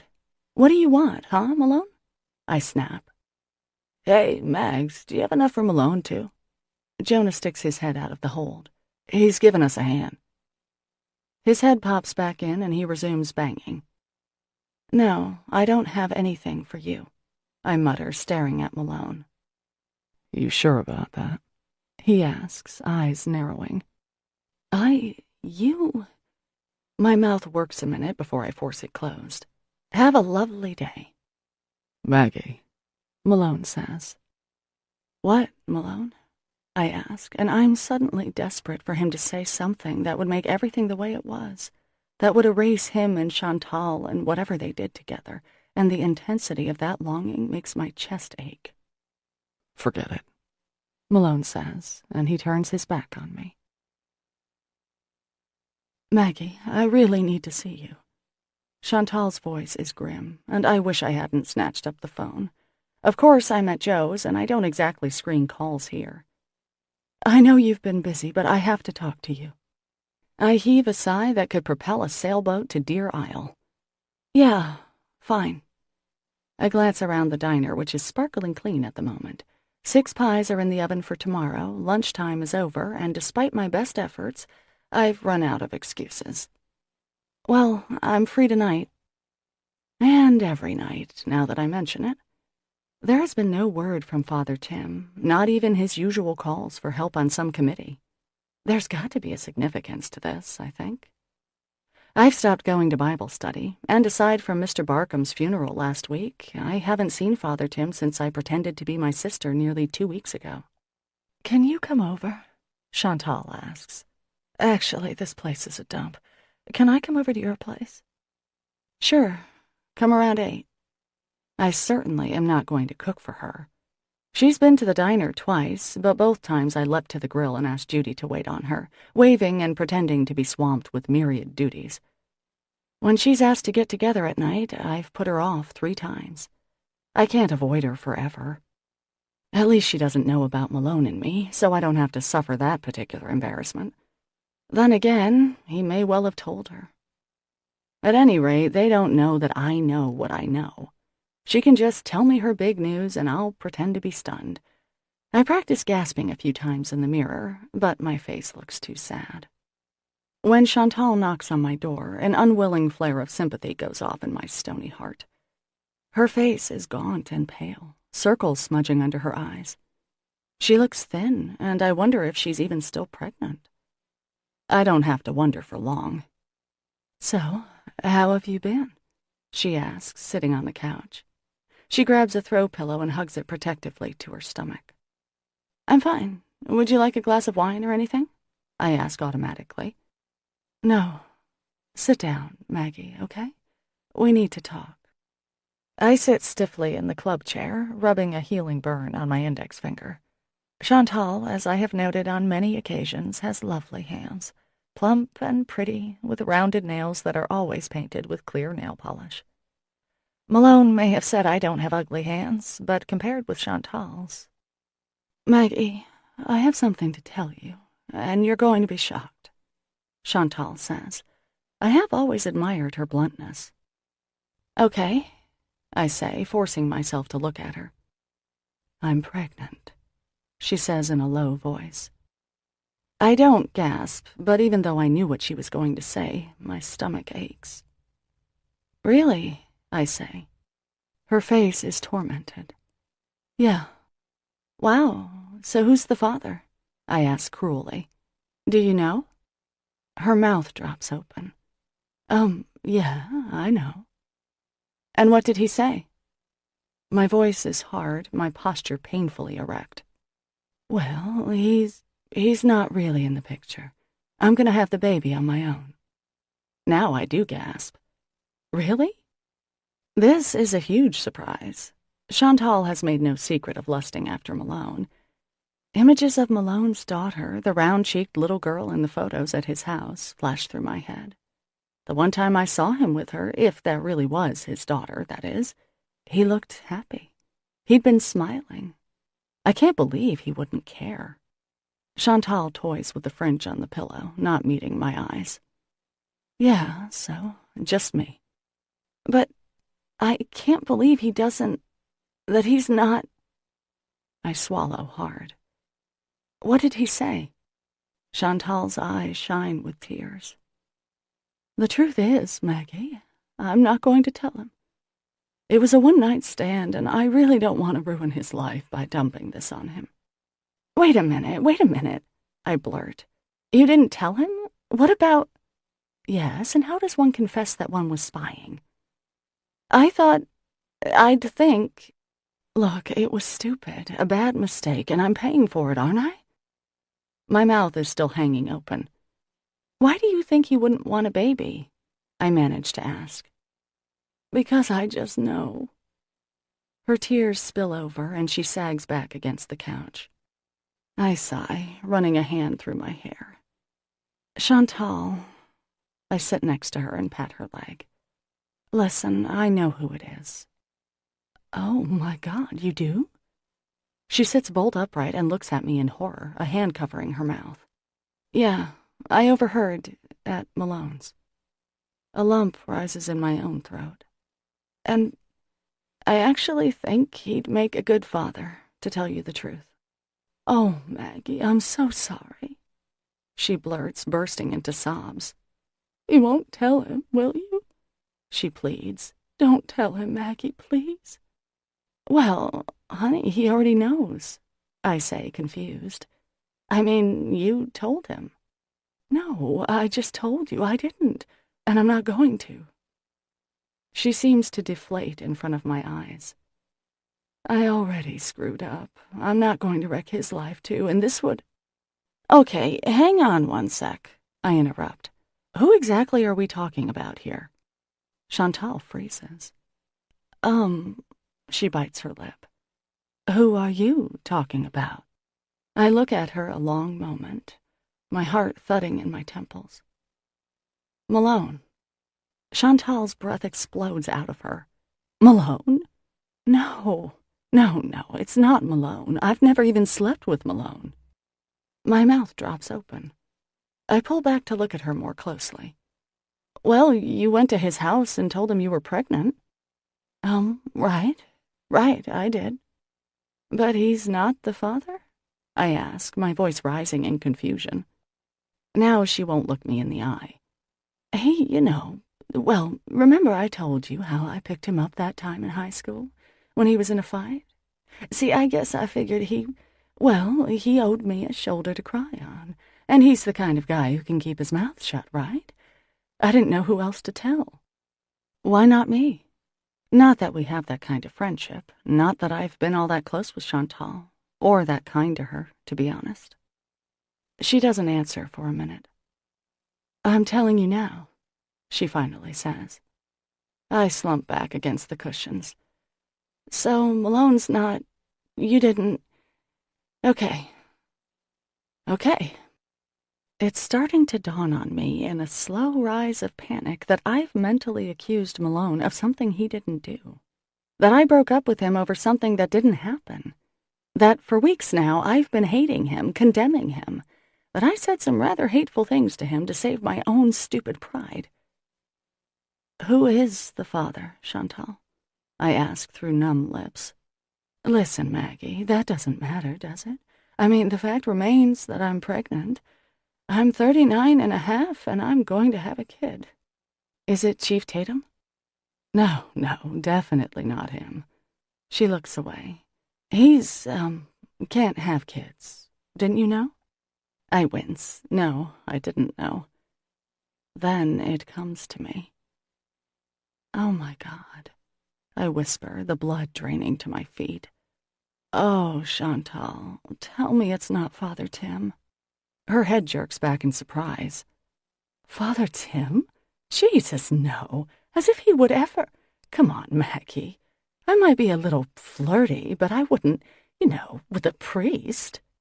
Weak with relief, and yes, definitely shame, I swallow a few times, then stand up. I need some water. Want some water? How about some water? I get the water. Okay, so it's not Malone, thank God. And it's not Father Tim. Again, thank God. I gulp down a glass of tap water and bring another to Chantal. I'm sorry, Chantal, I tell her. This is all... well, hell. I've been thinking it was Malone. She takes the water gratefully. It's okay, she says. I can't believe you thought that. You know he's not interested in me. I actually thought he kind of liked you, though. Remember that night at Dewey's? A bitter laugh bursts out of my lips. Right. Well, never mind.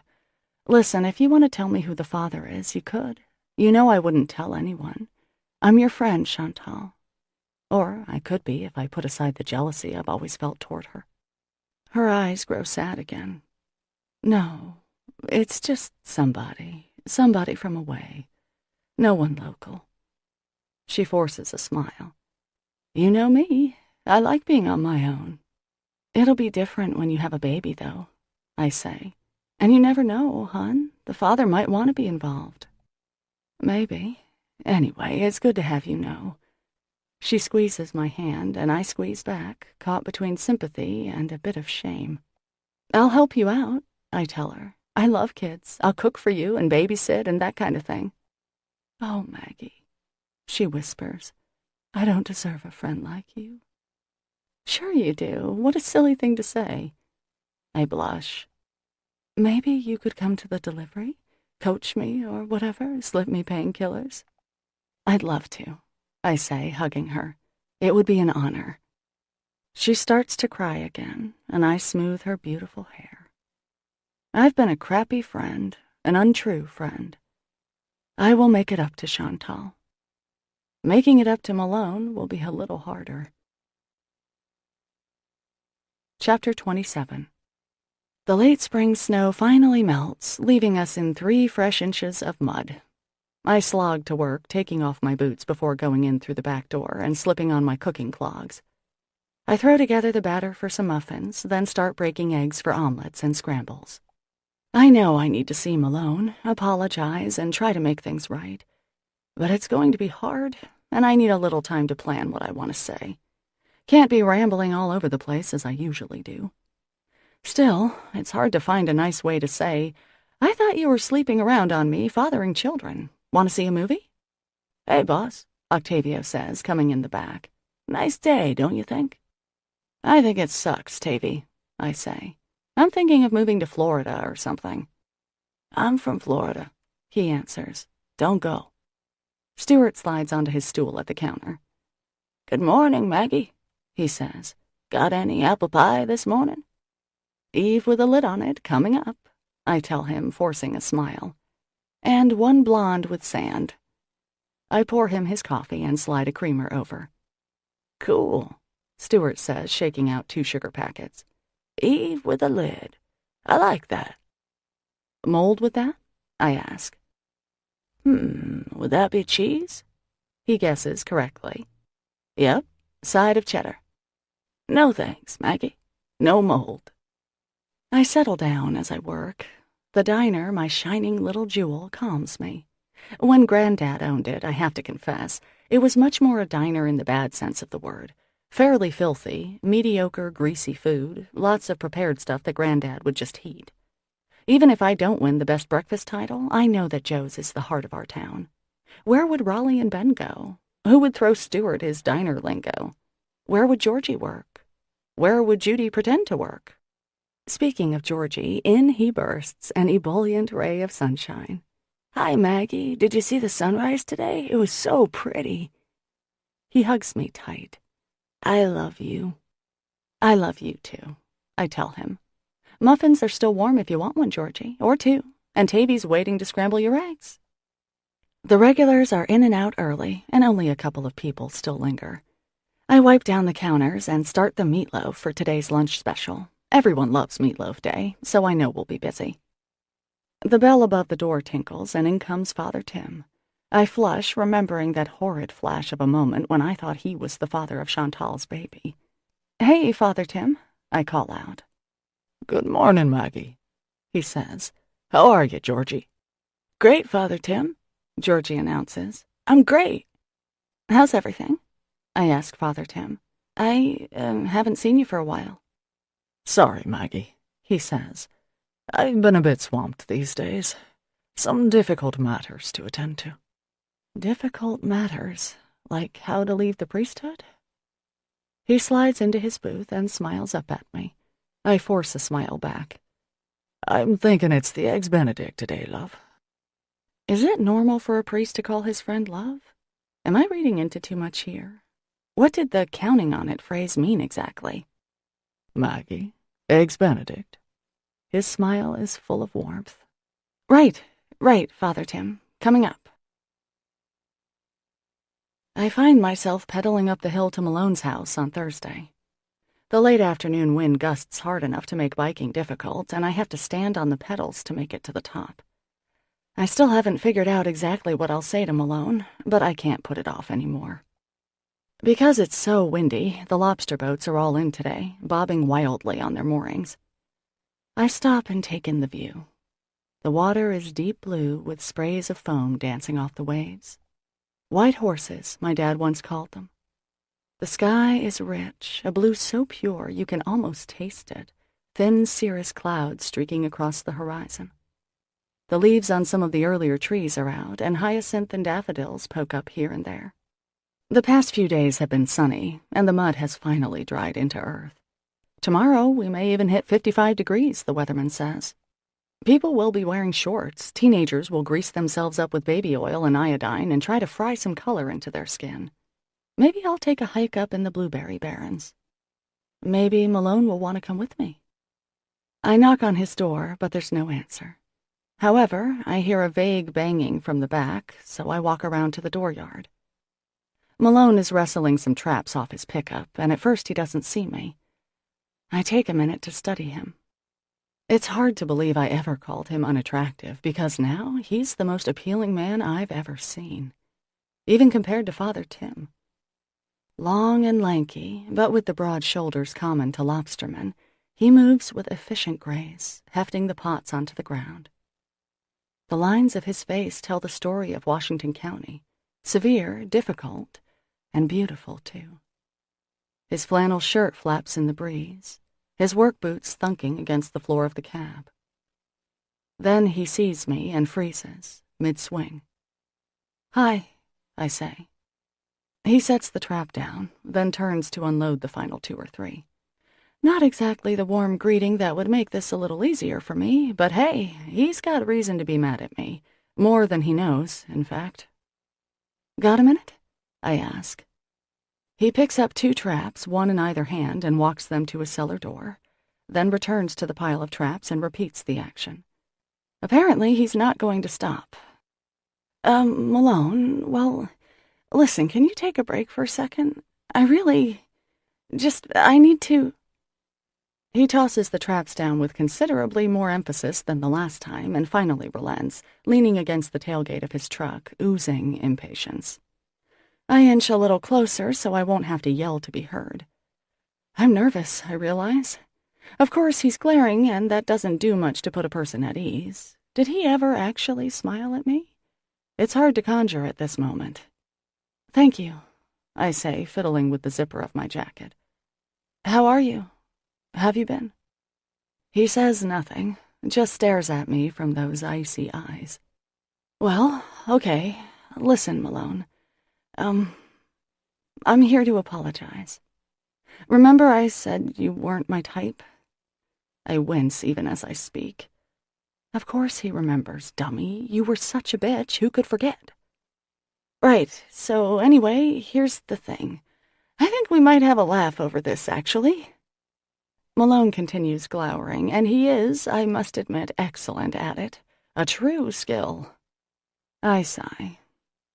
"Malone, look, I thought you were the father of Chantal's baby. That's why I broke up with you." His eyes widen slightly, then narrow dangerously. My nervousness grows, and my mouth picks up velocity. "Yeah, I just misunderstood something. See, I was there that night that Chantal told you she was pregnant. I was listening to you play the piano, and... God, his scowl could make an Al-Qaeda terrorist wet himself. Okay, I guess I should have stayed and heard the whole thing, but I didn't. But I know that I was wrong, and I'm wicked sorry." Malone considers me for another long moment. "You thought I slept with Chantal," he states, as if for clarification.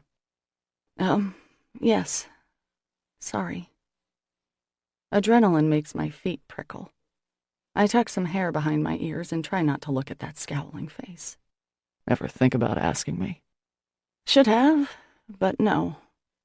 I realize I'm compulsively zipping and unzipping my jacket. Zip, zap. Zip, zap. You can be, a little, hard to talk to. Zip, zap. "That's great, Maggie. So you thought I was two-timing you, with Chantal, no less, and didn't bother saying anything about it. Great. Thanks for coming over." He picks up 2 traps and starts stacking them in the dooryard. "Malone." "What?" He barks, and I jump. I kind of thought... "What? What did you think, Maggie?" He drops the pots with a crash and puts his gloved hands on his hips. I wince. Well, maybe you could, forgive me? Because I was thinking the wrong thing. That's why I broke... No thanks, Maggie, he snarls. I don't want the priest's leftovers. Youch, direct hit, like a blow to the head. My mouth drops open. Leftovers? Yeah, He says, coming over to me. I have to force myself not to look away. you spend half your time drooling over that guy, dropping everything when he crooks his finger. You don't want to be with a real person. Think it's an accident you picked a priest to fall in love with? My head jerks back. I'm not... Don't bother. Any relationship you and I might have had was a joke anyway. You were just killing time with me. I wasn't killing time, I yelp. You never... You didn't want anyone to know that we were together, did you, Maggie? Malone asks. He jerks another trap off the truck and I jump out of the way. Think I didn't notice that? Well, neither did you, Malone. I snap, feeling my face heating with anger. It's not like you were falling over yourself to see me. You never came into the diner. You never came over for dinner or lunch or anything. We were sleeping together. We didn't do much more than that. His jaw clenches and I continue. What about that day you went overboard? I wanted to see how you were doing, and you practically kicked me out of your house. That's not what happens in a real relationship, Malone. Malone hurls the traps onto the pile and turns to face me, folding his arms across his chest. The anger shimmers off him in waves, and I feel my own rising to match it. See, the way I see it, I say tightly, a relationship would involve, I don't know, talking, communication, a little more than just sex, maybe? Now, okay, the thing when Colonel died, that was nice. But Malone, you barely speak to me. Not about your daughter, not about your family, nothing. I don't even know your first name. His whole face looks knotted and furious, but I don't care. Everything I'm saying is pathetically true, and if he won't talk, then I will. Remember that piece of pie? I snap. I wanted to give you some pie for helping me out, but God forbid you should come in and eat it, right? God forbid that anyone is allowed to be nice to you, Malone, let alone love you, I'm about to say, but fortunately or not, he interrupts. Maggie, He says through clenched teeth. His jaw is iron, his neck stiff. we're done here. And then he turns and walks away. I'm shaking with rage the whole way home. Stupid Maggie, to think that Malone would forgive me. Ha! The wind snatches the words from my mouth as I mutter aloud. Of course I thought you were the father. How many times does a woman burst in and say, I'm pregnant, to a man who's not the father? Not many. So it wasn't such a stretch. You'd think you could cut me a little slack, Malone. Mrs. K is lying in wait, an arthritic little panther, when I stomp up the porch steps. Maggie, dear, I need a favor. Right, I sigh. What is it? Well, you don't have to help if you're in a mood, dear. She folds her arms and frowns disapprovingly. Mrs. K, whatever you need, I'm happy to help. I'm sorry, I've had a really shitty day. Would you like to tell me about it? She asks. I laugh grimly. No, but thank you. I'd like to forget it, actually. We could watch a movie, she suggests, and there's a hopeful note in her voice. I'd love to, I say. That would be just the ticket. I reach down and give her a careful hug. Thank you, Mrs. K. Oh, how sweet you are. The Fly is on TNT tonight, and I've been dying to see it again. And so I fix us some dinner, cut the new bunion pad for her as directed, and make popcorn. As we watch Jeff Goldblum vomit on and then consume a donut, Mrs. K reaches over and squeezes my hand. Things will get better, dear, she murmurs. Don't worry. I love you, I tell her, and her cheeks flush with pleasure. I love you too, honey, she says. The Fly goes into commercial break. Now tell me, dear, when is that handsome man coming back, Macduff? Malone, I correct automatically. We broke up. Oh, dear, she says. Well, I'm sure you'll work things out. I don't think so, Mrs. K. He's a little too busy hating me to work anything out right now. Well, then, too bad for him, right, my dear? You'll meet someone else, and he'll be sorry. Sure. I'm quite certain she's wrong. Chapter 28. The next day, Jonah drags himself into the diner. "My God, you look awful," I say. "Hungover?" Jonah's groan of misery answers for him. "Just coffee today, Megs." "Sure, baby boy." I take pity on him and set the cup gently on the counter. "What's new, buddy?" "Oh, nothing. Hey, Maggot." Jonah glances around. Only Judy is within range, pretending to read a book as she eavesdrops, while Raleigh gets himself more coffee. "Judy," I say, "how about a ciggy break?" She scowls. Fine, fine. I always get kicked out when it's something juicy." "At least you won't have to pretend to be working," Jonah offers. "I'm not pretending anything, little boy." She cuffs him on the back of the head as she walks past. Jonah yelps, then winces. This is a bad hangover, isn't it? Such are the wages of sin, the Bible tells us. I say with mock seriousness. "Save it," my brother mutters. "Maggie, are you seeing Malone?" No. My face warms and I grab a few ketchup bottles for refilling. "Why do you ask?" "I don't know." Jonah sighs morosely. "I thought you guys were hanging out lately. Anyway, I heard something about him the other day." His voice trails to a mutter. "Oh, really? What was that?" I ask, hoping for and failing to achieve a casual tone.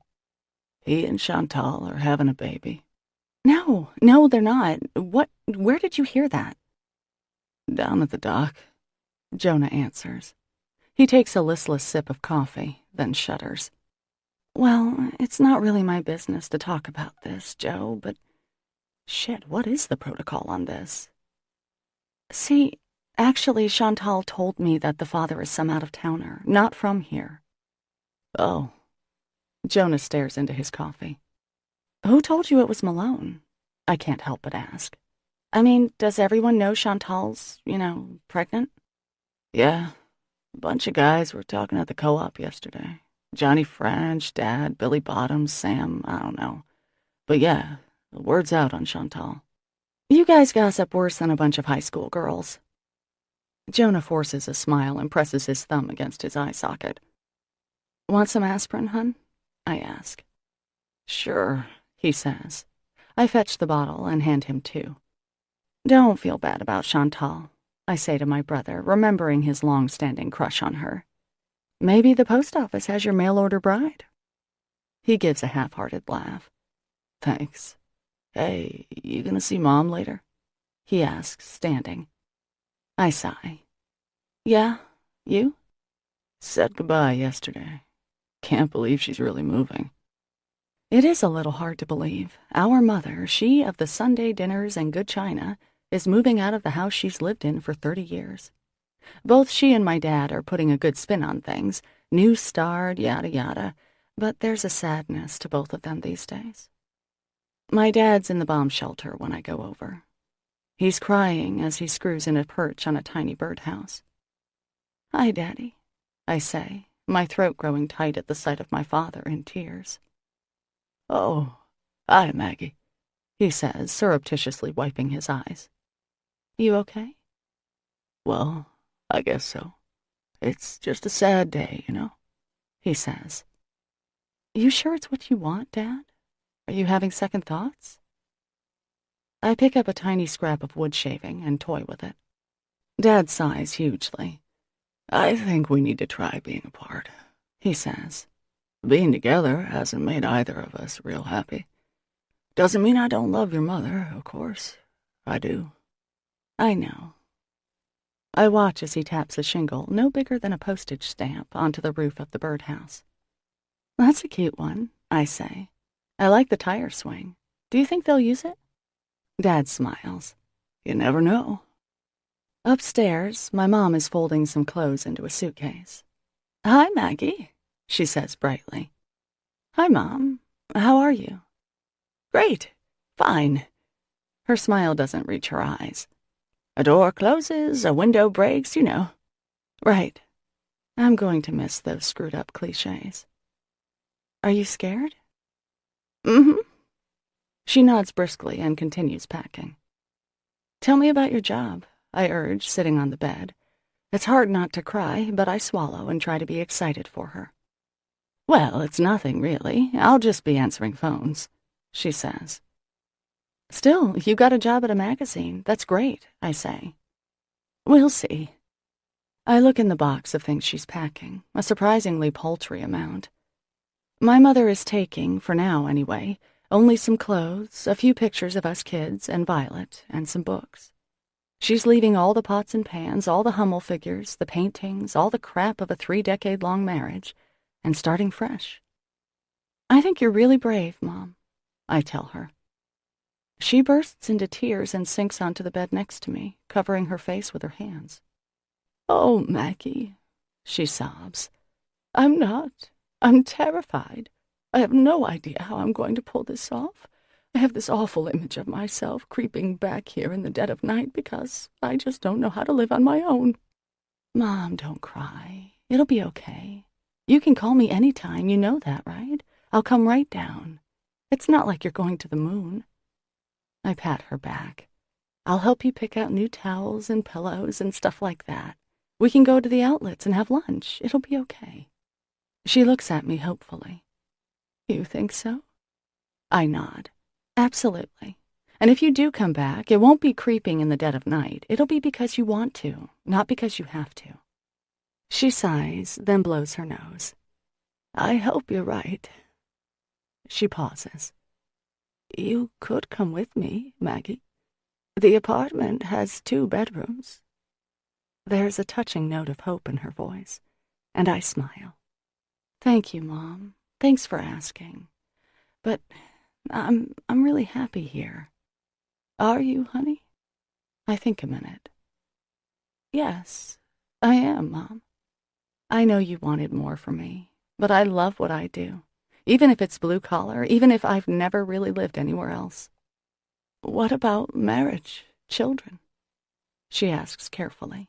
I can see she's trying not to have a fight. That would be nice. I do want those things, I acknowledge. But it'll happen when it happens, I guess. I just don't want you to look back on your life 20 years from now, Maggie, and see all the things you could have done, Mom says, blowing her nose again. I think I'll look back and see all the things I did do, Mom, I say, a little starch creeping into my voice. I'll see that I fed people and welcomed them, I helped them and kept them company. Those are good things, Mom.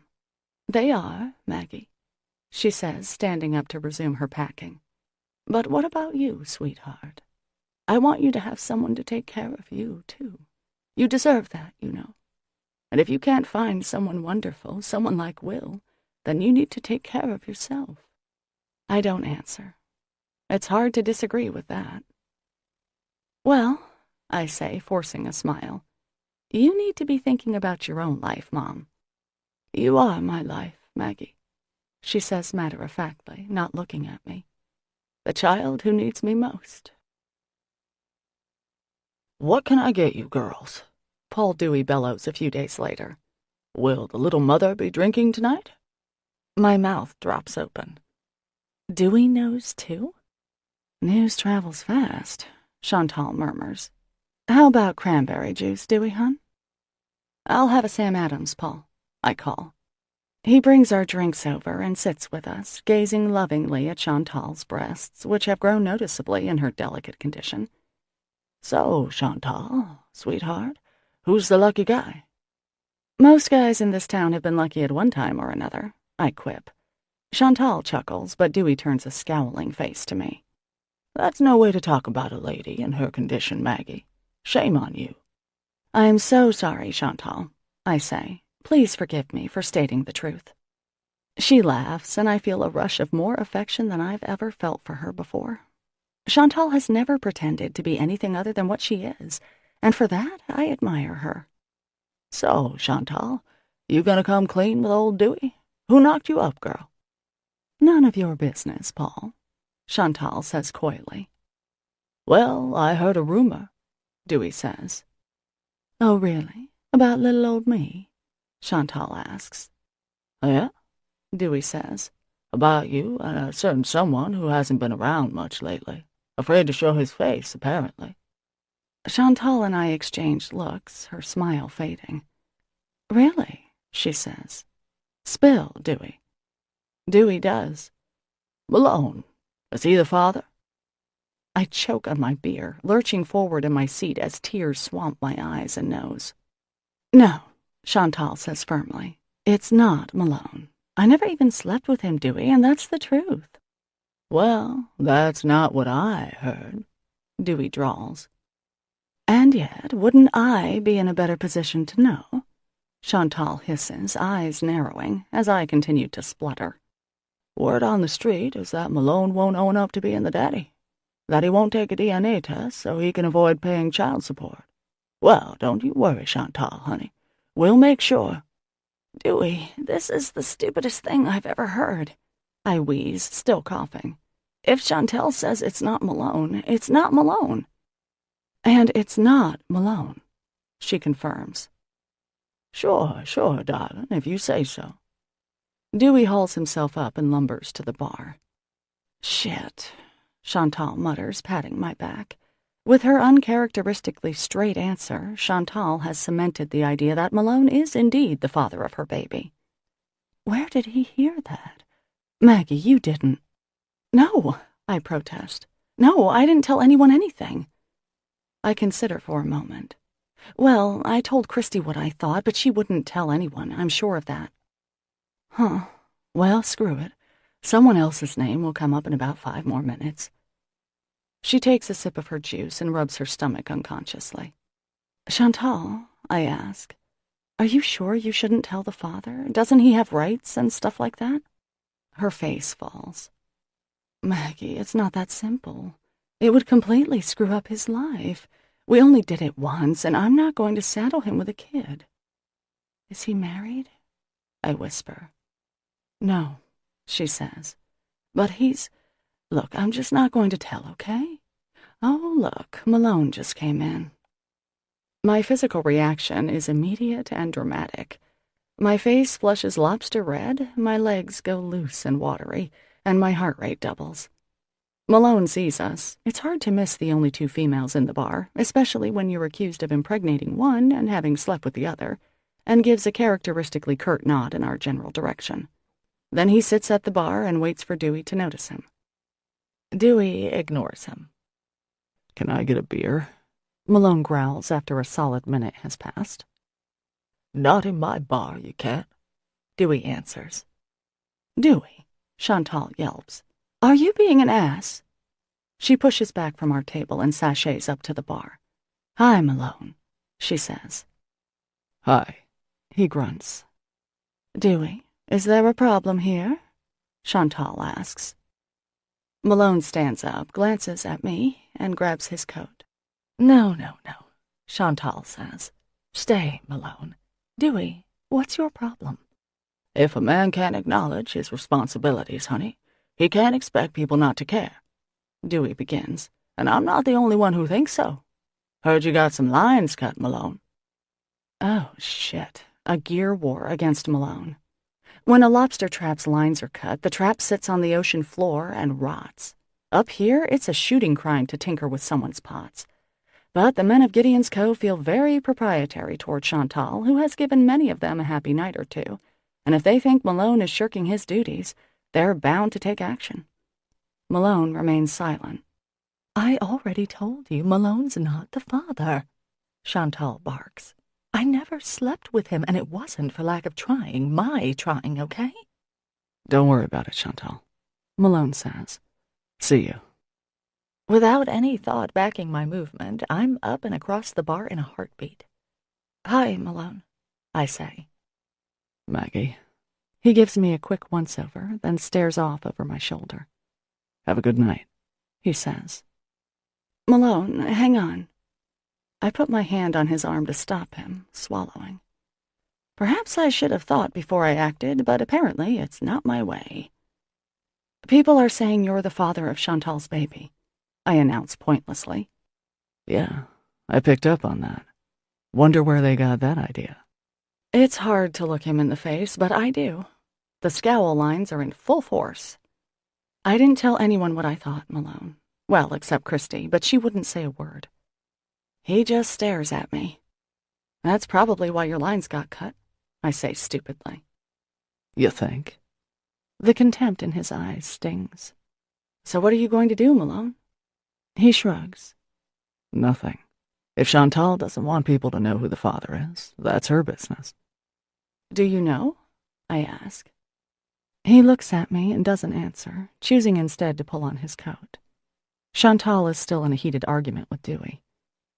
Take care, he says, heading for the door. Malone, I call, taking a step in his direction. He doesn't stop, doesn't even turn his head, just pushes open the door and heads out. Oh, great, Chantal huffs. He left. That's just great, Dewey. Come on, Maggie, let's get out of here. I'm very mad at you, Paul. Chantal, honey, I was just... Dewey attempts, but Chantal is riding a wave of moral outrage, and out we go. Poor Malone, she murmurs as she takes out her keys. Well, I'm kind of tired anyway, Maggie. See you Thursday? Her day for lunch at the diner. Sure. I go back to my lonely, too empty apartment. It's looked strange since I purged my little collections. Dad's birdhouses and pictures of Violet are the only decorations I have left. Colonel dying has left a huge void, too. I click around the television, too distracted to think about any one thing in particular. At 2 a.m., I jolt awake. I did tell someone. By accident, of course, Billy Bottoms. That day at the dock, I was talking to myself. I didn't realize he heard me. Shit. Sleep is ruined for the night. I assure myself that Billy didn't hear me that day. And this is a tiny town. Malone and Chantal have spoken at Dewey's any number of times, so there's no reason to think that this rumor is my fault. Chantal is generous with her affection. She flirts with Malone, as much as it's possible to flirt with Malone anyway. So there you go. Billy didn't hear me, I'm sure. I still can't get back to sleep. Chapter 29. A few days later, I walk to St. Mary's in a gentle, steady, cozy rain. I miss Colonel so much it aches. The past few days have been so quiet, both at the diner and in my personal life, that I'm a little stir-crazy. The diner is closed for the day, the baking done. It's not my night for Meals on Wheels, and I've spent so much time at Christie's lately that she told me outright to give her a little space. Clearly, it's time for me to find another dog. So, the high school had a dance in the church basement this past weekend, and I decide to go over and clean the kitchen, which always suffers during this type of event. As I cross the street, I see Bishop Tranturo walking out of the rectory. Father Tim stands in the doorway, his arms crossed on his chest. He sees me and lifts his hand in a wave, then goes back in, closing the door behind him. Bishop Tranturo has been around forever. He's not often seen in these parts, as we are a tiny parish, but I remember his round, jolly face from years past. When making his annual visit to confirm Gideon Cove's Catholic teenagers, he usually stops by the diner for breakfast. In fact, he presided over my own confirmation. I wonder what he's doing here. I wonder... Hi, Bishop, I call out, splashing across the street as he's about to get into his car. Hello, dear, he says. I'm sorry, you are... Maggie Beaumont. Oh, yes, he says, recognition lighting his cherubic face. You're Maggie, from the diner, of course. Nice to see you. He smiles and waits. So, how are things? I ask. How's everything? Just fine, dear. And you? I'm fine. So, we love Father Tim around here. He's great, a great priest. My stomach cramps with anxiety. Bishop Tranturo nods and looks over my shoulder. Is he leaving? Is that why you're here? I blurred, glancing back at the rectory. Is Father Tim... The bishop sighs, his breath fogging in the cool air. I think I'll let him tell you that himself, dear, he says. Take care. God bless you, my child. Okay, yes, thanks, and you too, I say manically. Drive safely. Bye. I step back and let him get into his car. The rain is falling harder now, but I barely notice. Father Tim is leaving the priesthood. My heart pounds sickly in my chest, and my legs feel weak and shaky. Lost in thought, I drift into the church and slide into the last pew. It's empty in here, the smell of lemon oil and candles soothing and welcoming. The door clicks shut behind me, and I am alone in this haven of stillness. The rain patters against the small stained-glass windows, and below me, the furnace kicks on. The candles in the front flicker in the drafts. Only one light is on, shining gently on the cross that hangs over the altar. I haven't been in St. Mary's for a while, too flustered by Father Tim to come here. And it's a shame, really, because it's lovely. Truly a place to think, to open myself up and listen for a whisper of wisdom. I haven't done that in a long time. My embarrassment over Father Tim has distracted me from any true spirituality I might have had in the past year. Father Tim. My mind is oddly blank as I sit there. Fragments of conversations slip through, but I'm unable to hold on to one. Father Tim has been lonely. He cares about me. I'm special to him. He's counting on that. And he asked me about Father Shea. The question is, what if it's true? What if he's leaving the priesthood and wants to find someone? What if he thinks he wants to be with me? What then? It's not like I have other contenders. The pet psychic, the groin injury guy, the old men, the unforgiving, closed-off, angry Malone. I rush outside and over to the rectory, bursting in on Mrs. Plutarski.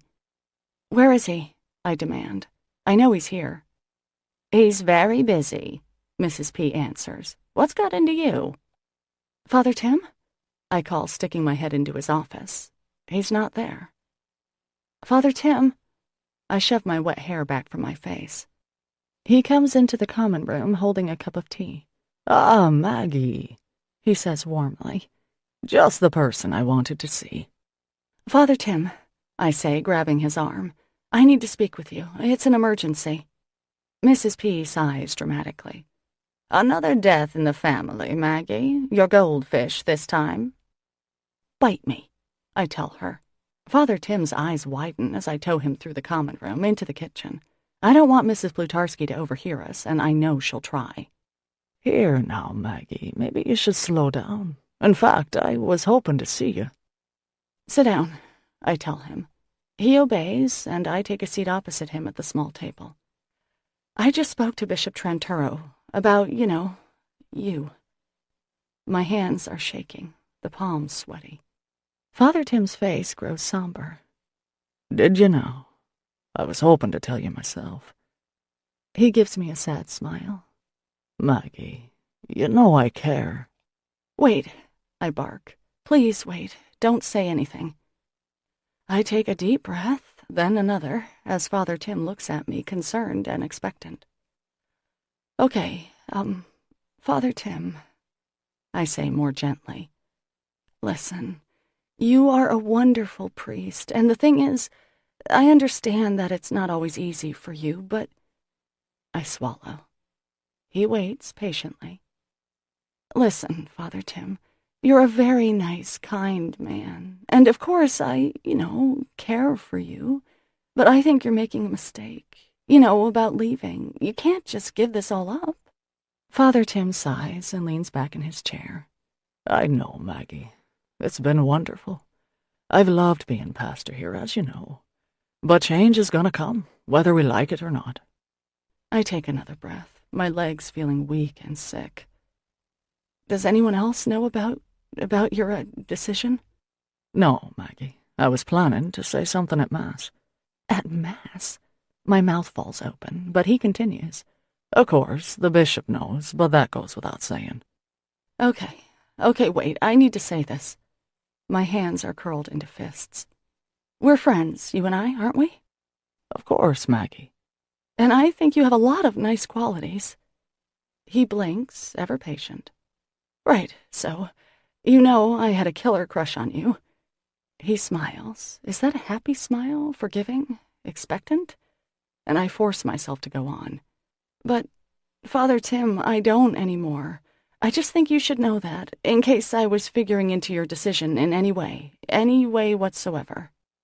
The smile falters, flickers, then dies completely. "I'm not clear on what you're getting at, Maggie," he says slowly. "Why would you figure into it?" "Because of the thing with Father what's that?" He frowns, clearly puzzled. Well, why don't just say what's on your mind, Maggie?" I bite my lip, wince, and go for it. I don't want you to leave the priesthood because of me." Under other circumstances, Father Tim's reaction would be funny. He lurches back in his seat, then staggers to his feet, grabbing the chair and putting it between us. "Dear Lord, Maggie, I'm not leaving the priesthood." "Oh, thank God." A hysterical laugh escapes my lips. "Oh, thank God. Great, this is great news." "How? Why? Where on earth did you get an idea like that?"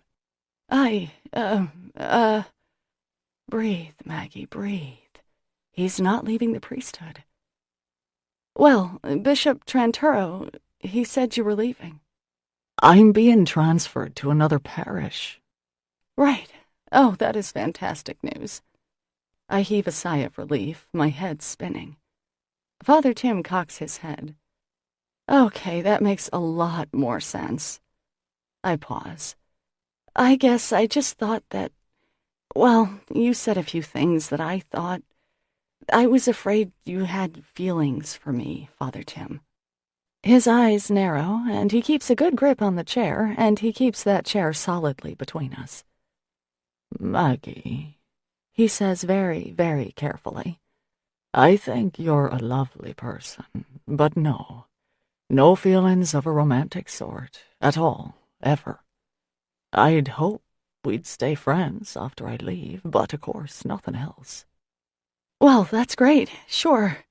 I just could have sworn." My heart rate is returning to normal, and I take a deep breath. "I mean, I'm sorry that the parish is losing you. But Father Tim, what about Father Shea? I mean, you seemed kind of interested in him, and there were these things you said about me and being friends, and..." My voice trails off. Father Tim closes his eyes in understanding. "Oh, dear, I'm so sorry if I ever led you to believe. Oh, shite. No, Maggie. Michael Shea, formerly Father Shea, has been in hospice, and I had to ask the bishop if special arrangements might be required for his funeral, being that he was a priest at one time. Nothing else, Maggie." He pauses tentatively. "I'm terribly sorry if I ever gave you any impression whatsoever that... Well, I'm not sure what to say." At this point, he could say he was pregnant and I wouldn't care. He's not leaving the priesthood. He's not in love with me, and I am simply limp with relief. No doubt other feelings are going to make themselves known sometime soon, but right now, all I feel is utter, beautiful reprieve. "Let's not say anything, okay?" I offer. "In fact, if we could just pretend this conversation never took place." He offers me an uneasy smile. "That would probably be best," he agrees. "Though I'm glad to hear your crush on me is done." I pause. "St. Mary's is really going to miss you." "And I them. And now, Maggie, I have things I need to take care of." On trembling legs, I walk through the rectory. Alas, Mrs. Plutarski's lips are white with disapproval, and I know her too well to believe she wasn't eavesdropping. She'll tell everyone. Once more, Gideon's Cove is going to have a good laugh over me, but right now, I simply don't care. A bit numbly, I walk through the rain and find myself at the harbor. The boats are all out, as the demand for lobsters has already risen, though it's only May. I picture Malone out there, alone. Maloner the loner. I miss him irrationally. Chapter 30. On Monday, my day off, I give Mrs. K's apartment a quick clean, leave her a chicken and spinach casserole, and kiss her goodbye. Then I run back upstairs and survey my closet. This errand has been a long time coming. I'm not sure what to wear. I'd be happy in a Joe's Diner t-shirt and jeans, but maybe something nicer would help at the critical moment. Plus, my mother will be happy to see me in something that's not stained, so I pull out some cream-colored pants that Christy bought me 2 Christmases ago and top it with a chocolatey silk shirt. I brush my hair and put it into a French twist, add some big gold hoops, a little lip gloss and mascara, a few dashes of blush. Then I hop into my car and head out of town. It takes about an hour and a half to reach my destination, and the drive is beautiful. The ponds gleam an electric blue under the cloudless sky. The leaves are that engaging shade of pale green. The sun beats through the windshield, and I crack my window a little, turn up the radio, and sing along. I haven't heard from Father Tim since our last conversation a week ago. He hasn't come into the diner, but the word is out that he's leaving. Most of Gideon's Cove is devastated. As for me, my feelings are still a bit mixed. I'll miss him because he was nice to have around, but I sure won't miss feeling so stupid when it came to him. The directions I got off the internet last night are fairly accurate, and I find the car dealership with no trouble, right next to McDonald's, as promised on MapQuest. I pull into the lot in my battered Subaru, a lump of coal among diamonds. A rather pleasant thrill of anticipation and nervousness runs down my legs as I get out. I glance at my reflection in the car windows, then turn and go inside. "May I help you?" asks a pretty woman behind the desk. "I'd like to see Skip Parkinson, please," I say pleasantly. "Of course." She presses a button on the phone. "Skip, please come to the front desk. Skip, front desk, please." Her voice is soothing and robotic. I glance around the showroom while I wait, admiring the sleek lines and tasteful colors of the expensive cars. Cars are like racehorses to me. I enjoy looking at them and have little use for them. Given where I live and what I do, I require something far more pragmatic than a $75,000 big boy toy. "Hi, can I show you something today?" Skip's voice comes from behind me. I turn around. "Hi, Skip," I say. He's wearing a beautiful charcoal suit, his blue shirt open at the neck, stylish as a European duke. His mouth drops open with a quick intake of breath. "Maggie, wow." "Do you have a minute?" I tilt my head and smile. It's so much more pleasant being the surpriser, not the surprised. "Oh, sure. Come on back to my office." He walks me to a soulless room in the back of the dealership, his windows overlooking the parking lot. A chrome and glass coffee table holds some expensive-looking sales brochures. There's a matching bookcase along one wall, a large desk covered with papers. I sit in a leather chair and look around. Scattered on the walls and shelves are pictures of the Parkinsons, Annabelle, their children, even one of his snobby parents. "So, Maggie, what a nice surprise," Skip says carefully, lowering himself into the chair opposite me. "Are you looking for a car?" I chuckle. No car, Skip. I'm just here to see you." He tugs on his shirt sleeves and tries to look pleasantly interested, but a flush is creeping up from his collar. "Well, how nice." I cross my legs and just look at him. Still a handsome devil, but his face is bland, a classic American face, well-proportioned features, brown eyes, the hint of gray in his tidy little beard. Only the lines around his eyes give him any distinction at all. I imagine being married to him, having him come home to our big, lovely house, handing him one of our kids. We might have a cocktail, and I'd feign interest as he told me about the irritating customer who went with the Audi instead of the Lexus SUV he can't seem to unload. I'm glad we didn't end up together. That wasn't always true, but it is now. Suddenly, I realize I don't need anything from Skip. "So, Maggie," Skip says, pasting a fake smile on his lips. "What can I do for you?" "Well, I guess I came for that apology you owe me, Skip," I answer. The smile falls off his face with a nearly audible thud. "But, well, I don't know. I thought it mattered, but it doesn't." "Oh," he says. The flush has his face in its grip now. "Well, it was pretty bad, you know," I tell him. "You bringing Annabelle to town, not telling me that we broke up." "That was a long time ago," he mutters. You're right. I guess I've sort of been cleaning house emotionally, and it occurred to me that you never really... Well, like you said, it was a long time ago. I stand up. Sorry I wasted your time. Skip stands also. That's it? He says, a hopeful note in his voice. I laugh a little. Yeah, kind of anticlimactic, isn't it? I stick out my hand. Take care. Your wife seems very nice. His hand is softer than mine, smooth and pampered. Thank you, Maggie, he says carefully. Take care of yourself. He makes a movement to the door, but I wave him off. I'll see myself out.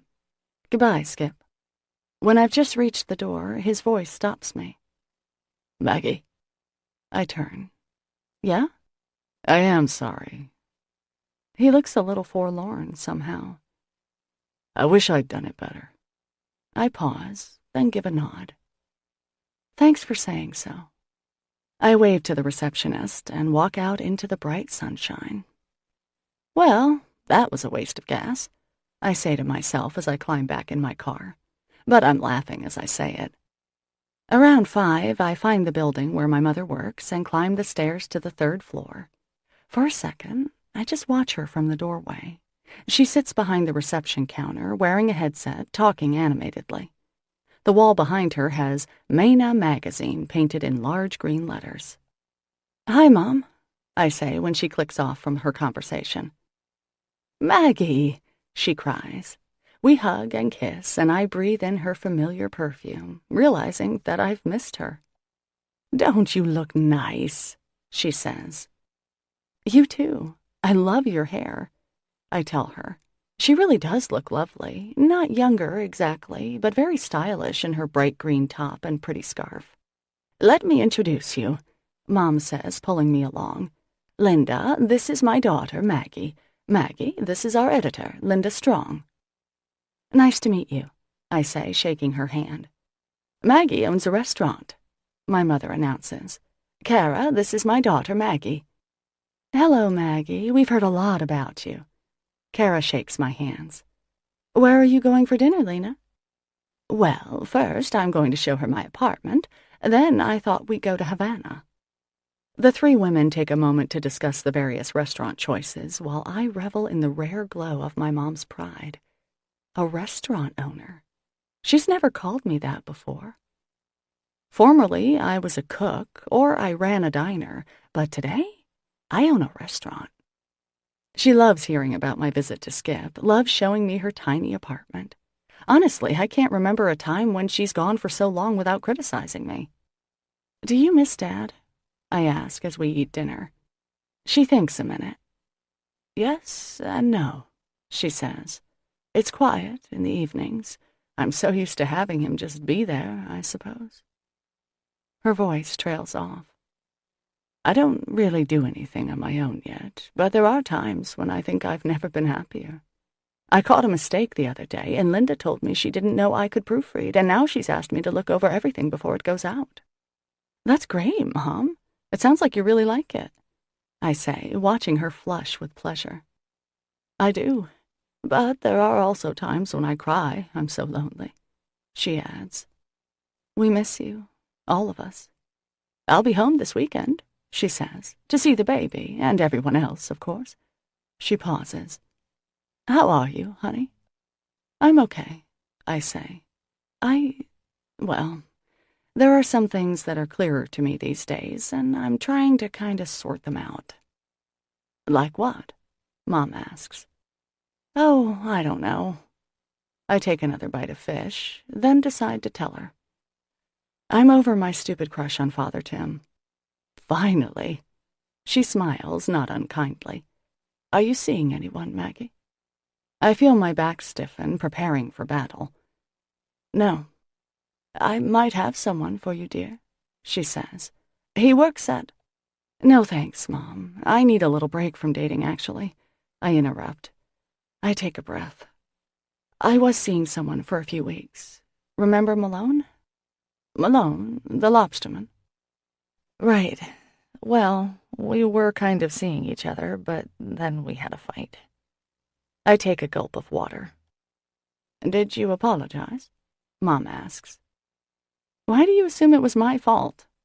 I snap, setting my glass down with a thunk and a slosh. "Was it?" she says with a smile. I grit my teeth, then give a rueful nod. Well, yes, actually it was.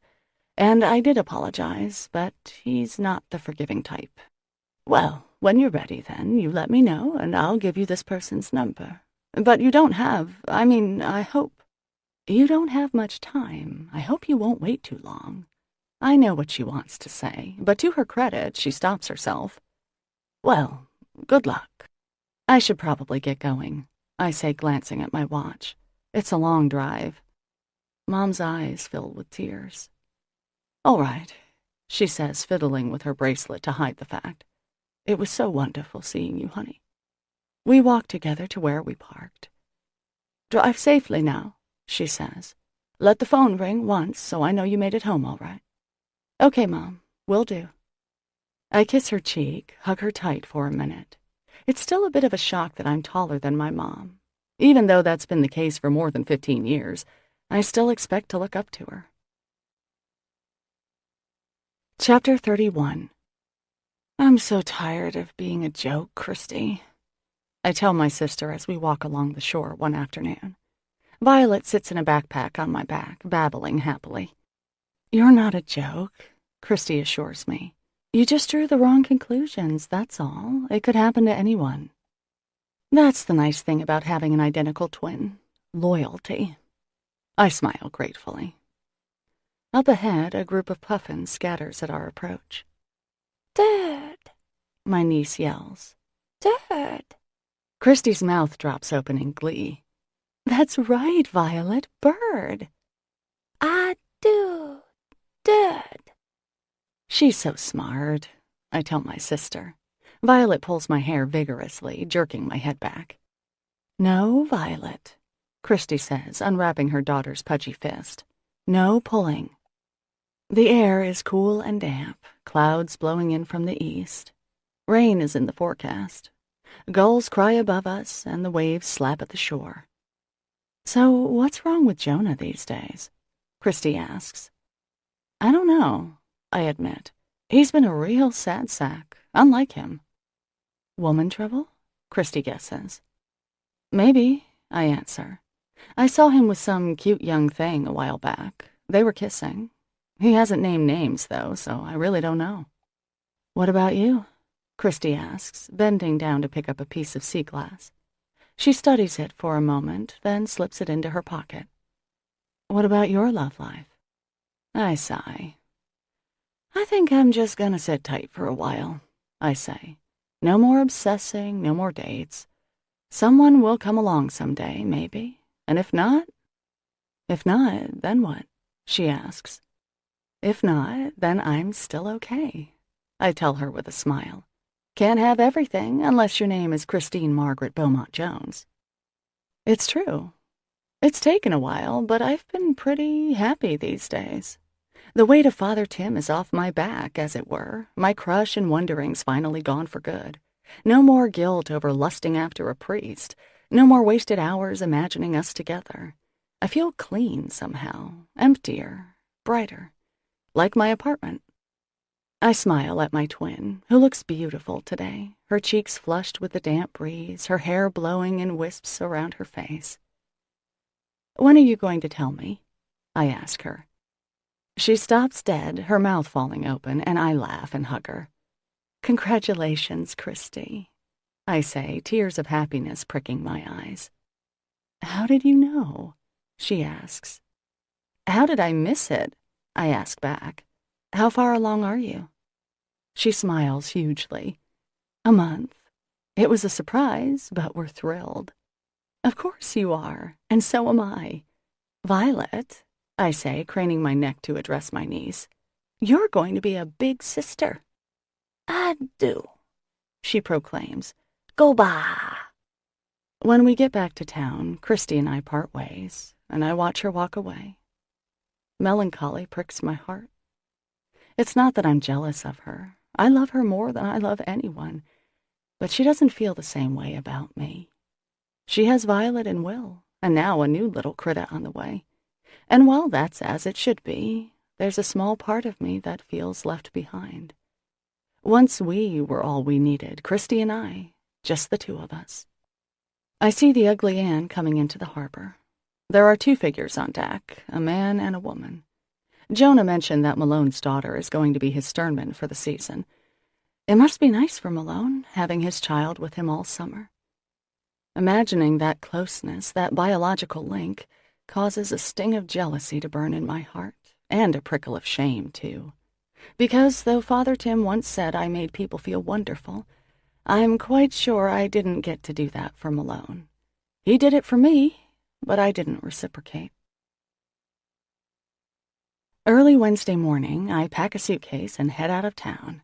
Tonight is the best awards dinner from Maine Living, all the way down in Portland. Since my car isn't the most reliable vehicle in the world, Christy loans me the Volvo. "Good luck, you'll win. You deserve it," she calls from her driveway as I back down. "And you look fantastic." Last year, I had a great time at the dinner, meeting other restaurant owners, picking up tips on publicity, advertising, media, and the like. I had naively thought that Joe's might at least come in second, but we didn't. Of course, last year, I didn't realize the rules let us print out as many ballots as we wanted. The evil innkeepers, actually they're quite nice, at Blackstone Bed and Breakfast were not so ignorant and won by hundreds of votes. I don't know if it will mean a significant change if Joe's wins, but I know it would feel different. How thrilling to put Best Breakfast in Washington County in the window. Maine Living will feature the winner in an article with a color photo, which I can already picture. Me, Octavio, Judy, and Georgie, standing in front, the sun bouncing off Joe's chrome, the impatiens full and healthy. And, I admit, as I pull onto the interstate, it would be nice to drop that nugget at the Blessing of the Fleet this coming weekend. Each year, the Blessing is a marker for our town. Who's divorced since last year? Whose kid got arrested for drug dealing? Anyone get married? Graduate from college? Buy a house? Have an affair? Bury a spouse? And each year for nearly a decade, I've remained the same. No, still not married. Nope, no prospects, no kids, not engaged, not seeing anyone, just at the diner, you know? But this year, hopefully, I could say, "Well, maybe you heard that Joe's Diner just won Best Breakfast in the county." No? Oh, well, it'll be in Maine Living next month. Each former classmate who returns to town would hear that Joe's Diner is moving up in the world. That Maggie Beaumont has a real accomplishment to her name. Who am I kidding? I say out loud. No one cares but me, and maybe Octavio. I turn on the radio. It's a small event when compared with the Pope dying, say, or a U2 concert, but the best awards still attract a fair number of people. As a treat, I've booked myself in a nice room at the hotel where the awards are being held, a beautiful building on the water in Oldport. I check in, relishing the rarity of the act. The last time I was away for an overnight was last year for this same event. The room is small but elegant, and I indulge in a nap on the sleigh bed, enjoying the fine cotton sheets and down pillows. Afterward, I shower and dress carefully. Maybe I'll meet someone tonight, who knows? But the thought holds little appeal, oddly enough. God knows I primped as carefully as a prom queen last year, hoping fervently that I would run into a good-looking, kind-hearted Washington County restaurateur or innkeeper. I didn't, but I sure as hell hoped. Nope, this year is different. I'm not over Malone. As I let his name enter my consciousness, loneliness wells up in my heart. It would be so much fun if we were together, if I had Malone's hand to hold tonight. I bet he'd look gorgeous in a suit. And if I didn't win, well, that would be okay. We'd still have a night in a city together. We could take a walk afterward or order dessert in our room. We'd sleep past 6 a.m. and feel like we'd been away for a week. Too bad, I tell my reflection. You blew it. Now get down to that ballroom and win that award. I don't win. Blackstone Bed and Breakfast wins for the 5th straight year. I clap dutifully along with the others, congratulate the irritatingly nice couple, and order a scotch. Later, when I'm safe in my room, I indulge in a quick cry. Then I call Octavio. We came in third, I tell him wetly. Hey, third's not bad, my cook says. Third sucks, Tavy. I sniffle. There are only about 3 restaurants in the damn county. Okay, now you're just feeling sorry for yourself, boss, Octavio says. Third is pretty damn good when you live where we live, okay? You should be proud of yourself. Right, I mutter. How much did we lose by? He asks. 67 votes. 67, that's great, only 67. We'll definitely get it next year, boss. I can't help but smile. Thanks, big guy. See you Friday? He asks. We should have a good crowd this weekend. Yeah, see you then. I'll open. I hang up the phone and look out my window. Portland is so clean and bright and lively, but I'm suffering a bad case of homesickness at the moment. Poor Joe's. Such a cute little place. It deserves better than Third. We do serve the best breakfast in Washington County, and next year, so help us God, we'll have the award to prove it. This year, I'll do whatever it takes to get a restaurant reviewer to the diner, and a travel writer. I'll email every day if I have to, send letters, or better yet, send scones or muffins, bribe them with the quality of my goods. I can redo the menu, jazz up my lunch specials. Tavy's right, 67 more votes is not out of the question. My self-pity dries up with my tears. We didn't win, but that doesn't mean we're not the best. I take the certificate I got from Maine Living and read it. Congratulations to Joe's Diner, Gideon's Cove, Maine, second runner-up, best breakfast in Washington County. To hell with Washington County, I think, smiling wetly. Someday, we'll get best breakfast in Maine. Chapter 32. The Blessing of the Fleet is held annually the third weekend of May. The boats fly their flags, the town decorates our 3 public buildings, local organizations sell hot dogs and lobster bisque on the green. The high school band plays, the chorus performs a few patriotic songs. Little leaguers, the fire department, the board of selectmen, and our 3 living veterans march in the 5-minute parade. Then on Sunday, every boat in the harbor lines up and motors to Douglas Point, past the granite memorial for lost fishermen. They continue up to the dock, where the local clergy blesses them and prays for a safe and productive year. Last year, Father Tim had been new in town, and I'd still been getting over the embarrassment of my mistake. In order to show what a good sport I was, I threw myself into the planning committee with a vengeance. I baked cookies for the First Communion class to sell, donated my efforts to the Saturday night spaghetti supper at the church hall, helped decorate the podium on which Father Tim and the congregational minister stood to sprinkle holy water on the passing boats. I may be an idiot, I was trying to convey after humiliating myself in front of the town, but at least I'm a hard-working idiot. This year, I can admit that maybe Father Tim and I used each other a bit. He got a lot of work out of me this past year, and I, as I can now see quite clearly, got more than a guilty thrill concerning him. It's safe to be in love with someone you know you'll never have. Nothing is really risked when you know you can't lose. He was a distraction, an excuse, and a friend. No more, no less. Saturday morning of Blessing Weekend dawns foggy and warmer than usual, and by 10 a.m. the sun is shining, the air is clear, and it's a perfect spring day. May is the month of black flies, but a strong breeze off the water keeps them away, and only the most determined bugs are able to draw blood through their tiny, painful bites. As Christy, Will, and I walk down to the green, Violet in the carrier on Will's back, the smell of outdoor cooking, chowder and bacon, hot dogs and hamburgers and smoke, hits us in a thick, mouth-watering wave. This weekend seems like a thank you to the residents for not moving away to an easier place. Our sense of neighborhood and friendship is strong at the Blessing. People call greetings to each other, shake hands as if it's been weeks, not hours, since they last met. Couples hold hands, children dance with excitement. When are the lobster boat races? Can we get a balloon? I'm hungry. Everywhere people smile and laugh. Music drifts in snatches on the breeze. I wave to friends, customers, neighbors. There's virtually no one I don't know by name. Now and then I catch a glimpse of Father Tim in his all-black priest clothes, but he is swamped with teary-eyed well-wishers.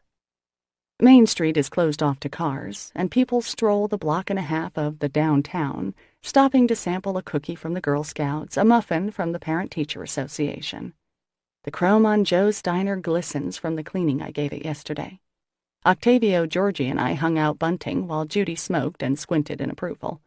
I feel a little thrill of pride looking at it, even though it's closed. "Ow," Will says, reaching up to pry his hair from Violet's dimpled fist. "Let go, sweetie." He shifts the backpack as Violet knees him in the spine. "Want me to take her, Will?" I offer. "You won't pull Auntie's hair, will you, Pumpkin?" "You sure?" Will asks gratefully. "Sure," I say. "I'll take Violet, and you two can stroll around alone for a while. What do you say?" "I say thank you," Christy says, unsnapping the harness. "You're the best, Maggie." She holds the pack with Violet still in it as Will slides his arms out and then straps it on me. Aga, Violet says. aga wee. "She just said Aunt Maggie, clear as day," I say. "Did you hear? What an honor." Violet takes a fistful of my hair and tugs in affirmation, I'm quite sure. Will and Christy laugh. "Meet you in an hour," Will says. "We'll buy you lunch at the fire department." "Sounds great," I say. With Violet on my back, I don't feel so obviously single. We stroll around, stopping to admire the display of art projects from the first-grade students, and I brace for the inevitable assessment that is an integral part of Blessing Weekend. Hey, Maggie. And here we go. It's an old high school classmate, Carly Carlton. She went to college in Vermont, as I recall. She also had a wicked crush on Skip. "Hey, Carly," I say. "Oh my God, you had a baby?" she shrieks, her eyes popping. She never was that attractive. No, this is my niece, Violet," I tell her.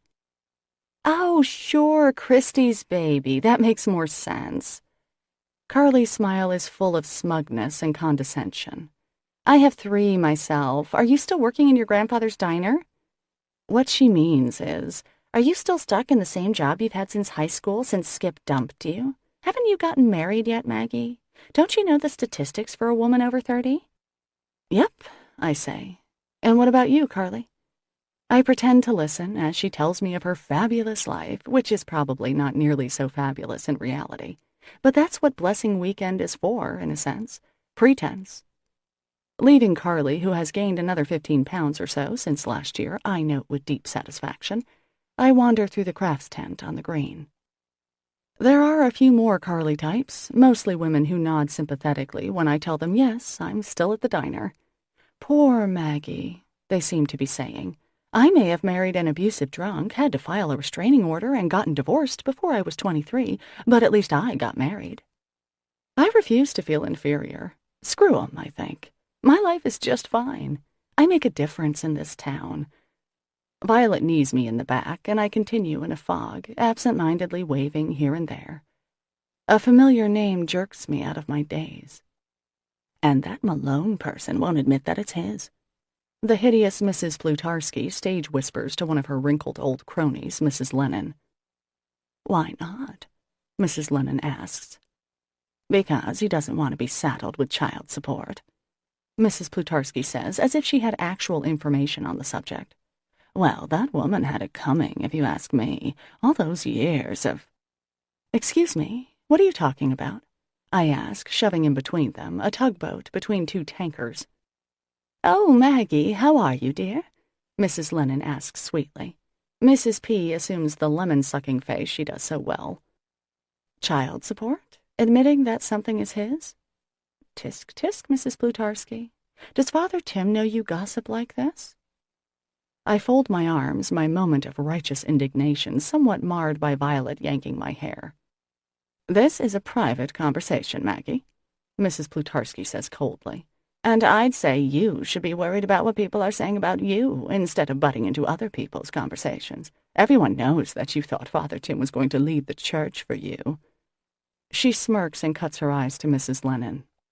"You know what, Edith?" I say. "You're a nasty, gossiping, eavesdropping busybody, and no amount of ass-kissing of priests is going to change that. Mrs. Lennon, you have a nice weekend." Enjoying Mrs. P's squawking rage, I walk away. "How was I?" I ask my niece. She doesn't answer. Glancing back, I see that she's fallen asleep.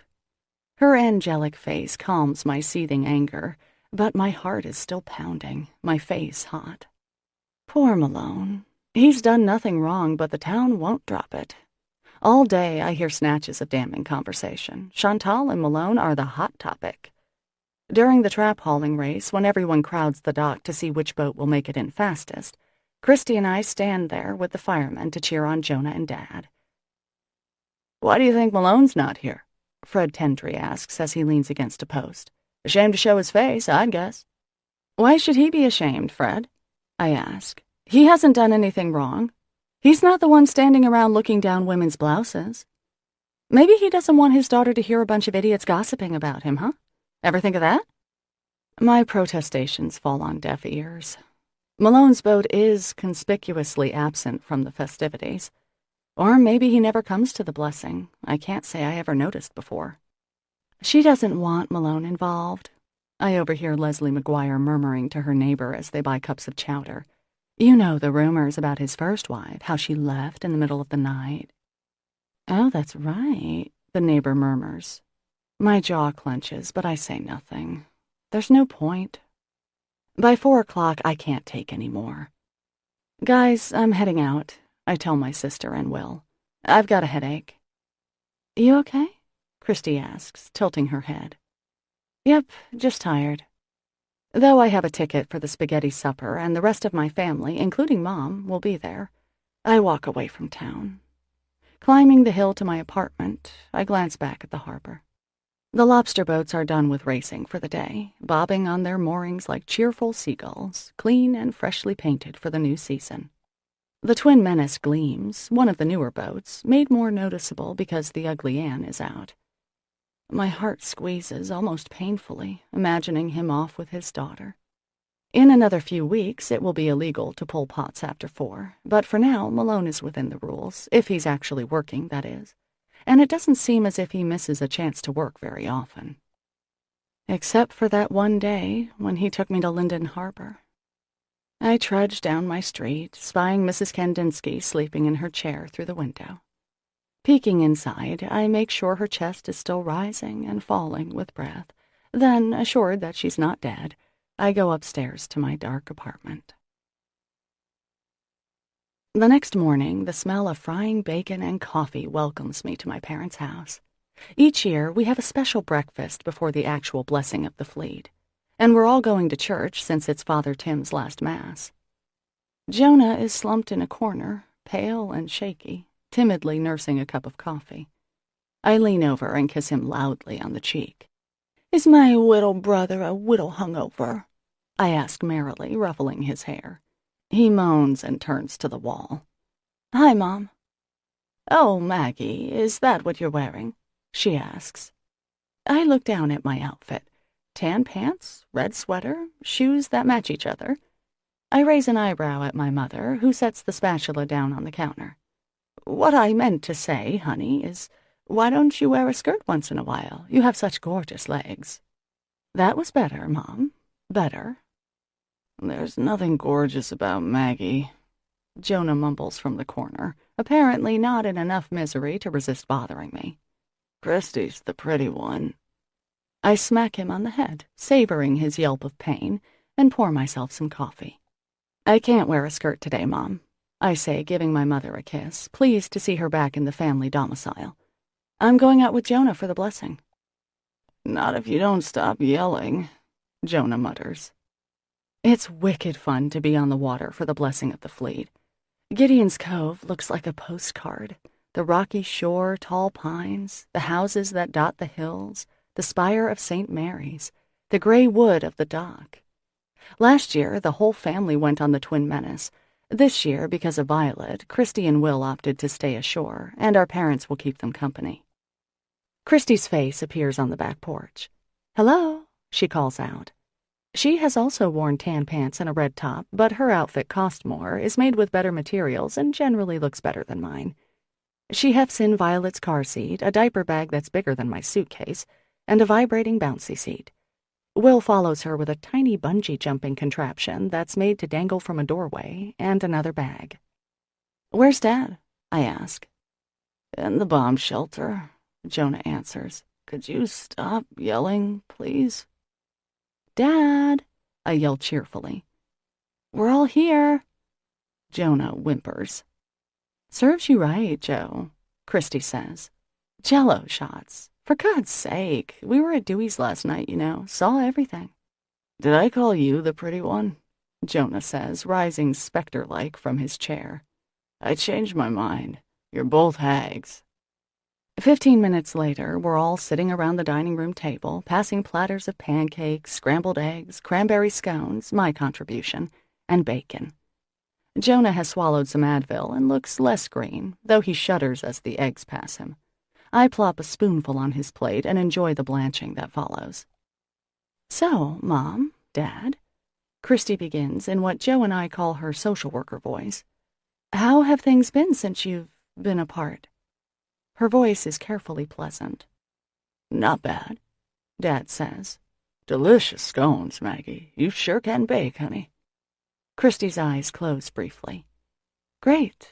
Any decisions about what's next? Scones, sweetie? Will asks. No, thank you. Mom, anything to tell us? My mother takes a deep breath. Well, we've been talking, of course. She looks at Dad at the other end of the table. Dad is looking out the window, apparently fascinated with the flock of springtime birds enjoying his handiwork. Mitch, would you like to tell the children what we're planning? Dad snaps to attention. Oh, sure. Okay, well, we're not getting divorced. For now. Christy's face lights up. I take another piece of bacon and look at my mother. But, I prompt. Right, Maggie, Mom says. But I'm going to stay in Bar Harbor, at least for the foreseeable future. She looks at me for assurance, and I smile.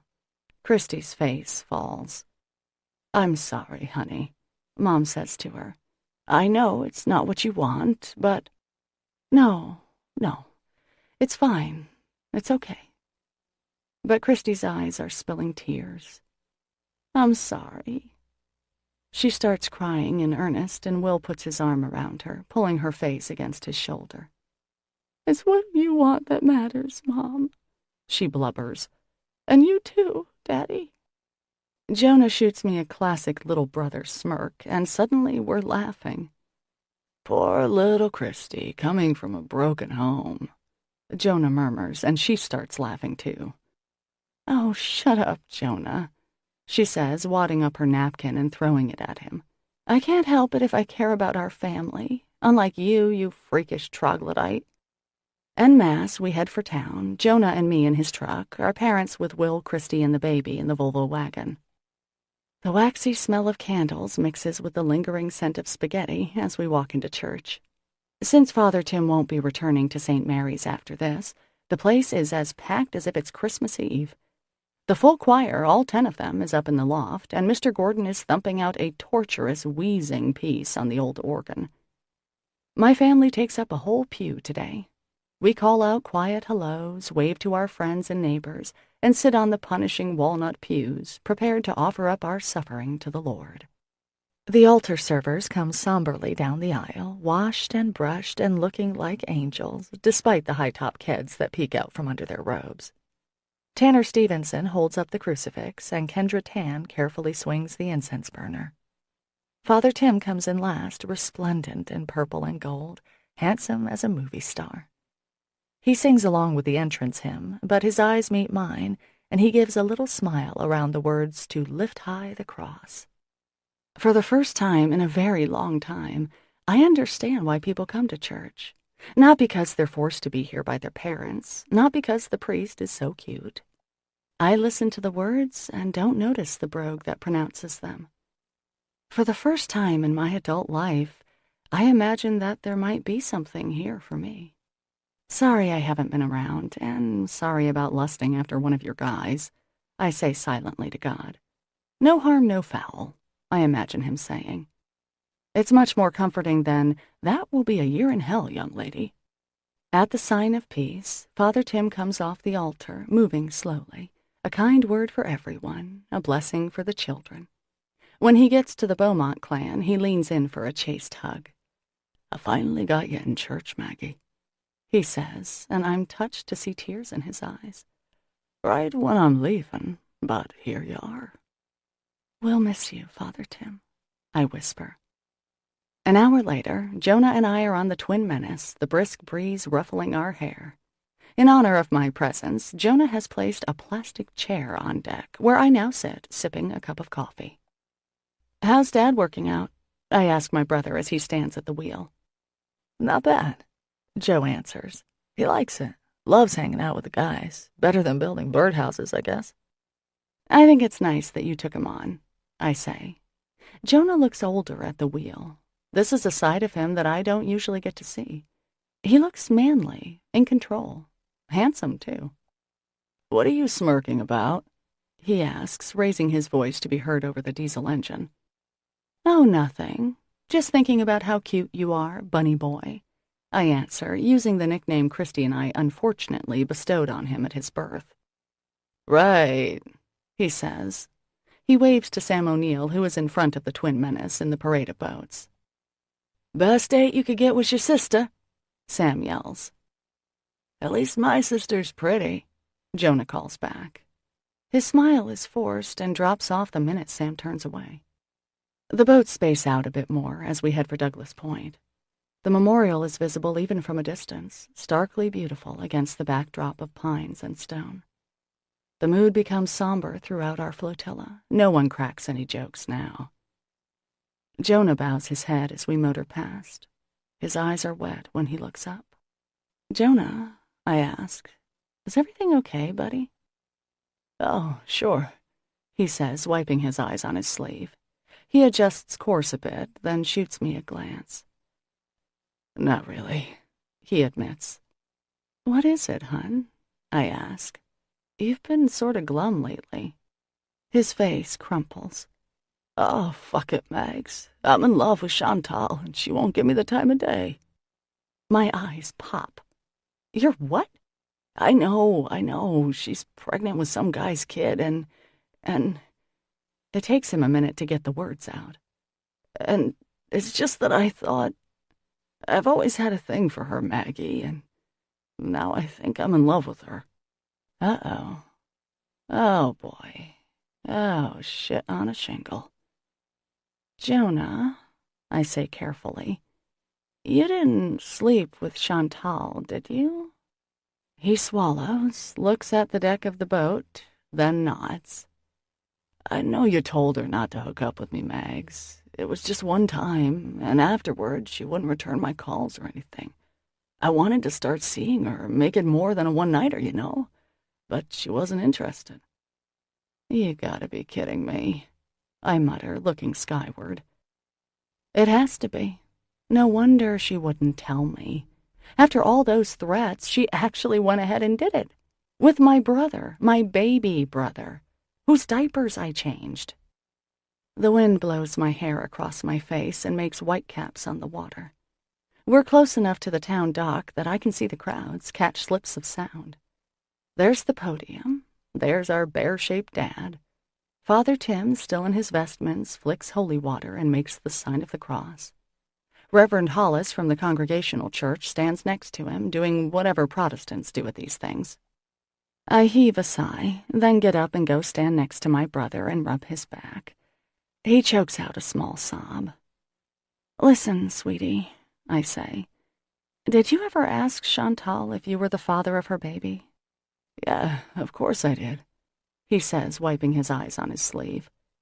"She said I wasn't. Said she was sure about it." "I think she's lying." Jonah's head snaps back. "What? Why? Do you know something?" I sigh. "No. She said it was an out-of-towner, but, well, she just might be trying to protect you." "Why? Why would she do that? Doesn't she?" "Because, honey, you're 26 years old, and she's what, 39? She said a few things." My voice trails off. "I bet it's you, Jonah. I think you need to ask her again." My brother's face lights up in a sudden burst of joy. "Oh my God, Maggot, holy shit!" He claps his hands against his head. Holy shit! Hold the wheel, will you, Max? He shoves me against the wheel, then goes aft. Jonah! Joe! Come on, you know I'm stupid around boats. Chantal! Chantal! Jonah bellows, cupping his hands around his mouth. In front of us, Sam's head jerks around. Jonah! I bark. The boat! I don't know what I'm doing here. We're gonna hit Sam. Chantal! Jonah yells again, his voice breaking. Heads start turning on the dock. Chantal! Sure enough, we can make her out, her red hair as noticeable as a lighthouse beacon. Jonah, I warn, trying to figure out which lever will slow us down. This is not the time. He ignores me. The baby's mine, isn't it? He bellows. Jesus, Jonah, I yelp. Mom's gonna kill you. People are pointing and talking, then shushing each other. I love you, Chantal, my idiot brother shouts. We're about 30 yards from the dock now, close enough that people definitely hear him. The crowd turns to look at Chantal, who is frozen like a moose about to be hit by a pickup truck. Chantal, the baby's mine, isn't it? I love you. I want to marry you. Shut up, Jonah, Chantal yells back. Oh, to see my mother's face at this moment. I can't help it. I start laughing. I hear a splash, and sure enough, my brother has jumped overboard and is swimming to the dock. If the water is 50 degrees, I'd be surprised. Jonah, you fucking idiot, yells Sam. Sam, I think I'm gonna hit you, I call out. Steer out to sea, dumbass, he barks. Okay, no need for names. I obey, turning the wheel east. The Twin Menace cruises away from the parade. I decide to just turn the damn engine off and bop there, safer than anything else I can think of. Besides, now I can watch. The blessing has been put on hold as Jonah, always a good swimmer, works his way toward his lady love. He makes it to the dock and someone, Raleigh, it looks like, pulls him up. I can't hear him, but I can see my brother clear as day. He pushes his way to Chantal, streaming water, and makes his case, his hands flying.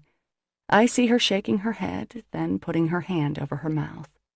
Jonah takes her in his arms and kisses her as my parents look on in stunned horror, and in spite of my reservations about Chantal, I find that my eyes are a bit wet.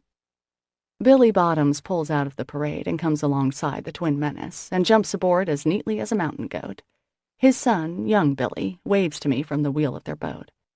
Hey there, dear, Billy says. Looks like your brother's gonna be a father. Looks like it, I agree, happily surrendering the controls to someone who won't get us killed. The blessing resumes, albeit completely overshadowed by Jonah's proclamations, and Billy steers us past the dock, where Father Tim and Reverend Hollis dutifully bless us. Would you let me off here, Billy? I ask. Sure enough, dear. Billy maneuvers the boat alongside the dock, and I jump out. Christy is waiting for me. Holy Mother of God, she proclaims. Yeah, I agree. Did you know? Not until about 5 minutes ago, I say. Where are they? Christy leads me up the ramp and through the crowd. My brother, a blanket draped around his shoulders, is drinking a cup of coffee, gripping Chantal's hand. Hello, I say. Hey, sis, Jonah says. Chantal, I grind out. Didn't I tell you Jonah was off limits? She grimaces. Sorry, Maggie. She looks at the ground. The damage is done. So it's his?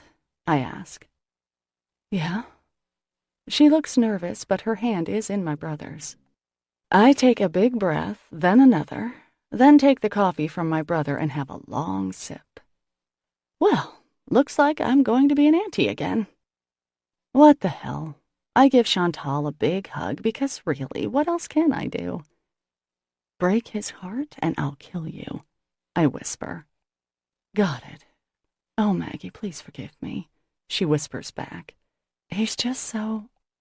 Spare me the details, okay? He's my baby brother. She says she won't marry me, Maggie, Jonah says. You need to work on her, okay? Why would I do anything for you, idiot? I asked Jonah, smacking his head. "You stranded me out there." "And yet here you are." He smiles, his eyes filling with tears. "Thanks, Maggie, for figuring it out." "You're welcome, dummy." I give him a hug, too. I guess it's not the worst thing in the world that could happen. And then, aware that just about every single member of Gideon's Cove is standing around us, my vocal cords start doing their special thing. "I hope you're all proud of yourselves," I announce. "For weeks now, you've been bad-mouthing Malone, spreading rumors, cutting his lines, all because you have nothing better to do than gossip. Shame on you. Malone did nothing except keep his mouth shut, which is more than I can say for anyone else here, including me." "It was a logical guess," Stuart speculates. "Malone never denied it." "Malone shouldn't have to deny anything," I say hotly. "Besides, he wasn't even sleeping with Chantal. He was sleeping with me. So there." "Oops." A speculative murmur goes up from the crowd. My mother frowns, my dad goes white, Christy grimaces, Jonah laughs. Chapter 33. We spend the rest of the day as the chief entertainment. The Beaumont's always good for some laughs. Jonah is beaming with pride. Chantal does a fair amount of eye-rolling, but the pall that's been hanging over her is gone. She seems happy. I don't know if she'll stay with Jonah, but hey, anything is possible.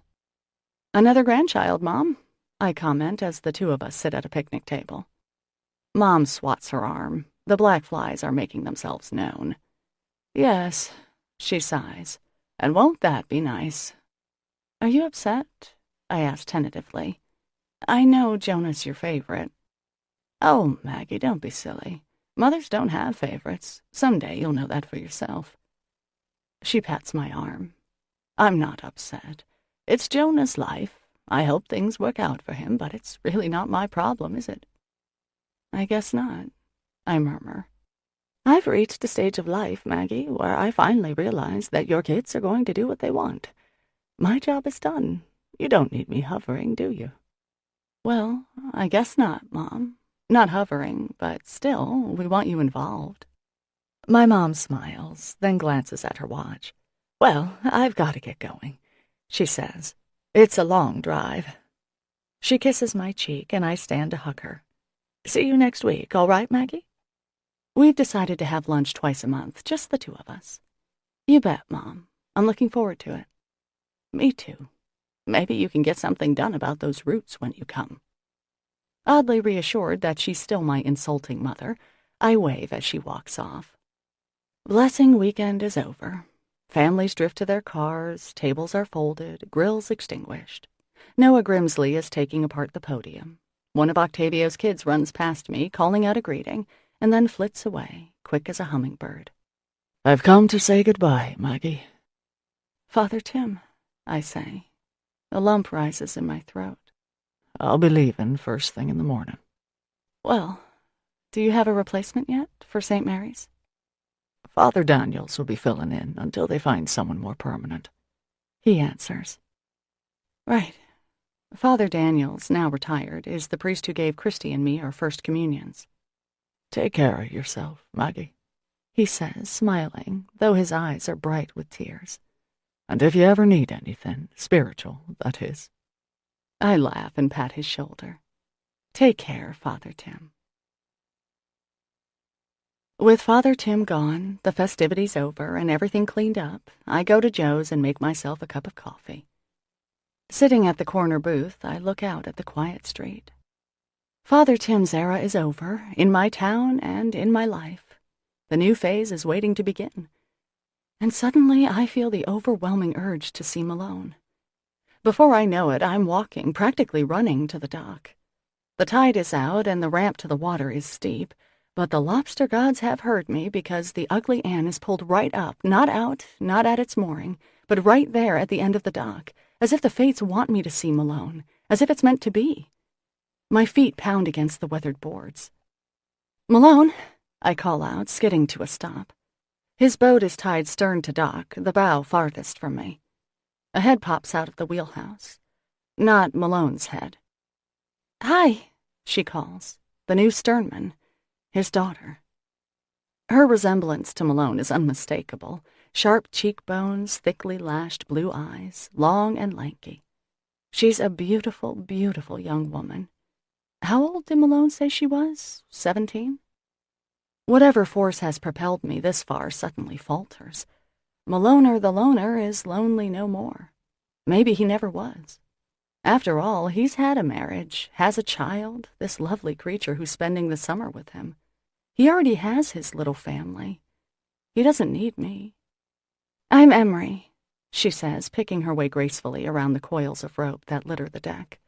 She's wearing cut-off jeans and a tank top, and yet she looks like she stepped out of a photo shoot. The lobstermen must be smitten. I swallow. Hi. Yeah, I'm Maggie. Looking for my dad? She asks pleasantly. I don't answer.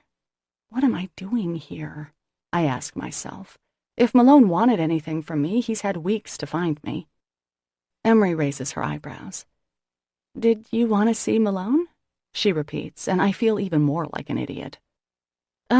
Yeah. Actually, it's no big deal. I'll come back. Malone, she calls. Someone to see you, Cap. Malone emerges from the storage area in the bow, wiping his hands on a grease-stained towel. Aye, aye, Skipper, he says, grinning. He snaps the towel at her as he walks past, and she giggles and leaps away. God, he seems so happy. Malone of the scowls and lines has what he needs to be happy, and it ain't me. I briefly consider jumping into the water to escape. Worked for Jonah. Malone catches sight of me, and the smile on his face falls like a stone. Maggie. I take a big breath and release it. Yep. Hi. He jumps off the stern onto the dock and puts his hands on his hips, and even though his daughter is watching, I can't help feeling the effect he has on me. My chest feels tight, my eyes hot and dry. You met Emery? He asks. Oh, yes, yep, sure did. She's beautiful. His face softens into a smile as he glances back at the subject of our conversation. I swallow against the lump in my throat. Yeah, Malone agrees. So, what's up? Oh, well, any plans I had have evaporated. To hide the fact that my hands are shaking, I stuff them in my pockets. Well, guess what?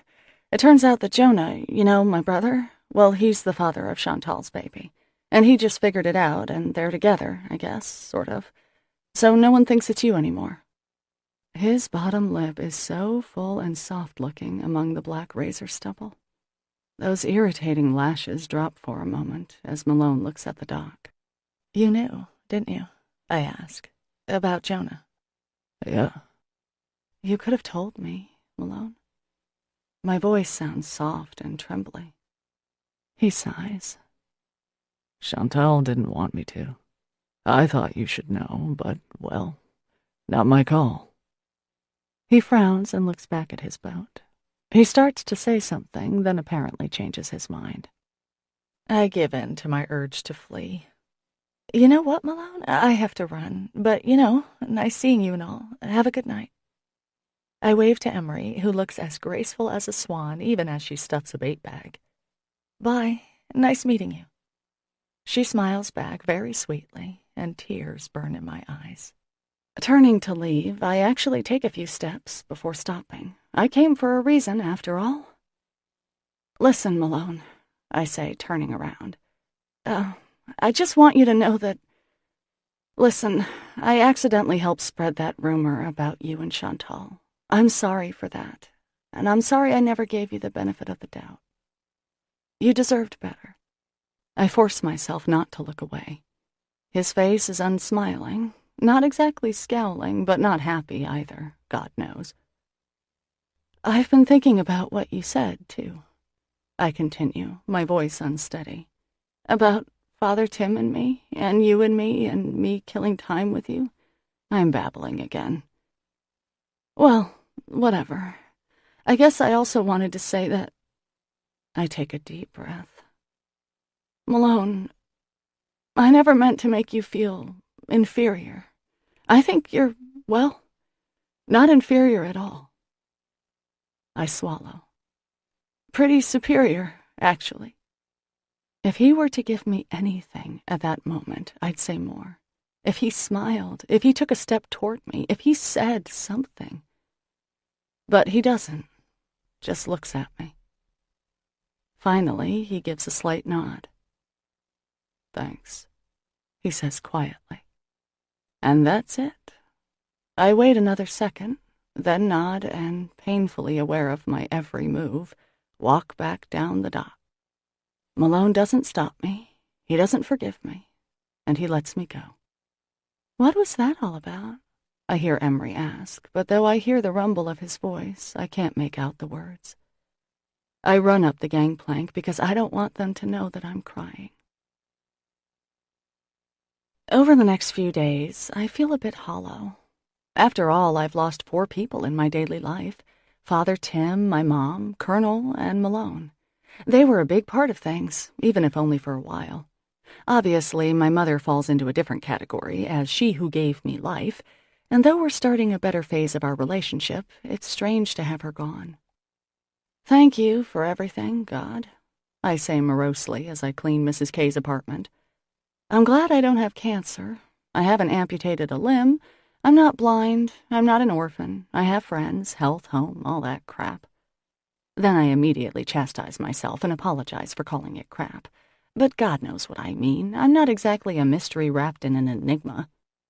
"I think I'm going to take a cooking class," I tell Mrs. K when I've turned off the Electrolux. "You're already a magnificent cook. Pooh!" she cries staunchly, thumping her cane for emphasis. "Yeah, well, thanks, Mrs. K, but I might like to learn a bit more, you know? New sauces, new techniques, stuff like that. I'm trying to jazz up the menu at Joe's." There's a master class being offered in Machias, twice a week for 12 weeks. I've already signed up. French cooking with a twist. It sounded fun. "Well, as long as you don't change your lemon cake," Mrs. K says. "Don't tamper with perfection, Maggie." Maybe at the class I'll meet some new people. It would be nice to have someone else to pal around with. It's starting to dawn on me that getting out of Gideon's Cove once in a while isn't a bad idea. Chantal and I are still a little tentative with each other, but our friendship will survive her stooping Jonah. After all, he may be my little brother, but he's also a grown-up, theoretically anyway. Christy calls me later in the week. "Listen, I know the last time was a disaster," she says, failing to excite me about what comes next. "But Will knows this nice guy, a drug rep who came into the office last week. Can we give him your number?" I sigh. I'm stretched out sideways on my bed, a pillow clutched to my side. It's no substitute for Colonel. I need to get another dog. "I don't think so, Christy," I say. "Not for a while, but I'll let you know, okay?" "Is it Malone?" she asks. I had told her about my visit to the dock. "Oh, Christy," I confess. "It was one of those things. I didn't realize how much he meant to me until it was too late. Dumb, huh? Stupid Maggie." "You're not dumb," she chides.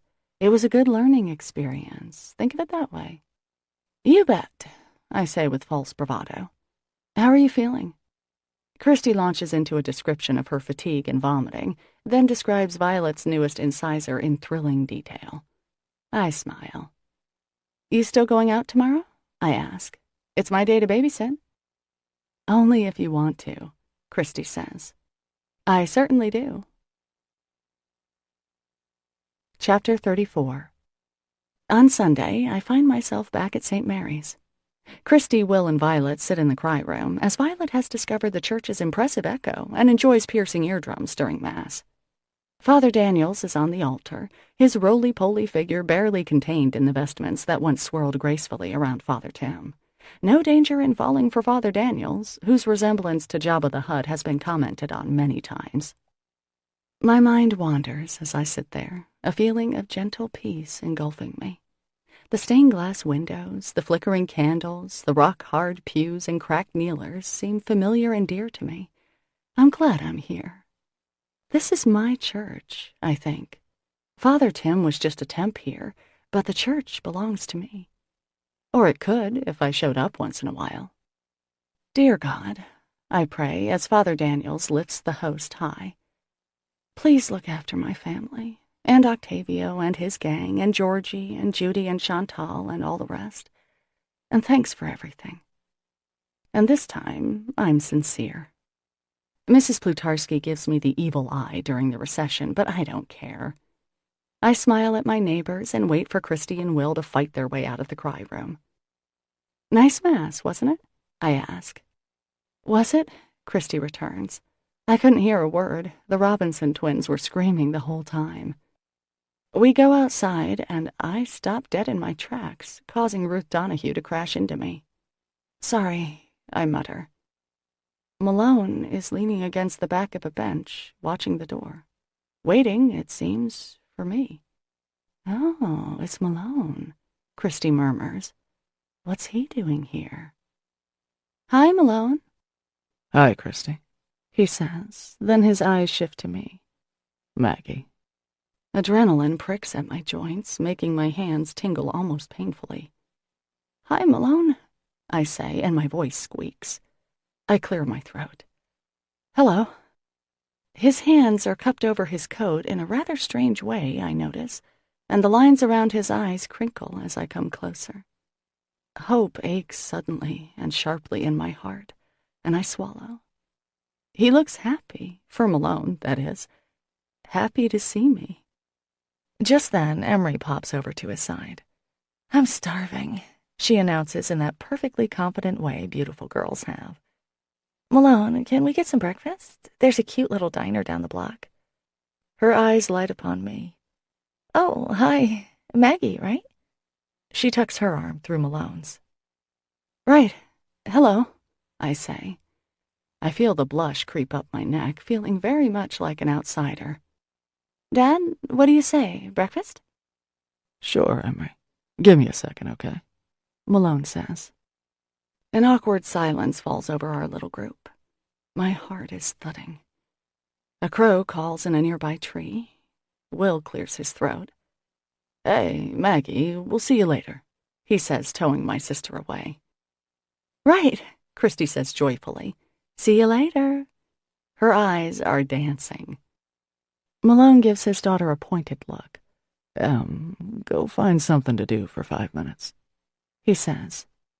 Sure, Malone, she says, trotting up the stairs of St. Mary's. We both watch her go, then, because there's no one left to look at, turn to face each other. My face prickles with heat. Malone swallows. It seems neither of us knows what to say. Then, with one hand still cupping his stomach, Malone reaches into his coat and pulls out a very small puppy. For you, he says, handing the warm little bundle of fur to me. It's a girl. She's sound asleep, cuddled against my chest before I'm fully aware that I have her. Pale blonde fur, silky ears, black nose. I can feel her little spine through her fur. Clearly she needs a good meal. Oh, Malone, I whisper, my eyes filling. 10 weeks old, half yellow lab. She's had her first shots. She's so beautiful, aren't you, honey? Malone, thank you. I stroke her tiny little head and give Malone a watery smile. He's not smiling back. He's practically glaring. My smile falters. It's Matthew, he growls. I blink. I thought you said she was a girl. He doesn't answer.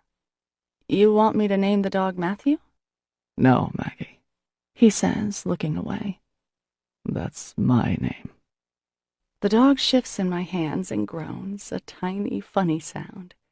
She wakes enough to chew on my thumb with her needle-sharp teeth, but I barely notice. It was my father's name, too, Malone says, still looking down the block. My mom called me Little Malone when I was a kid, and then eventually she dropped the little. Since my father knocked us around, I didn't really feel like using his first name anyway, so I just go by Malone. His longest speech to me by far. Ever, maybe. Oh, I manage. His eyes snap back to me. Maggie, he says, stepping closer. He takes a deep breath. I've been thinking about what you said, too, About me and how I don't let people in, talk, whatever. He rolls his eyes, then swallows. I'm not really the type, Maggie. My shoulders drop a little. Well, I guess not every. But I'm willing to try. My mouth pops open. Seems like I have a thing for you, Maggie, he says quietly, meeting my eyes with some difficulty. My eyes are suddenly full of tears. Well, that's great, Malone, I whisper, because I know I have a thing for you. Those slashing lines soften as he smiles. Then why are you crying? He asks. Oh, these are the good tears. Happy, lovey-dovey tears. You know, the kind when things go great and you didn't expect.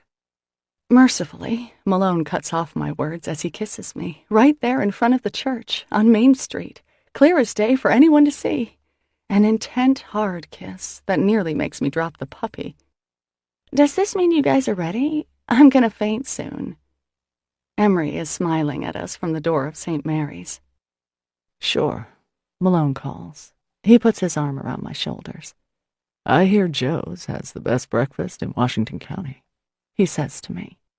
You're right, I answer. My words are so ordinary, but happiness is rolling through me in big, warm waves. The desserts are excellent, too. Good, because I think you still owe me a piece of pie. He smiles, and my heart swells. We walk down the street, the three of us, 4 if you count my new puppy, and open the door to Joe's Diner. This concludes Catch of the Day.